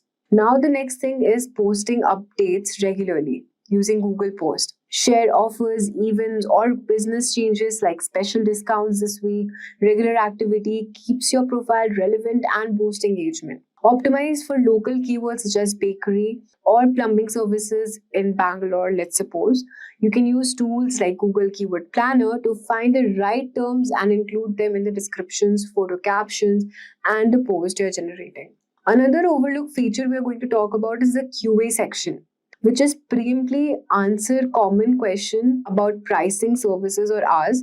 This will improve user experience and it will boost relevance in Google's eyes. Finally, you can keep a track of your performance with tools like Google My Business Insights or Databox. Monitor metrics like profile views, customer actions, calls, click direction, and where searchers are coming from. If performance drops, reanalyze competitors, adjust your keywords, and collect more reviews. Consistency is the key. Optimizing your Google My Business profile is not a set it and forget it process. Stay active, adapt to trends, and continuously improve your profile. These small efforts will help you outrank competitors, attract more customers, and grow your business. And there you have it, folks. Everything you need to beat your competitors and dominate local search with your Google My Business profile. Did you know that having a great website isn't enough to get visitors? Or have you ever wondered why some businesses get tons of traffic while others struggle to get noticed? The secret lies in Facebook ads. Think about it. Let's say you have just opened a new coffee shop with the best coffee in town, but no one knows about it. Will customers magically show up? Probably not. You need to spread the word, and that's exactly what Facebook ads do for your website. They help you reach the right people, ensuring that those who are most likely to be interested in your content or products actually see your ad. Facebook has over 3 billion monthly active users, making it the most powerful social media platform for advertising. Unlike organic reach, which can be unpredictable, paid Facebook ads allow you to target exactly the audience you want based on demographics, interest, and behavior. In today's tutorial, we are going to take you through the step-by-step process to create and run a Facebook ad that drives traffic to your website. But before you jump in, it's essential to know why you're using advertising and what success looks like for your campaign. Setting clear goals will help you choose the right ad objective and measure performance effectively. For example, if your goal is mobile app downloads, you could set 100 downloads in the first month as your success metric. Or if you're focused on lead generation, success might mean growing your email list significantly. Thinking through your objective first ensures you create a campaign that actually delivers result. What are Facebook ads and why are they so important? Facebook ads are paid promotions that allow you to showcase your website, product, or services to a highly targeted audience. What makes Facebook ads so powerful is its AI-driven targeting and vast user base. Some key benefits of Facebook ads are, first of all, it's accurate for audience targeting. You can target users based on age, location, gender, interest, behavior, and more. High return on ad spend, ROAS. Studies show that 41% of US retailers report the best ROAS from Facebook ads. Multi-platform reach. Your ads can be displayed across Facebook, Instagram Messenger, and Meta Audience Network. Real-time performance tracking. With tools like Metapixel, you can measure and optimize your ad campaigns instantly. How to advertise on Facebook? All Facebook ad campaigns run through Facebook Ads Manager, which is your control center for creating, managing, and tracking ads. Luckily, it's user-friendly and will walk you through the entire process step by step. So in this tutorial, you will learn exactly how to set up your first Facebook ad, from choosing your objective to targeting the right audience and then optimizing your campaign for success. So let's dive in and start creating your first Facebook ad step by step. Okay, so to get started, first you have to go to your Google Chrome and just type facebook.com/ads manager. And here you will be just redirected to this ad manager page of your Facebook account. Make sure that you already have created your Facebook account. And even if you don't have an ad account, Facebook will automatically create one when you set up your first campaign. You have to ensure that you have a Facebook business page required for running ads and you have a verified payment method. All right. So from here, you can just, click on this campaign option and just click on create. And here we'll just select on traffic. We need a campaign objective. So basically we need traffic to our website. So we'll be just selecting on continue and then manual traffic campaign. All right. So here you have to just provide your campaign name. So we have this website for which we are creating the campaign, which is healthline.com. So basically this website will provide you nutrition, sleep, it's a fitness training kind of website. So for this, we are creating a campaign over here and just simply write your campaign name as Healthline blog. Okay. And here you can mention your category and you can also categorize your ads from here if you need any financial product or you're just promoting any of these following. And if you don't want to promote any of this following, you can just select the option from here. For now, I'm not just selecting anything. And for categories, you can select from here financial products, employment, housing, or whatever it is. So we'll just move on to this campaign details from here. All right, we'll just go to our next option. And here we can just set our ad set name. So let's suppose it's Healthline traffic ad set. Healthline new traffic ad. Okay. All right. You can also select a conversion from here where you want your conversion location to drive traffic more to your message app, Instagram, Facebook, or call. So for now, I want traffic to my website. So we'll just select on this option over here. You can also mention your performance goal, what number of clicks, link click you want, and your cost per result goal. We also have other options over here. Delivery type when you're charged, dynamic creative. All right. So let's talk about budgeting and scheduling. So for budgeting, the second option is you can just select your daily budget or a lifetime budget. So for example, we are just setting a daily budget as 400 rupees per day. So maximum daily spend will be around 700 rupees and your maximum weekly spend will be around this much. Okay, this will be the average spend I want to spend on my ads. You can also schedule your time from where you want your ads to start. You also have an end date over here. You can budget your scheduling likewise.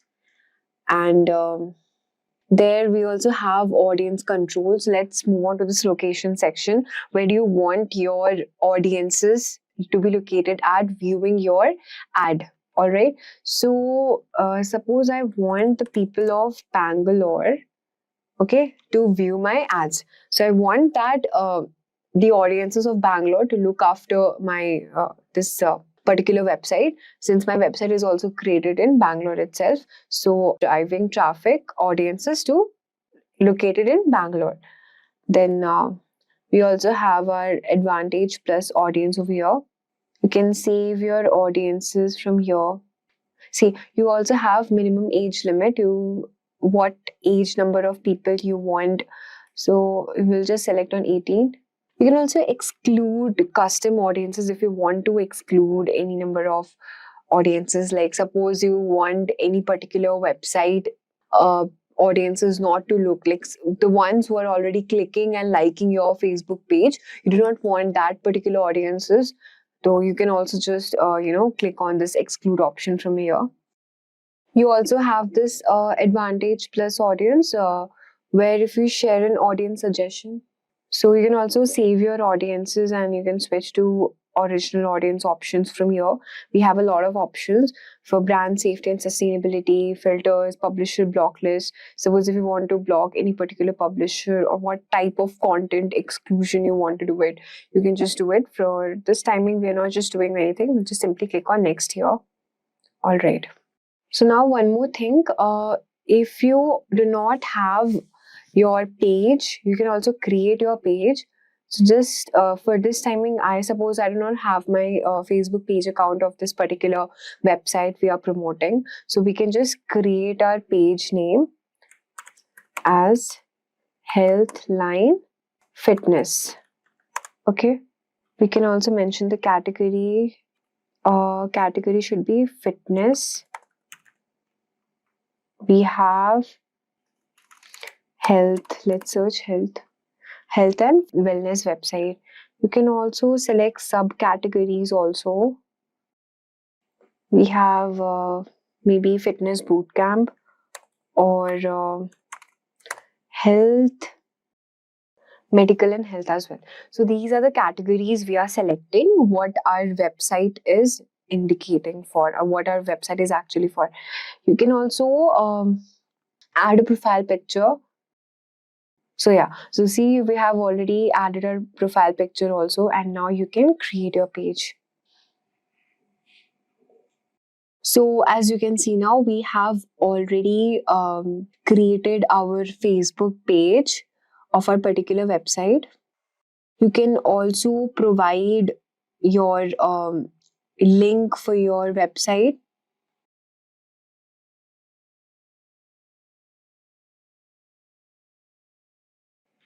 So we can just enter our website URL page over here, and this would be the display link.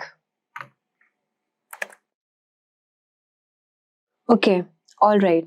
So now let's start by designing our ad. So let's create an engaging ad using the ACCCA method, which is attract, connect, convey, and action. To attract, you have to use some eye-catchy images or videos and write a relatable and engaging message as well. For convey, you have to clearly state your offer, and for action, you have to include a strong call to action. So first you have to choose your ad format, may it be single image, carousel, or collection. So let's suppose we are uploading the single image, okay? As you can see, the preview of our ads are over here. From here, you can, maybe I want my ad to look like this, so I'll just select this from here. Okay, so this is the ad preview it's showing. So you can just, to make your ad look more presentable, you have to just select or add some images from here. So now that we have already uploaded our thumbnail image from here, you can add text. For example, what text I want to be there as a caption for my particular post which I'm posting the ad. So suppose my primary text is eat at least 5 portions of variety of fruit and vegetables every day. So since my ad is related to diet, so I'll be just writing this particular line. You can also add a short headline and description and also call to action. So headline is something like eat healthy. and description you can write as start your day with something healthy.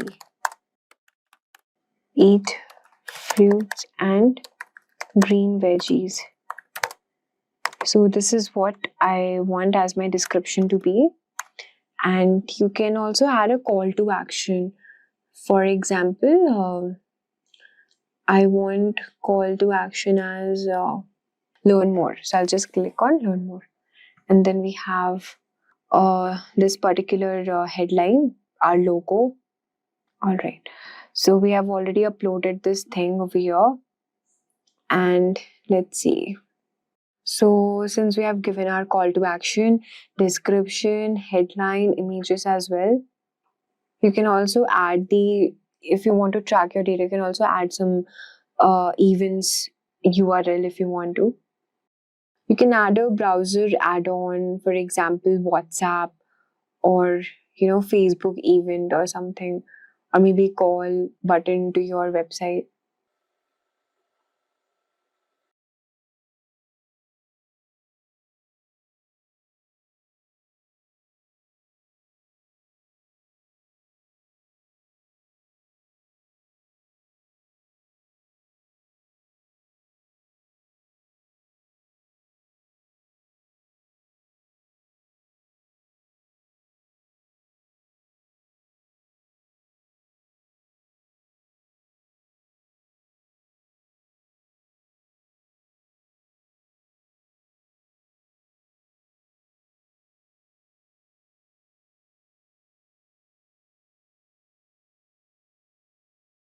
So from here, you can actually check how your ad will look like.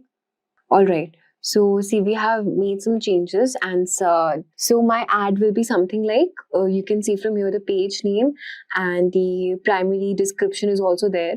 We've also attached this option as learn more. And now we have, this is looking somewhat presentable. So while somebody is, scrolling through their feed on Facebook, they can just, if they look at this option, they'll just feel intrigued and maybe they'll just click on the option and then they will visit the website. Alright, so after doing all these steps, our last option is to publish our ad. So we'll just select the publish from here. Okay. So now in order to publish, you have to pay some amount, which we have already discussed previously. So, if you have your credit card or whatever it is, so you can just select a payment method and then you will be eligible to upload your particular ad on your Facebook. So for now, we're not having our payment option verified.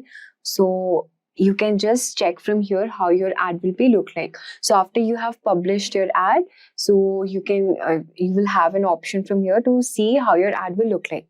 One more thing, after launching, you have to also track your ads performance using Facebook Ad Manager.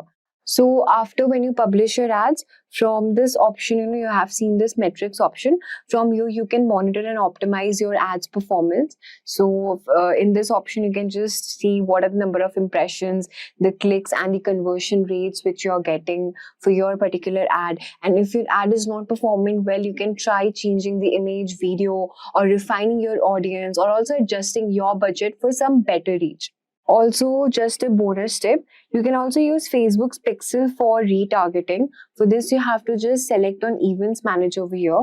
So basically, the Meta Pixel will allow you to track visitors and show them targeted ads later.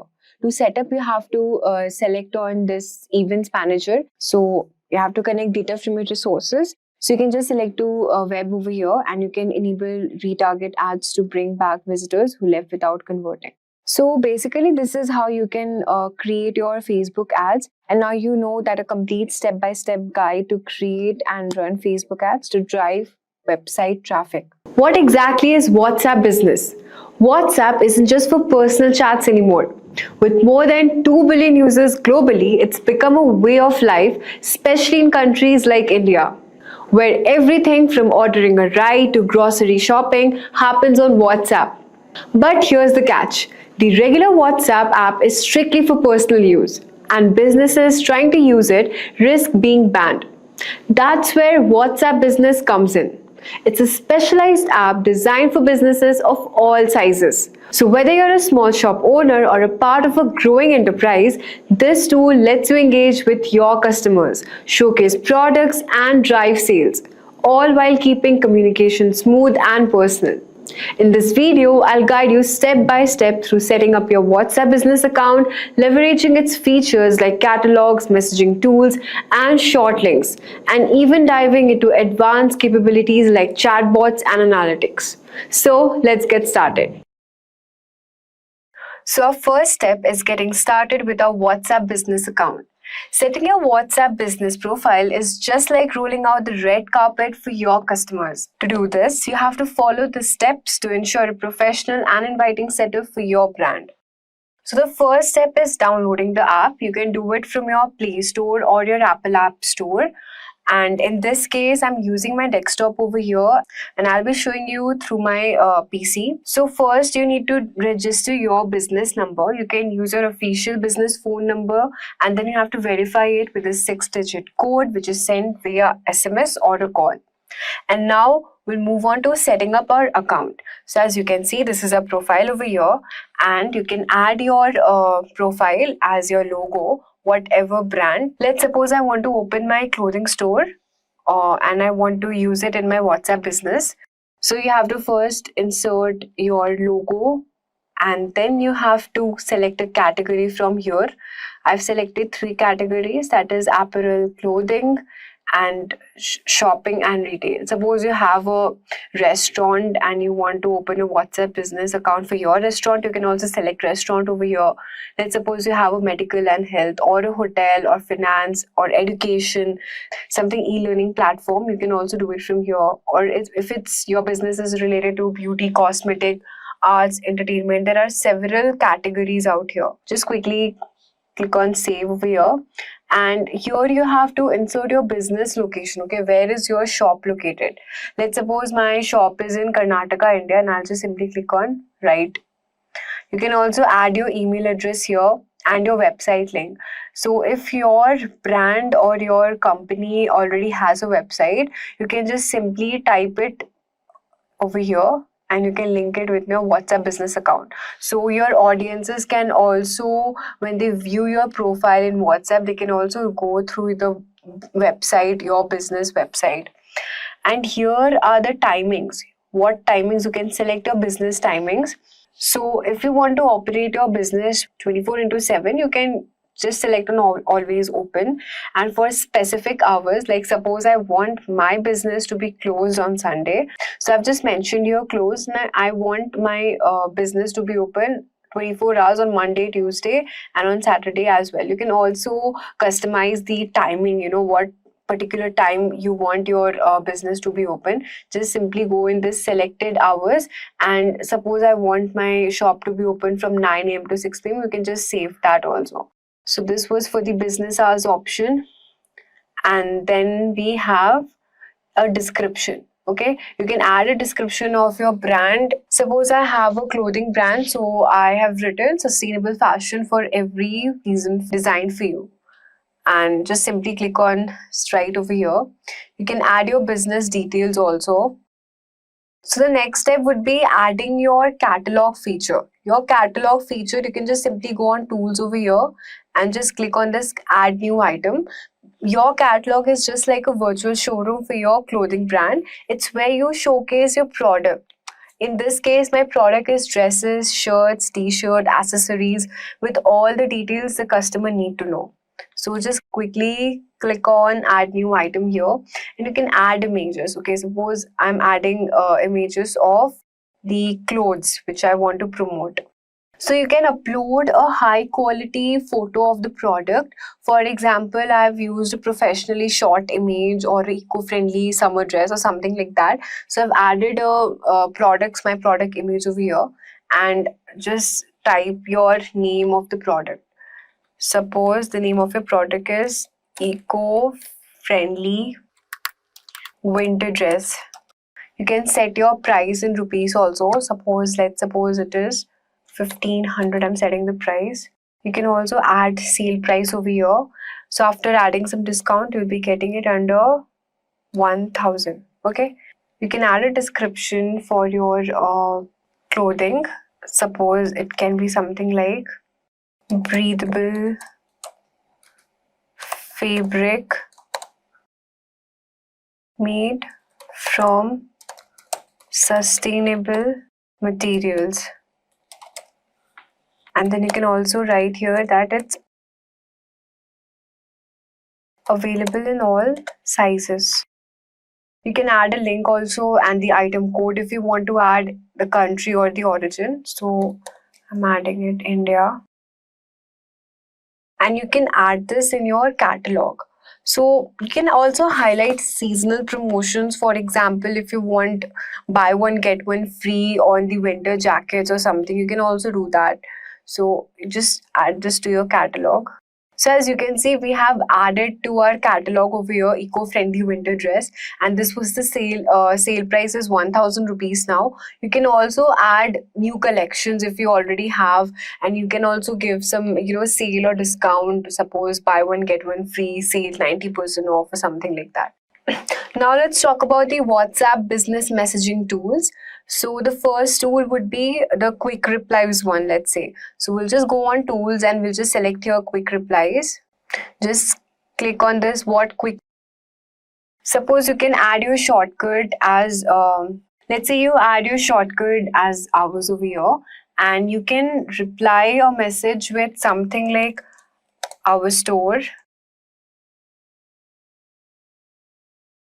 So you can add something reply message such as our store hours are from 9 a.m. to 8 p.m. You can also add more quick replies if you want to. Let's say I'm adding return, and your message would be something like you can return items within 30 days. Just click on save here. Now the next step we are talking about is custom labeling. So we'll just quickly select this labels over here. From here, you can just simply assign labels such as new orders, VIP customers, pending returns. So order complete, important, as you can see. You can also add labels if you want to. Let's say I want to add VIP customers, and you can just add labels and just quickly click on save here. So we have added labels also. So why is it helpful? Because it sends personalized promotions to VIP customers, like exclusive 20% off on our top customers this weekend. You can also keep a track of customers' need, ensuring no conversation slips through the cracks. Now, you can also create a WhatsApp channel. Channels let you send messages to a large group of people while keeping them personal. So you can just go to this channels tab and you can just click on create a channel from here. Just click on agree and continue. You can craft your personalized messages. See, we have already added icon, right? We can also add your channel's name, whatever channel you want to update. Suppose trendy fashion tips. So this is my channel's name, and you can also describe your channel.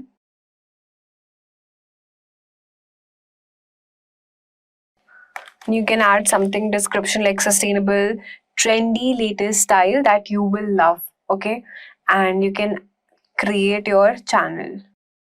So as you can see, we have created our channel, and we can also share a channel link. Channels are perfect for announcing promotions or sharing updates without losing the personal touch.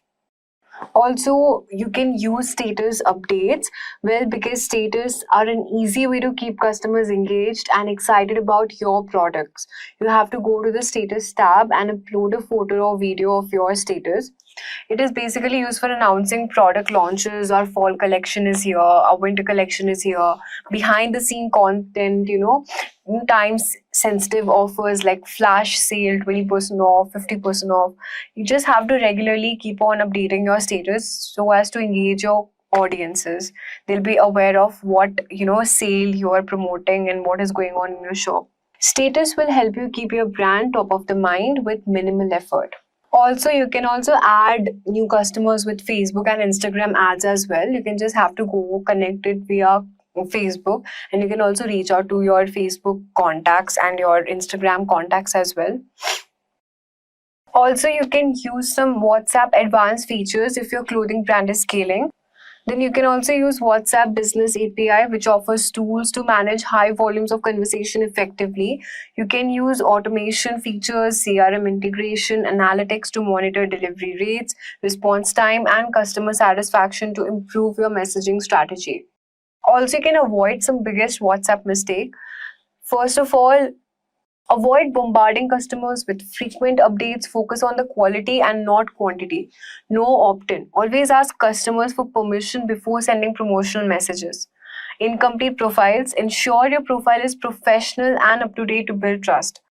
Avoiding these mistakes will ensure your brand maintains a strong connection with customers. What is affiliate marketing? Imagine getting paid every time someone buys a product you recommend. Sounds exciting, right? It's simple yet powerful way to earn money online. You promote a product, people buy it through your unique link and earn a commission. Easy to understand, but where do you start? Let me explain through a relatable story. Meet Rahul. He's a college student who's always been passionate about tech gadgets. Rahul spent hours browsing for the latest headphones, smartwatches, and laptops. One day, he shares his favorite headphone with his Instagram followers, recommending them in a post. To his surprise, one of his followers asks, "Do you get paid for this? You should." That's when Rahul learns about affiliate marketing. Initially, he's confused. How does it work? Can anyone do it? Is it too technical? But then his friend Priya explains everything. She says, "Rahul, it's very simple to use. Companies like Amazon, Nike, or even tech brands have affiliate programs. You sign up and get a special link, and then you share it. When people buy through your link, you earn a commission." Intrigued but unsure where to start, Rahul dives in with Priya's guidance. And within a few months, he's earning money by simply recommending product he loves. Just like Rahul, you might feel overwhelmed at first.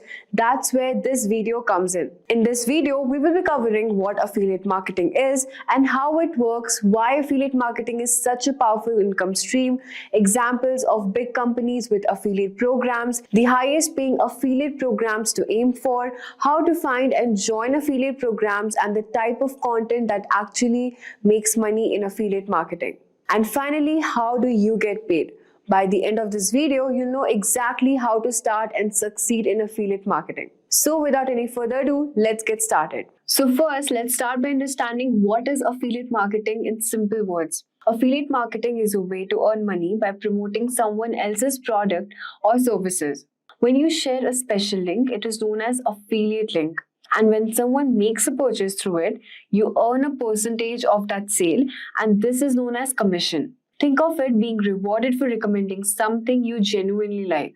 For example, let's say you joined Amazon's affiliate program. You share a link to a pair of headphones you have used and loved. So when someone clicks your link and buys the headphone, you earn a small commission. Even if they buy additional items during their shopping session, it is that simple. So you might be now thinking, what do you mean by affiliate link? Affiliate link is nothing but a unique URL that tracks the sales you generate. And commission is the percentage of the sale you earn. For example, if the product cost $100 and your commission rate would be 10%, that is, you will be earning around $10. Affiliate program is the system which is set up by companies to allow individuals like you to promote their products and earn commissions. Now let's move on and understand why should we choose affiliate marketing. Affiliate marketing is one of the best ways to earn money online for several reasons. At first, it has low startup cost. That is, you don't need to invest in creating or storing products. Secondly, it's highly flexible. You can do it from anywhere in the world, whether you're traveling or sitting in your home. And lastly, affiliate marketing can provide passive income.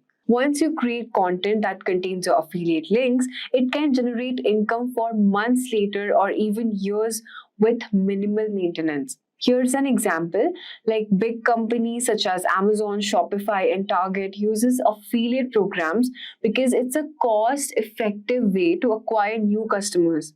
For you, it's a win-win because you earn for every sale you help them make. Now let's look at some big companies with affiliate programs. You must be knowing that some of the largest brands in the world have affiliate program, and here are a few examples. At first, we have Amazon Associates. Amazon's program is one of the most popular. They pay up to 10% commission for anything someone buys after clicking your link. For example, if you recommend books or some electronic gadgets or kitchen tools, you can earn commissions on all of these purchases. Second is Shopify. If someone signs up to create their own online store using your link, Shopify will pay you up to $2,000 depending on the plan they choose.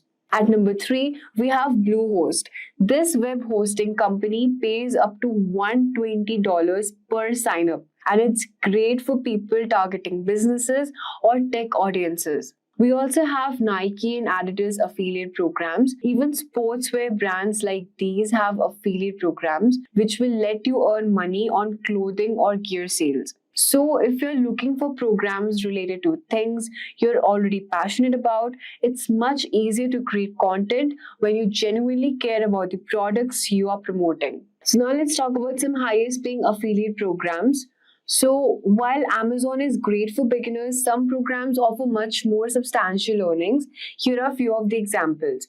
At first, we have Bluehost. You can earn between $65 up to $120 for every customer you refer. This is ideal if your audience includes small businesses or tech enthusiasts. We also have ClickFunnels, and this program offers up to 40% recurring commissions if someone signs up to their subscription service. You'll keep earning as long as they remain a customer. We also have Shopify, and their affiliate program can pay as much as up to $2,000 for high-tier referrals. Kinsta, this premium web hosting company, offers between $50 and $500 per referral, depending on the plan you choose. So, how do they pay? Most affiliate programs will pay through PayPal, bank transfers, or any other platforms, and payments are typically processed monthly, and you will often find a detailed dashboard showing how much you have earned and when can you expect your payout. Now let me show you how can you find affiliate programs. So finding affiliate programs is much easier than you think. You just simply go on to your Google search engine bar, and there you can here you can just simply type your affiliate programs, whatever niche you're interested in. For example, if you're interested in fitness, you can search for something like fitness affiliate programs and just simply click enter. So now you can see the 15 best fitness affiliate programs for 2024. We have TRX Training, Reebok, Speedo USA, NASM, and many other companies. And you can just simply, go to their website and just sign up and check what they are offering and everything. So when we click on the first link, see, we have Horizon Fitness. Then we have Titan Fitness. These are the affiliate programs they're offering, and the duration is around 30 days. Commission rate is 5%. So you can just sign up. You can just simply click on the link and you'll go to their website. And from here, you can just see everything. The details are also mentioned and your perks are also mentioned here. That easy to use dashboard, frequent updates, dedicated program manager. So you can just sign up here by entering your email. Also, platforms like ShareScale, ClickBank offers affiliate programs across various industries. These networks are great because they consolidate many programs in one place. If you already use a product and you love it, you can visit their brand's website. Many companies list their affiliate programs in the footer or under the section called affiliate program. So this was for the Titan Fitness program. We could also check for Amazon Associate affiliate program. See, this is the Amazon's affiliate program, and just simply click here. We will just simply type Adidas affiliate program. If you're interested in sportswear or something like this, you can just simply choose your favorite brand you want to and just check if they're offering affiliate programs or not. See, you can see here that affiliate program, and here's an option called apply now, and you can also read whatever commitment, passion, article from here. I'll just simply show you how can you apply for this. So just simply, we have partnered with Impact of this commission rate. Simply click on sign up over here.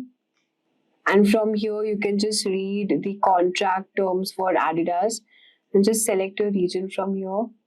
So this affiliate program is available in United States.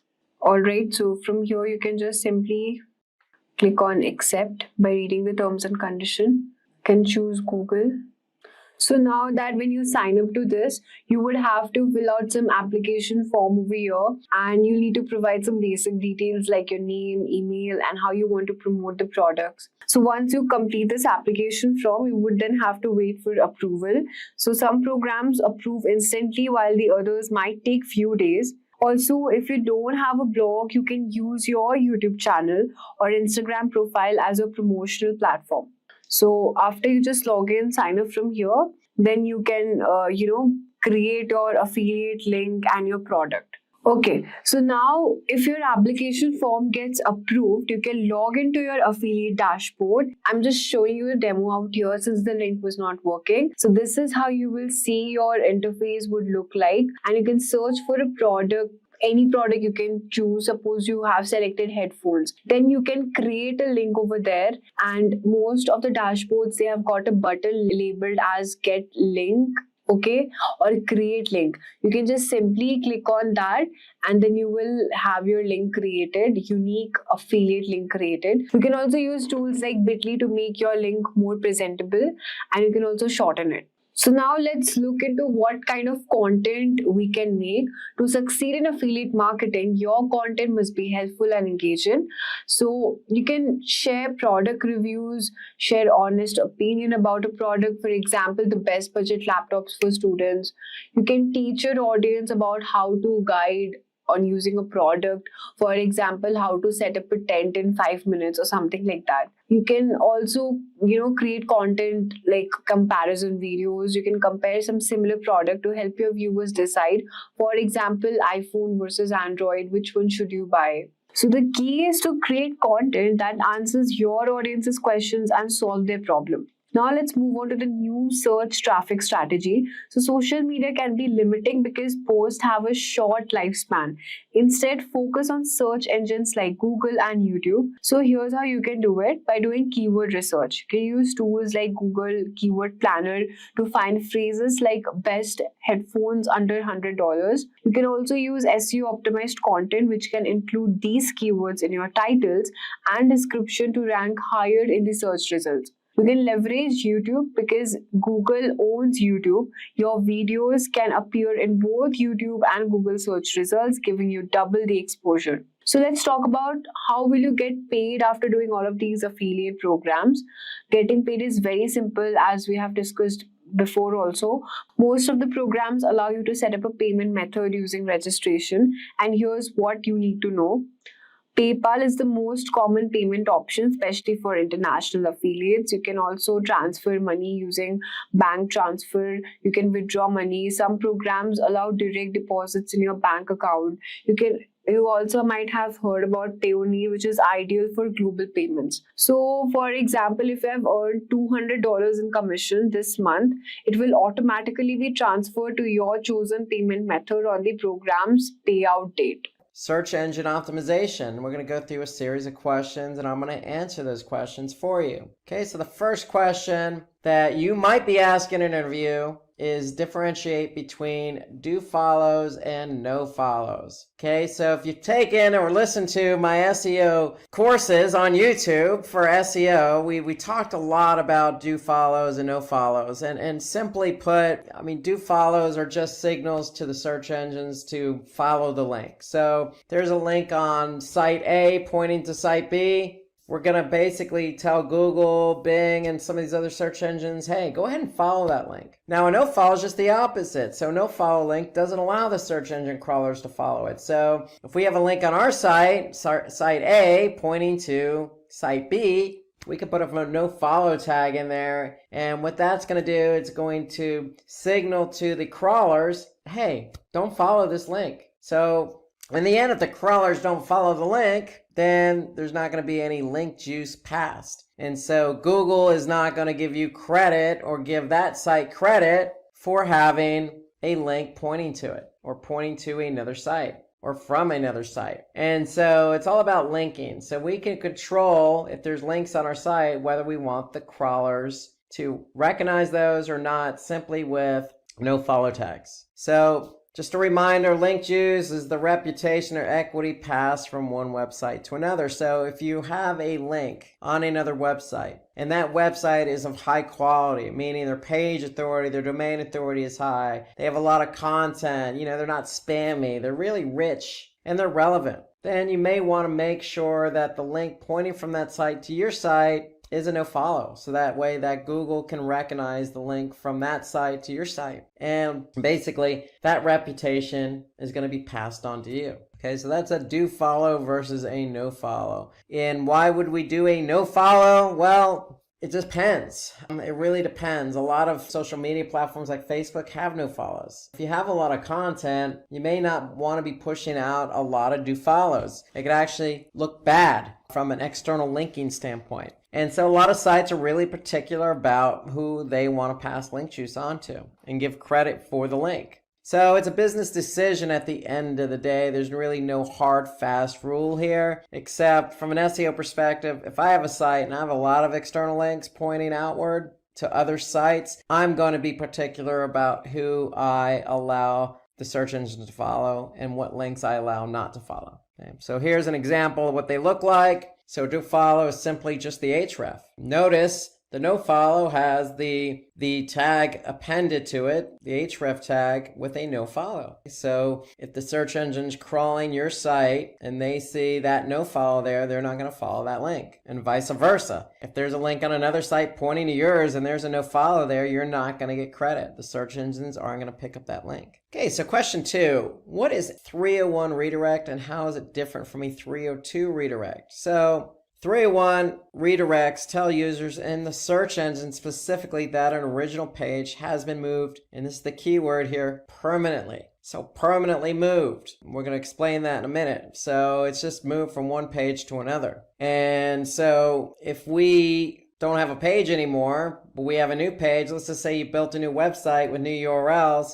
you want to make sure the old page is pointing to the new page with a 301 redirect. So if a 301 redirect is permanent, then a 302 is temporary. So we want the search engines to recognize that we have 301 permanent redirects in place. Why? Because if we have temporary, then it might alert Google to not keep that page in its search engine rankings because it's temporary. So why would Google want to keep a temporary page or even a page that is pointing to another page on a temporary basis? So they may remove both pages from its index. Okay, but if we have something permanent in place, Google may say, okay, this page is permanently linking to another page or redirecting to another page. Therefore, it's stable, it's permanent. We're going to keep that new page in the index and eventually remove the old page. So really, something permanent is more stable in the eyes of the search engine. Something temporary may not be as stable in the eyes of, say, Google. And if they don't see it as stable, then they may remove both pages from the index. Okay, so the idea is we want to be found in Google Search Index, and we get it. Sometimes pages go away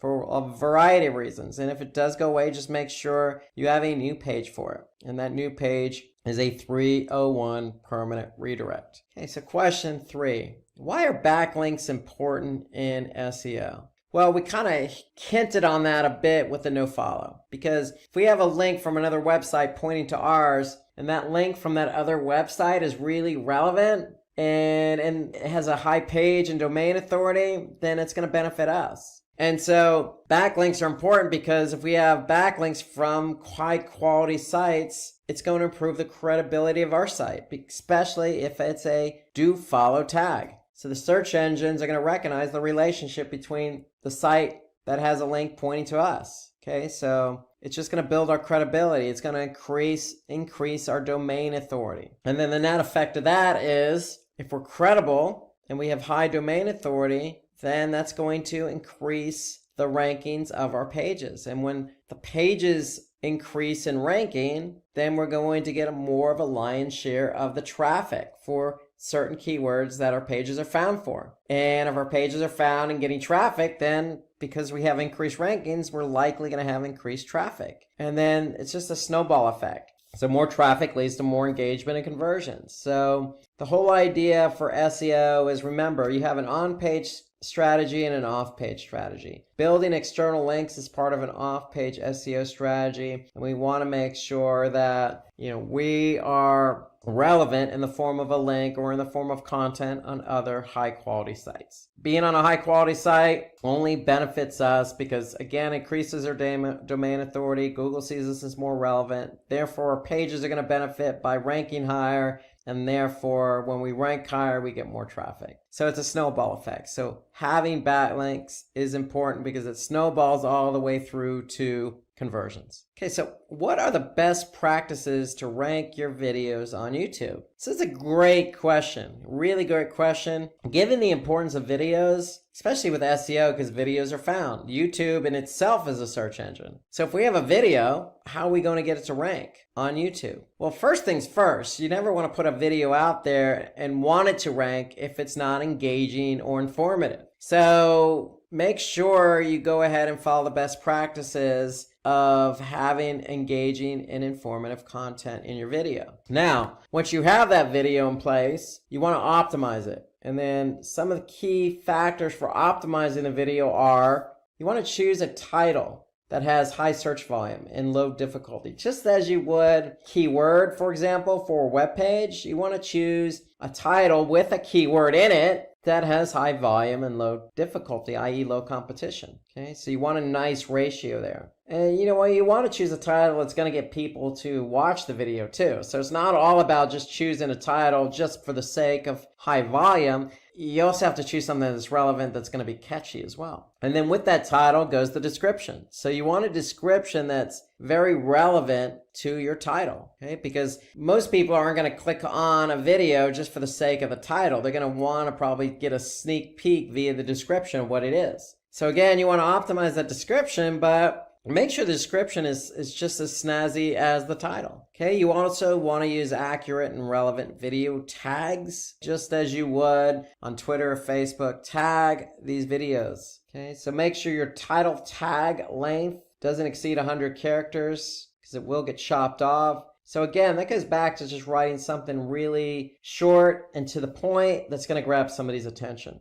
Okay, you also want to upload a captivating thumbnail, something that's relevant, that's going to grab somebody's attention. And then again, we set it similar to the video tags. We want to use relevant hashtags. Again, just as you would with Twitter and Facebook, go ahead and throw some hashtags in there that people could see because people search via hashtagging. And then this goes without saying, you did all the work, created a really great video. It's engaging, it's informative, you optimized it. Feel free to promote your video on other social media platforms. Okay, don't just stick with YouTube per se.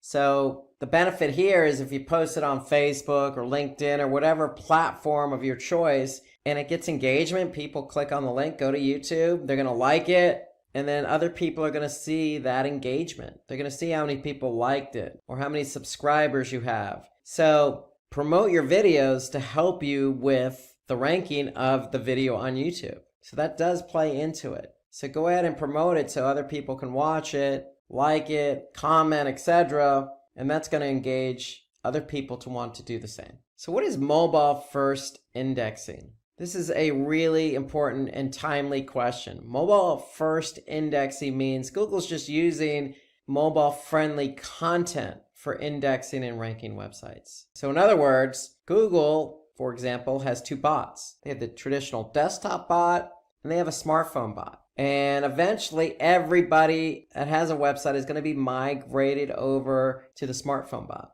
And so if that smartphone bot goes to your website and starts crawling, what do you think they're looking for? Their smartphone bot, they're looking for mobile friendly content. If it's not mobile friendly, meaning the page isn't designed for a smartphone browser, or let's just say the images are way too large, or you have to expand the text just to read it. You know, a lot of these issues that somebody would have just simply trying to read something on a web page on their mobile device, Google's not going to grab that content. So you want to make sure it's mobile friendly so it gets indexed. And so if your website has a responsive design, Google will rank your website based on its performance on mobile devices. Okay, so you want to make sure that your website is mobile friendly. And if you're in an interview and somebody asks you this question, you could even take it a step further and say, look, I'm going to measure how friendly my website is for mobile devices in Google Search Console. Because Google Search Console has a report that will show you what pages on your website are not mobile friendly. And it's not a guarantee, but I can tell you if I'm Google and I'm crawling your site with my smartphone bot,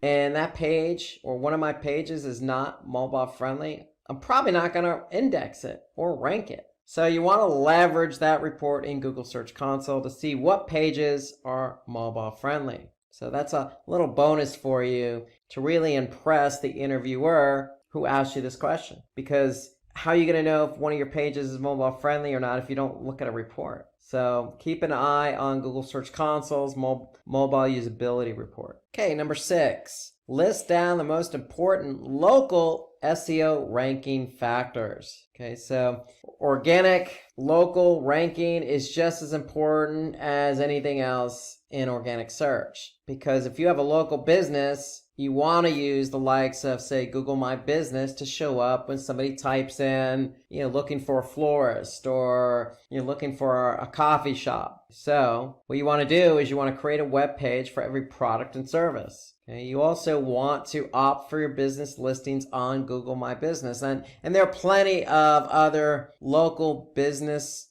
directories out there like Yelp, for example, or Bing even has one. So go ahead and also make sure you have a business listing as well. But since Google in the United States has a huge market share, you want to start with Google first. You want to update your NAP citations on your website, maintain consistency of your NAP. Okay, so NAP is name, address, phone number. So you want to make sure that that's current and consistent. So if you have a number on your website, make sure it's the same number on Google My Business. Okay, you can embed a Google map on your website. You could certainly optimize the meta tags and content, not only on your web pages, but within your Google My Business directory. So you can add your business to other local directories, like I mentioned, Yelp. And then also, just as important, opt for reviews and ratings. Okay, so the more reviews you have, the better off you are. Okay, so I always say this with local search. 3 of the main factors in showing up for local search on, say, Google is obviously the keyword. The second is the proximity of where that person is. And then third is the reviews. So you can't really control the proximity, but you can control the keyword and you can control the reviews to some degree. So work hard at getting reviews for your business, but at the same time, you can certainly work in some keywords, let's just say for your product and service pages on your website, but also you can translate that over to Google My Business. Okay, so working in those keywords, making sure your number, your address, your name, they're all consistent. And really just spreading the business out on other directories. That's really, all these are really key factors for local SEO. Okay, so question number 7, how to avoid duplicate content, getting penalized for duplicate content. So for example, if you have 2 different versions of a web page, you may result in a duplicate content issue. So it's just SEO 101. You never want to have two or more pages with the same content. So what do? Well, we can avoid this in having Google penalize us by, again, setting up a 301 redirect. Remember, 301s are permanent. We can also use what they call a canonical tag. And a canonical tag basically alerts the search engines as to which page is the original. Okay, so if we have an original page, we want to point to that page with our canonical tag. And then the third option is opt for preferred domain in Google Search Console. Okay, so if you have multiple domains, make sure you set up a primary one in Search Console. So those are ways to work around it. Of this 3, I would always go with the canonical tags because that's just a tag that's going to sit on the page. It's going to alert Google as to what the original is, just in case they get their hands on the duplicate. So all the pages that have the same content are going to have the same canonical tag pointing to one page. So again, 301s are permanent. You could simply just redirect one to the other if you end up having duplication, or you could just tell the search engines, hey, this is the original page, or you can go through Search Console. Okay, number 8, what are the tactics to increase a web page speed? Okay, so what are some of the tactics? Well, when you build a site, especially for mobile, you want to keep it as simple as possible. And what I mean by simple as possible, really, I mean, hey, use a simple website design. Don't get overly creative, if you will. Most websites, all websites have images. You're not going to be able to get around that, but just make sure you optimize your images. In other words, don't have such a large image size. If you don't need something very large, don't have it. Okay, you want to improve server response time. And what do we mean by that? Well, your site's sitting on a server somewhere. You can own that server, or you can be renting it out from, say, Amazon Web Services, or let's just say GoDaddy as your registrar. They also have web hosting. Well, if you have it on, say, GoDaddy's server, you may be sharing that server with other businesses. And at certain times of the day, other businesses may get a lot of traffic and suck up a lot of bandwidth. What is that going to do? That's going to reduce the server response time for your site.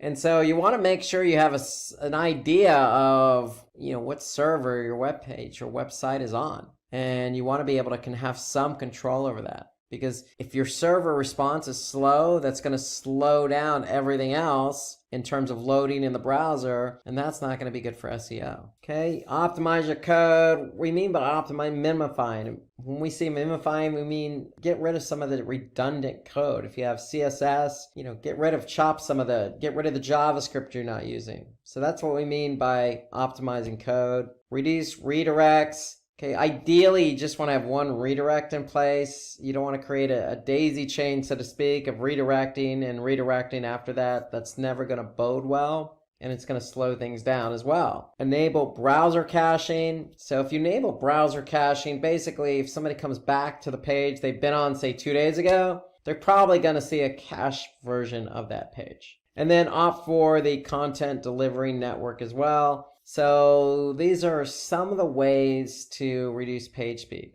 Now, if you're curious about the page speed of your website, you can always go to Google's Page Speed Insights tool. And all you have to do is just Google Page Speed Insights, or even just something generic like Google Page Speed.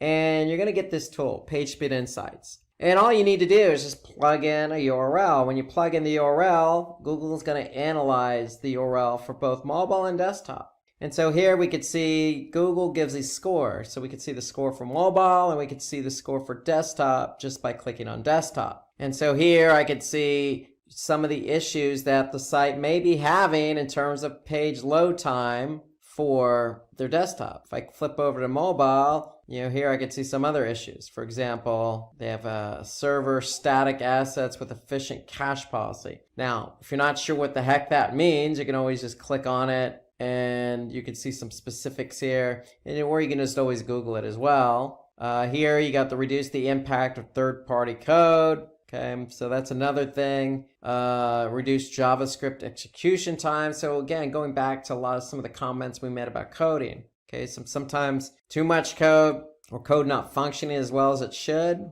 will tend to slow down the site. Okay, so you can use Page Speed Insights. You can always get a glimpse of how pages are loading simply by also going to, for example, Google Analytics. Under Behavior, okay, you can go to Site Speed, and if you click on Overview, okay, what Google does is they do a sampling of pages over time. And in this case, based on 89 page views, they have an average page load time. And so you can get a sense of how quick specific pages load your site overall simply by looking at the Site Speed Overview report in Google Analytics to get a sense of how quick your pages are loading. Now, there are certain factors that do affect load time. So obviously the way the page is built with the code, the images, etc., but also the browser. Each browser loads differently. Okay, so you want to take a look at it by browser, also by country. Every country has a different network. You can be in the United States and have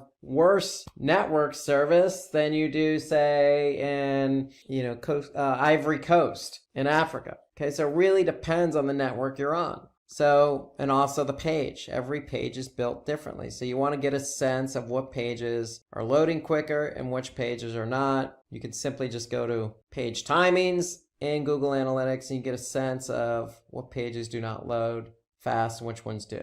And maybe hone in on the pages that aren't loading fast and address those pages first. Okay, so you have two tools at your disposal, one Google Analytics and one PageSpeed Insights. Okay, so let's look at question number 9 here. So when should an individual target short tail and long tail keywords? Okay, so remember, short tail are usually 1 to 2 keywords, very broad in nature. Long tail keywords are maybe 3, 4 keywords in a query, or maybe an entire sentence. Those are considered long tail keywords. So usually short tail keywords have higher volume, but also higher competition. Longer tail keywords usually have lower volume, but also lower competition. But the great thing about long tail keywords, the conversion rate will tend to be a little bit higher than, say, a short tail because it's less vague and more specific. So you can use short tail keywords if you're trying to drive a lot of visitors because those keywords are going to be vague or broad in nature. Long tail keywords are used for targeted pages such as product pages and articles. So if you have a specific product with a long name, you can certainly optimize that page for that product name. Again, the product name may have low volume, but if somebody types in exactly that product name, you show up, the chance of them converting are going to be very high. So you don't have to always be that specific with the product name, but try and be as specific as you possibly can in order to get somebody to click on your link in the search engine results and get them over to your site to convert. Okay, so those are really the big differences. Short tail, very broad, very vague, a lot of volume, but also a lot of competition. But hey, if you're ranking for a short tail keyword, you're probably going to get a lot of traffic. The conversion rates may not be as high as something, say, long tail, where, hey, maybe you're just honed in on a few set number of products and you don't care a lot about the traffic, you just care about getting the relevant traffic to your site to convert. Okay, number 10, what are the important elements to focus while developing a website? So we're talking in terms of SEO. Okay, so if somebody asks me this question in an interview, what am I going to focus on while developing a website? Well, the answers are right here. Yes, we talked about mobile. Mobile is so important because a lot of websites are going to be indexed with Google Smartphone Bot. So mobile usability is very important. So we need to make sure our website is responsive for mobile. Just some basic practices when it comes to site architecture and navigation. We want to have a simple URL structure. Okay, no overly cumbersome. The navigation should simply be clean and neat. Okay, if you have 5 products, okay, maybe you have in your navigation, you have something called products with all 5 listed, or you have all 5 products in the main navigation. The key is you just want to make it clean and neat and easy for somebody to find. The rule of thumb is if it's good for the end user, it's probably going to be good for Google. But if it's complicated for the end user, it's probably going to be complicated for Google. You always want to create a sitemap. Now, what is that sitemap? A sitemap is simply just a formatted file that includes all your URLs and assets, your images and your videos. They're going to be sitting on your server as well. So you want Google or these bots to be able to find your pages and assets. And by the way, you want to take it a step further and make sure you upload that sitemap, which is sitting in the root directory, meaning domain.com/sitemap.xml. Okay, you want to take that sitemap and make sure you input that sitemap location in Google Search Console. That way, Google Search Console has a one-way ticket to grab the elements in the sitemap. Another important element to focus on while developing a website is having a robots text file. And all a robots text file is like a lock, I always say, to a house. So if you lock a door in your house, nobody's going to be able to get in that door. So that's all a robots text file is. You're telling Google and these other bots that are coming to crawl your site what's locked and what's not locked, meaning what they have access to and what they don't have access to. So you want to be able to make sure you have a robots text file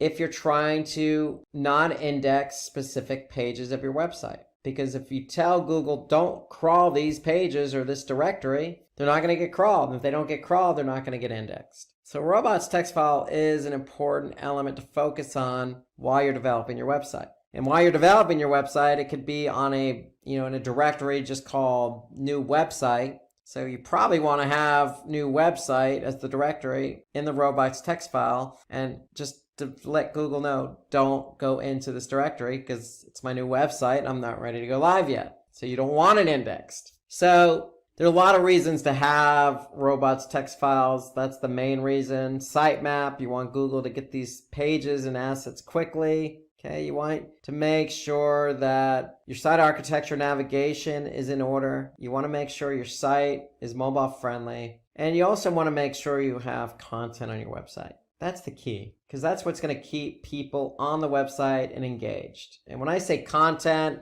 I don't necessarily just mean words. I also mean videos.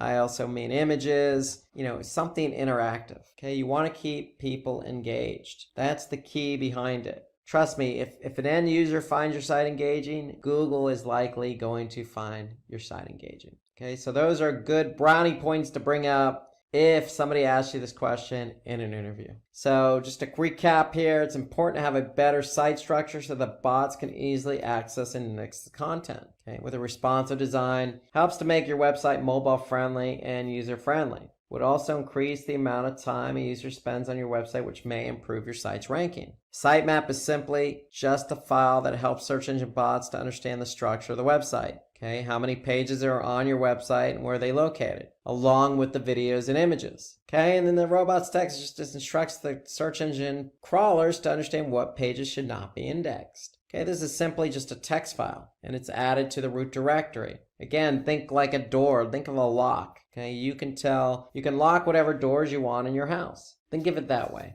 Okay, so those are our questions for SEO. Again, if you have any additional questions, or if there are other questions maybe you've been asked in an SEO interview, then go ahead and add them to the comments section below. We'd love to hear from you. Now we're going to turn our attention to search engine marketing. So let's turn our full attention to search engine marketing. So we're moving away from SEO and over to pay-per-click. And so you really have to know your stuff here. You really do. So a lot of the questions we're going to ask are going to be centered around Google Ads, formerly known as Google AdWords. And so if you're familiar with Google Ads, the platform, then you should have no problems whatsoever answering these questions. But that's why we're here, and that's why you're watching. So if there's anything you want to add to any of these questions, as a reminder, feel free to comment under the video. And so right out of the gate, question 11, what is ad scheduling? So ad scheduling is a feature in Google Ads. And really all it does is allow you, the advertiser, to set up certain hours or days you want your ads to show. It's as simple as that. So if you have a customer that you're running ads for on Google search, and let's just say they have a restaurant and they're closed during certain hours of the week, then you can go into the ad scheduler and schedule your ads to not show when they're closed, as an example, okay? Because if somebody calls and they're not there to answer the phone, then it's not going to be good for the restaurant or you, the advertiser. And so that's why they have the ad scheduling. So it ensures your ads are not running when they're performing poorly. Let's just say you're running a business and you just don't get that much traffic during the weekends. Well, you can go in and adjust accordingly. It also is there to make sure you can serve your customers when you do have limited client service hours. So let's just say you have a customer service team that's going to answer phones for a couple hours a day. Well, again, you can schedule your ads to show during those couple of hours a day. And then really what it comes down to is you're making sure you can satisfy customer demand and supply. And so that means showing your ads when you can best fulfill the customer's needs. Okay, and so that's really what it's all about. And that's what ad scheduling is. So take advantage of ad scheduling. Schedule it according to the business hours, schedule according to how they can best serve the customer, schedule the ads when it's performing best. And don't schedule the ads when you know you're going to have poor performance. Okay, so next question. What are the different ad formats available on Google Ads? It's a trick question because it really does come down to what network you're advertising on. So Google has two networks, the search network and the display network. Okay, so on the search network, there's only one ad format, and that's text. Okay, so Google recently changed the format of the text ads. Now they're called expanded text ads. So here you can see you can have up to 3 headlines and 2 description lines. And then you can also have ad extensions. And so you can see here underneath the ad, you have what they call site links. So shop by category, in-ear headphones, on-ear headphones. Those are all site links to specific pages on the site. So text ads are available only on the search network, but they're also available on the display network as well. Then you have responsive display ads. Now, responsive display ads are only on Google's display network. Okay, so here you could see some samples of responsive display ads. And these ads adjust their size and format depending on the space available. So again, you could have text ads or you can have display ads. Now, display ads, again, come in different sizes. So you can create ads for a variety of different sizes. For example, 250 by 250 or 468 by 60. So those are some of the different ad types. There's a plethora of different ad sizes you can choose. However, your ad's not going to show on a website if they don't have that particular size available. So it's always best practice to create different ads, but create ads in different sizes as well. Okay, and then have a backup text ad as well, just in case the site doesn't even display a display ad for you or serve up a display ad. So you can have a text ad as a backup. Okay, so lots of different ad sizes, but this is the second ad format, and that's responsive display. And again, the responsive part is Google will automatically show the ad that's best performing based on a series of headlines, descriptions, and images that you provide Google. And so the responsive part is, hey, if this combination of headline, description, and image work best, meaning it has the best click-through rate, then Google's going to serve up that ad. So that's why they call it responsive. So obviously you can have just an image ad that's not responsive, again, across different ad sizes. They could be, again, 250 by 250, 300 by 300, 468 by 60. There's a number of different sizes. Google can provide you that information. But the one thing to note here is that when you do create an image ad, it could be JPEG, it could be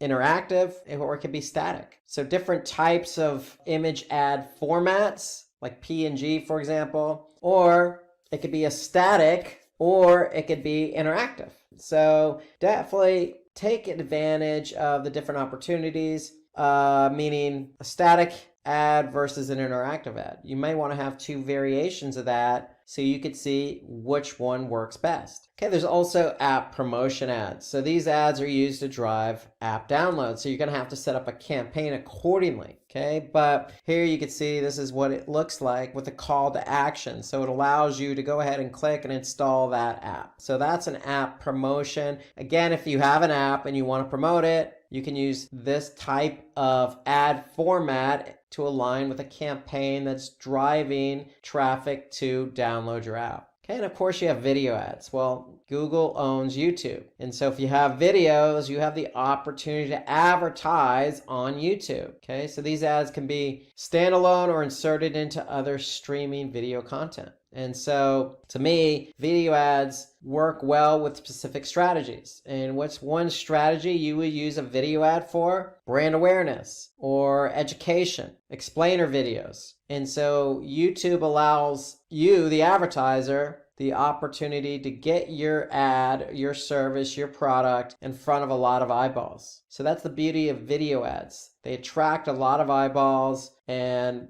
definitely help with the strategy of, say, brand awareness. Okay, another ad format, going back to the search network, is shopping ads. So if you sell shoes, then you may want to think about having a campaign for shopping. So shopping ads work with Google Merchant. So Google Merchant is another Google product, and basically Google Merchant allows you to manage your inventory. So if you have 100 different types of shoes that you're selling, you can upload your inventory to Google Merchant, connects and talks to Google Ads. So basically what you're doing, you're setting up your campaign in Google Ads and connecting your inventory from Google Merchant to Google Ads. And so the great thing about the shopping campaign is it puts your product front and center. It puts the price, it puts any promotion that you have, and it puts the brand all front and center. So when somebody does type in, let's just say lime green sneakers or women's sneakers, and this particular shoe shows up here, the third one from the left, then somebody's going to see it's from the United Colors of Benetton. It's a woman's shoe. It's on Amazon and it costs $45. So the great thing about shopping ads is if somebody's interested, they're going to click. Okay, if somebody's not interested, say, well, it's a little bit more expensive. I can get something similar, another shoe on Amazon for less. Okay, they're probably going to click on that particular ad. So again, the great thing about shopping ads, put your product front and center with any promotion, the price, the brand. So if somebody clicks on it, then they're probably serious buyers. Okay, so that's the beauty of shopping ads. It allows you to get your product out there, and on the search network, it's a cost per click. So you're only paying for the click. So if somebody looks at it but doesn't click, you're not paying for that. So that's the beauty of shopping ads. And so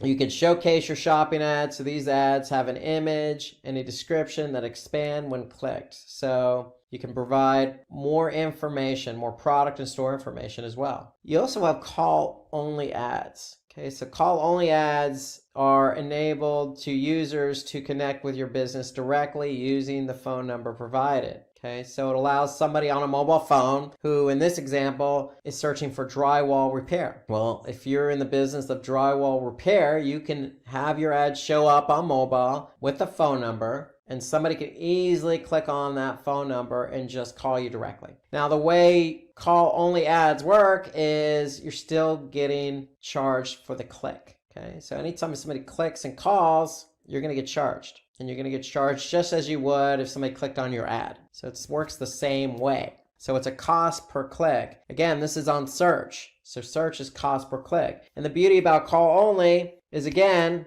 you can track the calls right in Google Ads. So you can have Google Ads track how many people click on the number, and you can even count those calls as conversions if they meet a certain criteria. For example, the criteria is somebody talks to you for a minimum of 60 seconds or 1 minute. Then Google will count that as a conversion. So you can monitor calls right in Google Ads, and it's a cost per click model, so you can actually see what the average cost per click is. So moving on, question 13. Okay, what is RLSA and how does it work? Well, RLSA stands for Remarketing List for Search Ads. So if you're familiar with remarketing on display, it's similar. They just call it RLSA. Okay, so it enables you, the advertiser, to customize your ads for people who have visited your site, just like a typical remarketing campaign. Okay, so you could tailor your bids and ads to these visitors when they're searching on Google and search partner sites. Okay, so there are two basic strategies for using RLSA.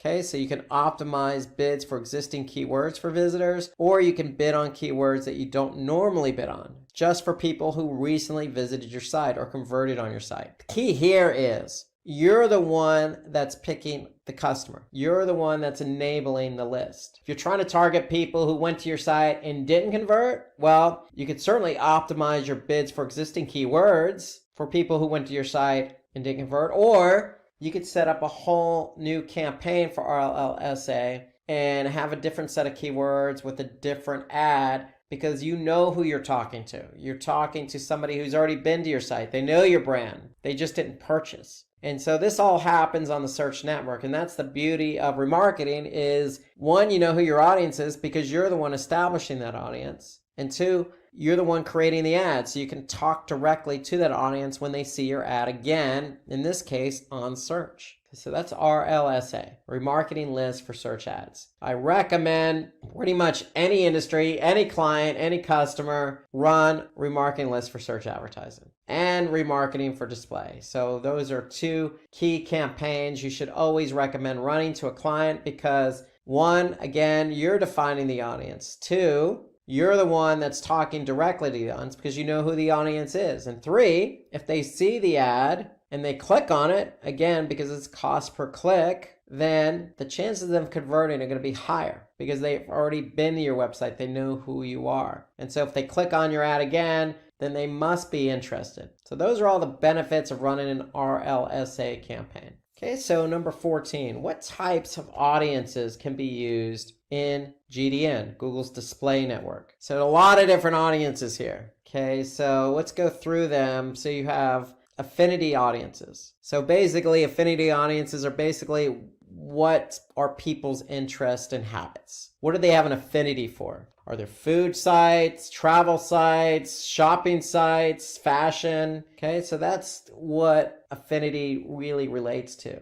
Okay, then you have in-market, custom intent, life events. These are what they're researching or planning for. So again, it could be travel, it can be finance, etc. Okay, you have remarketing. We just went over that with the remarketing list for search advertising, RLSA. And so with the remarketing, it's an audience that has interacted with your website. So they either came from mobile and didn't convert, or female came from mobile and didn't convert. So you're the one defining the audience there. You also have a similar audience. So this is what Google creates on your behalf. So these are users with a similar interest to your site visitors. So Google is monitoring the type of traffic that's coming to your site, and based on that traffic, they're going to create a similar audience. And then you have a custom match. So what you know about your customers' activities, basically. So these are all the different audience types, and you can see the different types of ads available. Okay, so notice the far right column, video ads. So video ads are available to every one of these audience types. Why? Because YouTube. So Google knows what people's interests and habits are based on the videos they watch. They know what they're looking for.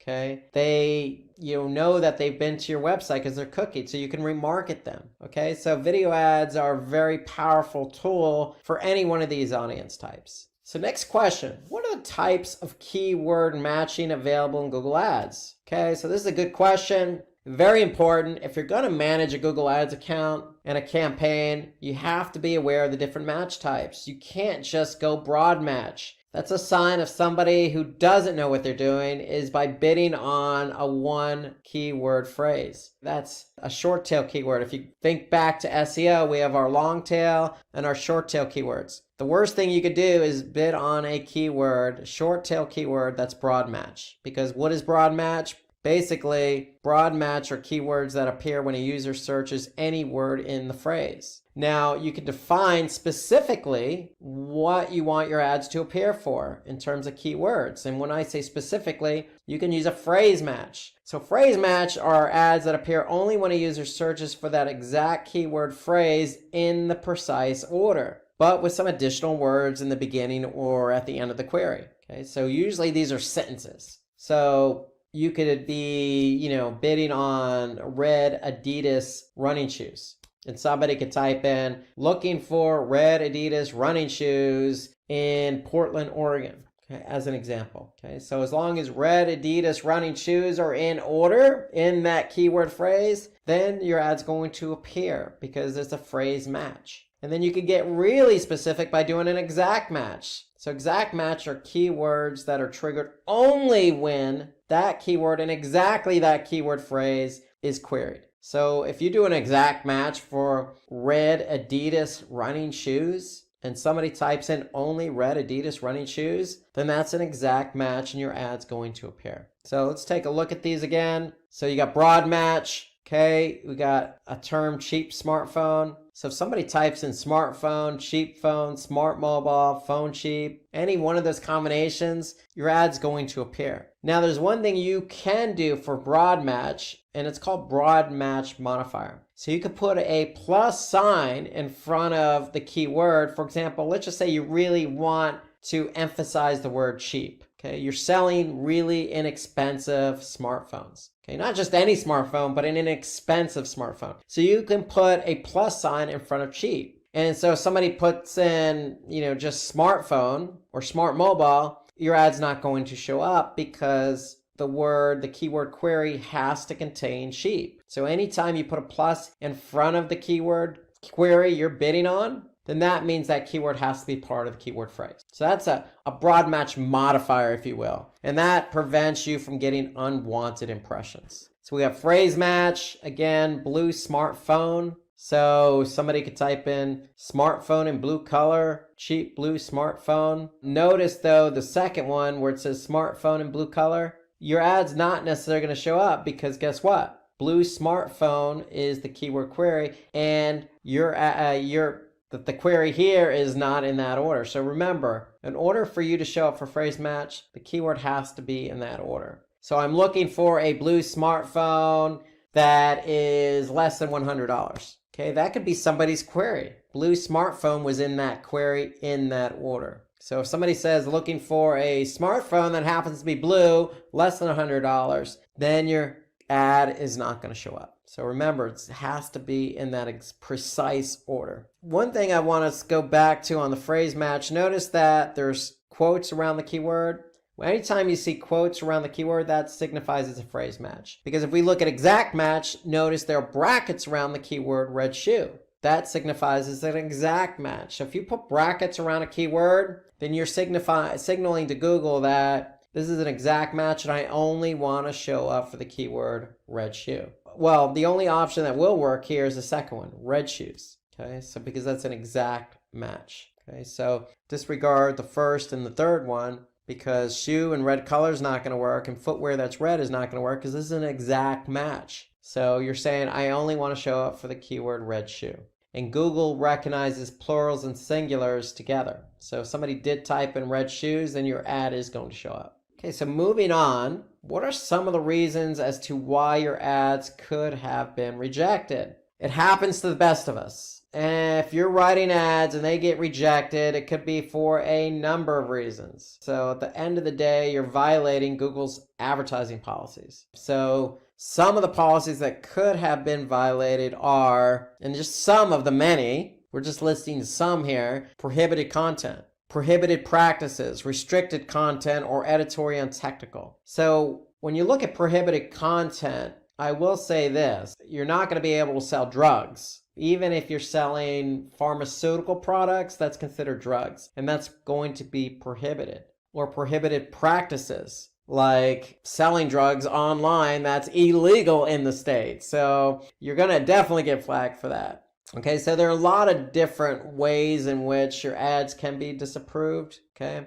But if you do see restricted content, then that means you can advertise, but with limitations. And usually those limitations are restricted to, say, only Google search and not Google search partners, or to a specific geography. So usually the key here is if somebody asks this question, okay, there are a lot of different reasons. Google is usually going to provide the specific or the reason why it got disapproved. And they're usually going to include a link that you can refer to. Okay, so at least Google does that much. They're not going to leave you in the dark and tell your ad's just been disapproved. They're going to tell you why and include a link that you can go to figure out how you can best resolve the disapproved ad. So what are the different kinds of bidding available in Google Ads? So we already covered part of this earlier on. So remember, Google Search Network is only cost per click, CPC. When we talk about Google's display network, you have three options: cost per click, cost per view, and cost per impression. And CPM is cost per 1,000 impressions. So you're paying per 1,000 impressions. Impression is when somebody actually sees your ad. Cost per view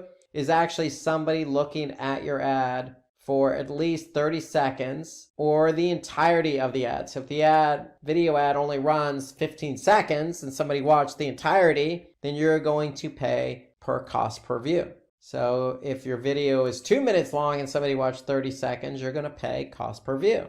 Okay, so again, let's go through these. Cost per click. It just enables you to set up a maximum price on the cost of somebody clicking on your advertisement. You only pay when somebody clicks on your ad. Okay, cost per view. Again, this is the default method to set the price you'll pay for your video ads. Okay, you only pay when a viewer watches your video advertisement for at least 30 seconds. And then cost per 1,000 impressions. So this is the amount you pay each time your ad is displayed in the search network. And you pay for impressions that are generated for your ad, and you're paying for every 1,000 impressions. So the M is actually the Roman numeral for 1,000. So that's where the M part comes in. So you're paying for 1,000 impressions. So every 1,000 eyeballs, you're going to pay a price. And so cost per impression is good for brand awareness. If you're trying to generate a lot of eyeballs onto your brand, then you'd want to go with a CPM model. Okay, so question 18, what are some automatic bidding strategies? So let's define automatic bidding strategy. Automatic bidding allows Google take over. Okay, not you. Google's taking over, and they're the ones setting the bid amounts automatically.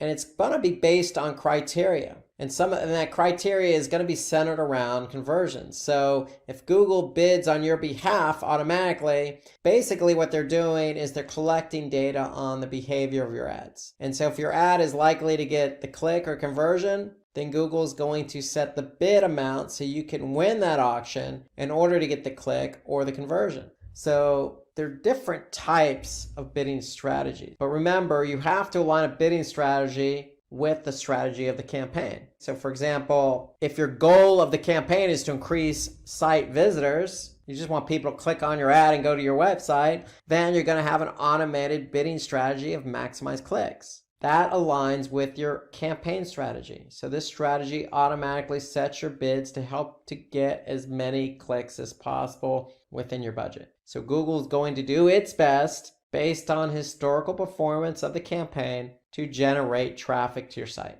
That's the goal. That's the bid strategy. Okay, let's take a look at some others. So, hey, the goal of our strategy campaign is to increase visibility. So that's an easy one. Remember, cost per impressions. Hey, we want to maximize how many people look at our ads. Okay, so target impression share. So this bidding strategy allows your bids to show at the top of the page. Okay, so you're getting the impression, so people are able to look at your ad. Okay, so you're telling Google, hey, I want to be shown at least 50% of the time when somebody types in a keyword that I'm bidding on. So they're going to make sure that they meet your target impression share of 50%. So they're going to set your bids automatically to make sure your ad shows at the top of the page so it's seen at least 50% of the time. That's the goal of the campaign, and that's the bidding strategy goal. We set up a campaign to drive conversions. So there are a couple of bidding strategies against conversions. So target CPA. So this strategy sets a search or display bid to get as many conversions as possible, but there's a caveat here. Cost per acquisition is what CPA stands for. So we're trying to get as many conversions as possible, but at a certain cost. For example, if I'm selling t-shirts for $10, do I want to pay $20 CPA for every sale? Do I want to pay Google $20? No. I'd be losing money. I'd be out of business. Okay, so if I'm selling t-shirts for $10 on my website, I'm probably going to put the CPA about $2 or $3 again, depending on my cost of goods. So if I factor in my cost of goods, I'm trying to make a profit, then I'm going to tell Google, look, I'm trying to get some sales, but I don't want to lose money getting the sales. So you're going to put in a threshold, and that threshold is your target CPA.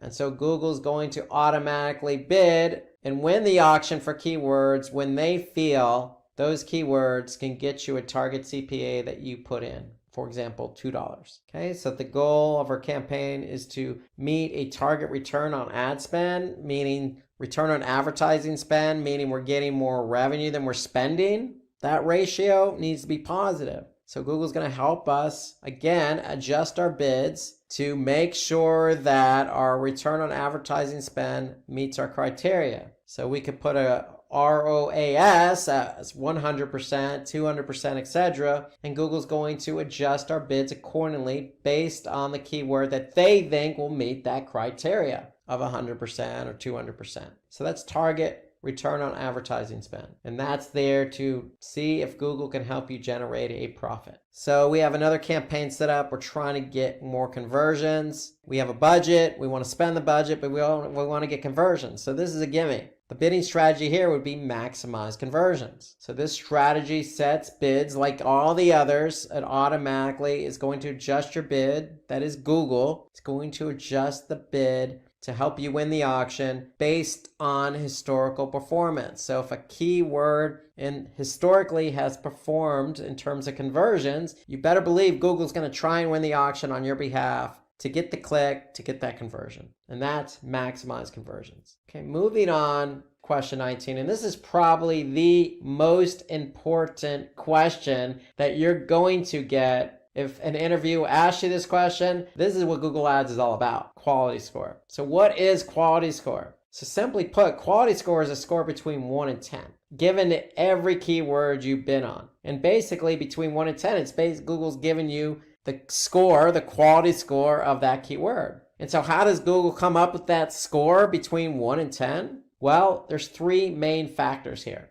One is expected click-through rate, the second is ad relevance, and the third is landing page experience. So obviously a higher quality score, the better off you are. Okay, a low quality score, it's not going to bode well for you. And so if you have a low quality score, Google actually will tell you which of these 3 components you're not scoring very well on. So you're either going to get a below average, average, or above average for each of these 3 components that make up quality score. And I will tell you this, if I were to divide them up into thirds, click-through rate, expected click-through rate is more important than the other 2. So that's about 2/3 of quality score. An expected click-through rate is basically Google saying, look, other advertisers have bid on this keyword and their click-through rate has been historically around, say, for example, 3%. So if you can't get 3%, then your quality score is going to suffer. Ad relevance is simply, does the ad or is the ad relevant to the keyword you're bidding on? Likewise for the landing page. But the landing page experience is a little bit more subjective because the landing page has to load well, fast, no pop-ups, a lot of external links, nothing spammy, no ads being served up. So a lot of factors in landing page experience. Google wants to make sure if somebody clicks on your ad that they're going to have a good experience when they land on that page. And so quality score is so key here. It is very key because if you don't have a good quality score, the repercussion means you're going to have to bid higher because quality score times bid equals ad rank. So for every auction, whoever has the highest ad rank is going to be at the top of Google search results. So if you have a low quality score, let's just say 1, and you're bidding $4 on that keyword, then your ad rank is 4. 1 times 4 is 4. So you got to keep that in mind because other advertisers could have a higher ad rank or better quality scores for that keyword. So again, expected click-through rate, this just shows how likely it is that your ads will get clicked when shown for a particular keyword. Google expects a certain number here. You should always try to achieve the highest click-through rate possible. And click-through rate is simply how many times your ad was seen versus how many times it was clicked. That's all click-through rate is. Clicks divided by impressions. So you should always try to achieve the highest click-through rate possible. That will avoid getting a low quality score. Ad relevance. So ad relevance simply means how relevant is your keyword to the ad? Okay, so if you're bidding on red Adidas running shoes, then make sure your ad discusses and mentions multiple times, naturally, red Adidas running shoes. Okay, and remember with those text ads, you have 3 headlines. You have 2 description lines of up to 90 characters. You have site extensions. Okay, you have path 1 and path 2.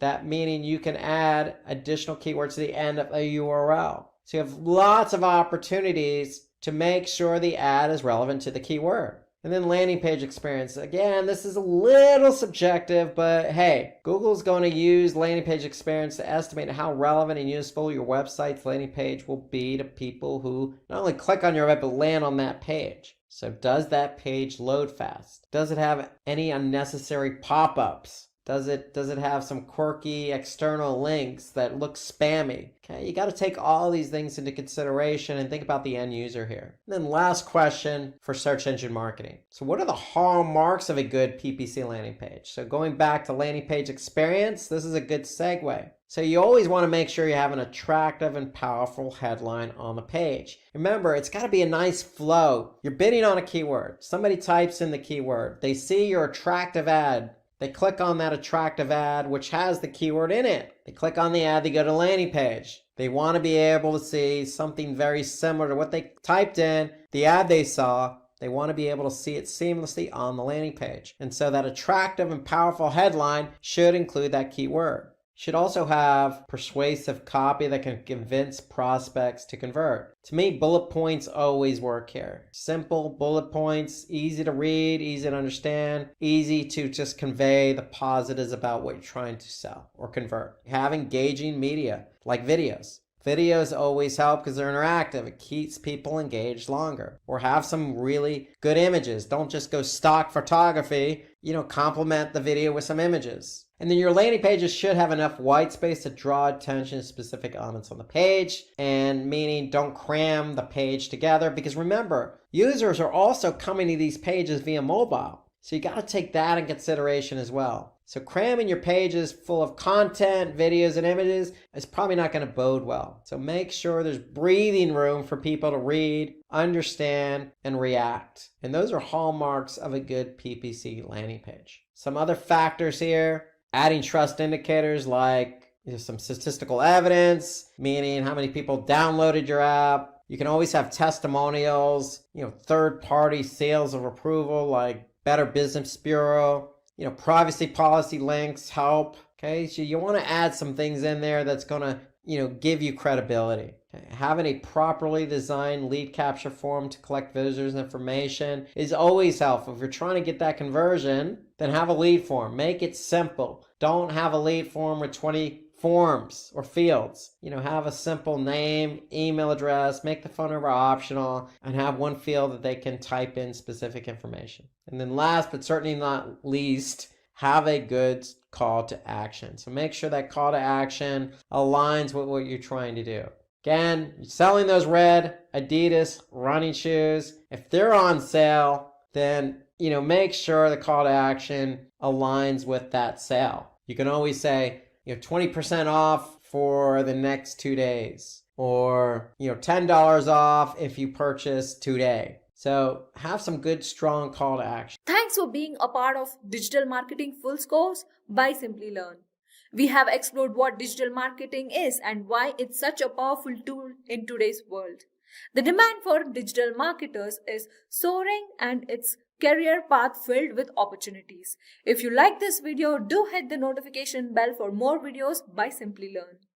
Staying ahead in your career requires continuous learning and upskilling.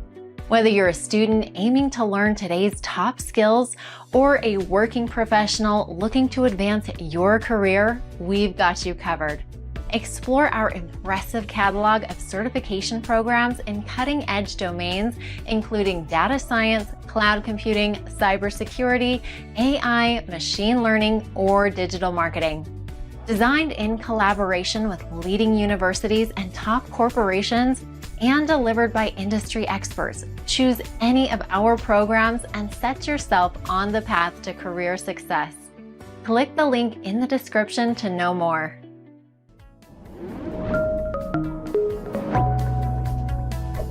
Hi there, if you like this video, subscribe to the Simplilearn YouTube channel and click here to watch similar videos. To nerd up and get certified, click here.